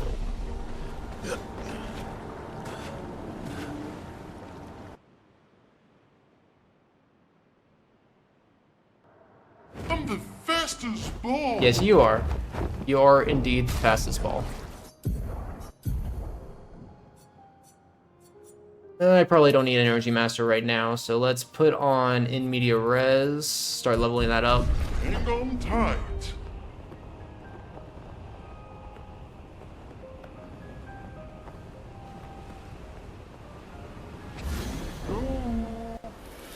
I might get Tainted. Tainted would be good to get right now. Why did that not count in the Death Bomb for that guy? That's weird. That's a boss, by the way. That counts as a boss. And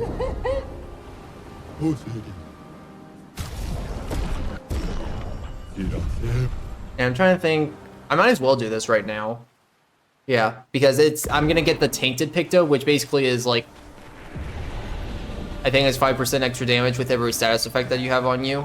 So like inverted, powerful, I'll have like at least 10% extra damage.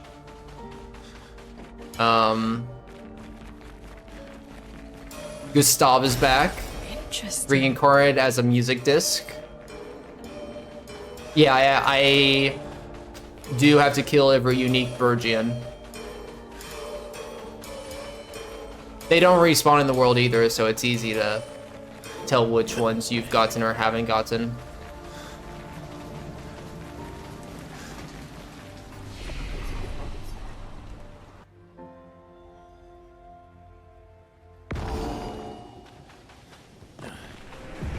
Okay, so we already completed the quest when we were here the first time.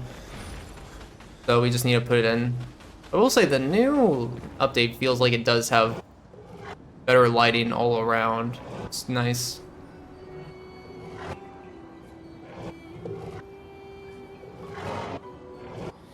So we're gonna help him get out, but then we're kind of evil, so we're gonna kill him. Because it's the criteria for all bosses. The game didn't give him a boss health bar, I wouldn't kill him.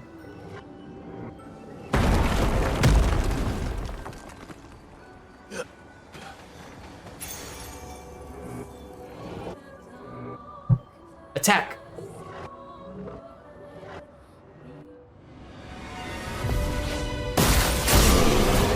We literally kill him with the death bomb. So tragic.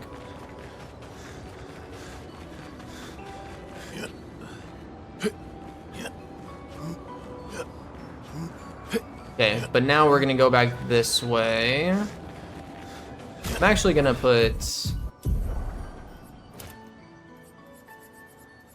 have my L's death bomb on.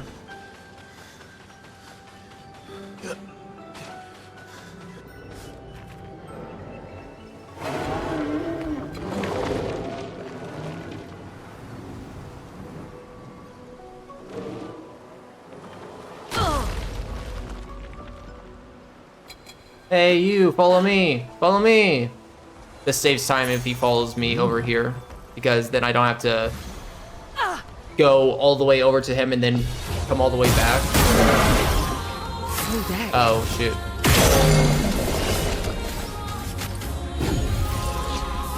Like how I still have the shields on, even through death. Let's spill some ink. So this guy shall give us Tainted.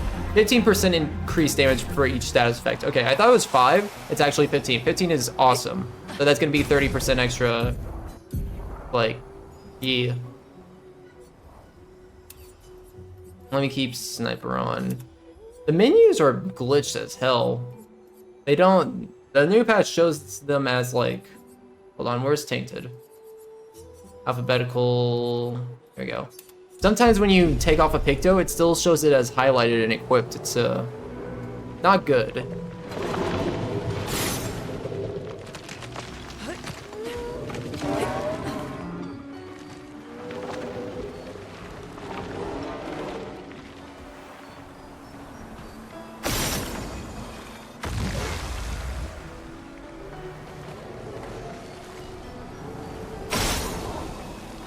I can't remember where this is for the life. There it is.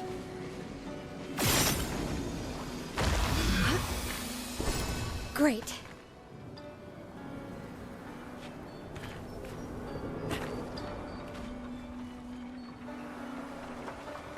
So we got a weapon from that. Now we're gonna do a setup for this tank. So we're gonna push him this way. Okay. But then we're going to walk over here, jump on this chair. Jump over here, set us ourselves up like right here, and then boom. Quick batonk catch.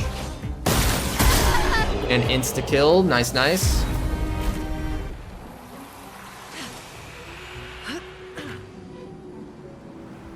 And then we just need to go over here, get some outfits from this vendor, and then we're ready to leave.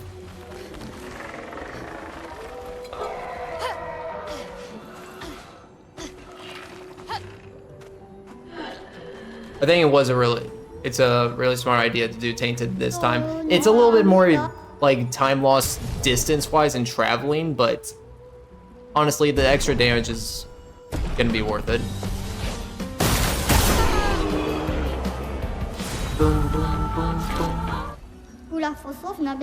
Okay, so you're gonna sell a weapon and haircuts.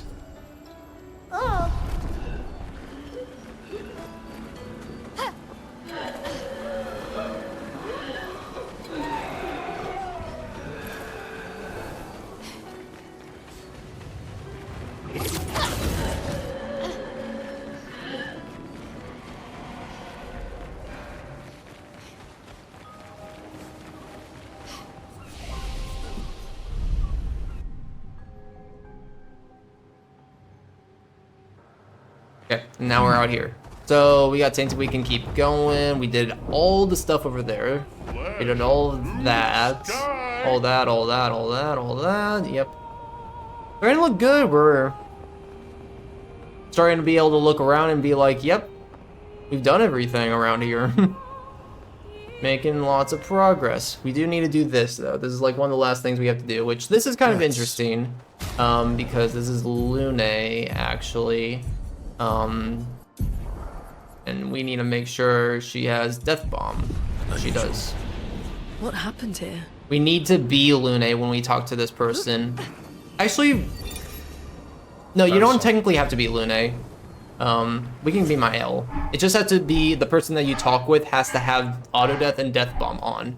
So we're gonna do that with Mael, and we're gonna bypass his like dodge tutorial. Okay. Similar to the Danseus in the Frozen Hearts.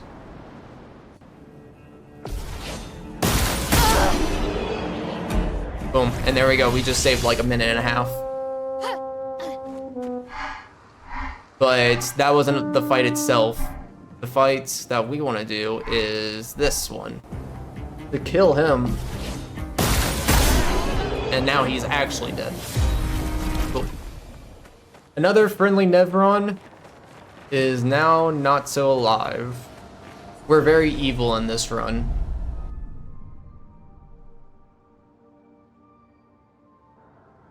I'm the fastest ball. Yes, you are. Okay. I think it's time. Flying Manor. Flying Manor is lots of things happen here. Technically, I should wait until I go to Endless Night Sanctuary to benefit from what's it called, the powerful shields thing, but nah. Murder. I'm sorry.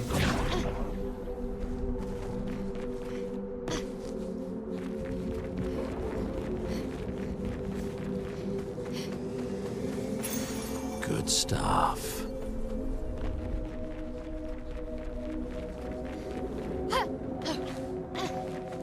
Flying Manor is really cool 100% wise though, I will say. Going around and doing stuff, but yeah, lots of things here are big, powerful, and tough.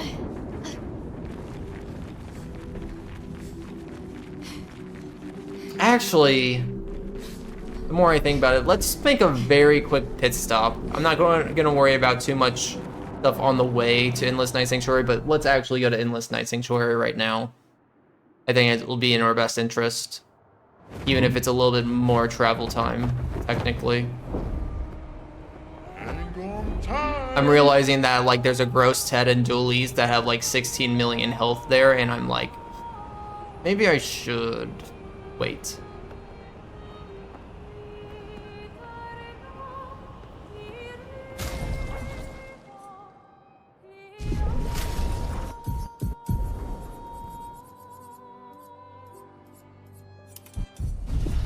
I do want to fight this guy though. Chromatic Goblu is pretty cool.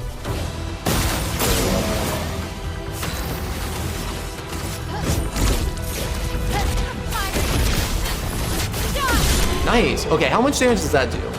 That does 8 mil. Okay, that did like just enough damage. We get Goblusin, which is a really good weapon for CL at level 30.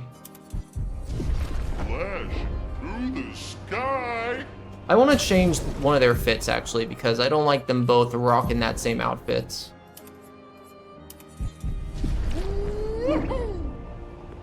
So she is Clair now. Put all these clouds here.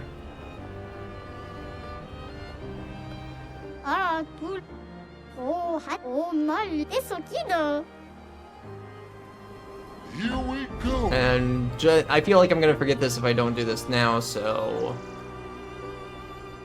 Picto, empowering dodge. So something I do feel pride in is I've memorized all the locations that I'm going through right now. I'm not like looking at a little guide or document that tells me where all these Pictos and stuff are. I just know all this from memory.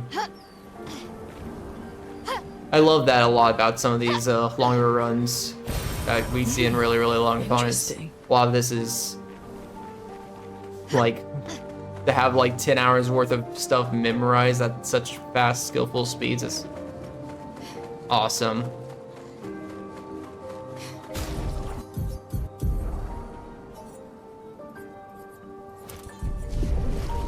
Okay, we're gonna try to do another quick batonk here. Let me do a safety save. Can you do a safety save? There we go. Thank you. I'll line up myself right here and then boom. Good. Nice job. And it's dead.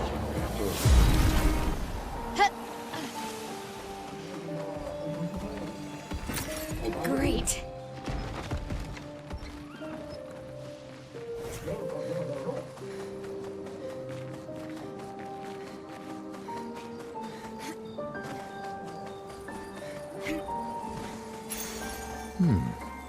Picto there.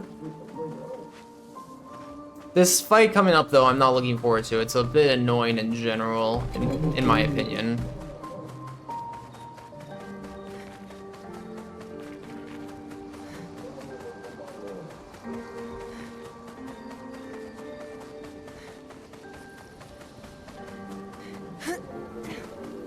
So let me take him off.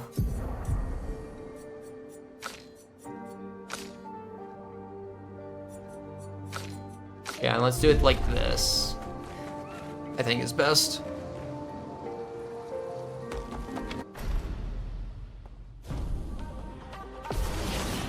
Okay, so you still have. Dang it! I need to put Survivor back on you. Oh, my save's all the way back there. Dang it.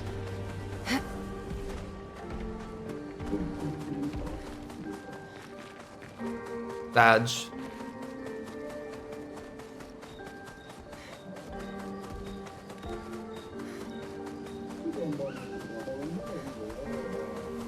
My memorization of strats, like menuing strats, is atrocious. I can never get them down quite. Get memorization of menus locked in for me. Okay, Survivor.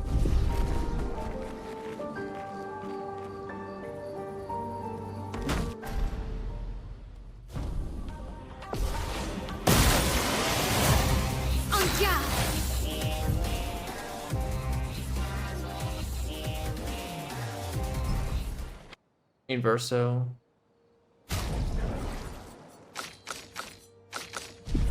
Okay, throne order should be right now.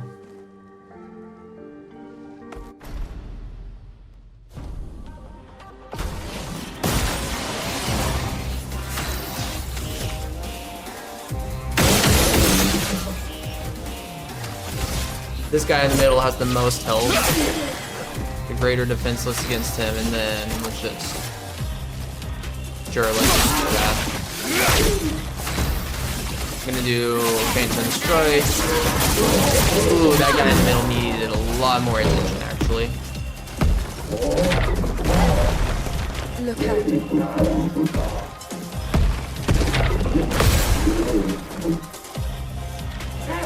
Oh, he's getting serious.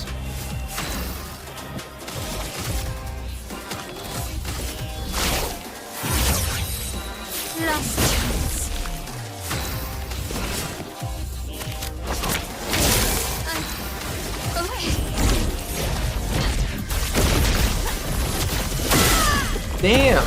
Okay. That's unexpected. Not looking good. Last chance.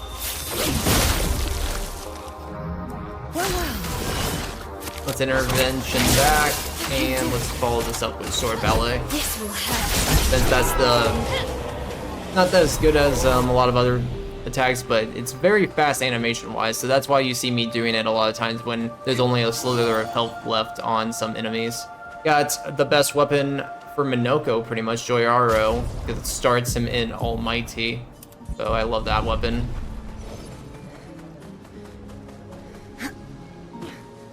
I could actually use Minoko more strategically at this point, I guess.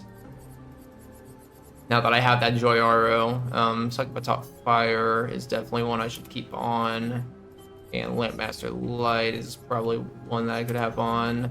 What is the Crueler? This one applies to... Yeah, this is the one that I could use to give Mael more shields for more damage.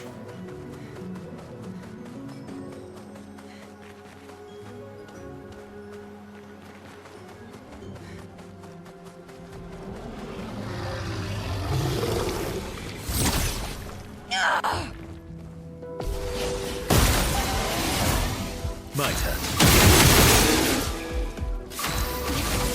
Okay.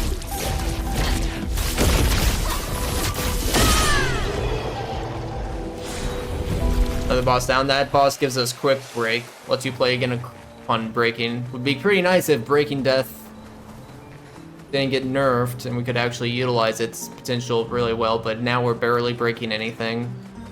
Unfortunate.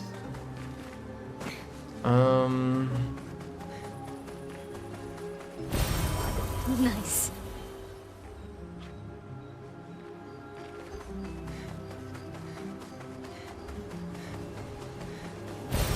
Oh, lovely.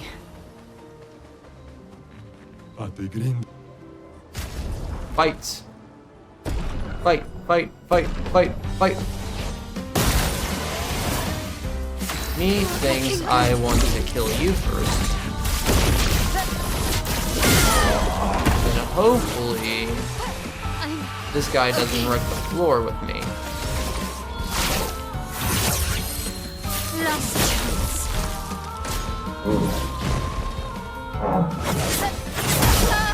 He kind of wrecked the floor with me. Look at him in the background, just going... teetering back and forth. Okay.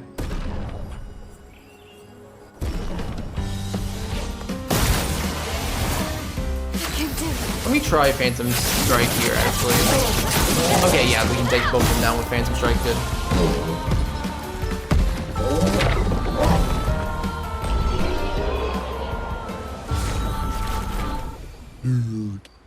Tainted has been learned. Okay, so we can get...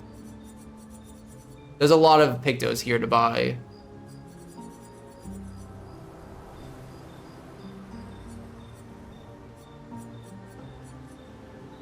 One, two, 3 weapon, or yeah, 1 weapon.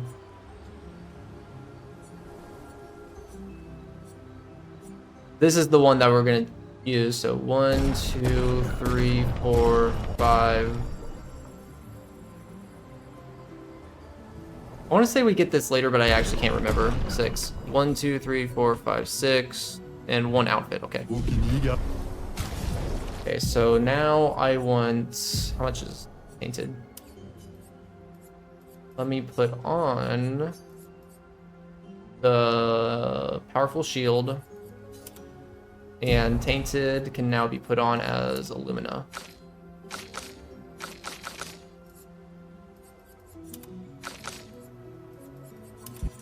Good.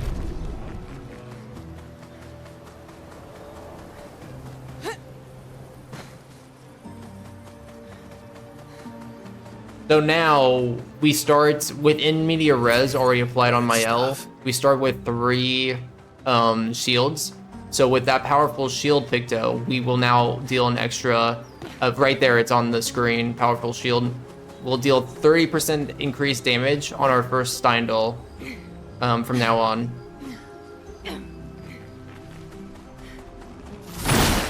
Something I usually don't worry about getting and applying in Hundo because we're already pretty powerful at this point, but specifically because we're on current patch, this is going to be very helpful.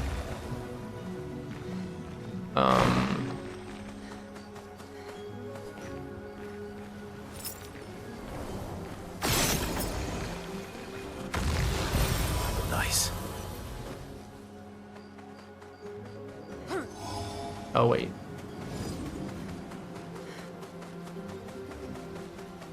That pain cage doesn't have an actual reward track to it either, by the way, but I still wanted to do all the pain cages. Okay, so now that we have all those buffs from the shield, I should probably make a revisit to Serene too, actually, right now, because then I can get the shield affinity. And might as well do this on the way. The Gestural Beach, we all love it. It's the wall climb. The one that can go to RNG hell.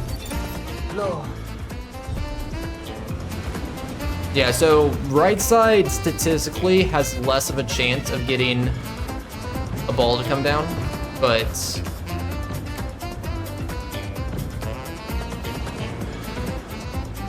yeah, it's kind of RNG once you're at the top of if you can actually get avoid them, because you can just get unlucky like this. Okay, barely able to get through.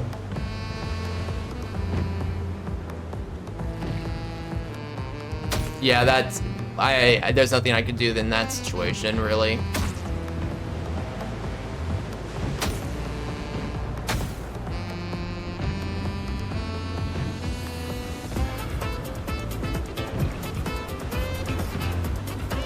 And then sometimes, oh, never mind.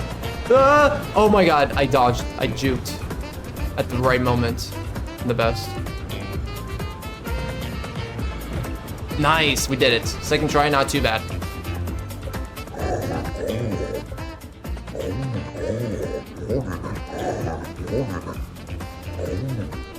You can't go between all of them with good timing. Sometimes they're impossible, so it's still RNG on if you can go between some of them.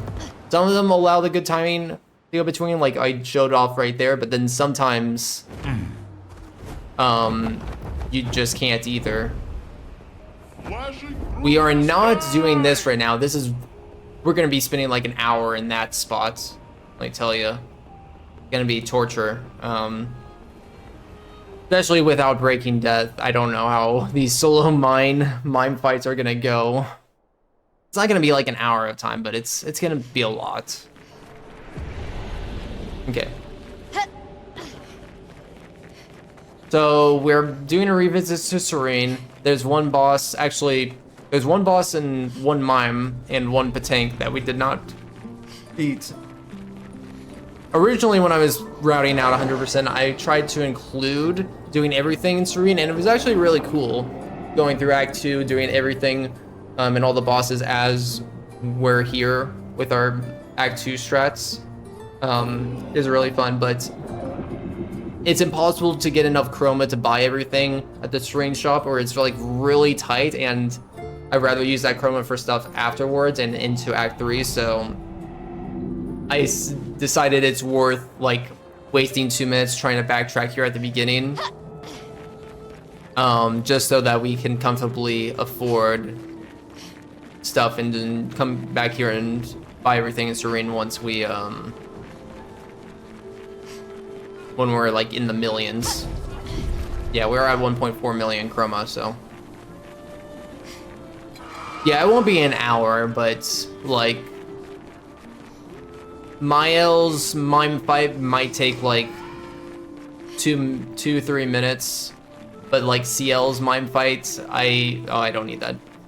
Like CL's, I might spend several tries trying to get CL's and Lunes to work. I definitely have the least consistency with them, and I wouldn't be surprised if it takes me like 10 minutes with them to get something working on the mime.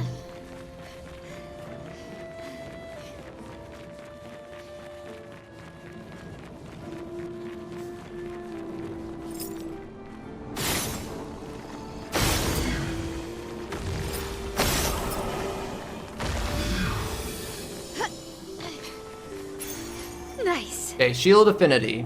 So 30% increased damage while having shields. So another big damage boost for just having shields on. Really great.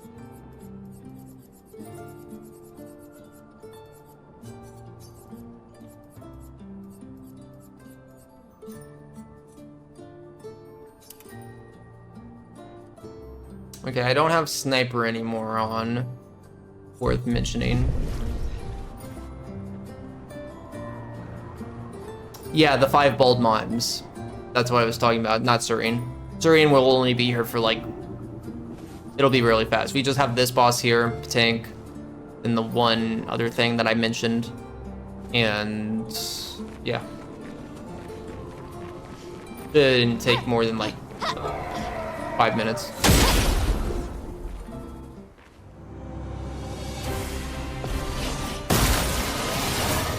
Let's carve a path. Okay. Nice. That gets us Sarisa. This weapon's pretty cool. We don't use it in the speedrun, but it's pretty cool because it lets the other characters take damage benefits from Verso's rank. So S rank is like 200% extra damage for Verso, but instead Verso just doesn't take any benefit from that, and he just spreads it to other people. So I was thinking about using it one time to give it to like Mael or something, but you don't like start on S rank, so using it as a means for speedrunning strats usually doesn't work well. Great. Works well long term, though. Actually, now that I think about it, that could work pretty well with the new DLC stuff, where you're kind of forced to be in fights for a much longer time.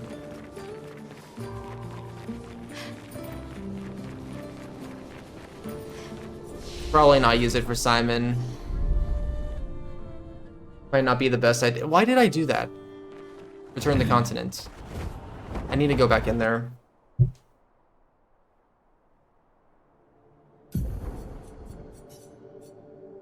In fact, let me just reload this save. This will be faster for me. Yeah, this will be faster. Nice.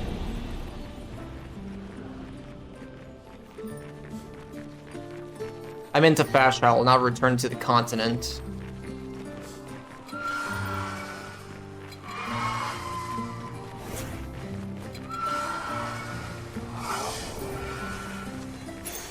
Good stuff.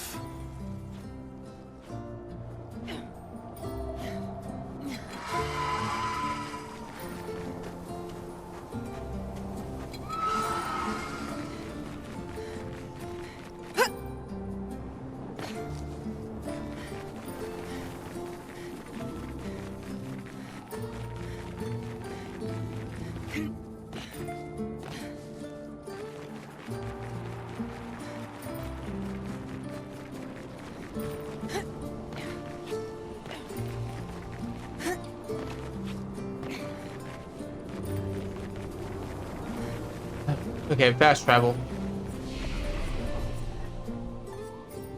So we do need a fast travel here real fast.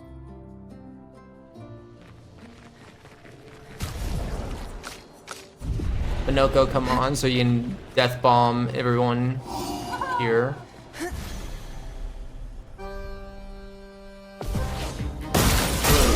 Beautiful. Thank you, Minoko. That gives us a nice haircut.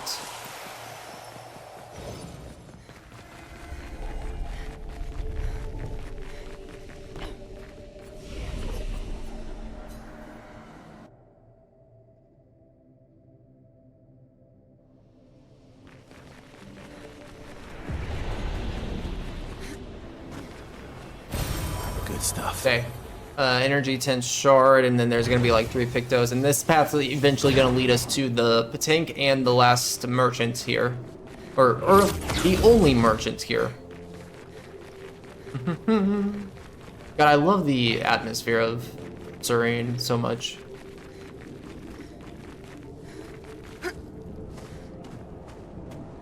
By the way, whenever we crouch like that, you might see me jump beforehand, and that does allow us to get as close as possible. We don't want to hit our head, but you can jump into a crouch space, so you don't have to crouch as long, and it's a little bit faster each time.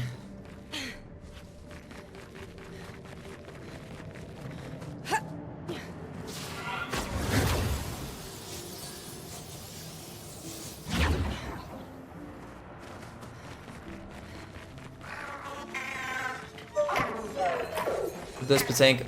Also, I see what you're talking about, Grout. Yeah, cheater, and then like if I use overload, like maybe that could work. But I think with how I'm using tainted in the shields, I think I will be able to get through this.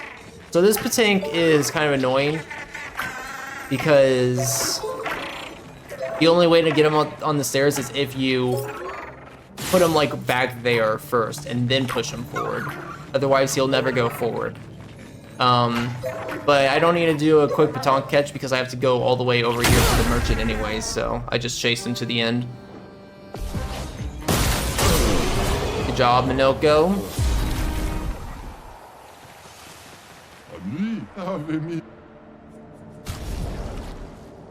Okay, we're gonna fight this guy. Minoko, show them your best. It gets funny. Every single time you see you enter the fight, and it just ends with an explosion. Like, it never doesn't not get funny. That's what I'm trying to say. And weapon, okay, just track that down. We got greater powerful too, so I am gonna put that on greater powerful. We'll basically put in 15% extra boost to our powerful that's applied automatically at the start of the turn. I'm just going to temporarily take that stuff off.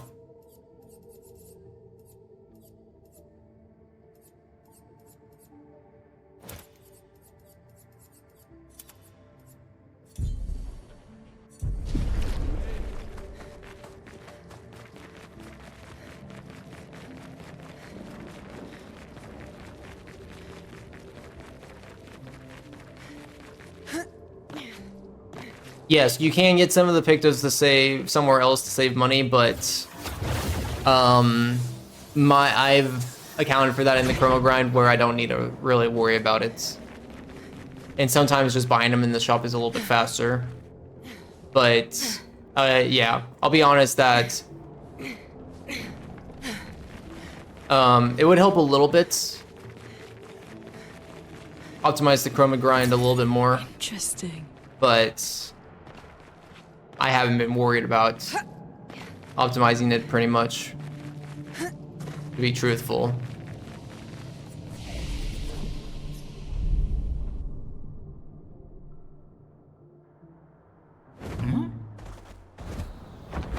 Okay, let's go to Flying Manor now.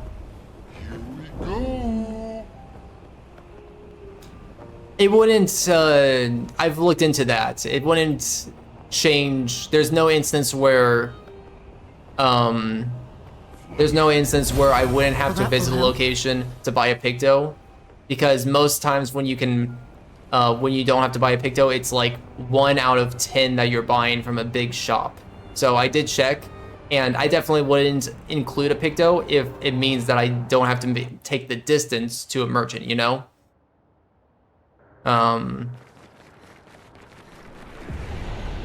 But in terms of just like, sometimes I might buy a picto where I might have already picked it up somewhere else, or I might pick it up later in the run. I'm not too worried about losing a little extra chroma to that.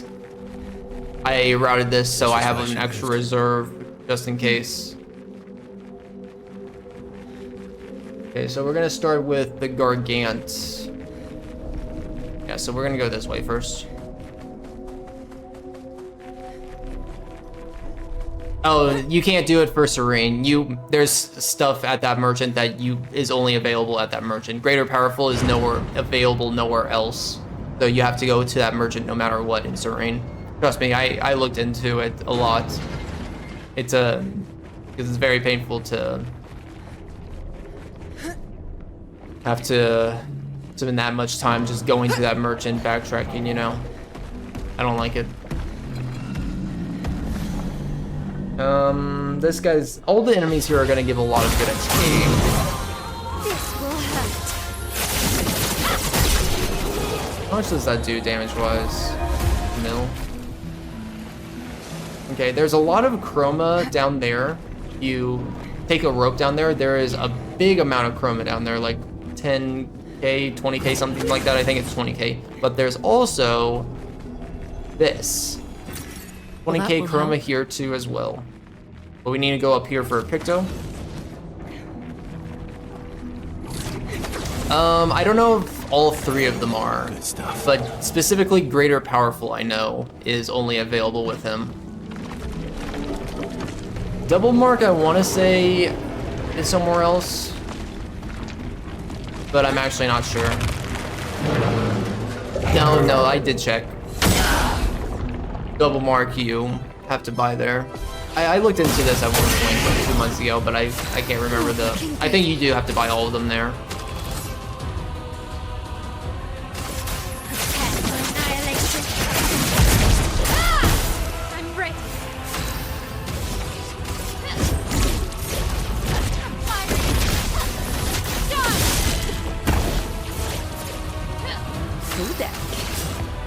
Your turn to shine. There's something similar to Double Mark. Oh, I don't have a sniper. I should probably put sniper on. I need more Lumina in my L. Actually, it might... Yeah, I think... Double Mark might be the one at the Bergian in the Flying Water section in the Monolith. That one's like a Mark ability. We'll see.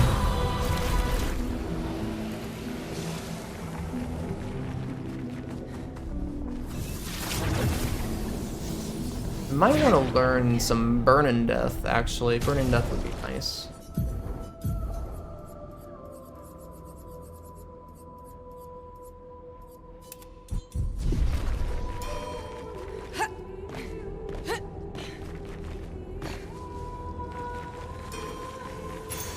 Oh, wow. Oh, wow.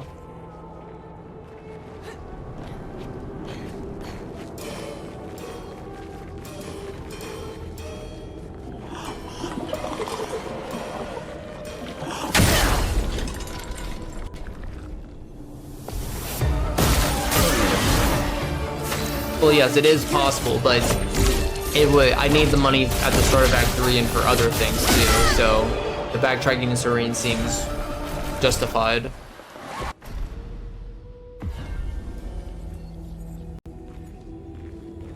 One down.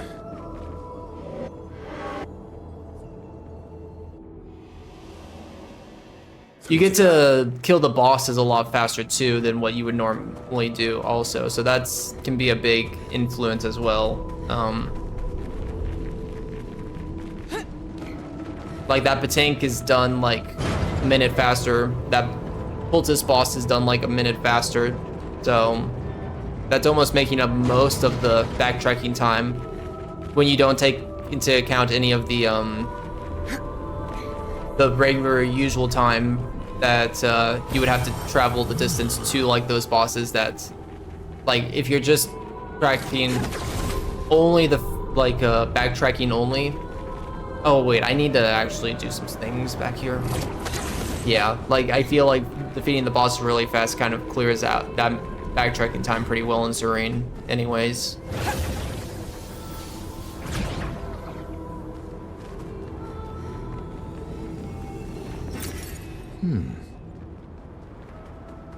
But I can definitely see a world where if you do get enough money, it just kind of makes stuff later hard, but could see a world where it could be faster to do it all in Act 2.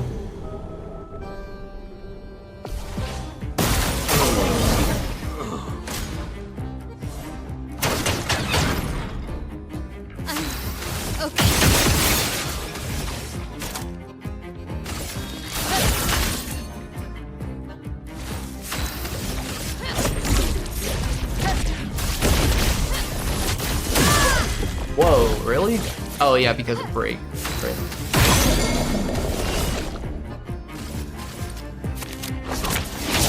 I can do it. On guard. Really? Okay.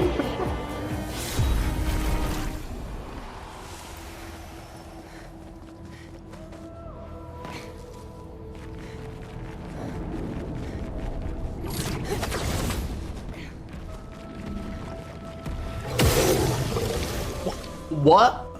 He was stunned. Okay, whatever.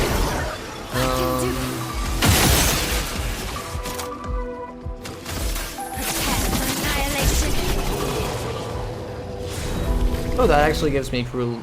Oh, that's a weapon I already had. Never mind. Good stuff. Good stuff indeed. You get empowering break. Nice. Probably won't use that, but still cool.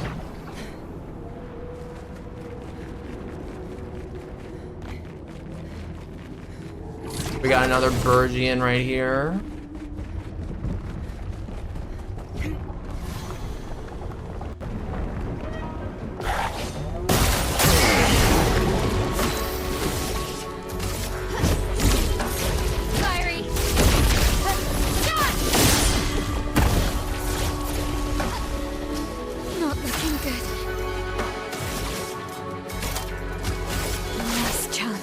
I didn't need to do last chance there.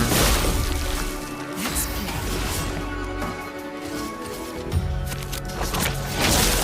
Not giving up.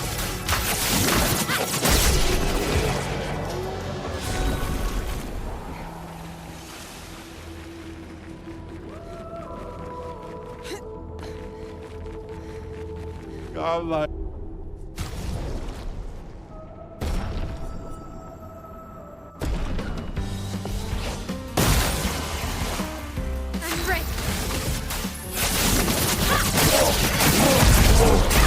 Nice. Dealing over 2 million with Phantom Strike on the first hit. That's really nice. Okay. So we need, there is definitely like 2 Pictos here that I think stay marked as one, but I'm just gonna buy all of these because no, empowering parry we definitely will get later. I don't need to buy that one. Stay marked, I'm pretty sure is, no, yeah, I'm pretty sure I get stay marked in the monolith. So 1, 2, 3, 4, 5. 1, 2, 3, 4, 5. I'll always come back here if I'm actually wrong, but I'd bet money on that. I'm pretty sure that's right. 1, 2, 3, 4. We do not want to get that weapon. That weapon we'll get later. Technically, I could buy it now to save time because it would add like 30 seconds for me to get, but it's, yeah, it's, I don't know, I guess I'd rather save the money. Maybe I should think about buying it there. Would be a little bit of a time save, but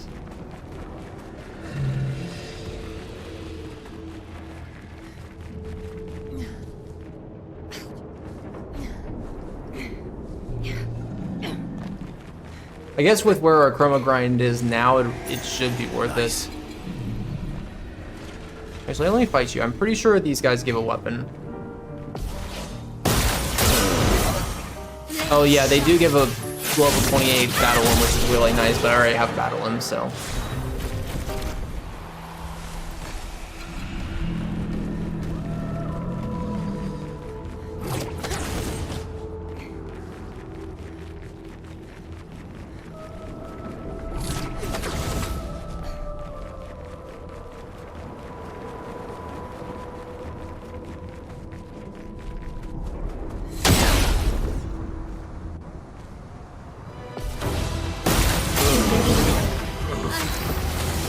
Oh no no no no no!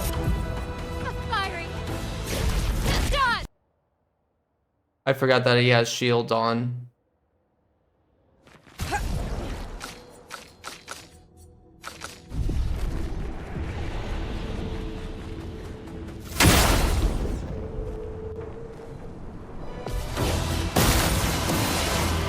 Let's go.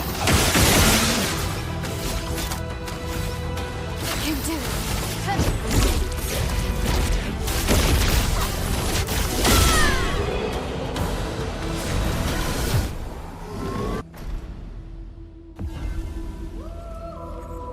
Chromatic Goblu, be chromatic dead.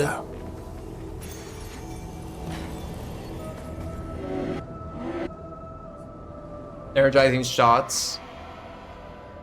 That one Picto that has those insane builds over. Okay, let's make it our way this way.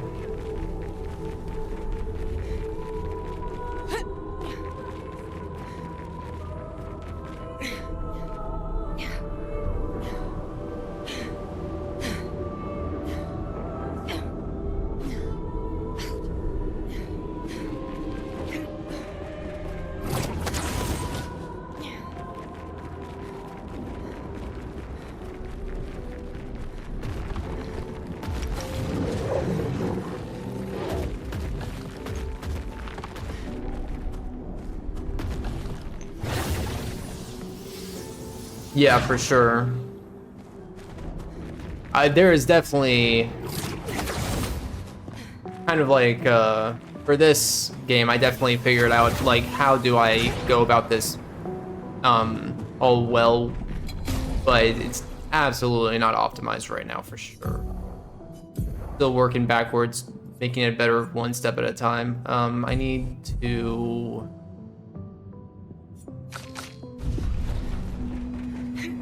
This should work. Oh, Gross Ted, I need to do Minoko here. This is where Gross Ted is, by the way. It's underneath like the Dual East platform thing.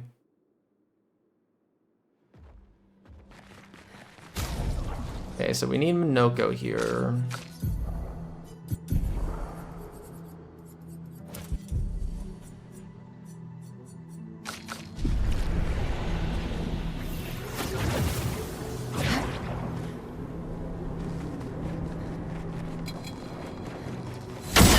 That chroma behind him is like 30,000 chroma also, which is really nice. But we need the foot here, so this is why we can include Minoko. We need the Minoko foot. We're going to Fortune and Fury. Gross Ted has a lot of defense, so like we really want to make sure that we're gonna deal a lot of damage here, so.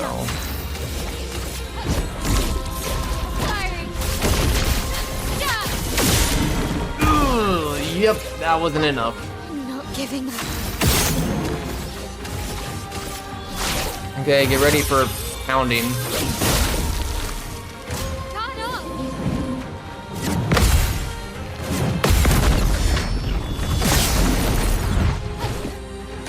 Your turn to dance.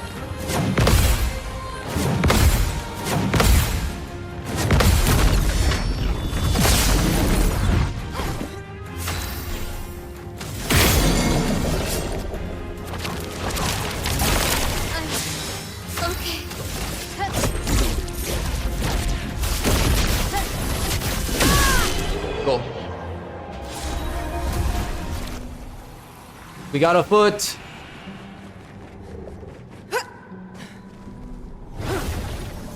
Boss down.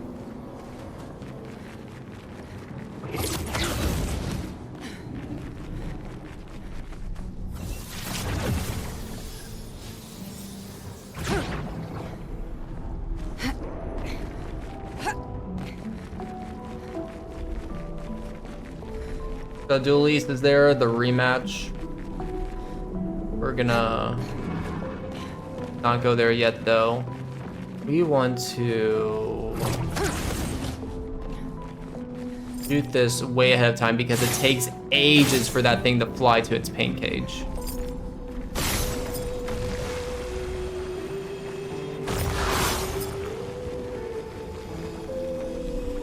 That one too. Perfect. Oh, we already had that pick though. See, that's one of the ones that I keep meaning to. I mean, it's a pain cage, and I want to do all the pain cages, but that is one I've been meaning to specifically stop buying. I forget where it is though, but I keep forgetting to write it down.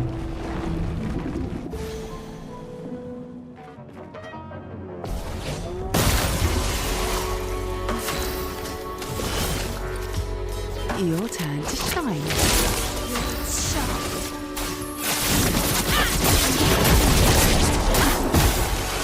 Giving up. Maybe Minoko to have like energizing start and energizing turn stuff. Fun begins.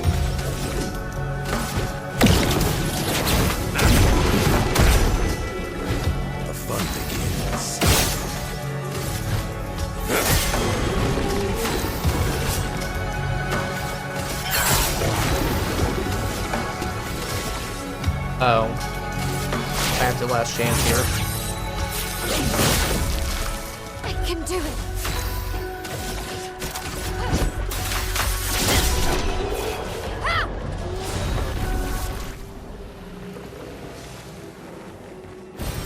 Useful.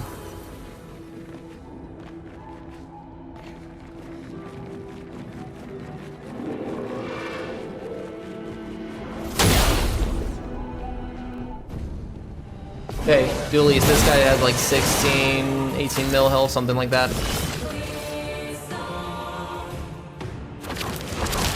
UCL cheater.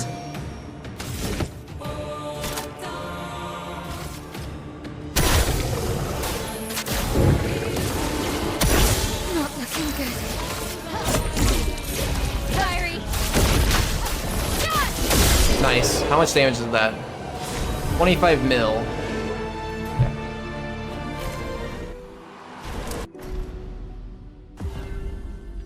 25 million damage.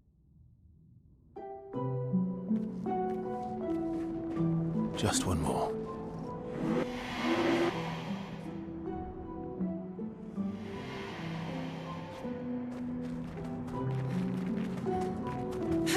Okay, now for my least favorite boss in the run, probably. The Triple of X. So, the way this is gonna work... difficult.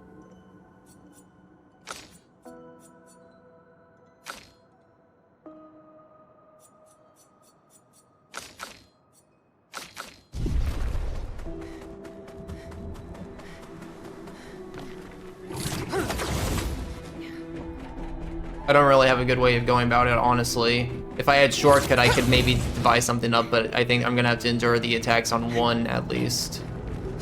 Of one at least. Oh yeah, okay. So there's a pain cage here.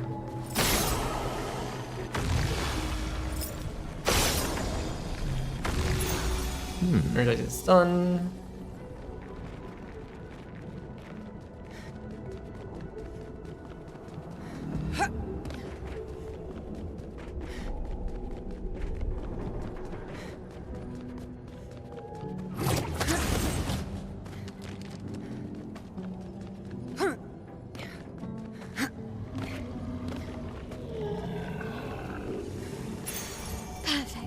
Get Painter up there.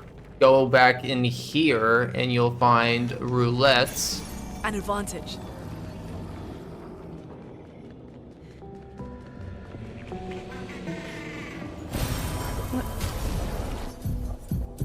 I am going to try my best to...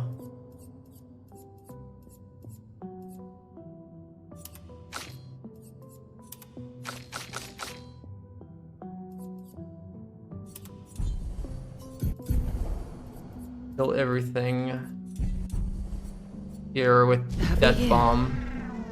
So we got a Picto save right now, I believe. Right? So I need to push this over one, because it's kind of weird how this works, but I need to push him over one and then over here, because he's actually in a different spot when he's like that. That makes this more consistent of a Picto grab.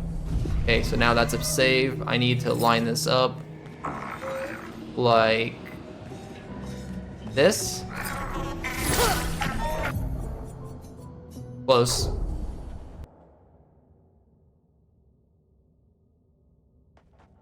Gotta just line it up a little better.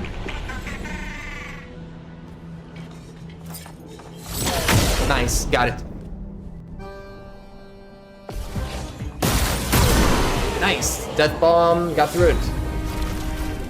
Very, very good. Okay, now let's go fight this Burgian. This Burgian, I should be able to do the same thing on, right? Famous last words. Hey! Fight me!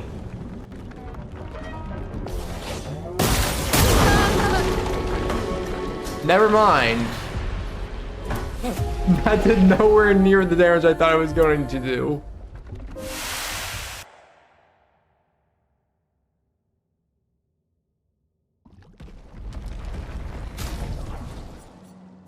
We gotta go through a little bit of trial and error sometimes, right? Right?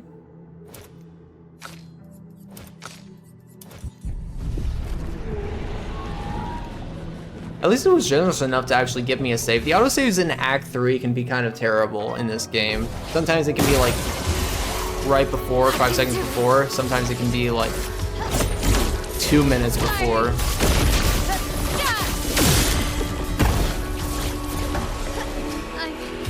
Okay. Last chance. I'll die? So be it. Blade sharp.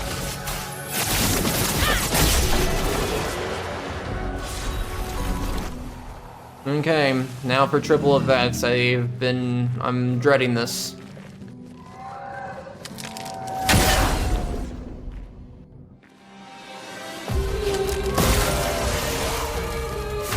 Not looking good. Okay, Thunder Effect is vulnerable.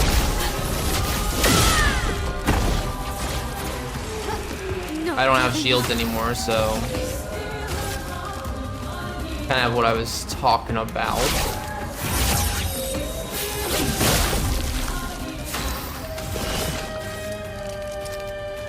Your turn to shine.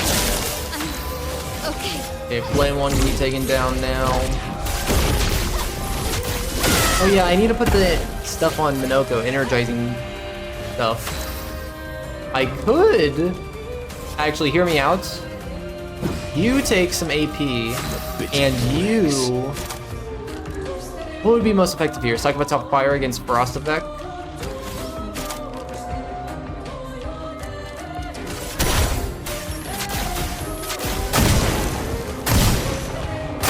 Oh, so close.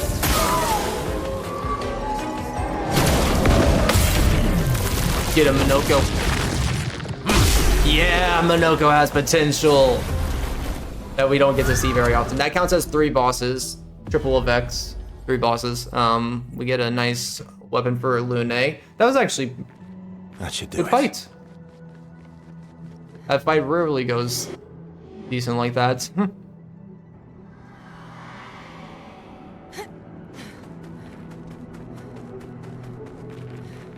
Oh, that's just a weapon upgrade, actually. So we can go fight Clair now. Oh god, I hope Clair is not bad. I should probably bring in Versa. This is actually a good test for Simon. This will let me know if I'm dealing good damage for Simon. Because we're probably gonna... Yeah, or where my route wants to go do Simon next, actually, after this.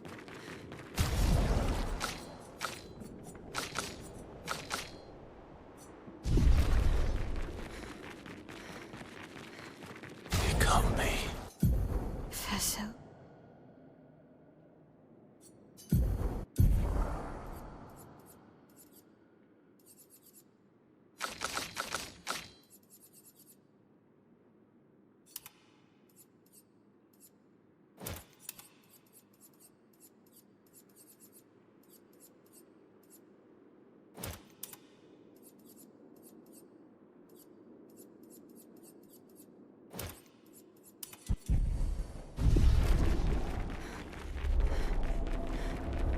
Okay, Clair time.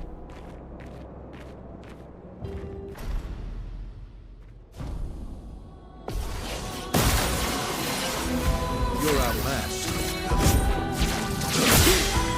You're outmatched.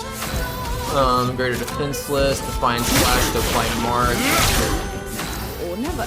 Then we're gonna do Fortune's Fury on Mael, shield, and I think we'll give her a lot more damage. So let's see how much all this does. So before, when we did this to Painted Power, it did 38 million damage. Now, with everything, it does 82 million damage. Okay. We can easily kill Simon now. Yeah, it's crazy how me getting the shield build and the tainted build, like that's the exact same order of strats that I used earlier on Painted Love, and we're doing more than double the damage now. Isn't that awesome? I love making builds in this game. So satisfying. That is flying main are done.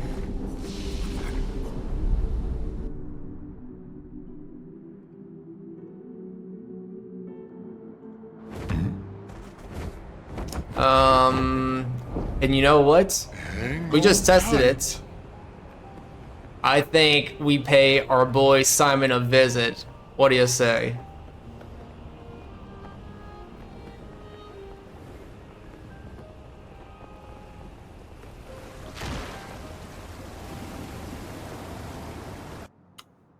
Oh, you're right. I'm gonna have to go back to Flying Manor. Thank you. I forgot to talk to Verso to get the Clair outfit.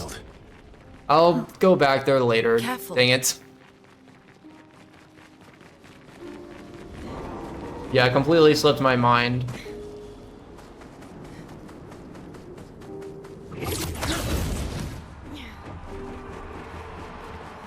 It's not the first time I've done that either.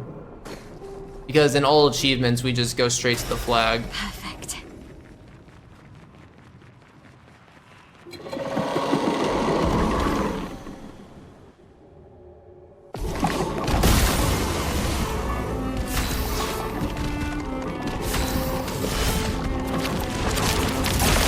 Finesse and grace. Beautiful. Okay, so this is feeling almost exactly like what this would have felt like before patch if I didn't have the shield. Like the shield and build, do the powerful shield build and the what's it called? Powerful shield build and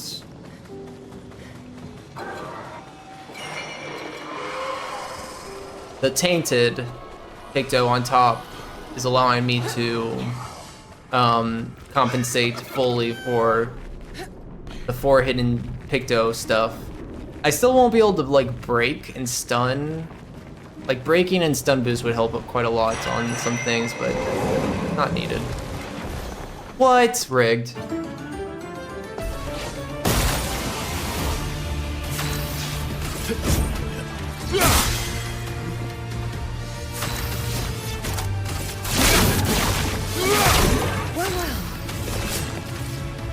And also greater powerful too, I guess, is also a big buff in everything that I'm doing.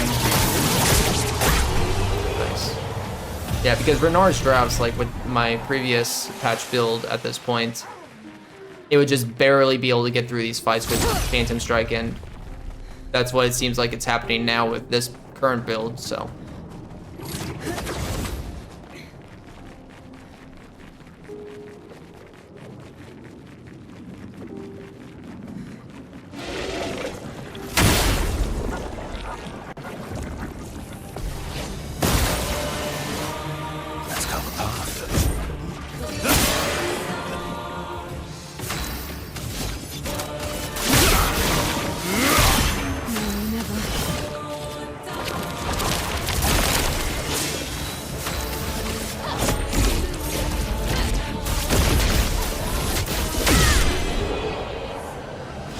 $55 million health.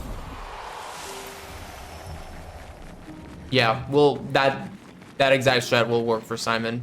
I actually don't know why that's smaller that time around than the 80 million. It must be just because of its defense towards something.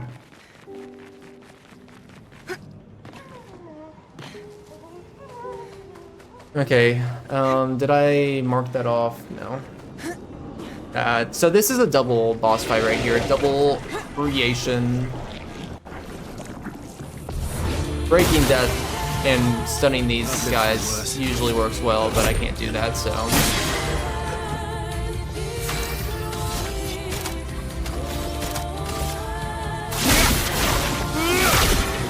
I die. So be it. This isn't gonna work. I'm gonna have to try to Phantom Strike them. It is absolutely 100% not gonna work. Oh, so close.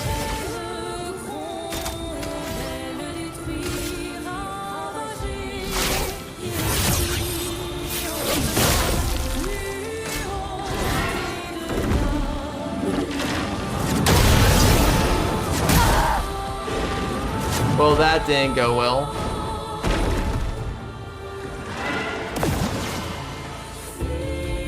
Let's finish this. Oh well.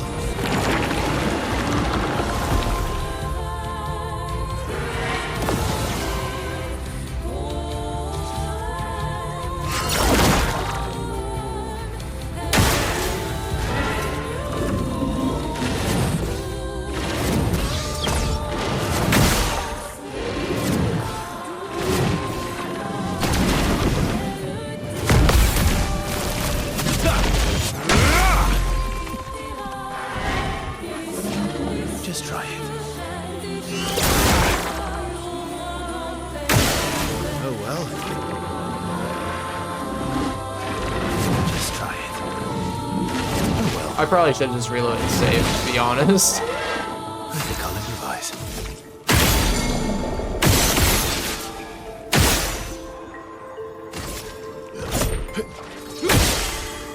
I think I'll improvise.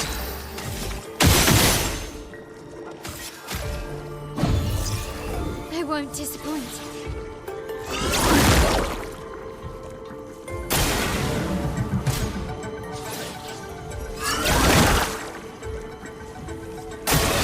Watch out, Mael.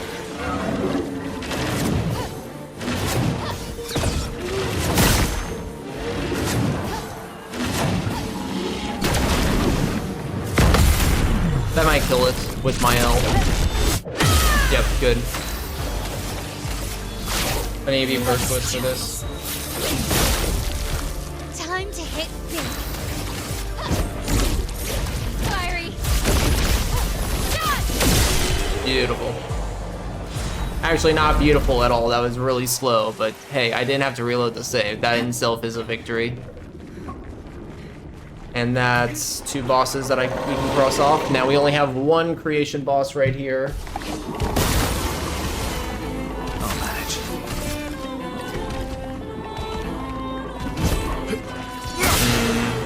Last ditch effort.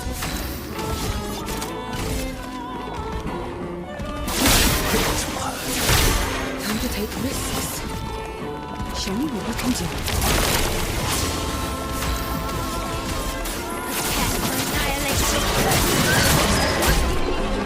Nice! I wasn't expecting that to work. We need to go up here to this guy.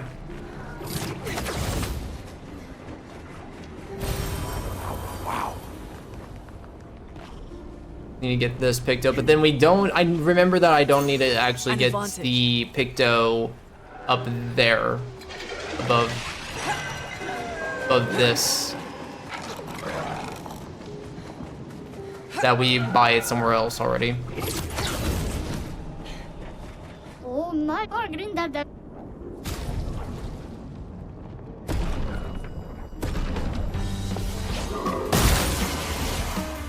Let's spill some ink.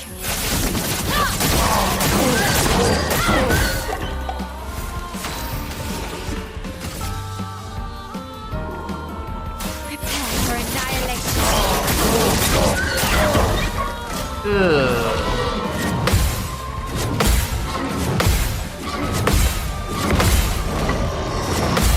Get parried. And you're just gonna grow bigger. Intimidating. This will hurt. Oh, we actually got a shortcut from that. Okay, shortcut's really nice. I want to put it on. What can I even put on right now? Powerful shield. What did I just say? We got shortcuts? Oh yeah. So shortcut, if you like get to low health, it lets you play again, and it works like in addition to cheater, you know. So you can kind of get 3 turns in a row sometimes if you plan it accordingly. So we'll hit that at Spring Meadows. 1, 2 weapons. 5 weapons. Okay. And that should be all that we need to get there.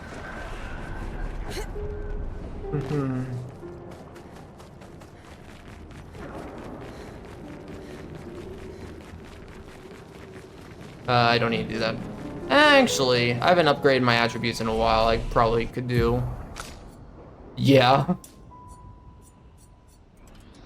That would certainly help.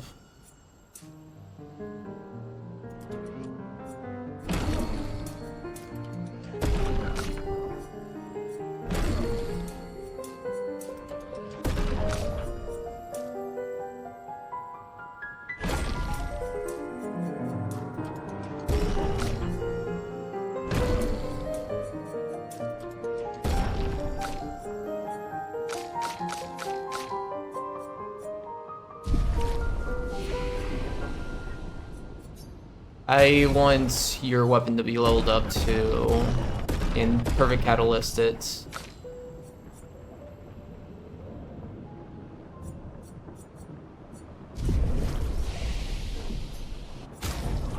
Oh, I have 100 Lumina.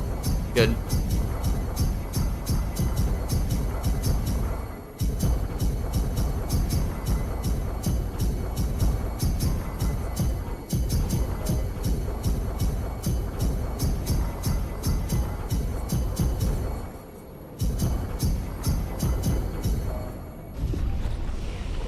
Okay, I need to put Lumina in everyone to prepare for the solo mime. Okay, Simon time. So I'm just gonna do the strat that I've been doing. Verso does a base attack for defenseless, then applies Mark. CL just gives me Fortune's Fury, and then I Steindal. For victory.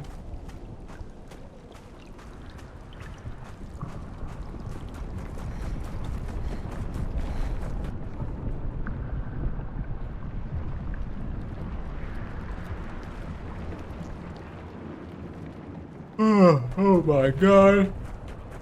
It's been a day, hasn't it? I sense something powerful down this path. That's good.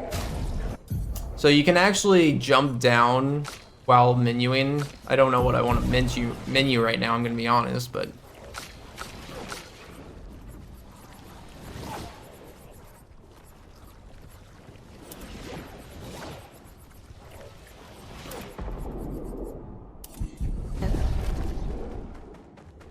cool.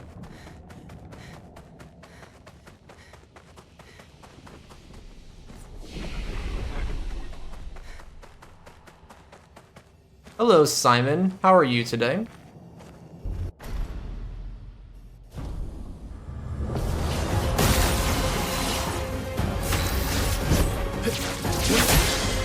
I think I'll improvise.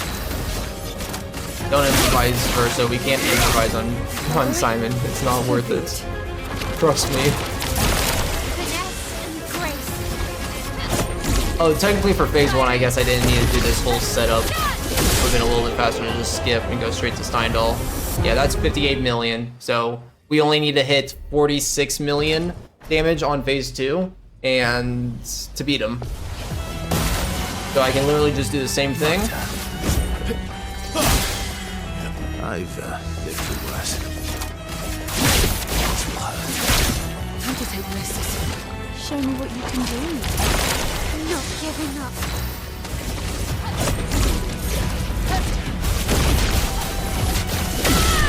Beautiful.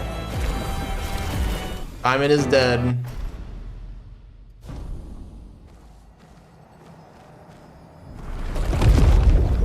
Hit the journal, don't forget. Simon. And we're out of here. We get a new weapon from that. We get 50 Lumina.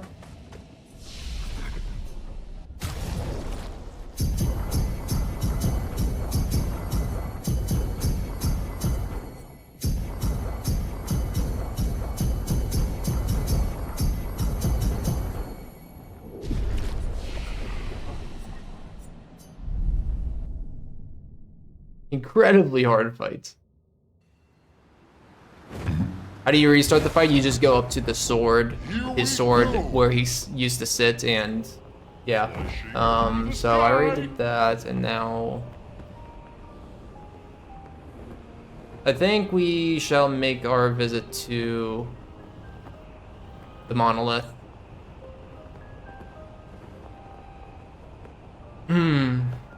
So yeah, monolith revisit time. Yippee. Here we go.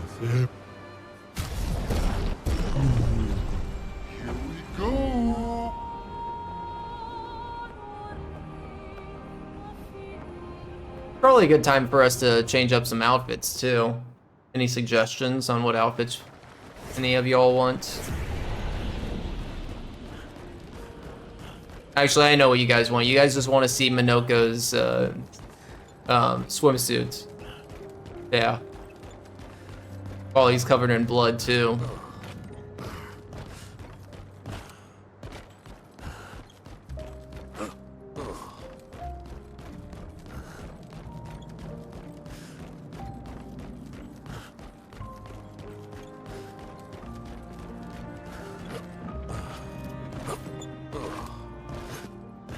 So one annoying thing about the monolith is you can't just fast travel from the first flag. You have to actually run back from the start here.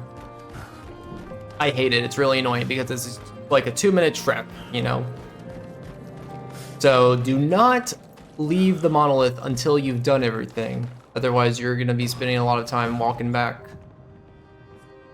We did get the flag that we can fast travel to every area, so this won't take as long as the first time we went to the monolith, but yeah, and then the bosses should be under 1 million health, so we can actually set up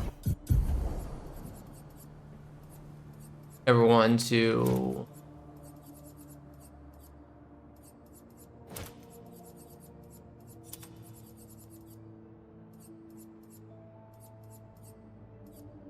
Actually...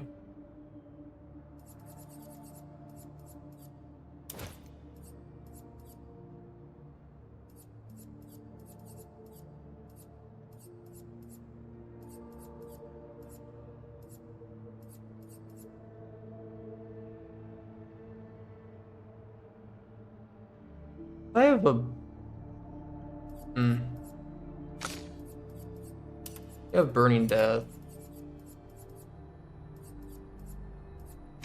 No, let's have you have Burning Death.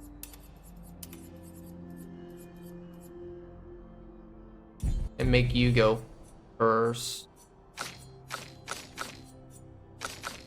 You have teamwork, right, Minoko? Okay. I think that should work. Is there anything in the chromatic Clair Obscur? There is a boss for each one of these flags, for each area. So here in the meadows. Oh, Dread, you want the suit? We can do the suit again.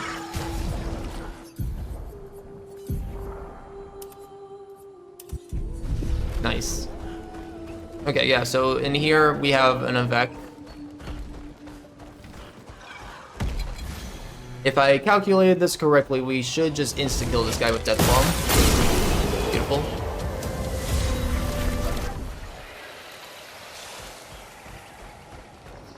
I like that he gives the same Picto reward as the first Avec did at the Spring Meadows. Okay, now we need to walk this way though. Can you climb?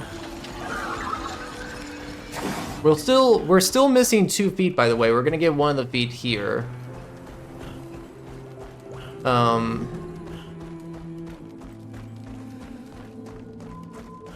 Upcoming here in Ancient Sanctuary.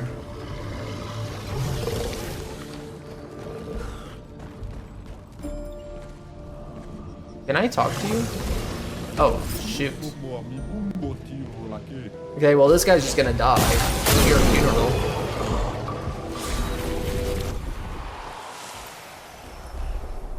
Talk to me! Apparently there's a new glitch that I can't interact with stuff on the current patch. Okay, until I reload it. That's kind of annoying.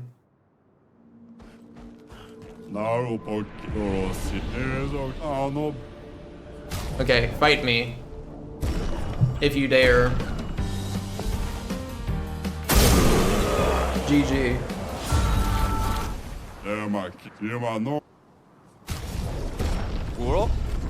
Actually, I need to talk to you again because you have more weapons for me. Okay, there we go. Moving on.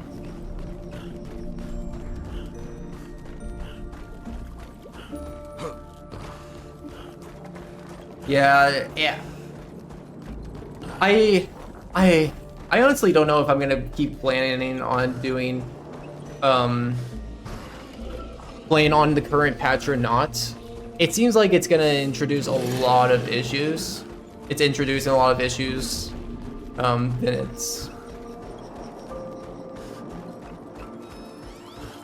then it fixes, but also like at least for AGDQ coming up for my 80% grind, where I'm definitely going to be doing that on previous patch, but after that I wonder like if I want to do anything like DLC related, like similar to how I did Assignment Percent. I was wondering if I should be doing, well, I won't spoil it, but the super boss of the new boss of the new DLC. I can talk well. Oh, lovely. So that should be double stay marked that I just picked up, I believe. I need to remember to go to Klein Manor. Yep, there's stay marked. I'm totally gonna forget to go back to Klein Manor.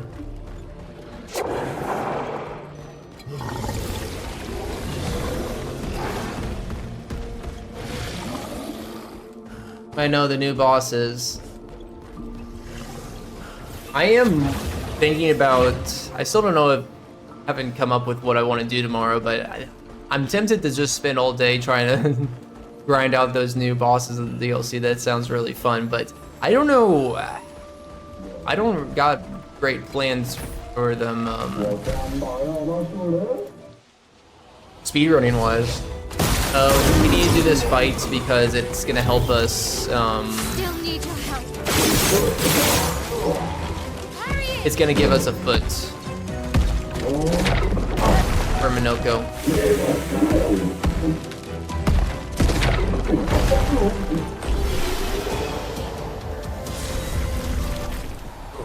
Ranger Succubatot foot. We are 1 foot away from completing our foot collection. I actually forget which what is the last foot again? I actually forgot. I should know this. I really should. This boss is one that we have to face right now, so we're gonna face him and demolish him.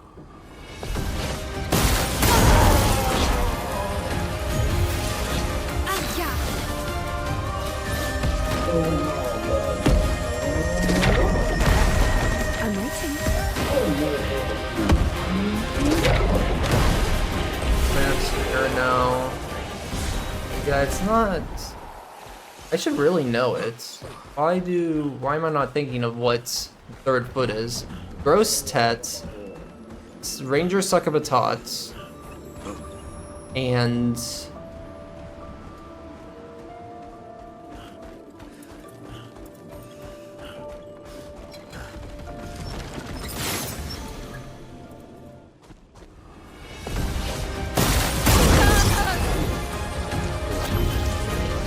Can't beat this yet.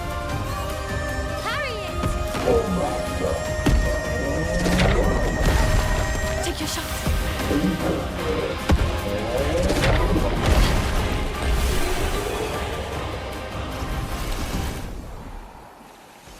no, I don't think it's Clair Obscur because that's in the Endless Tower. Yeah, I don't know why I'm stumping on this. I should encounter it in the route at some point because it's something that's... Yeah, I don't know why I'm blanking on it. Oh, There you go, that's random lovely. defense.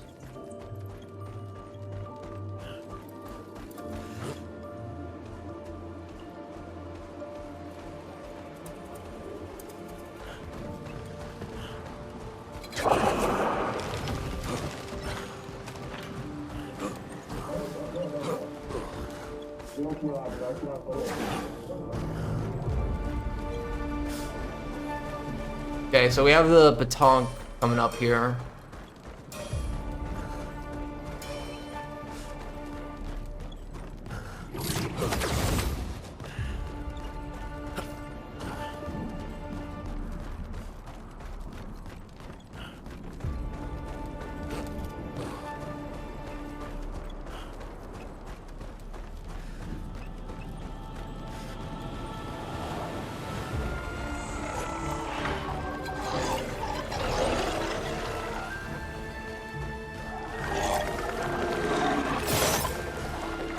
want those guys to follow me. I want to make a little picto save. Because I might mess this up.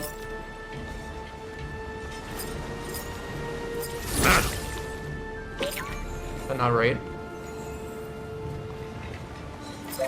There we go, nice.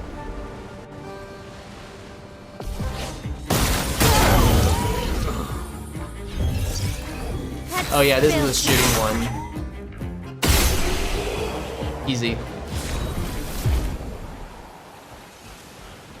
How have I played this for so long and I don't look the least bit tired? Do I not look tired? I feel tired.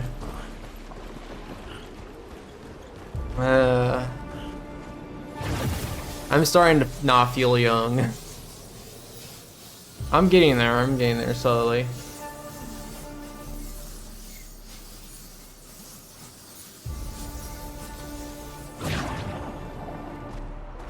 Mime!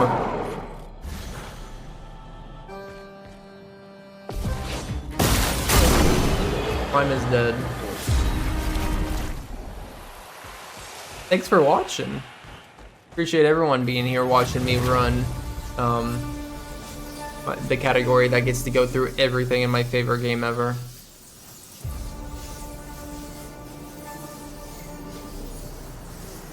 I do like any percent a lot in this game, but I will say any percent doesn't always encompass my greatest delights and feelings with this game. Stuff that goes into Act 3, like this run, is really gets to show off a lot of what I love about this game. So I'm always happy to show it.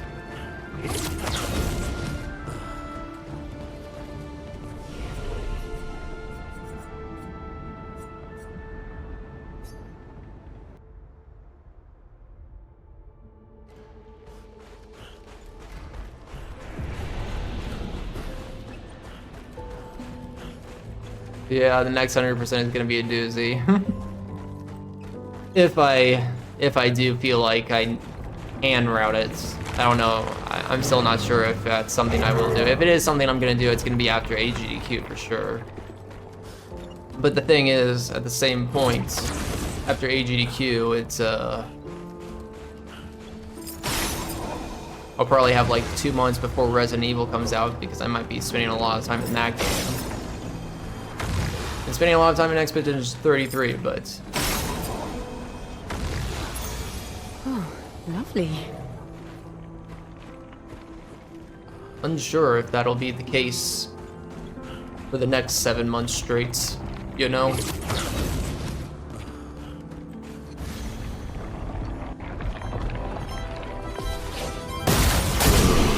Gargantus down!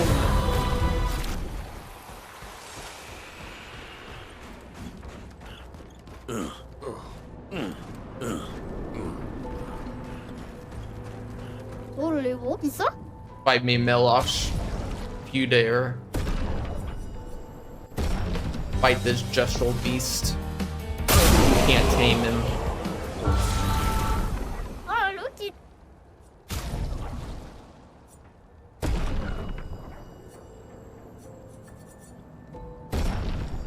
Ah, cool.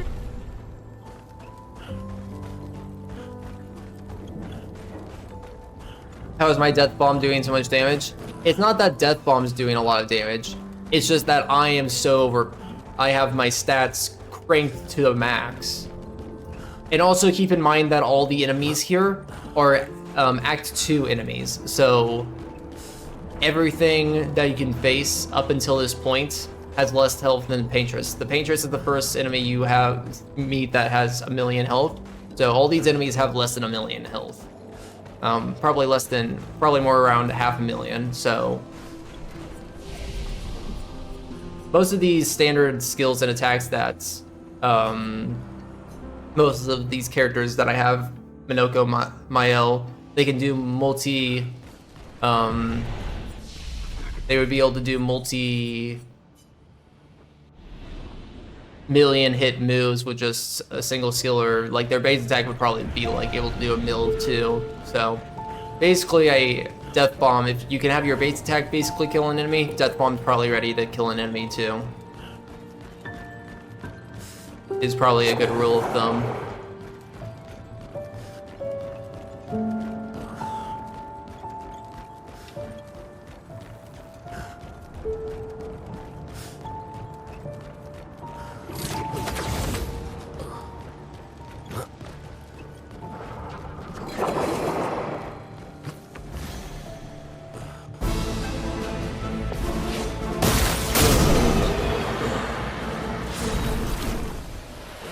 The impending GTA 5 cave. Interesting.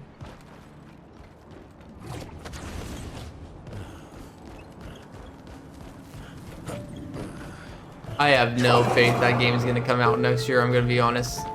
It's going to be awesome and it's going to blow up the internet. It's going to be really popular, but...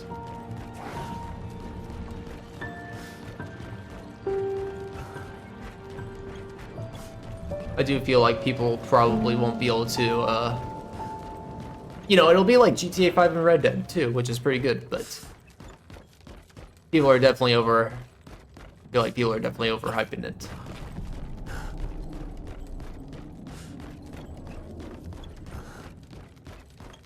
But I mean, we barely have seen anything about it yet either too, so it's hard to make really judges or opinions or anything really.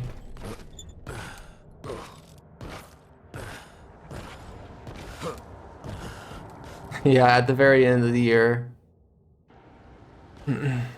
Like, it's just crazy how it... I mean, Red Dead went through, like, delays too, so it's like how Rockstar works and operates, but...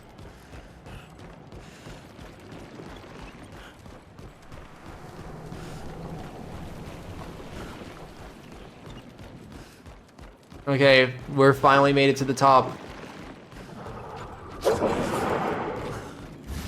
Oh, I actually should have turned off Death Bomb.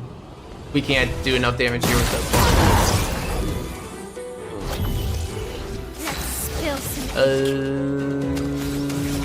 But I can go to Last Chance and then just decimate him from here. I can do it.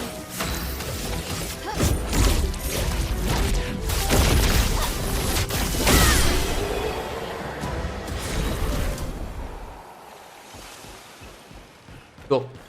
GG to that guy. The chromatic Clair Obscur. So we get combo attack from that, so we get a new picture that we can cross off the list.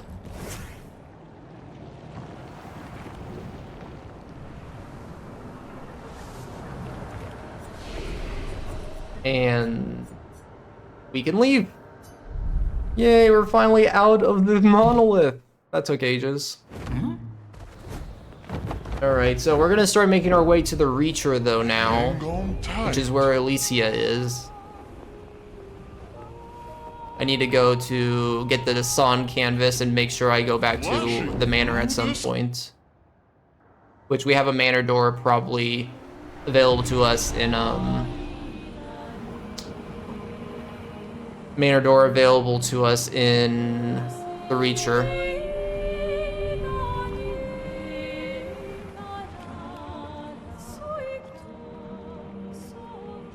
Hey Glazier, thank you for the good luck.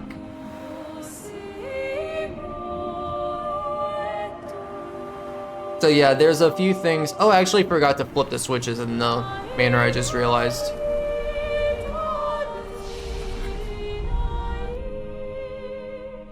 Which isn't a huge deal, but...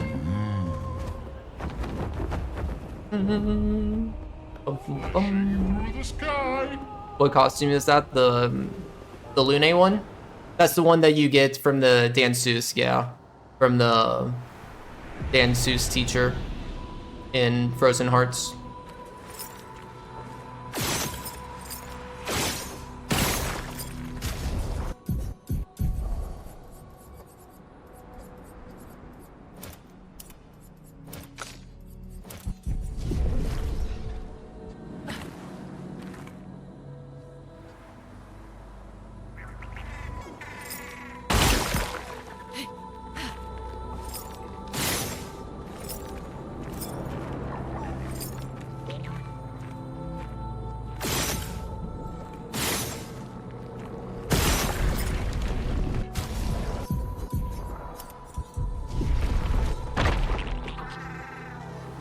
Save the game.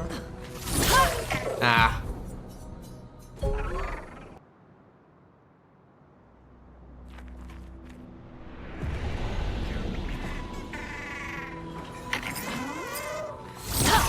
Nice. Quick baton catch.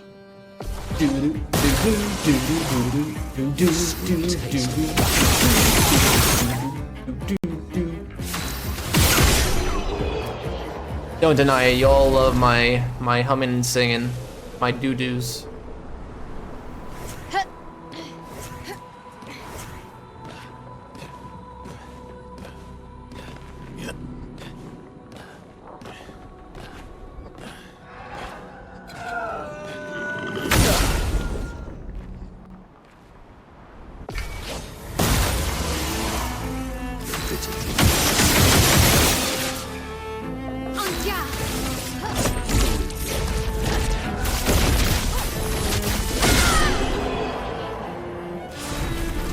I wouldn't say it's definitely hard. It's weird, like casually, it is weird that they kind of suggest you to do a quest over there in Act 2. I do say it's good to do it in Act 3, but I wouldn't say it's impossible to do it in Act 2. You can get some really good buffs if you decide to hammer through it and actually do it in Act 2. Good stuff. Good stuff indeed.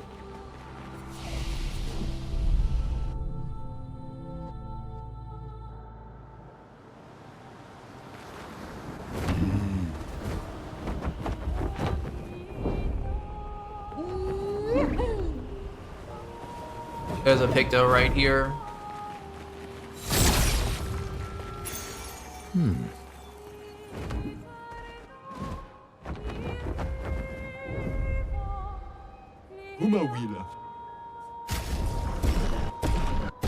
Three cosmetics. Lost Gestural.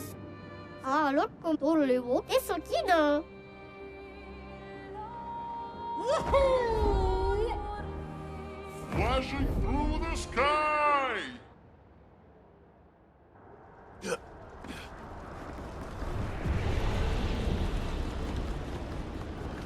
Okay, the Reacher. I love this place. It's really, I love its atmosphere.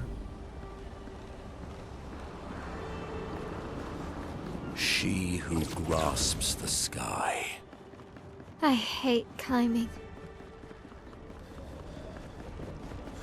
Really good music too. Has pretty much everything in this game.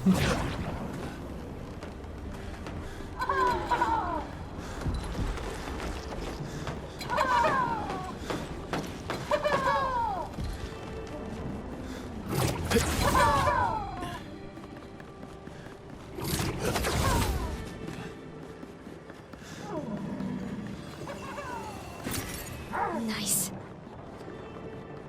Are they trying to fix things or break things? Yeah, there is a Picto over here. Grasps the sky. There's a lot of things in this level that aren't necessary for 100%. Like a lot of resplendent catalysts. Pull her back to the ground. Is this Chroma, Lumina, stuff like that. Everything is.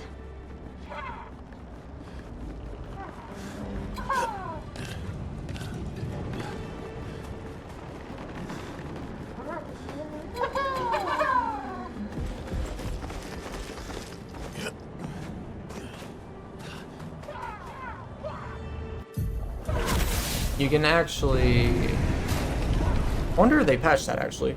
You can actually menu while this elevator is going up. It's a nice break. Oh, I could use a little snack. Might use one of these elevator rides to go get a small little like granola bar or something, maybe. Maybe, we'll see.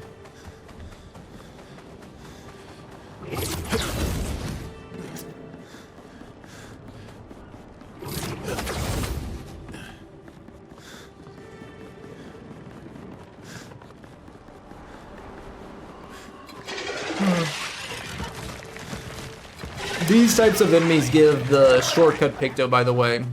This is a good spot to get it if you haven't gotten shortcut yet. There's a Picto over there, but we already got it, so we don't need to get it again.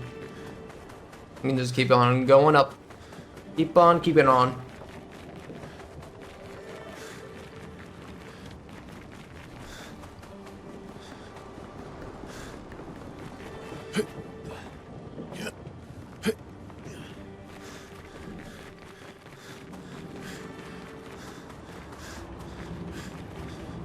Where am I going? There we go.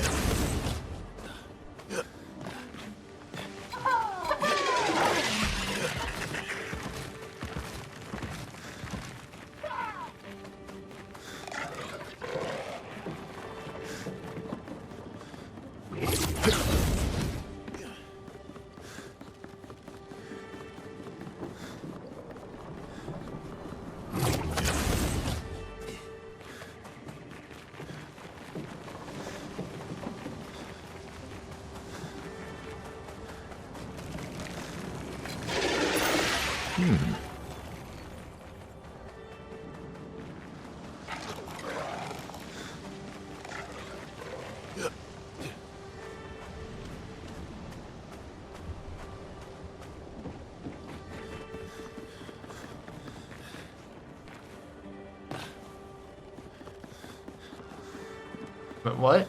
Wait, what? I must be misremembering. Okay, yeah, it's over here. Cool. Okay, so we got 2 Pictos by going that route, and then we drop down and we're back here. Need to keep going forward, and then to the right, it's, yeah. Could see a snack coming in handy. Long runs like this could be taxing. Yeah. Yeah, absolutely. Thing is, I can, like, treat myself to a good meal as soon as, like, I'm done, so I could just wait till then, but...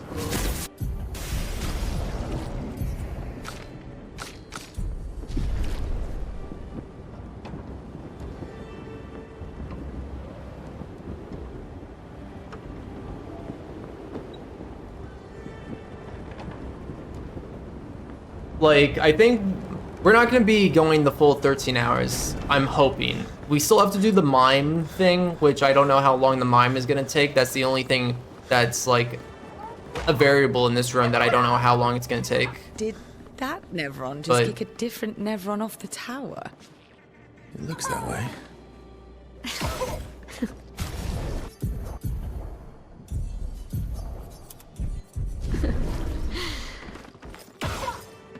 Here, let me just fight these guys. So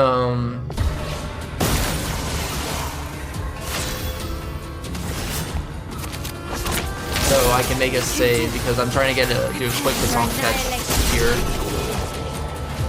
This will actually be kind of interesting section right here. You know, there's been a lot of running, but this should be a little bit more interesting.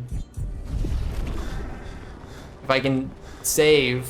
I assume that it's saved after I got through the battle, but I'm just gonna line myself up here. Nice, got it. That one's really hard for me to consistently get, so I'm glad I got that one. Harry! Parry it!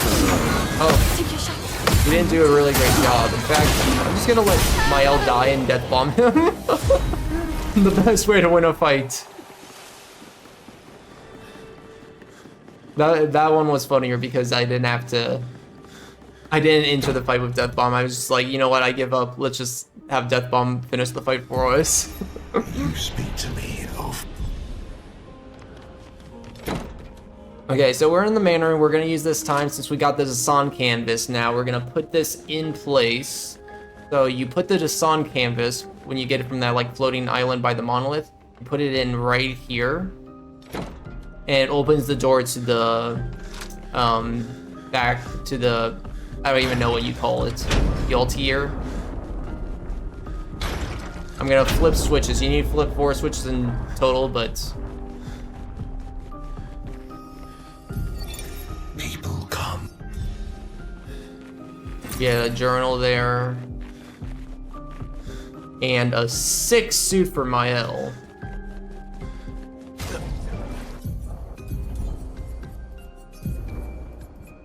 Painted me.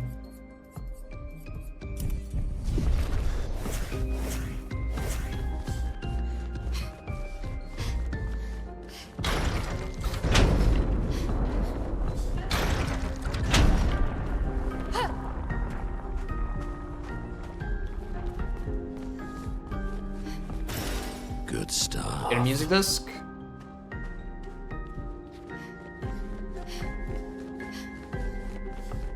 Yo, thank you for the $100 donation.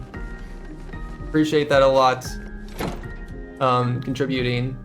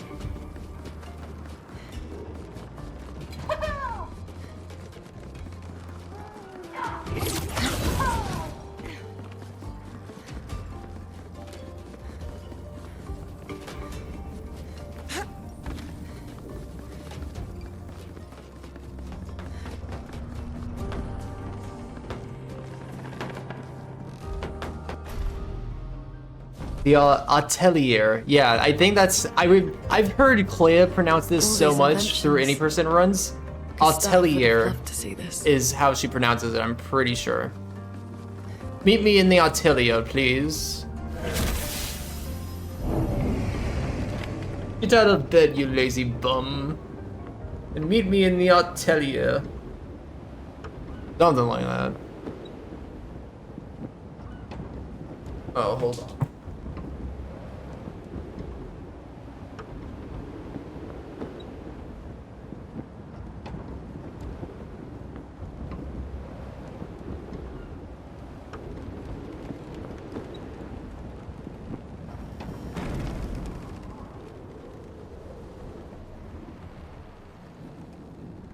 Okay, sorry. Let's go.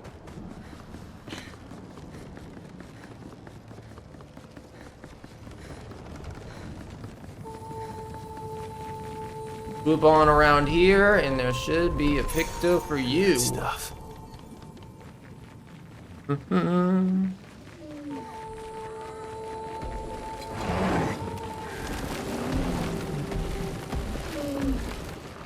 Red Ace with the sub, thank you, thank you.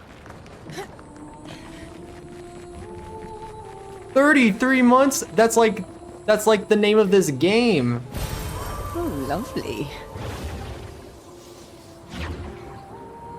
Amazing. A 33-month resub on the Expedition 33 run. Oh, I love this guy. I love this guy so much. He's so high up.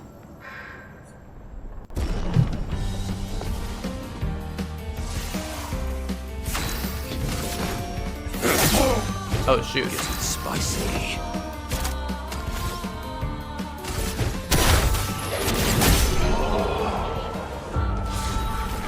Look what he says. He's just so excited. Two pictos. Weapon. Bye-bye. Best merchant. I love him. How much money left? Yeah, we're fine though. We've gotten to all the big places. Like, what do we have left?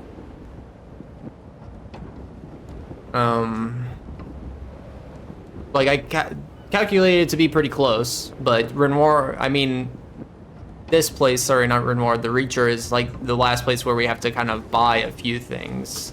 But then I don't think we have to buy anything else after this, really.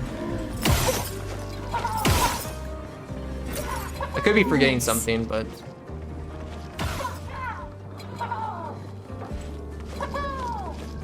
Lumiere is not going to be that bad.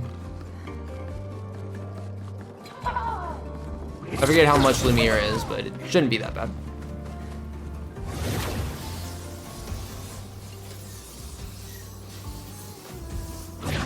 Yeah, there is a shop with weapons and stuff at Lumiere, but I don't think I remember it being more than like 200k at most, maybe.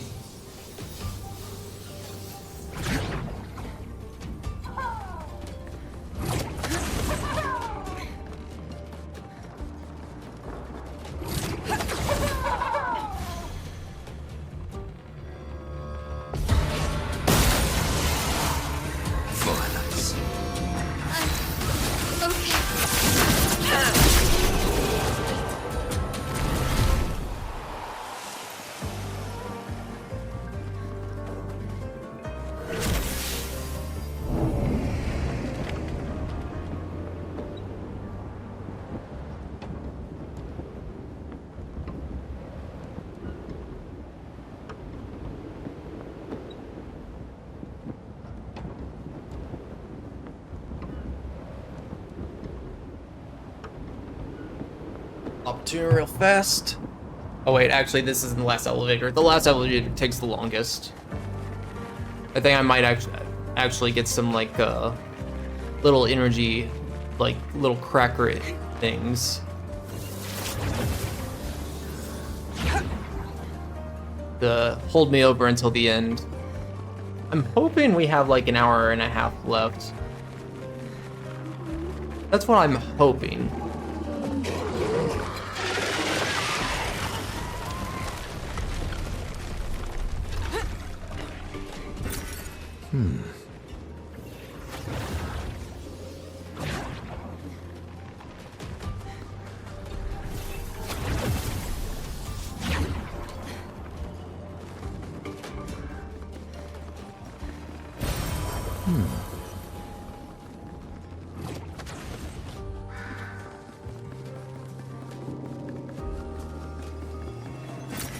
What have we here?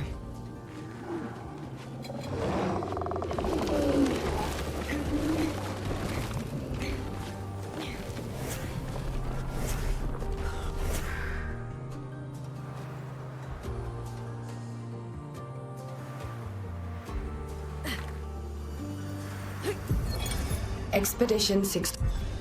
There's actually still quite a lot of journals I haven't gotten left yet. Wonder if I have gotten some of them. What places do I have to go to still? Oh, I mean, I guess there's a good amount of Act 1s. Kind of. Here, I'm gonna go get that poop real fast. I'll be right back.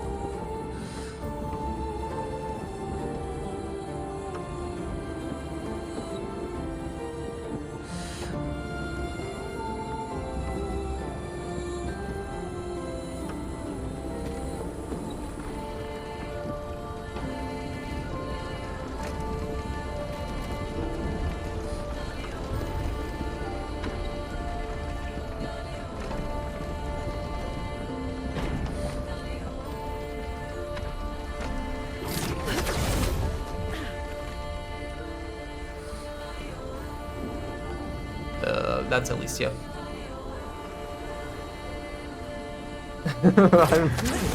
I disappeared, panic.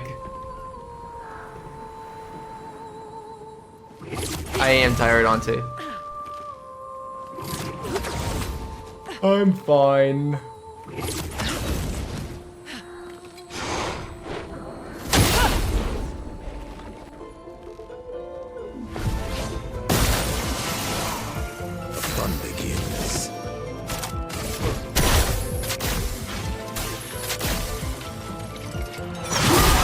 How much damage did that do? That does 2 mil. Eh.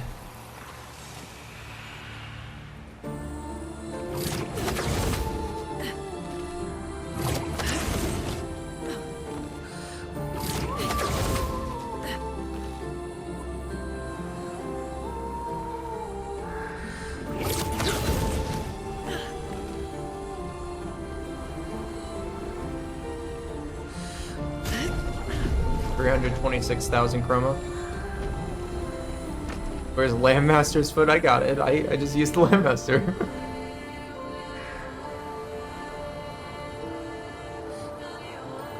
Alicia! Oh my god, hi! Here, I'm gonna give her a special gift when we get into this fight. It's gonna be quite explosive. It's gonna be exploding with fun.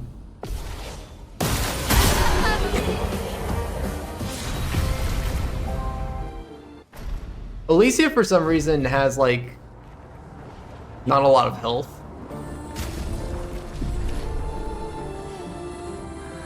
Compared to other enemies in this area. Okay, we have to go check back in camp. We can complete the relationship now with, I'm sorry. It's what? With, Verso and Mael. She knew what... She's not yet, but you didn't even... Verso. You've lost two. You bet. I do care. What have been wrong? She's the love. You haven't... Mael. The disrespect, I know. It's different. Why did Sorry. You know... But... I'm true. Please.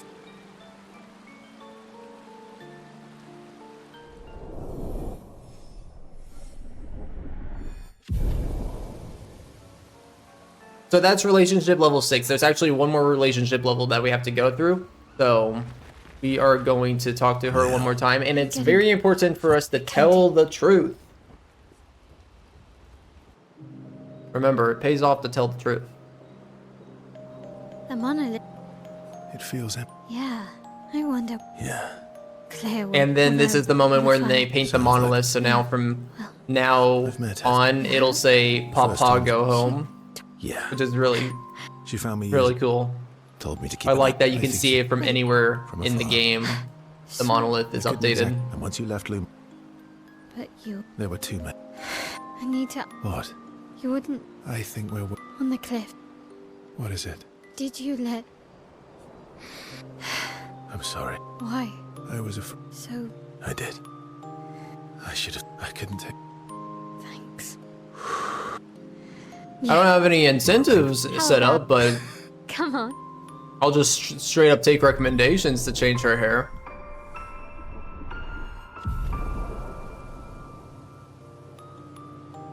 Max relationship, yay! That's our second one. And Mael can go Maj now. We already talked to Lune and Minoko, so that's set up. I need to talk to CL, but I'll save that for the very end. Acceleration.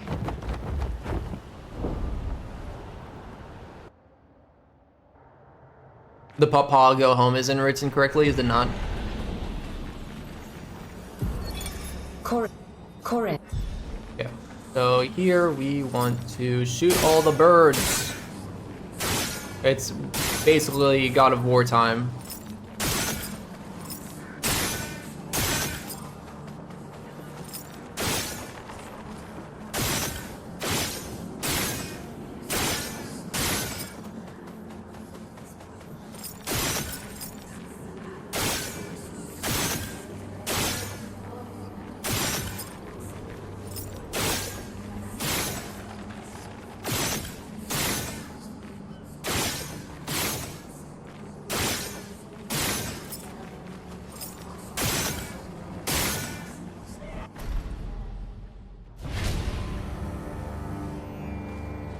Dun dun dun.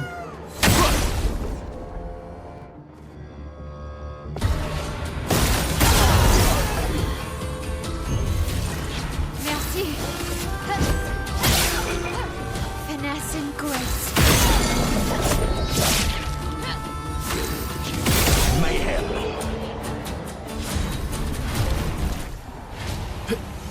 Shielding death. Death alloys. Gaining 3 points. That's pretty good, actually. So I'm gonna.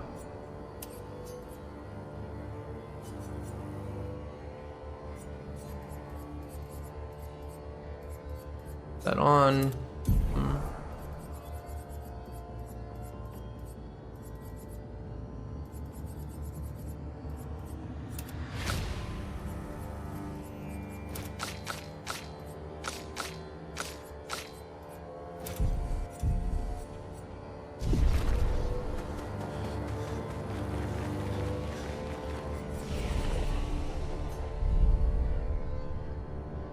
Yeah, we have done Clair.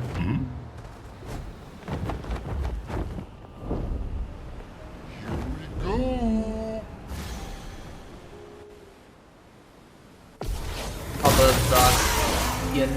There's not an S. Ah, never knew that. This will hurt. Who is with me that's dying? Lune, okay. Can you? Oh yeah, hold on.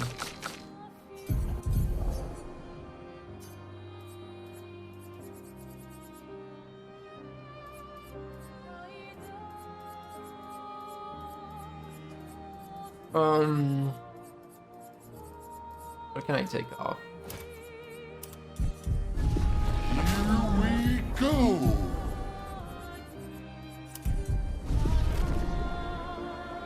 Okay.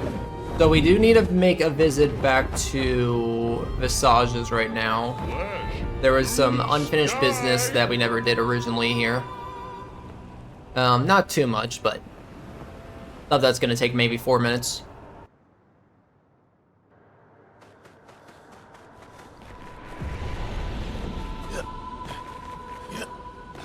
What's our boss count at? 149.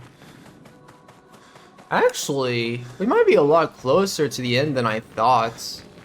The mime I'm still unsure about, but we might have less than an hour actually. Now that I think about it.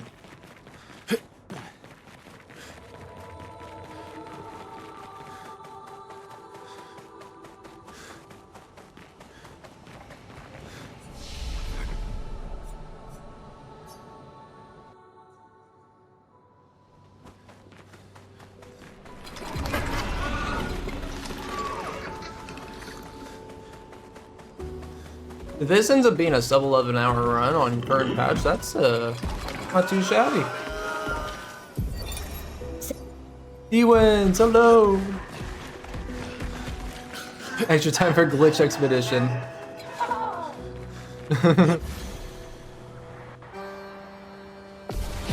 You know, I wonder if we could do something real fast at the end of the run if I'm ahead of time.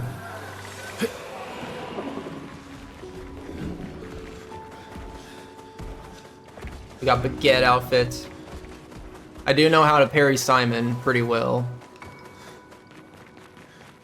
We could just run through the DLC, go straight to the super boss, do one attempt on it, and then pull it a run right after that as just like an extra little fun tidbit thing, maybe, I don't know. We might be able to do some little fun thing if we finish on time. But I mean, I'm already pretty tired too, so.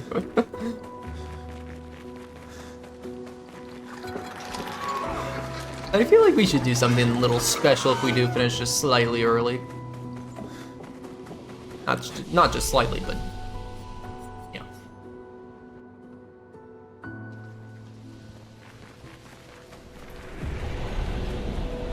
Okay, so we didn't fight this boss last time. I need to come back here and fight it, and then we should be good to go to leave this place forever.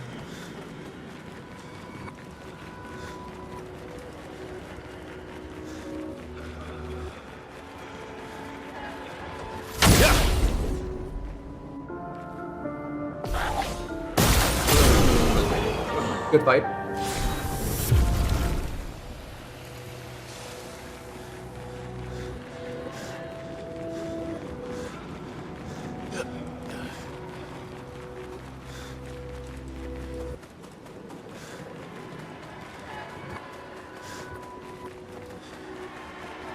I've got the okay to do a bit of glitch expeditioning. To do... Sorry.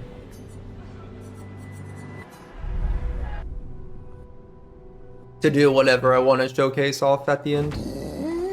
Which I specifically in terms of glitches, I don't know if I got much to show off, but in terms of like throwing off like a parry only thing or like some other boss thing, that's part of the DLC, that could be up to grabs for sure. Oh shoot, I should probably... I'm not ready to fight that guy yet. We're gonna go all the way over here.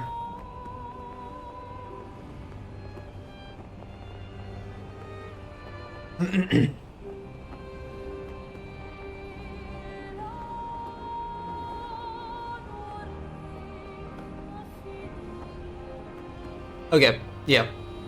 I'll be sure keep anything short if I want to include anything at the end. Thank you. Yeah, I see there's no S on it, on the monolith. I like this, this is the speedrunning beach.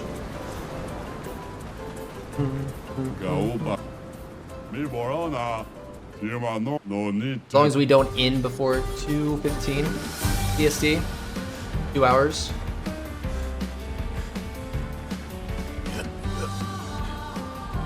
I think we'll definitely finish this in less than 2 hours. I feel quite confident in that.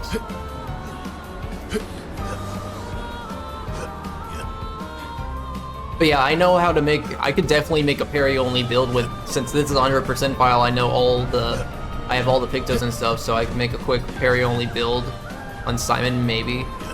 and then go and try to parry only Simon, and that wouldn't take me too long. I know how to parry Simon pretty well. That could be fun, maybe. Might have chat choose if they have a preference on that, or maybe we take if it's something shorter, like want to only spend like 3 minutes on something. It could be just taking a tour into the DLC area and going to and spending 1 attempt on the super boss at the end, maybe. I don't know.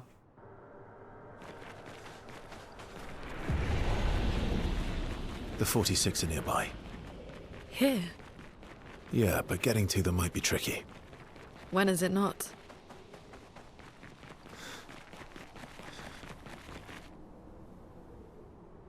You guys want to see parry only Simon? Play music to open the door. Yeah, I think both of the options could be really good. One option would give you guys a chance to see the DLC content and the super boss, which is really sick, but the other option is parry only Simon, which is also super sick. It's Amelie and Christoph. They used to come by our house for dinner. I'm sorry. They were good people. Their journal must be around here.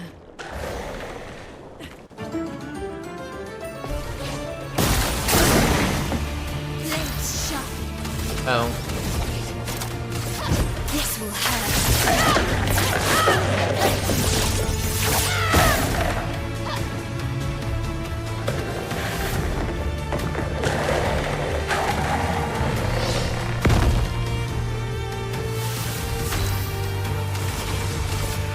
Last chance. Okay.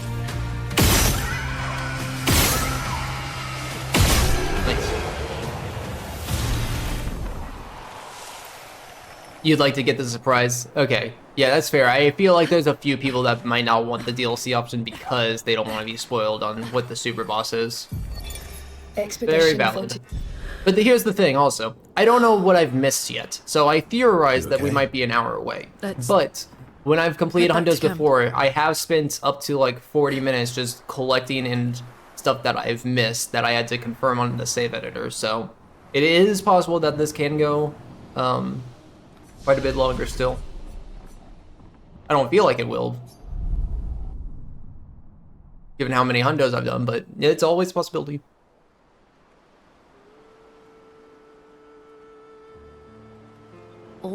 It was a just always. There was no relief, even when That's a lot of. Even a finish all. It also. We're gonna finish Lune's relationship. You really believe? They always say. If you hate. I don't know. They're dead, even if they. Is that how it? Getting. They can just look away.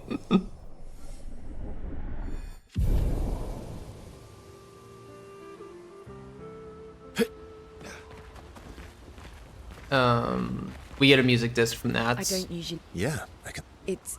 I probably missed updating a few other record discs stuff.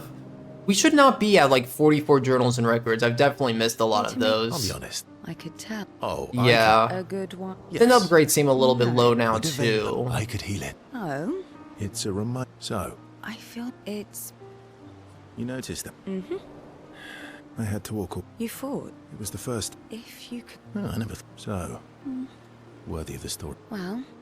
I enjoyed the cinematic of the DLC boss too a lot. It was nice. I knew it. What's that move you keep using with Mael where she sweeps everyone? Phantom Slash. It's one of her Paintress abilities. I don't usually. Yeah, I can. It's. Now it's personal.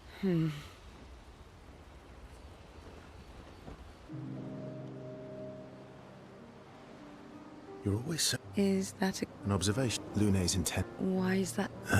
I get. I guess that's. Death is a. Friends, not the. Is it? Does it matter? It's an interesting. True. I am indeed. I'm about 3 times. All I can offer. I'm all in.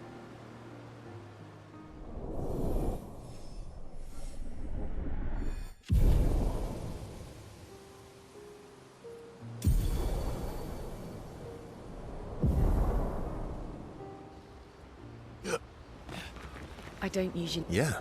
It's. Now it's per. You'll have to go to sleep soon anyways.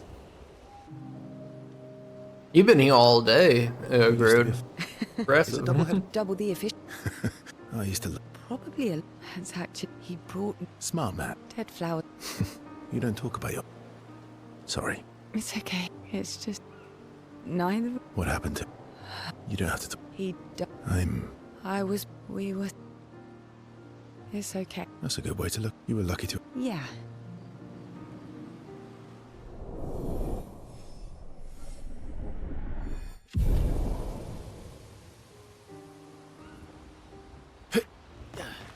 I don't usually. Yeah, I can. It's. Now Oh it's my personal. god, 7 a.m. No.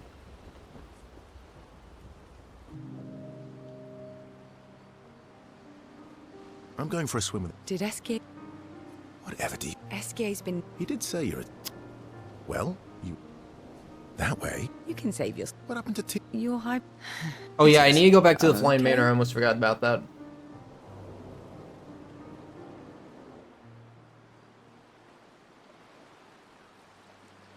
For the record, it's. Oh, I can.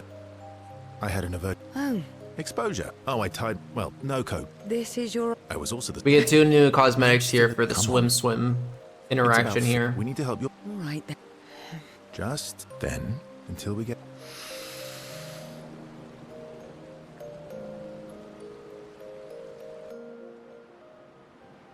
I did it. And you. You are indeed. Now. What? So you admit.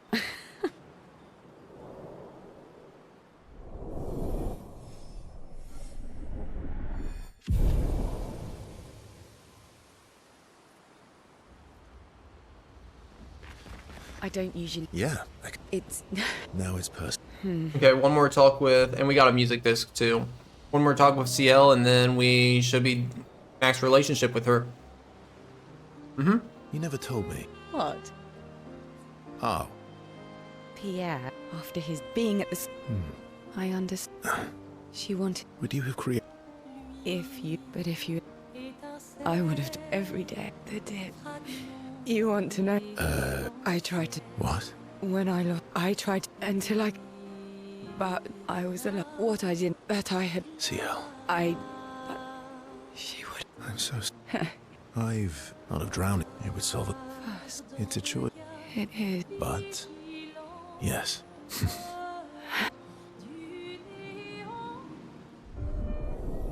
This moment was so sad. But we maxed out the relationship, yay!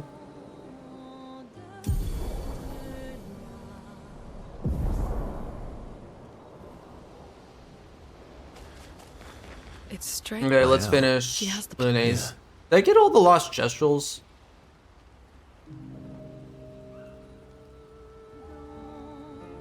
What are you writing this? Nope. No. Ooh. It's about the strain. Well. Come on. Well, A song. my parents, the voices. 7, Oh, I foot. Oh, you do? Stay up with. 8. Sure. Let's go find a comfortable place to compare. I can't think of one. There's our 4th one complete. Only one more level 3 gradient needed.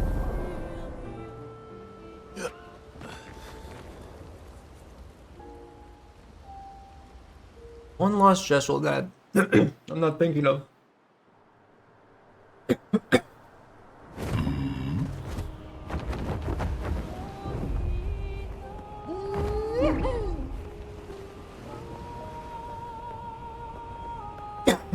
Sorry.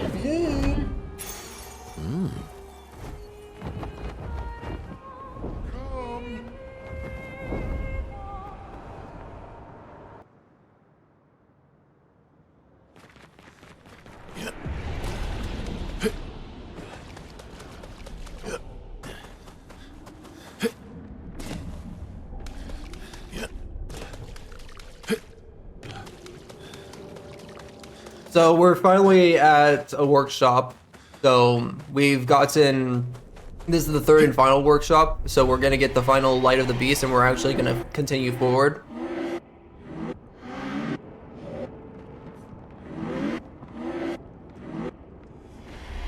The shape of the beast.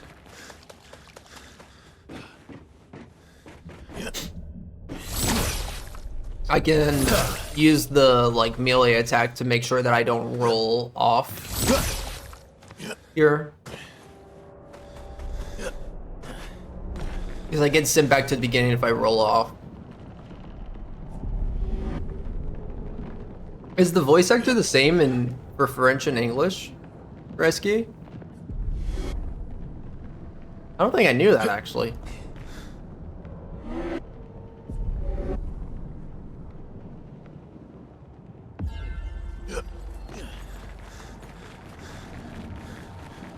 Let there be light and color and everything.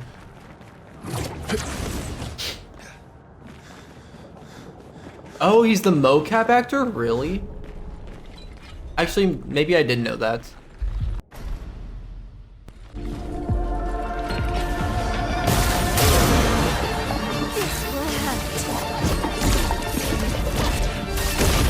How much damage does this do? That is 14 million damage. Pretty nice.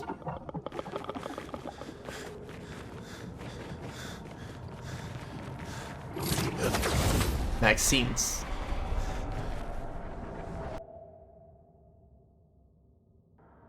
Where is Minoko's skills at? What is this one? What's that one? I need to know.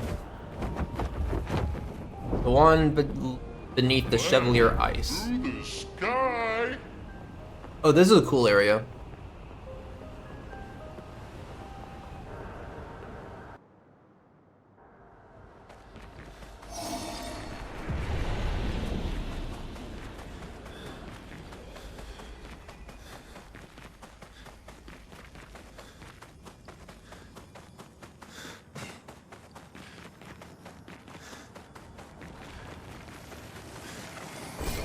Well, that will help.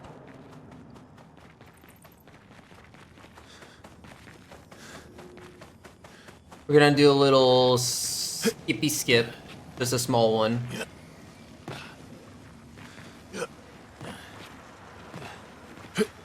Because we can't have any big skips in this run, but small ones like this are allowed. Oh, lovely.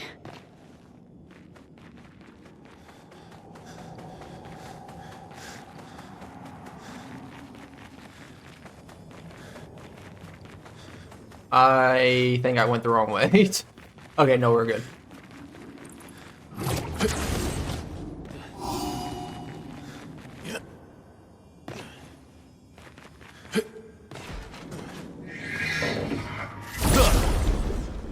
Contortionist, yes, that's what it is. Contortionist, thank you. Yep, that is the third. I should have known that. Feels silly not knowing that. But... Okay, we're gonna go back over here, and we're gonna take this grapple again, but we're immediately gonna turn around for this other grapple.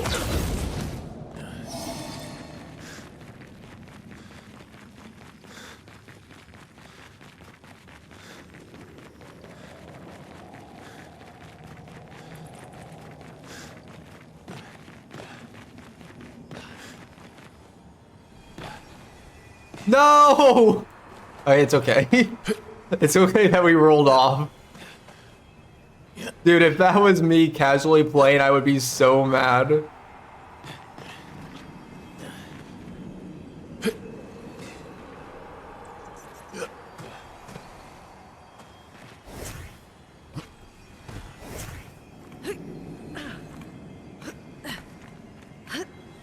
Okay, apparently I don't remember how this works.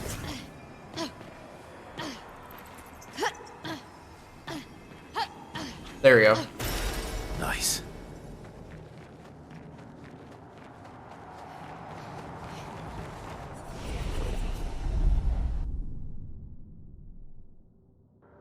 What would a merchant do in Sinister Caves? Probably something pretty sinister.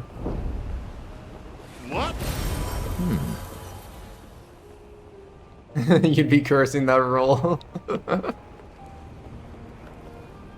Okay, so oh guys, it's time. the time I've been dreading. So Breaking Death being nerfed is gonna absolutely make this mime fight hell. Okay? I'm not looking forward to this. I've been trying to prevent it from happening as long as I can, but it's time. This could take 10 minutes, it could take a half hour. I am unsure yet.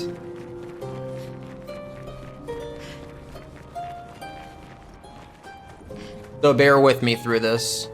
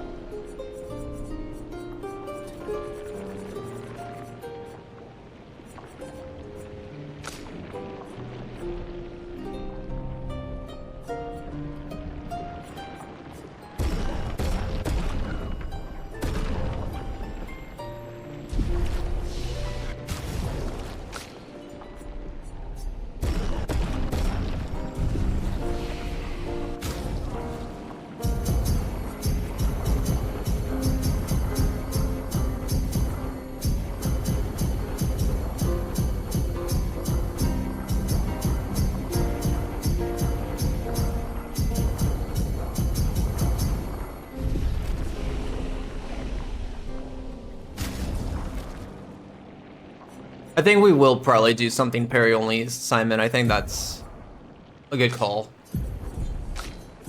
on what I'm leaning towards.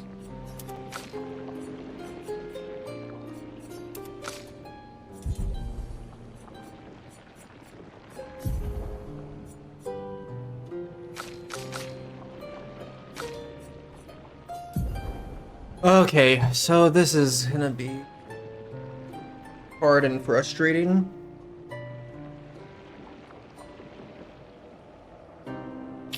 Everyone needs to have sniper.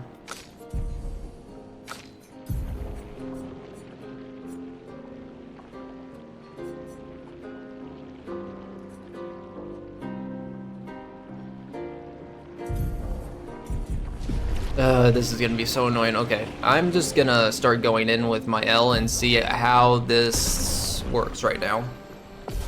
Let's see what happens first.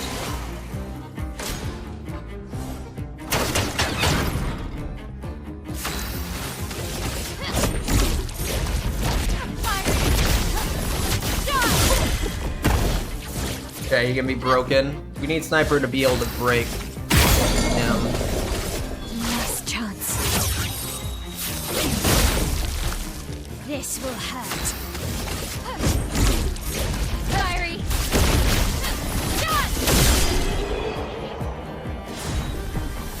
So that gives us the Picto, and we get Bald Cap for Mael, but we have to now kill that same mime with everyone else. Alright. So, Verso, you're gonna be next.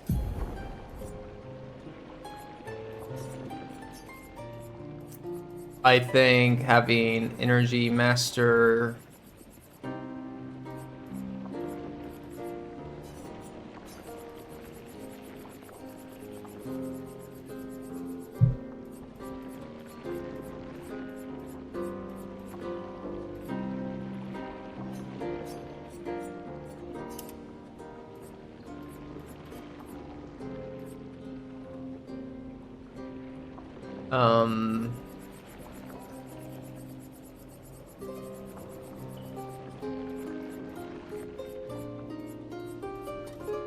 Sniper.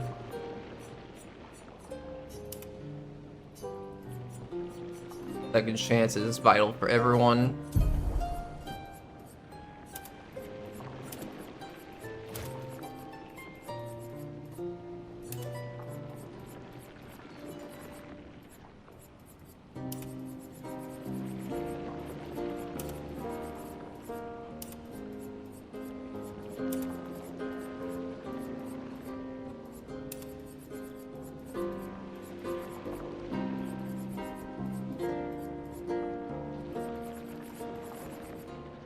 Let's try that.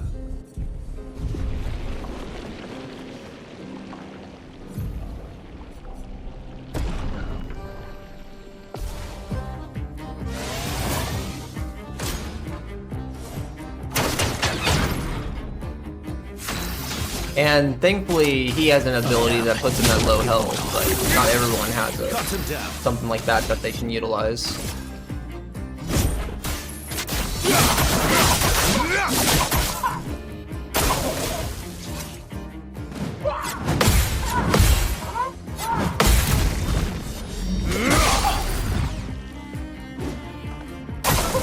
Not impressed.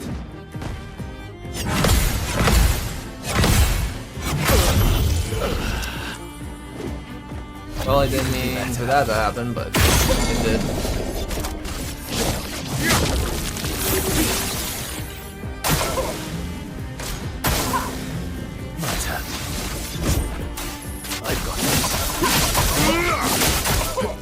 Ooh, that actually does good damage. Okay, good. Oh well.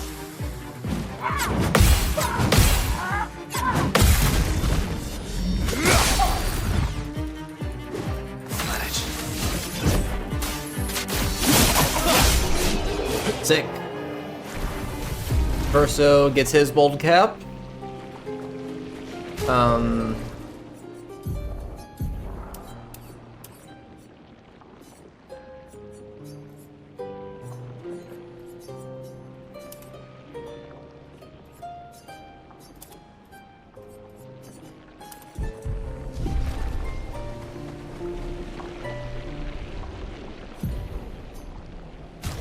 Lune is kind of under level.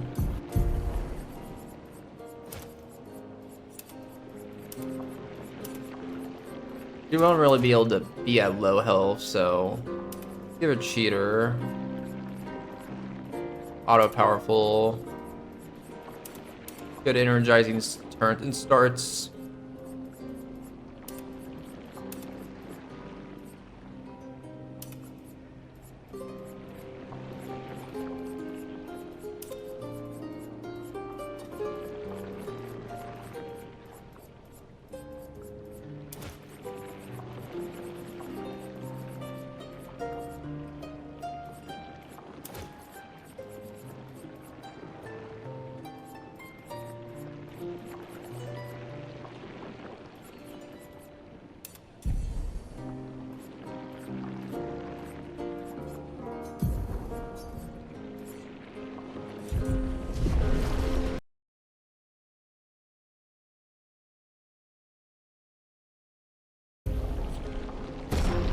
Let's see. Did I put sniper on her? No, yeah, she has it as a pick though. It would be funny if that worked across save files, if only. That would make speedrunning a whole lot better. Let's push forward.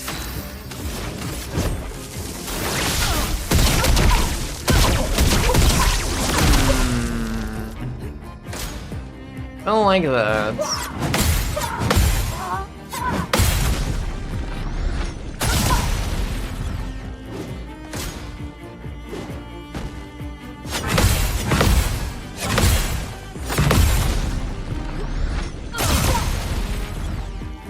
Let's push forward.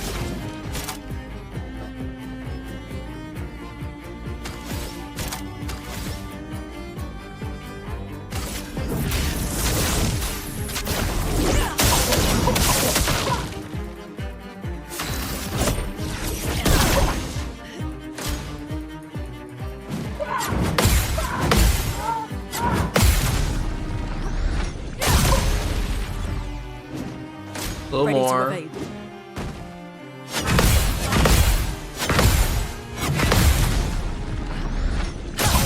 Okay, can be broken. Let's push forward. Now taste my lightning dance. Nice. Not looking good.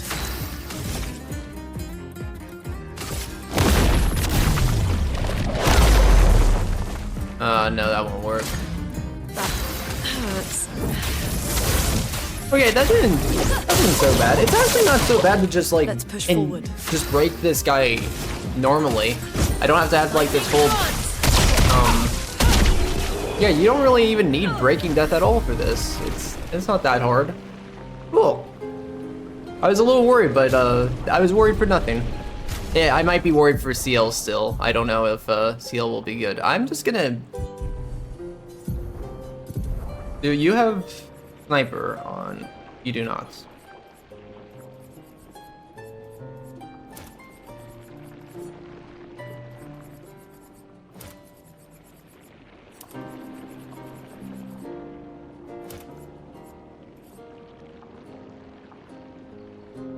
I might just go in with him like this, being honest.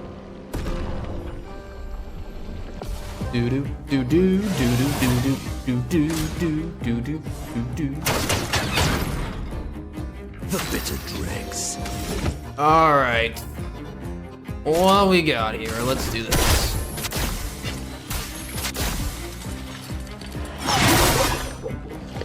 Okay, instantly enough.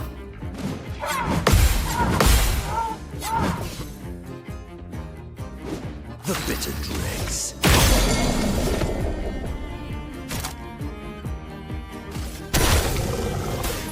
Let's do this for some safety insurance. The fun begins. I'm not generating a lot of AP though. Why yes, I love a dance.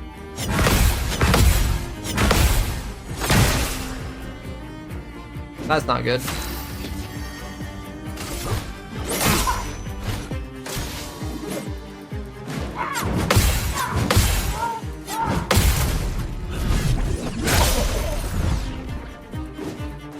Why yes, I love a dance.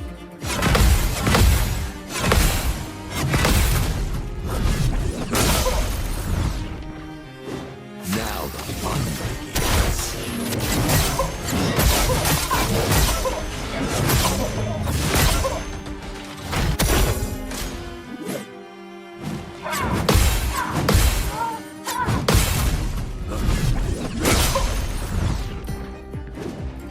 Oh really?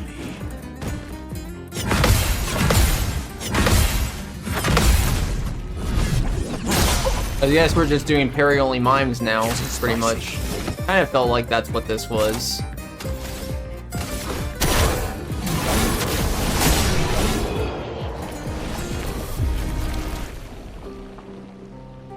Okay, and now for the hardest one of them all.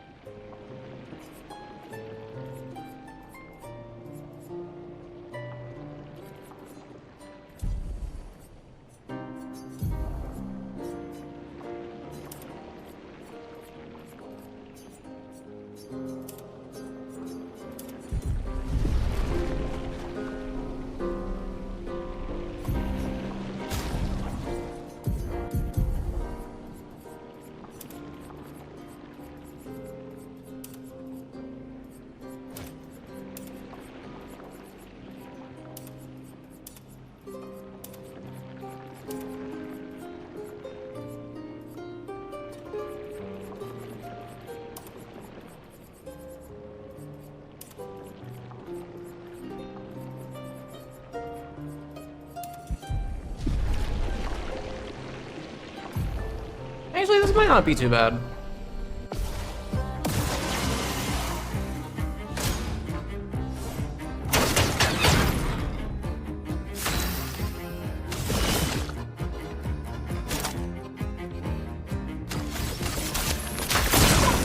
Deal me in.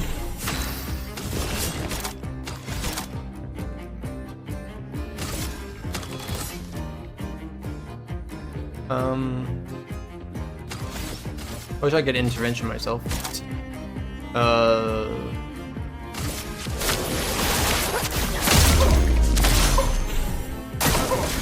today.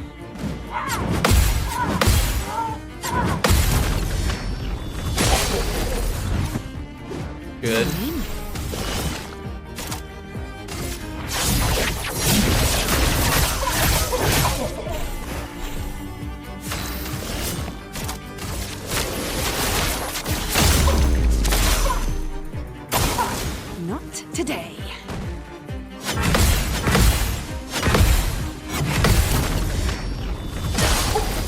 Okay, shoot.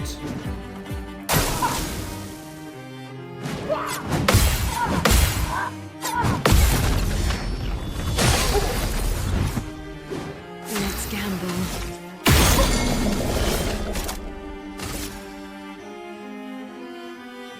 Gotta put stun boost on.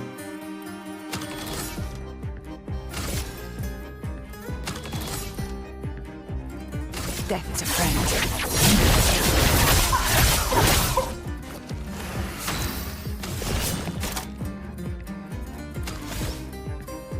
Here's your card.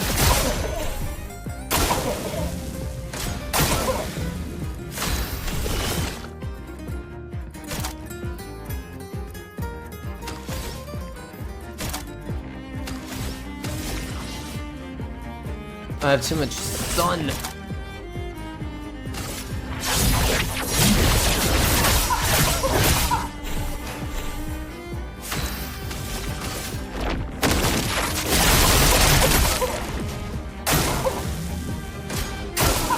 Take your shot.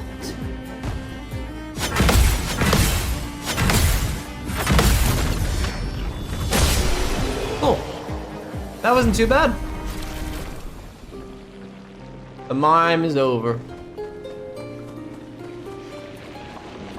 Now, the real question is, do I actually make everyone bald? Now that we have bald caps for everyone.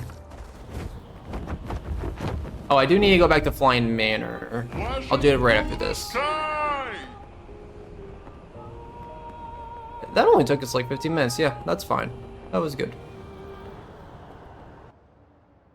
Woohoo! Alright, so this is gonna require every character to do a solo thing also. Hopefully the way I can set it up is...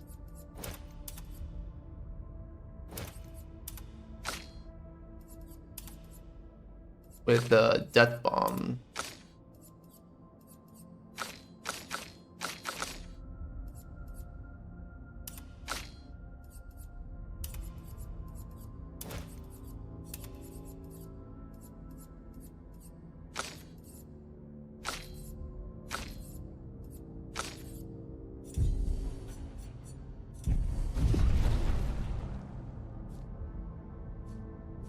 Let's do CL first. Victory.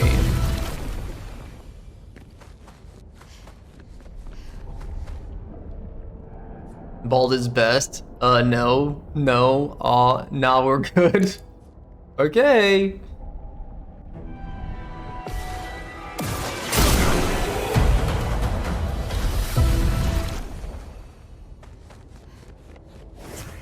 This one I always have difficulties with. For some reason, I can never get him to fully do this, so we might die here. Yeah. For some reason, it's just always slightly off. Always. That is like so close though, damage-wise. If I just add like a little bit of something on top of Minoko. What could that little bit of something be?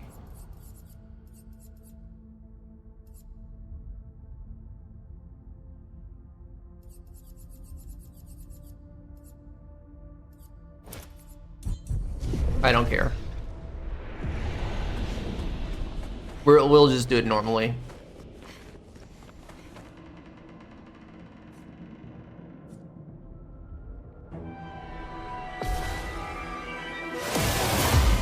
Now the fun.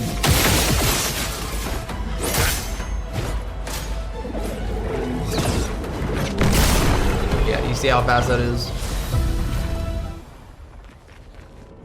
And I always forget which one is Mael and which one is Verso. I think this one is Verso. Yep, good. That's the easy one. Oh, actually, if I let Minoko face this one, oh wait, I can't. I'm only have Mael left. I need a consortionist. Mael, how do you not beat that? Come on. Whatever. Go on, she's supposed to be the best fighter here, and you can't even beat that contortionist with Death Bomb? We've only spent 10 hours preparing ourselves.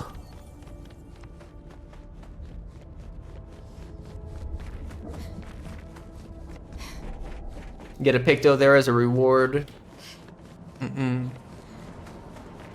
The enemies are behind the paintings. Yeah. Oh, it is time to go to Act 1 stuff. So I need to pay a visit back to... Oh, wait, I didn't do this. I need to do Minoko versus Golgra. Electric Boogaloo.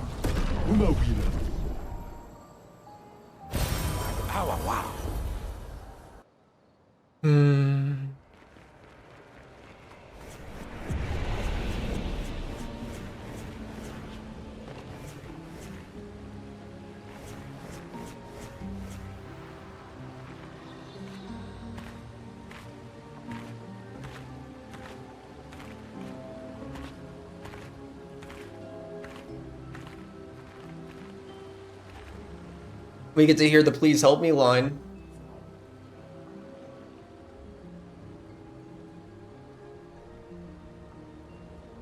Haven't been The si-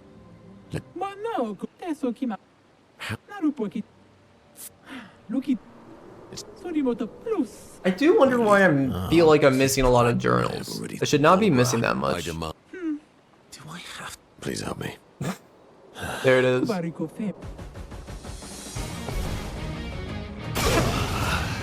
fun begins.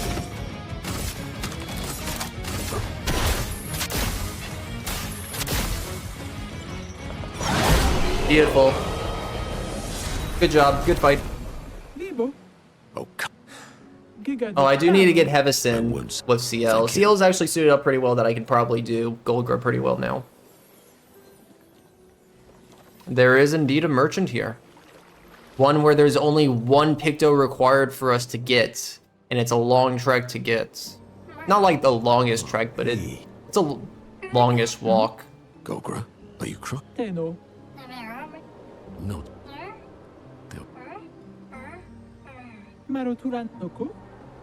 But I know you.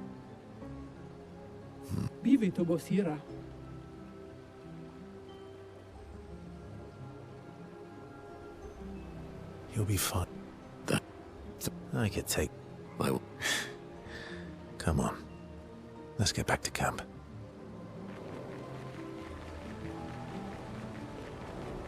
Please help me by cheering me on. Yeah, I love that we we literally leave Minoko to himself there. I didn't even think about that.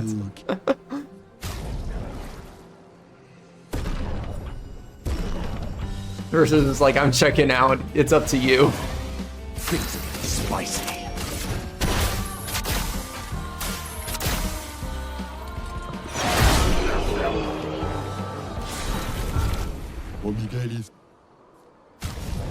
Okay, solidifying. Uh oh. Burning shots we're gonna get later, but I'm just gonna buy all of them just in case. Because I have the chroma. This is like the last shop that we need to spend anything on, I'm pretty sure. Well, Lumiere, I guess, but.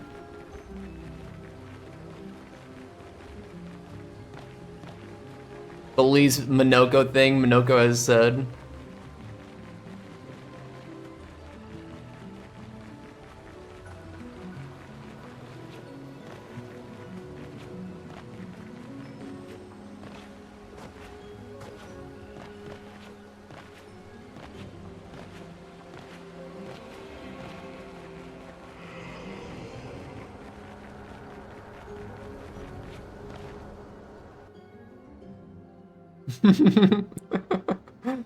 You would never say please.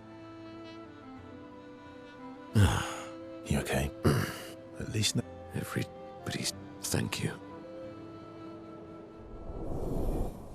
We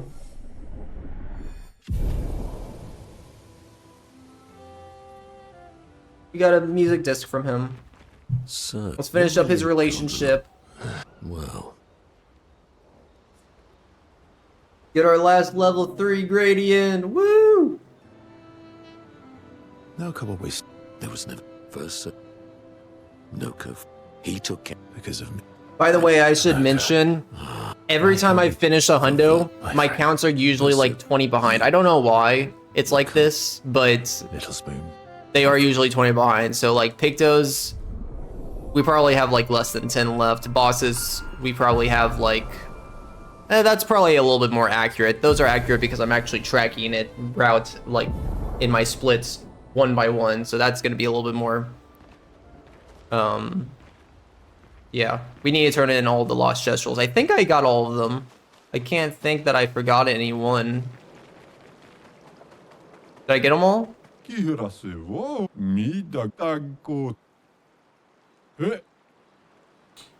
I am missing a lost gestrel. Oh, I know which one. Never mind. I know which one. We're good.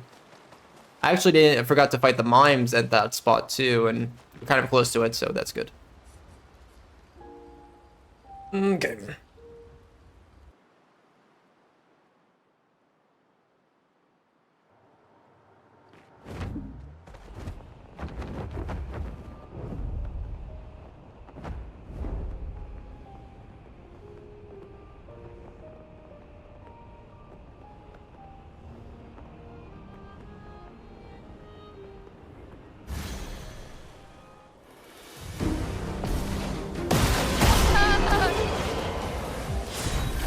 Good job.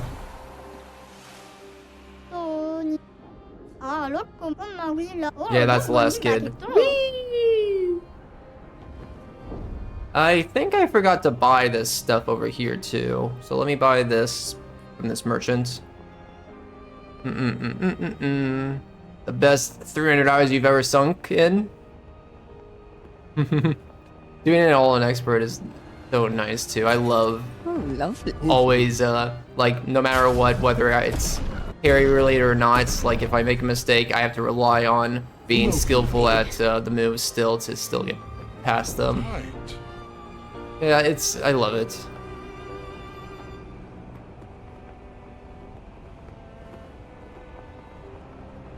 Okay, I did forget to get Clair's outfit, so I gotta go back and get that.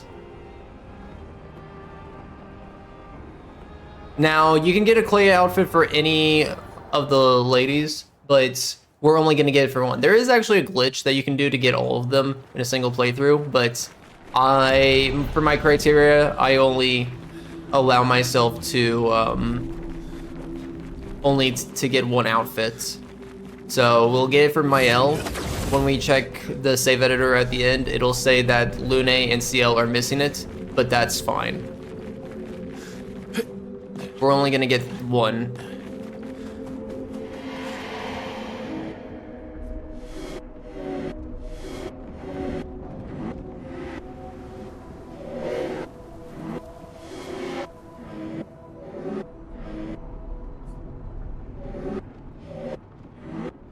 Okay, so there's that outfit.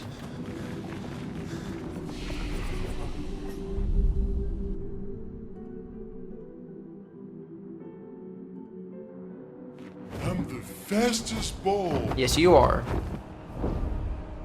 Let's see. Checking all my corners. Did we get everything? That looks good. Those places look good. I think I got all that. Yep. Yes. Yes. Yes, yes, yes. Okay, we're gonna start making our way to Lumiere, slowly going through all the Act 1 places and just decimating everything on our way.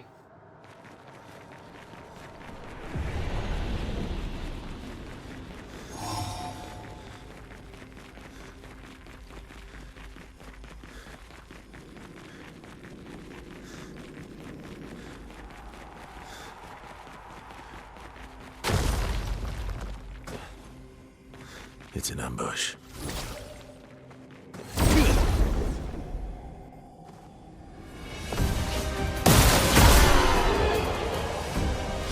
Good fight.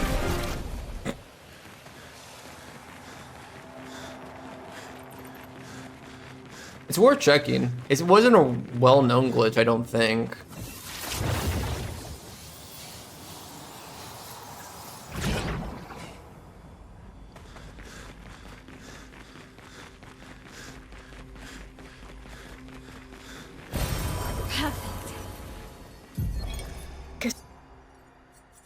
1, 2, 3, 4. 4. 4 journals. No, I didn't want to down there. Actually,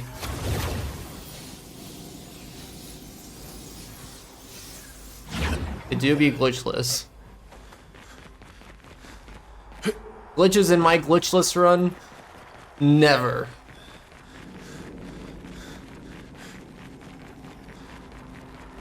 Except when we allow it. Then, acceptable.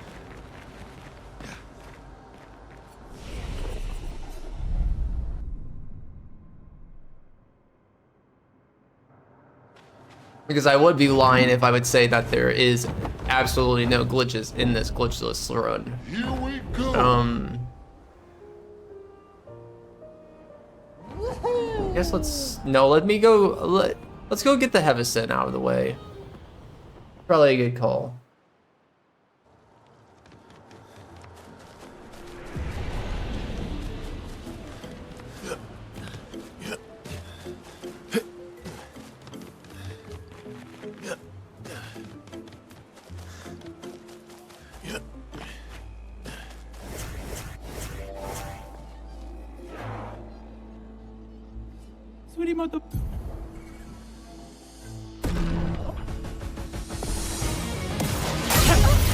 Oh.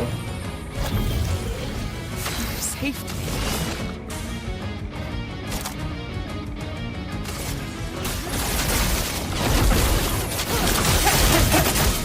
Here we go. Uh-oh. Try me.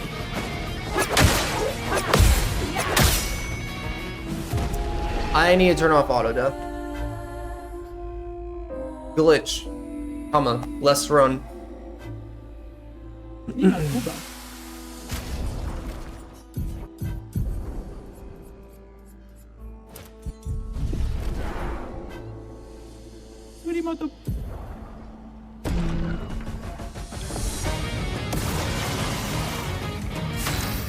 Oh shoot, I just read that. We're missing 1 foot. I need to go back and get that contortionist.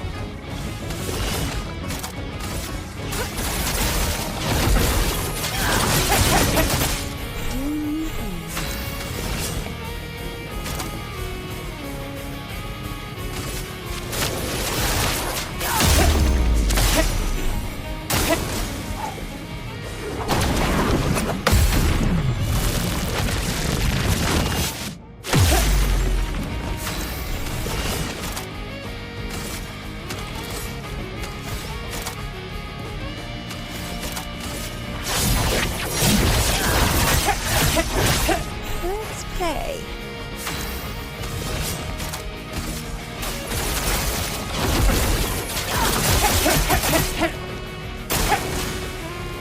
Oh no.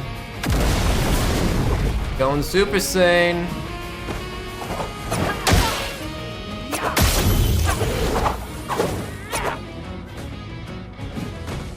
Don't worry. I'm here.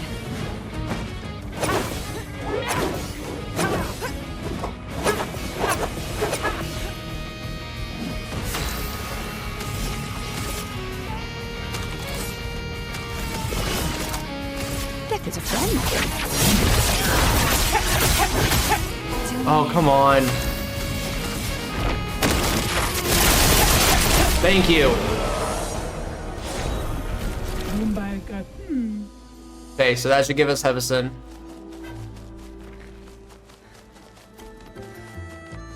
Now...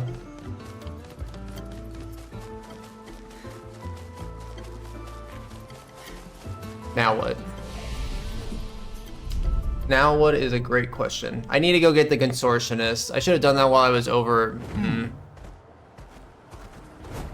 Son, here I Is there a consortionist? Is it only Renar's drafts? I feel like that's not true. But I mean Visages. I'll just go to Renar's drafts.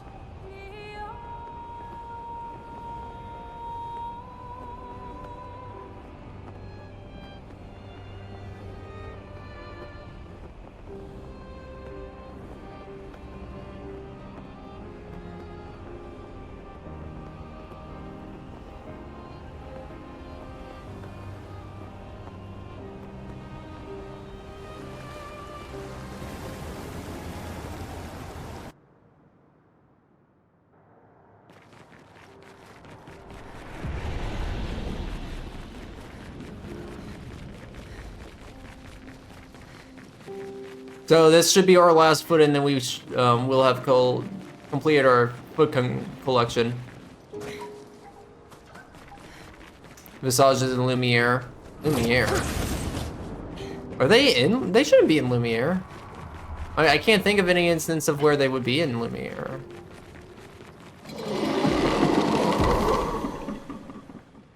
Because I could have saved that for maybe they are in Lumiere and I just not thinking about it.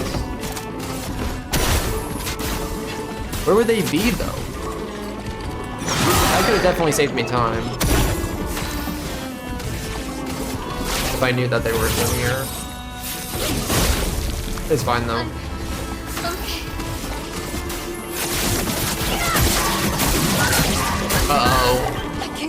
Uh-oh. Well, this ain't good.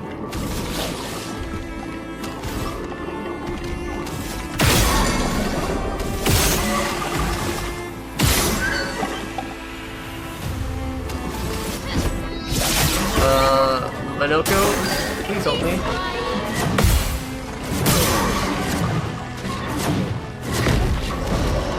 How much health do they have left? Can I death bomb them right now?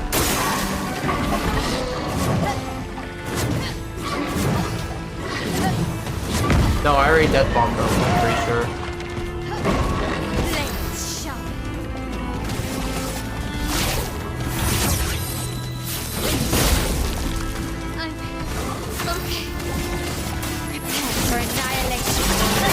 Nice, okay. So, feat collection complete. Let's go. We collected all the feats.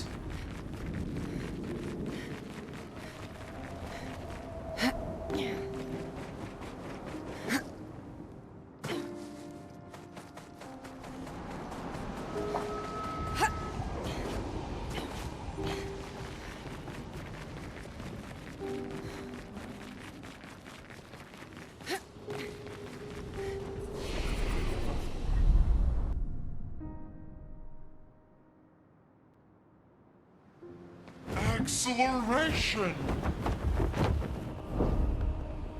Here we go!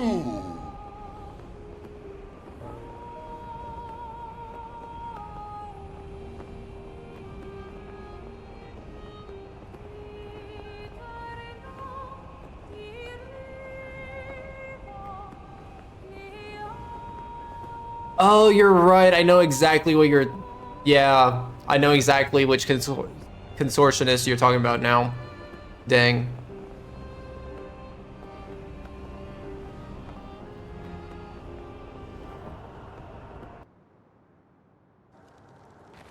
Oh, so that's where it was.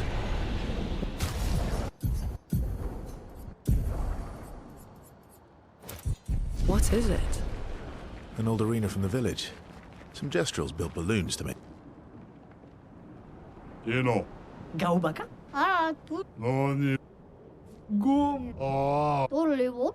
Okay, so we have 3 matches that we're gonna do here, and then the last one is another match against Golgra, where if we lose it, we kind of it becomes missable, so we cannot mess up this fight against Golgra.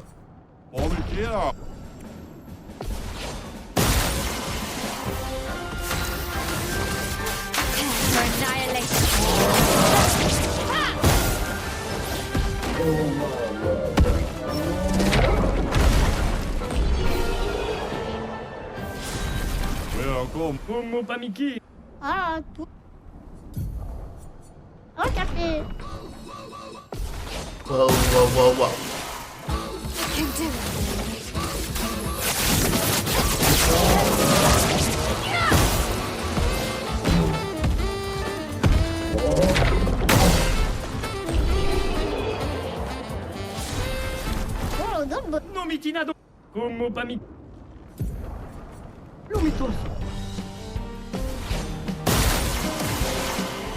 Not giving up.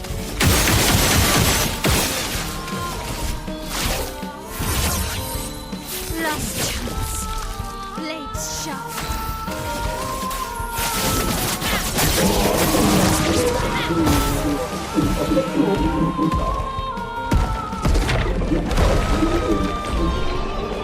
Okay. Those are done. So now it's Golgra. We're dead. Oh.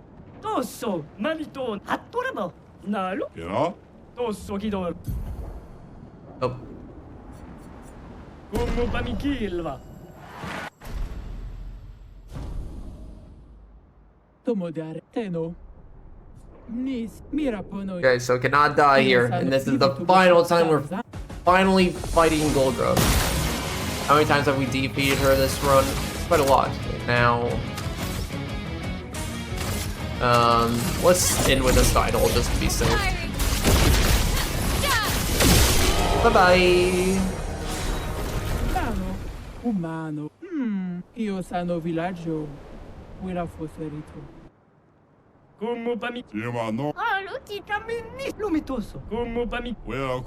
a hair piece. Before I forget, let me make sure that's energizing.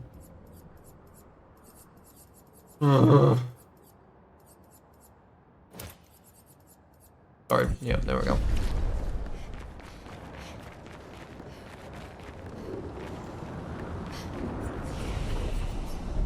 Okay.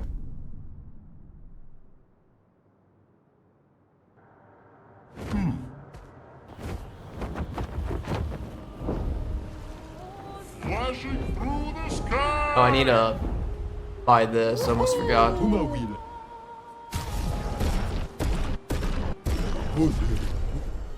I think I know another hairpiece that I missed. Probably this one.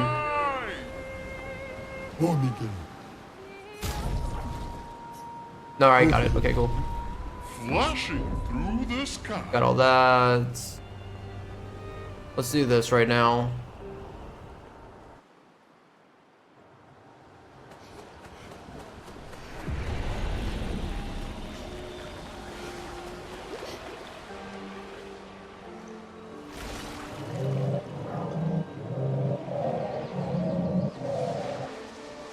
What is... I already forgot what the hairpiece was that we just got. It was the gestural one. Hold on, I can put it on.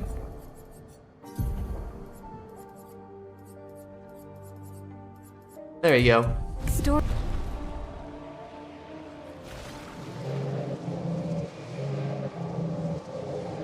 I do have to spend money here. I forgot about that a little bit actually.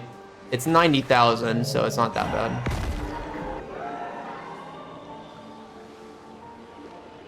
Victo, now you must die.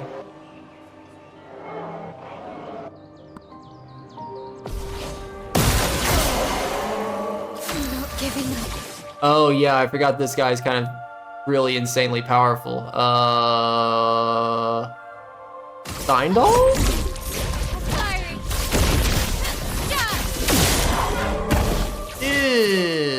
Yeah.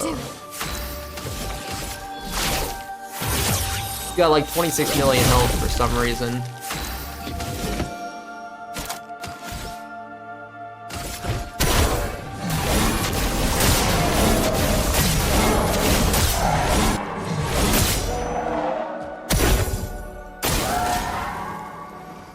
Okay, he's gonna just throw bubbles. It shouldn't be that bad, right?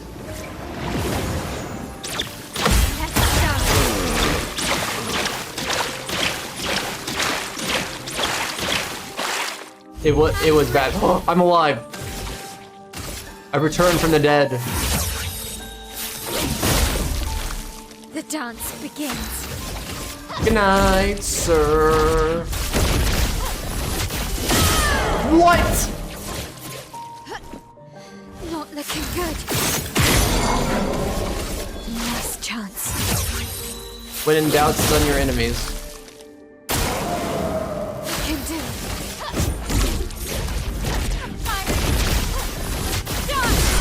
There we go. GG. On that guy. Okay, let's get out of here.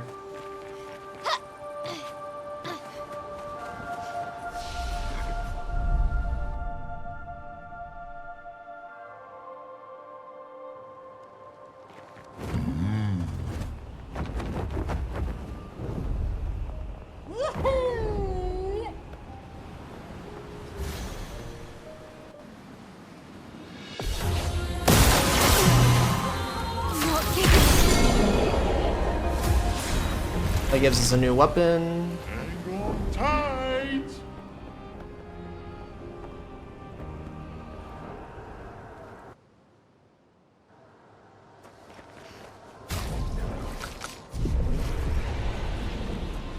Watch out.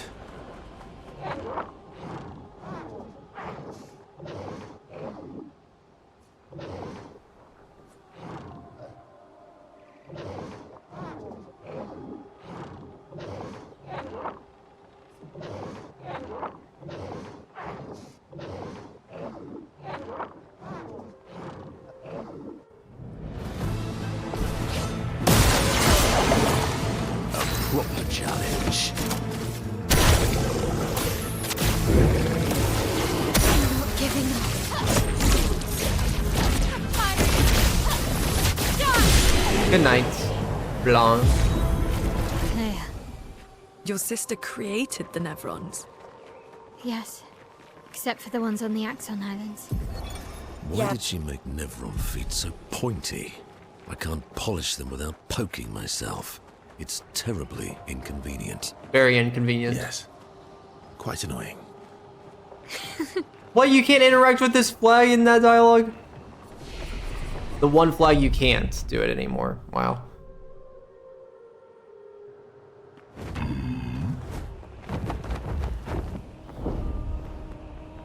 Hang on tight.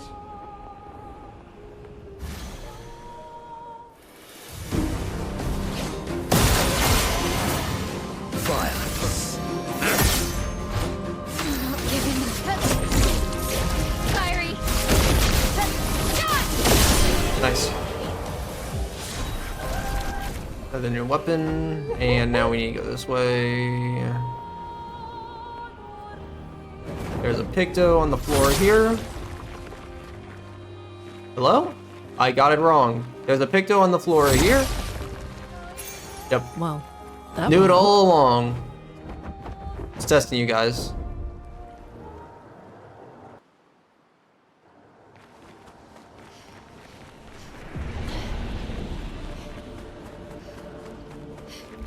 Hello, you small virgin.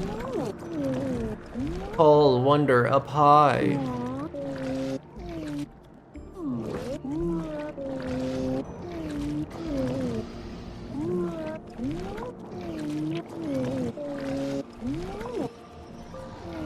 Alright, I'll give you the skin if you want it.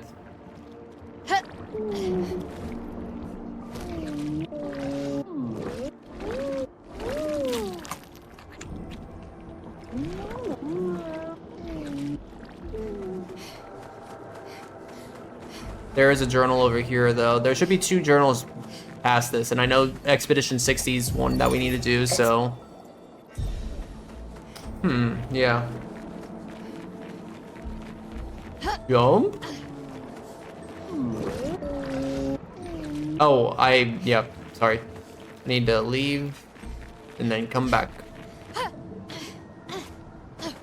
We gotta give him so much time, the proper amount of time to grow into a giant Bergian, so let's just step out and step back in. I'm sure he's grown up by now. Oh my god, he's giant!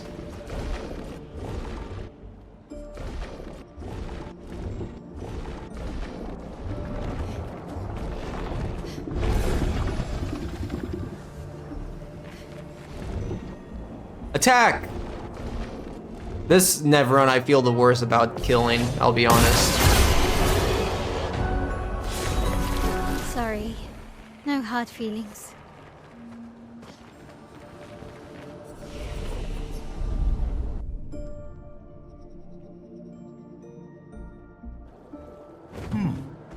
Okay, what's next? Blind Waters. And then it's Meadows, and then it should be Lumiere. That should be all that's left, I think.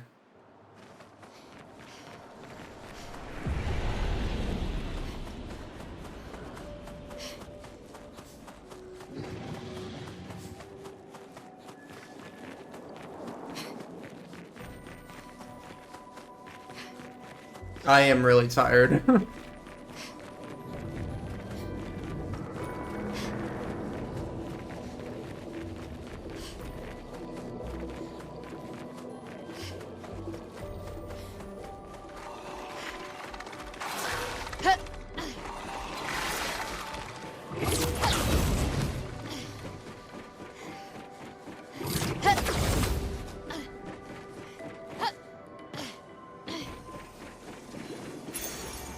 we here? Oh, I already got that. Right, versatile, yeah.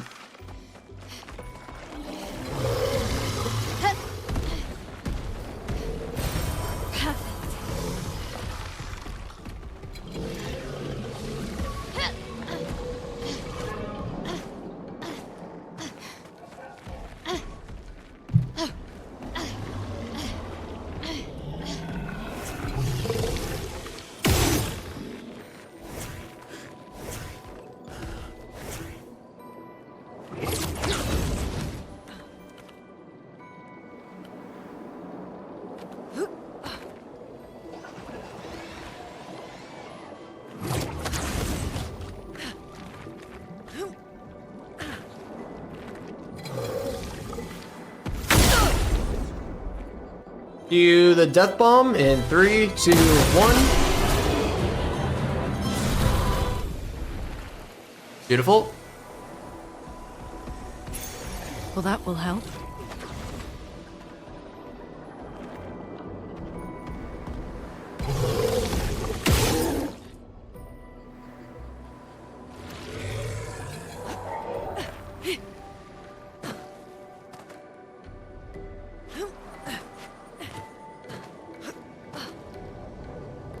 Okay, then we have the Burgeon here, then we have the Jar, and then that should be it.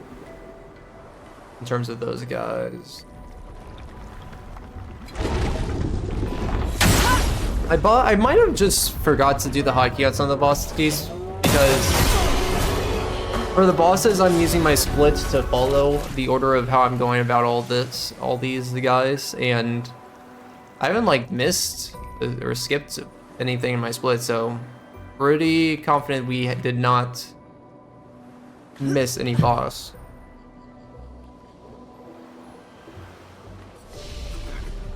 I forget how many bosses are left at the end. There's like the mime. What mime? Oh yes, you're right. Actually.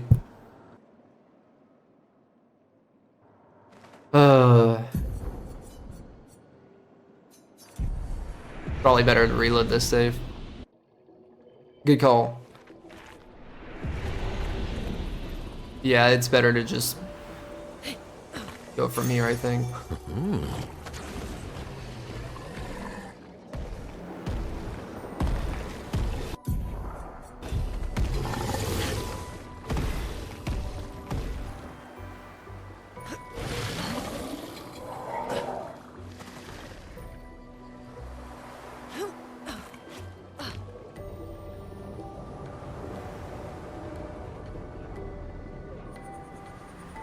I gotta do this Burgeon again since I reloaded the save.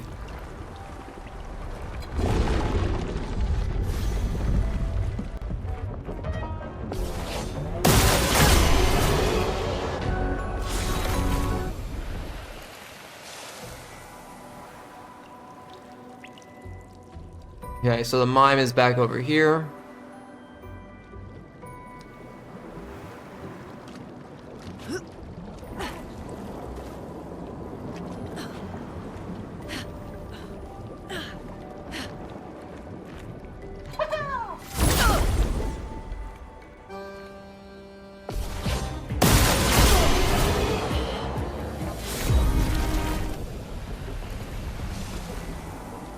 Sword hair. Now we can leave.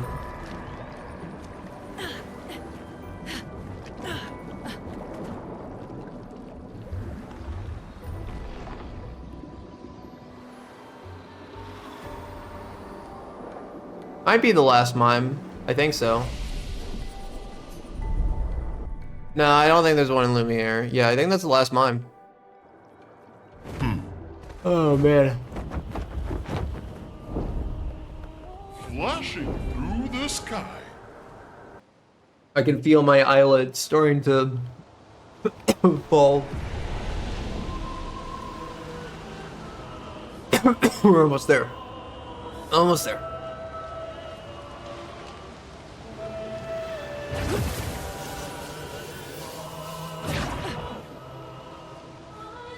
Can you believe it was just a mere 11 hours ago that we were back here in Spring Meadows? And now we're finally here to seal the deal. Seal the deal. That's what I'm trying to say.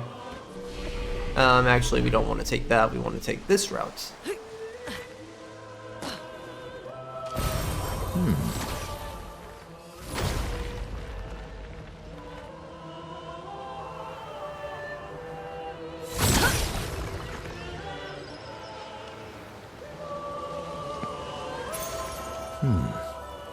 Okay, I guess I already added that. It is nice that they provide duplicates of certain things.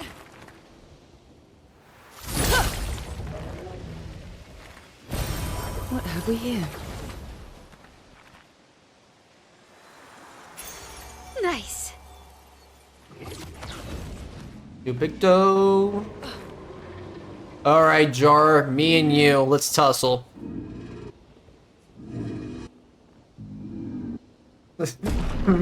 Seared deer.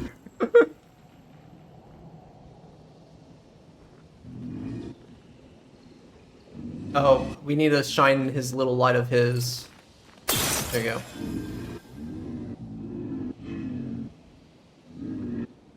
go. Okay.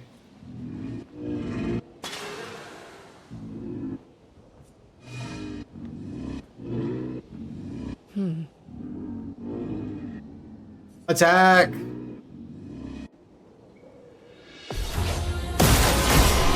Sorry. Thank you. Okay, we're out of here.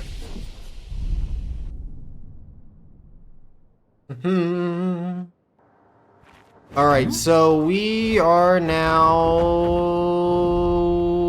Yeah, I'm calling it time for Lumiere. I am claiming that I have 100% everything other than Lumiere now, so let's go.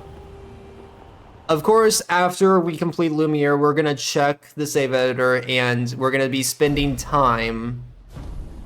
Like, it could be 5 minutes, it could be another 30, 40 minutes that I go and retrieve all the items that I missed.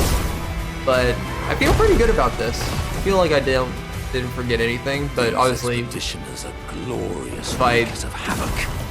thought I forgot something, then I probably wouldn't, you know, how can I think of something that I've forgotten?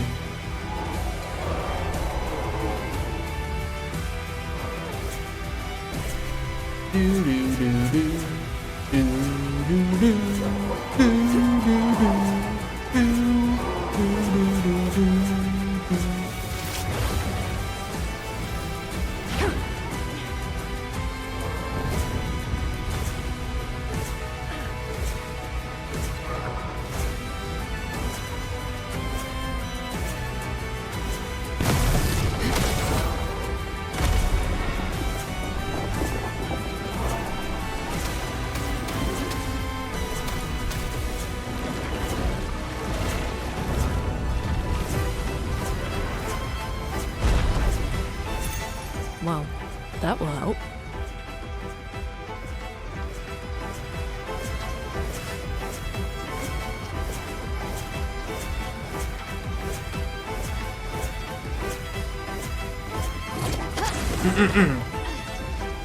Do my own Verso count as separate bosses? No. I used to, but I eventually settled on the criteria of whatever you can do, the most that you can do in a single playthrough. So we're gonna do Verso's Mael's ending, because that allows, I'm gonna get this just in case I need a fast travel back here. We're gonna do Mael's ending because that gives us the most cosmetics across both of the endings. Fight me!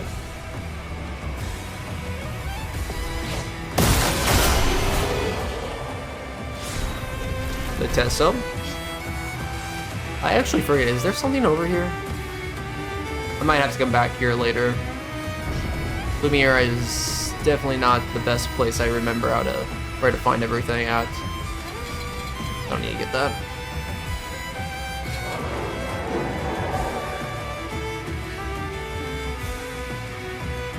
Your father. He's at the tower. Yes.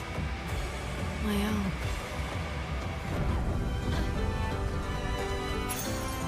have we here?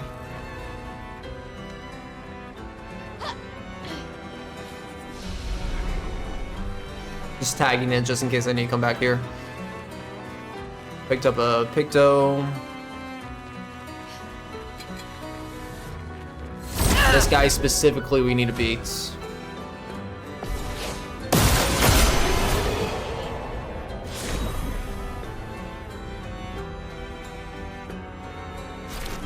Testing.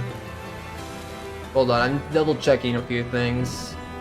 Meadows Jar, Meadows, Burgian, Blind Waters Troubadour, Burgian, Yellow Harvest Ruler, Small Burgian, Dark Gestural Stuff, Expensive Beneseer, Chromatic Jar, Blanche, Aberration. Yep, okay, yep, that's all good. An advantage. So I need to update my bosses count because we're a bit behind on it. We should only have 4 bosses left. And I know, yeah, I know that we did get them all. So I must have missed some counts. Typical me.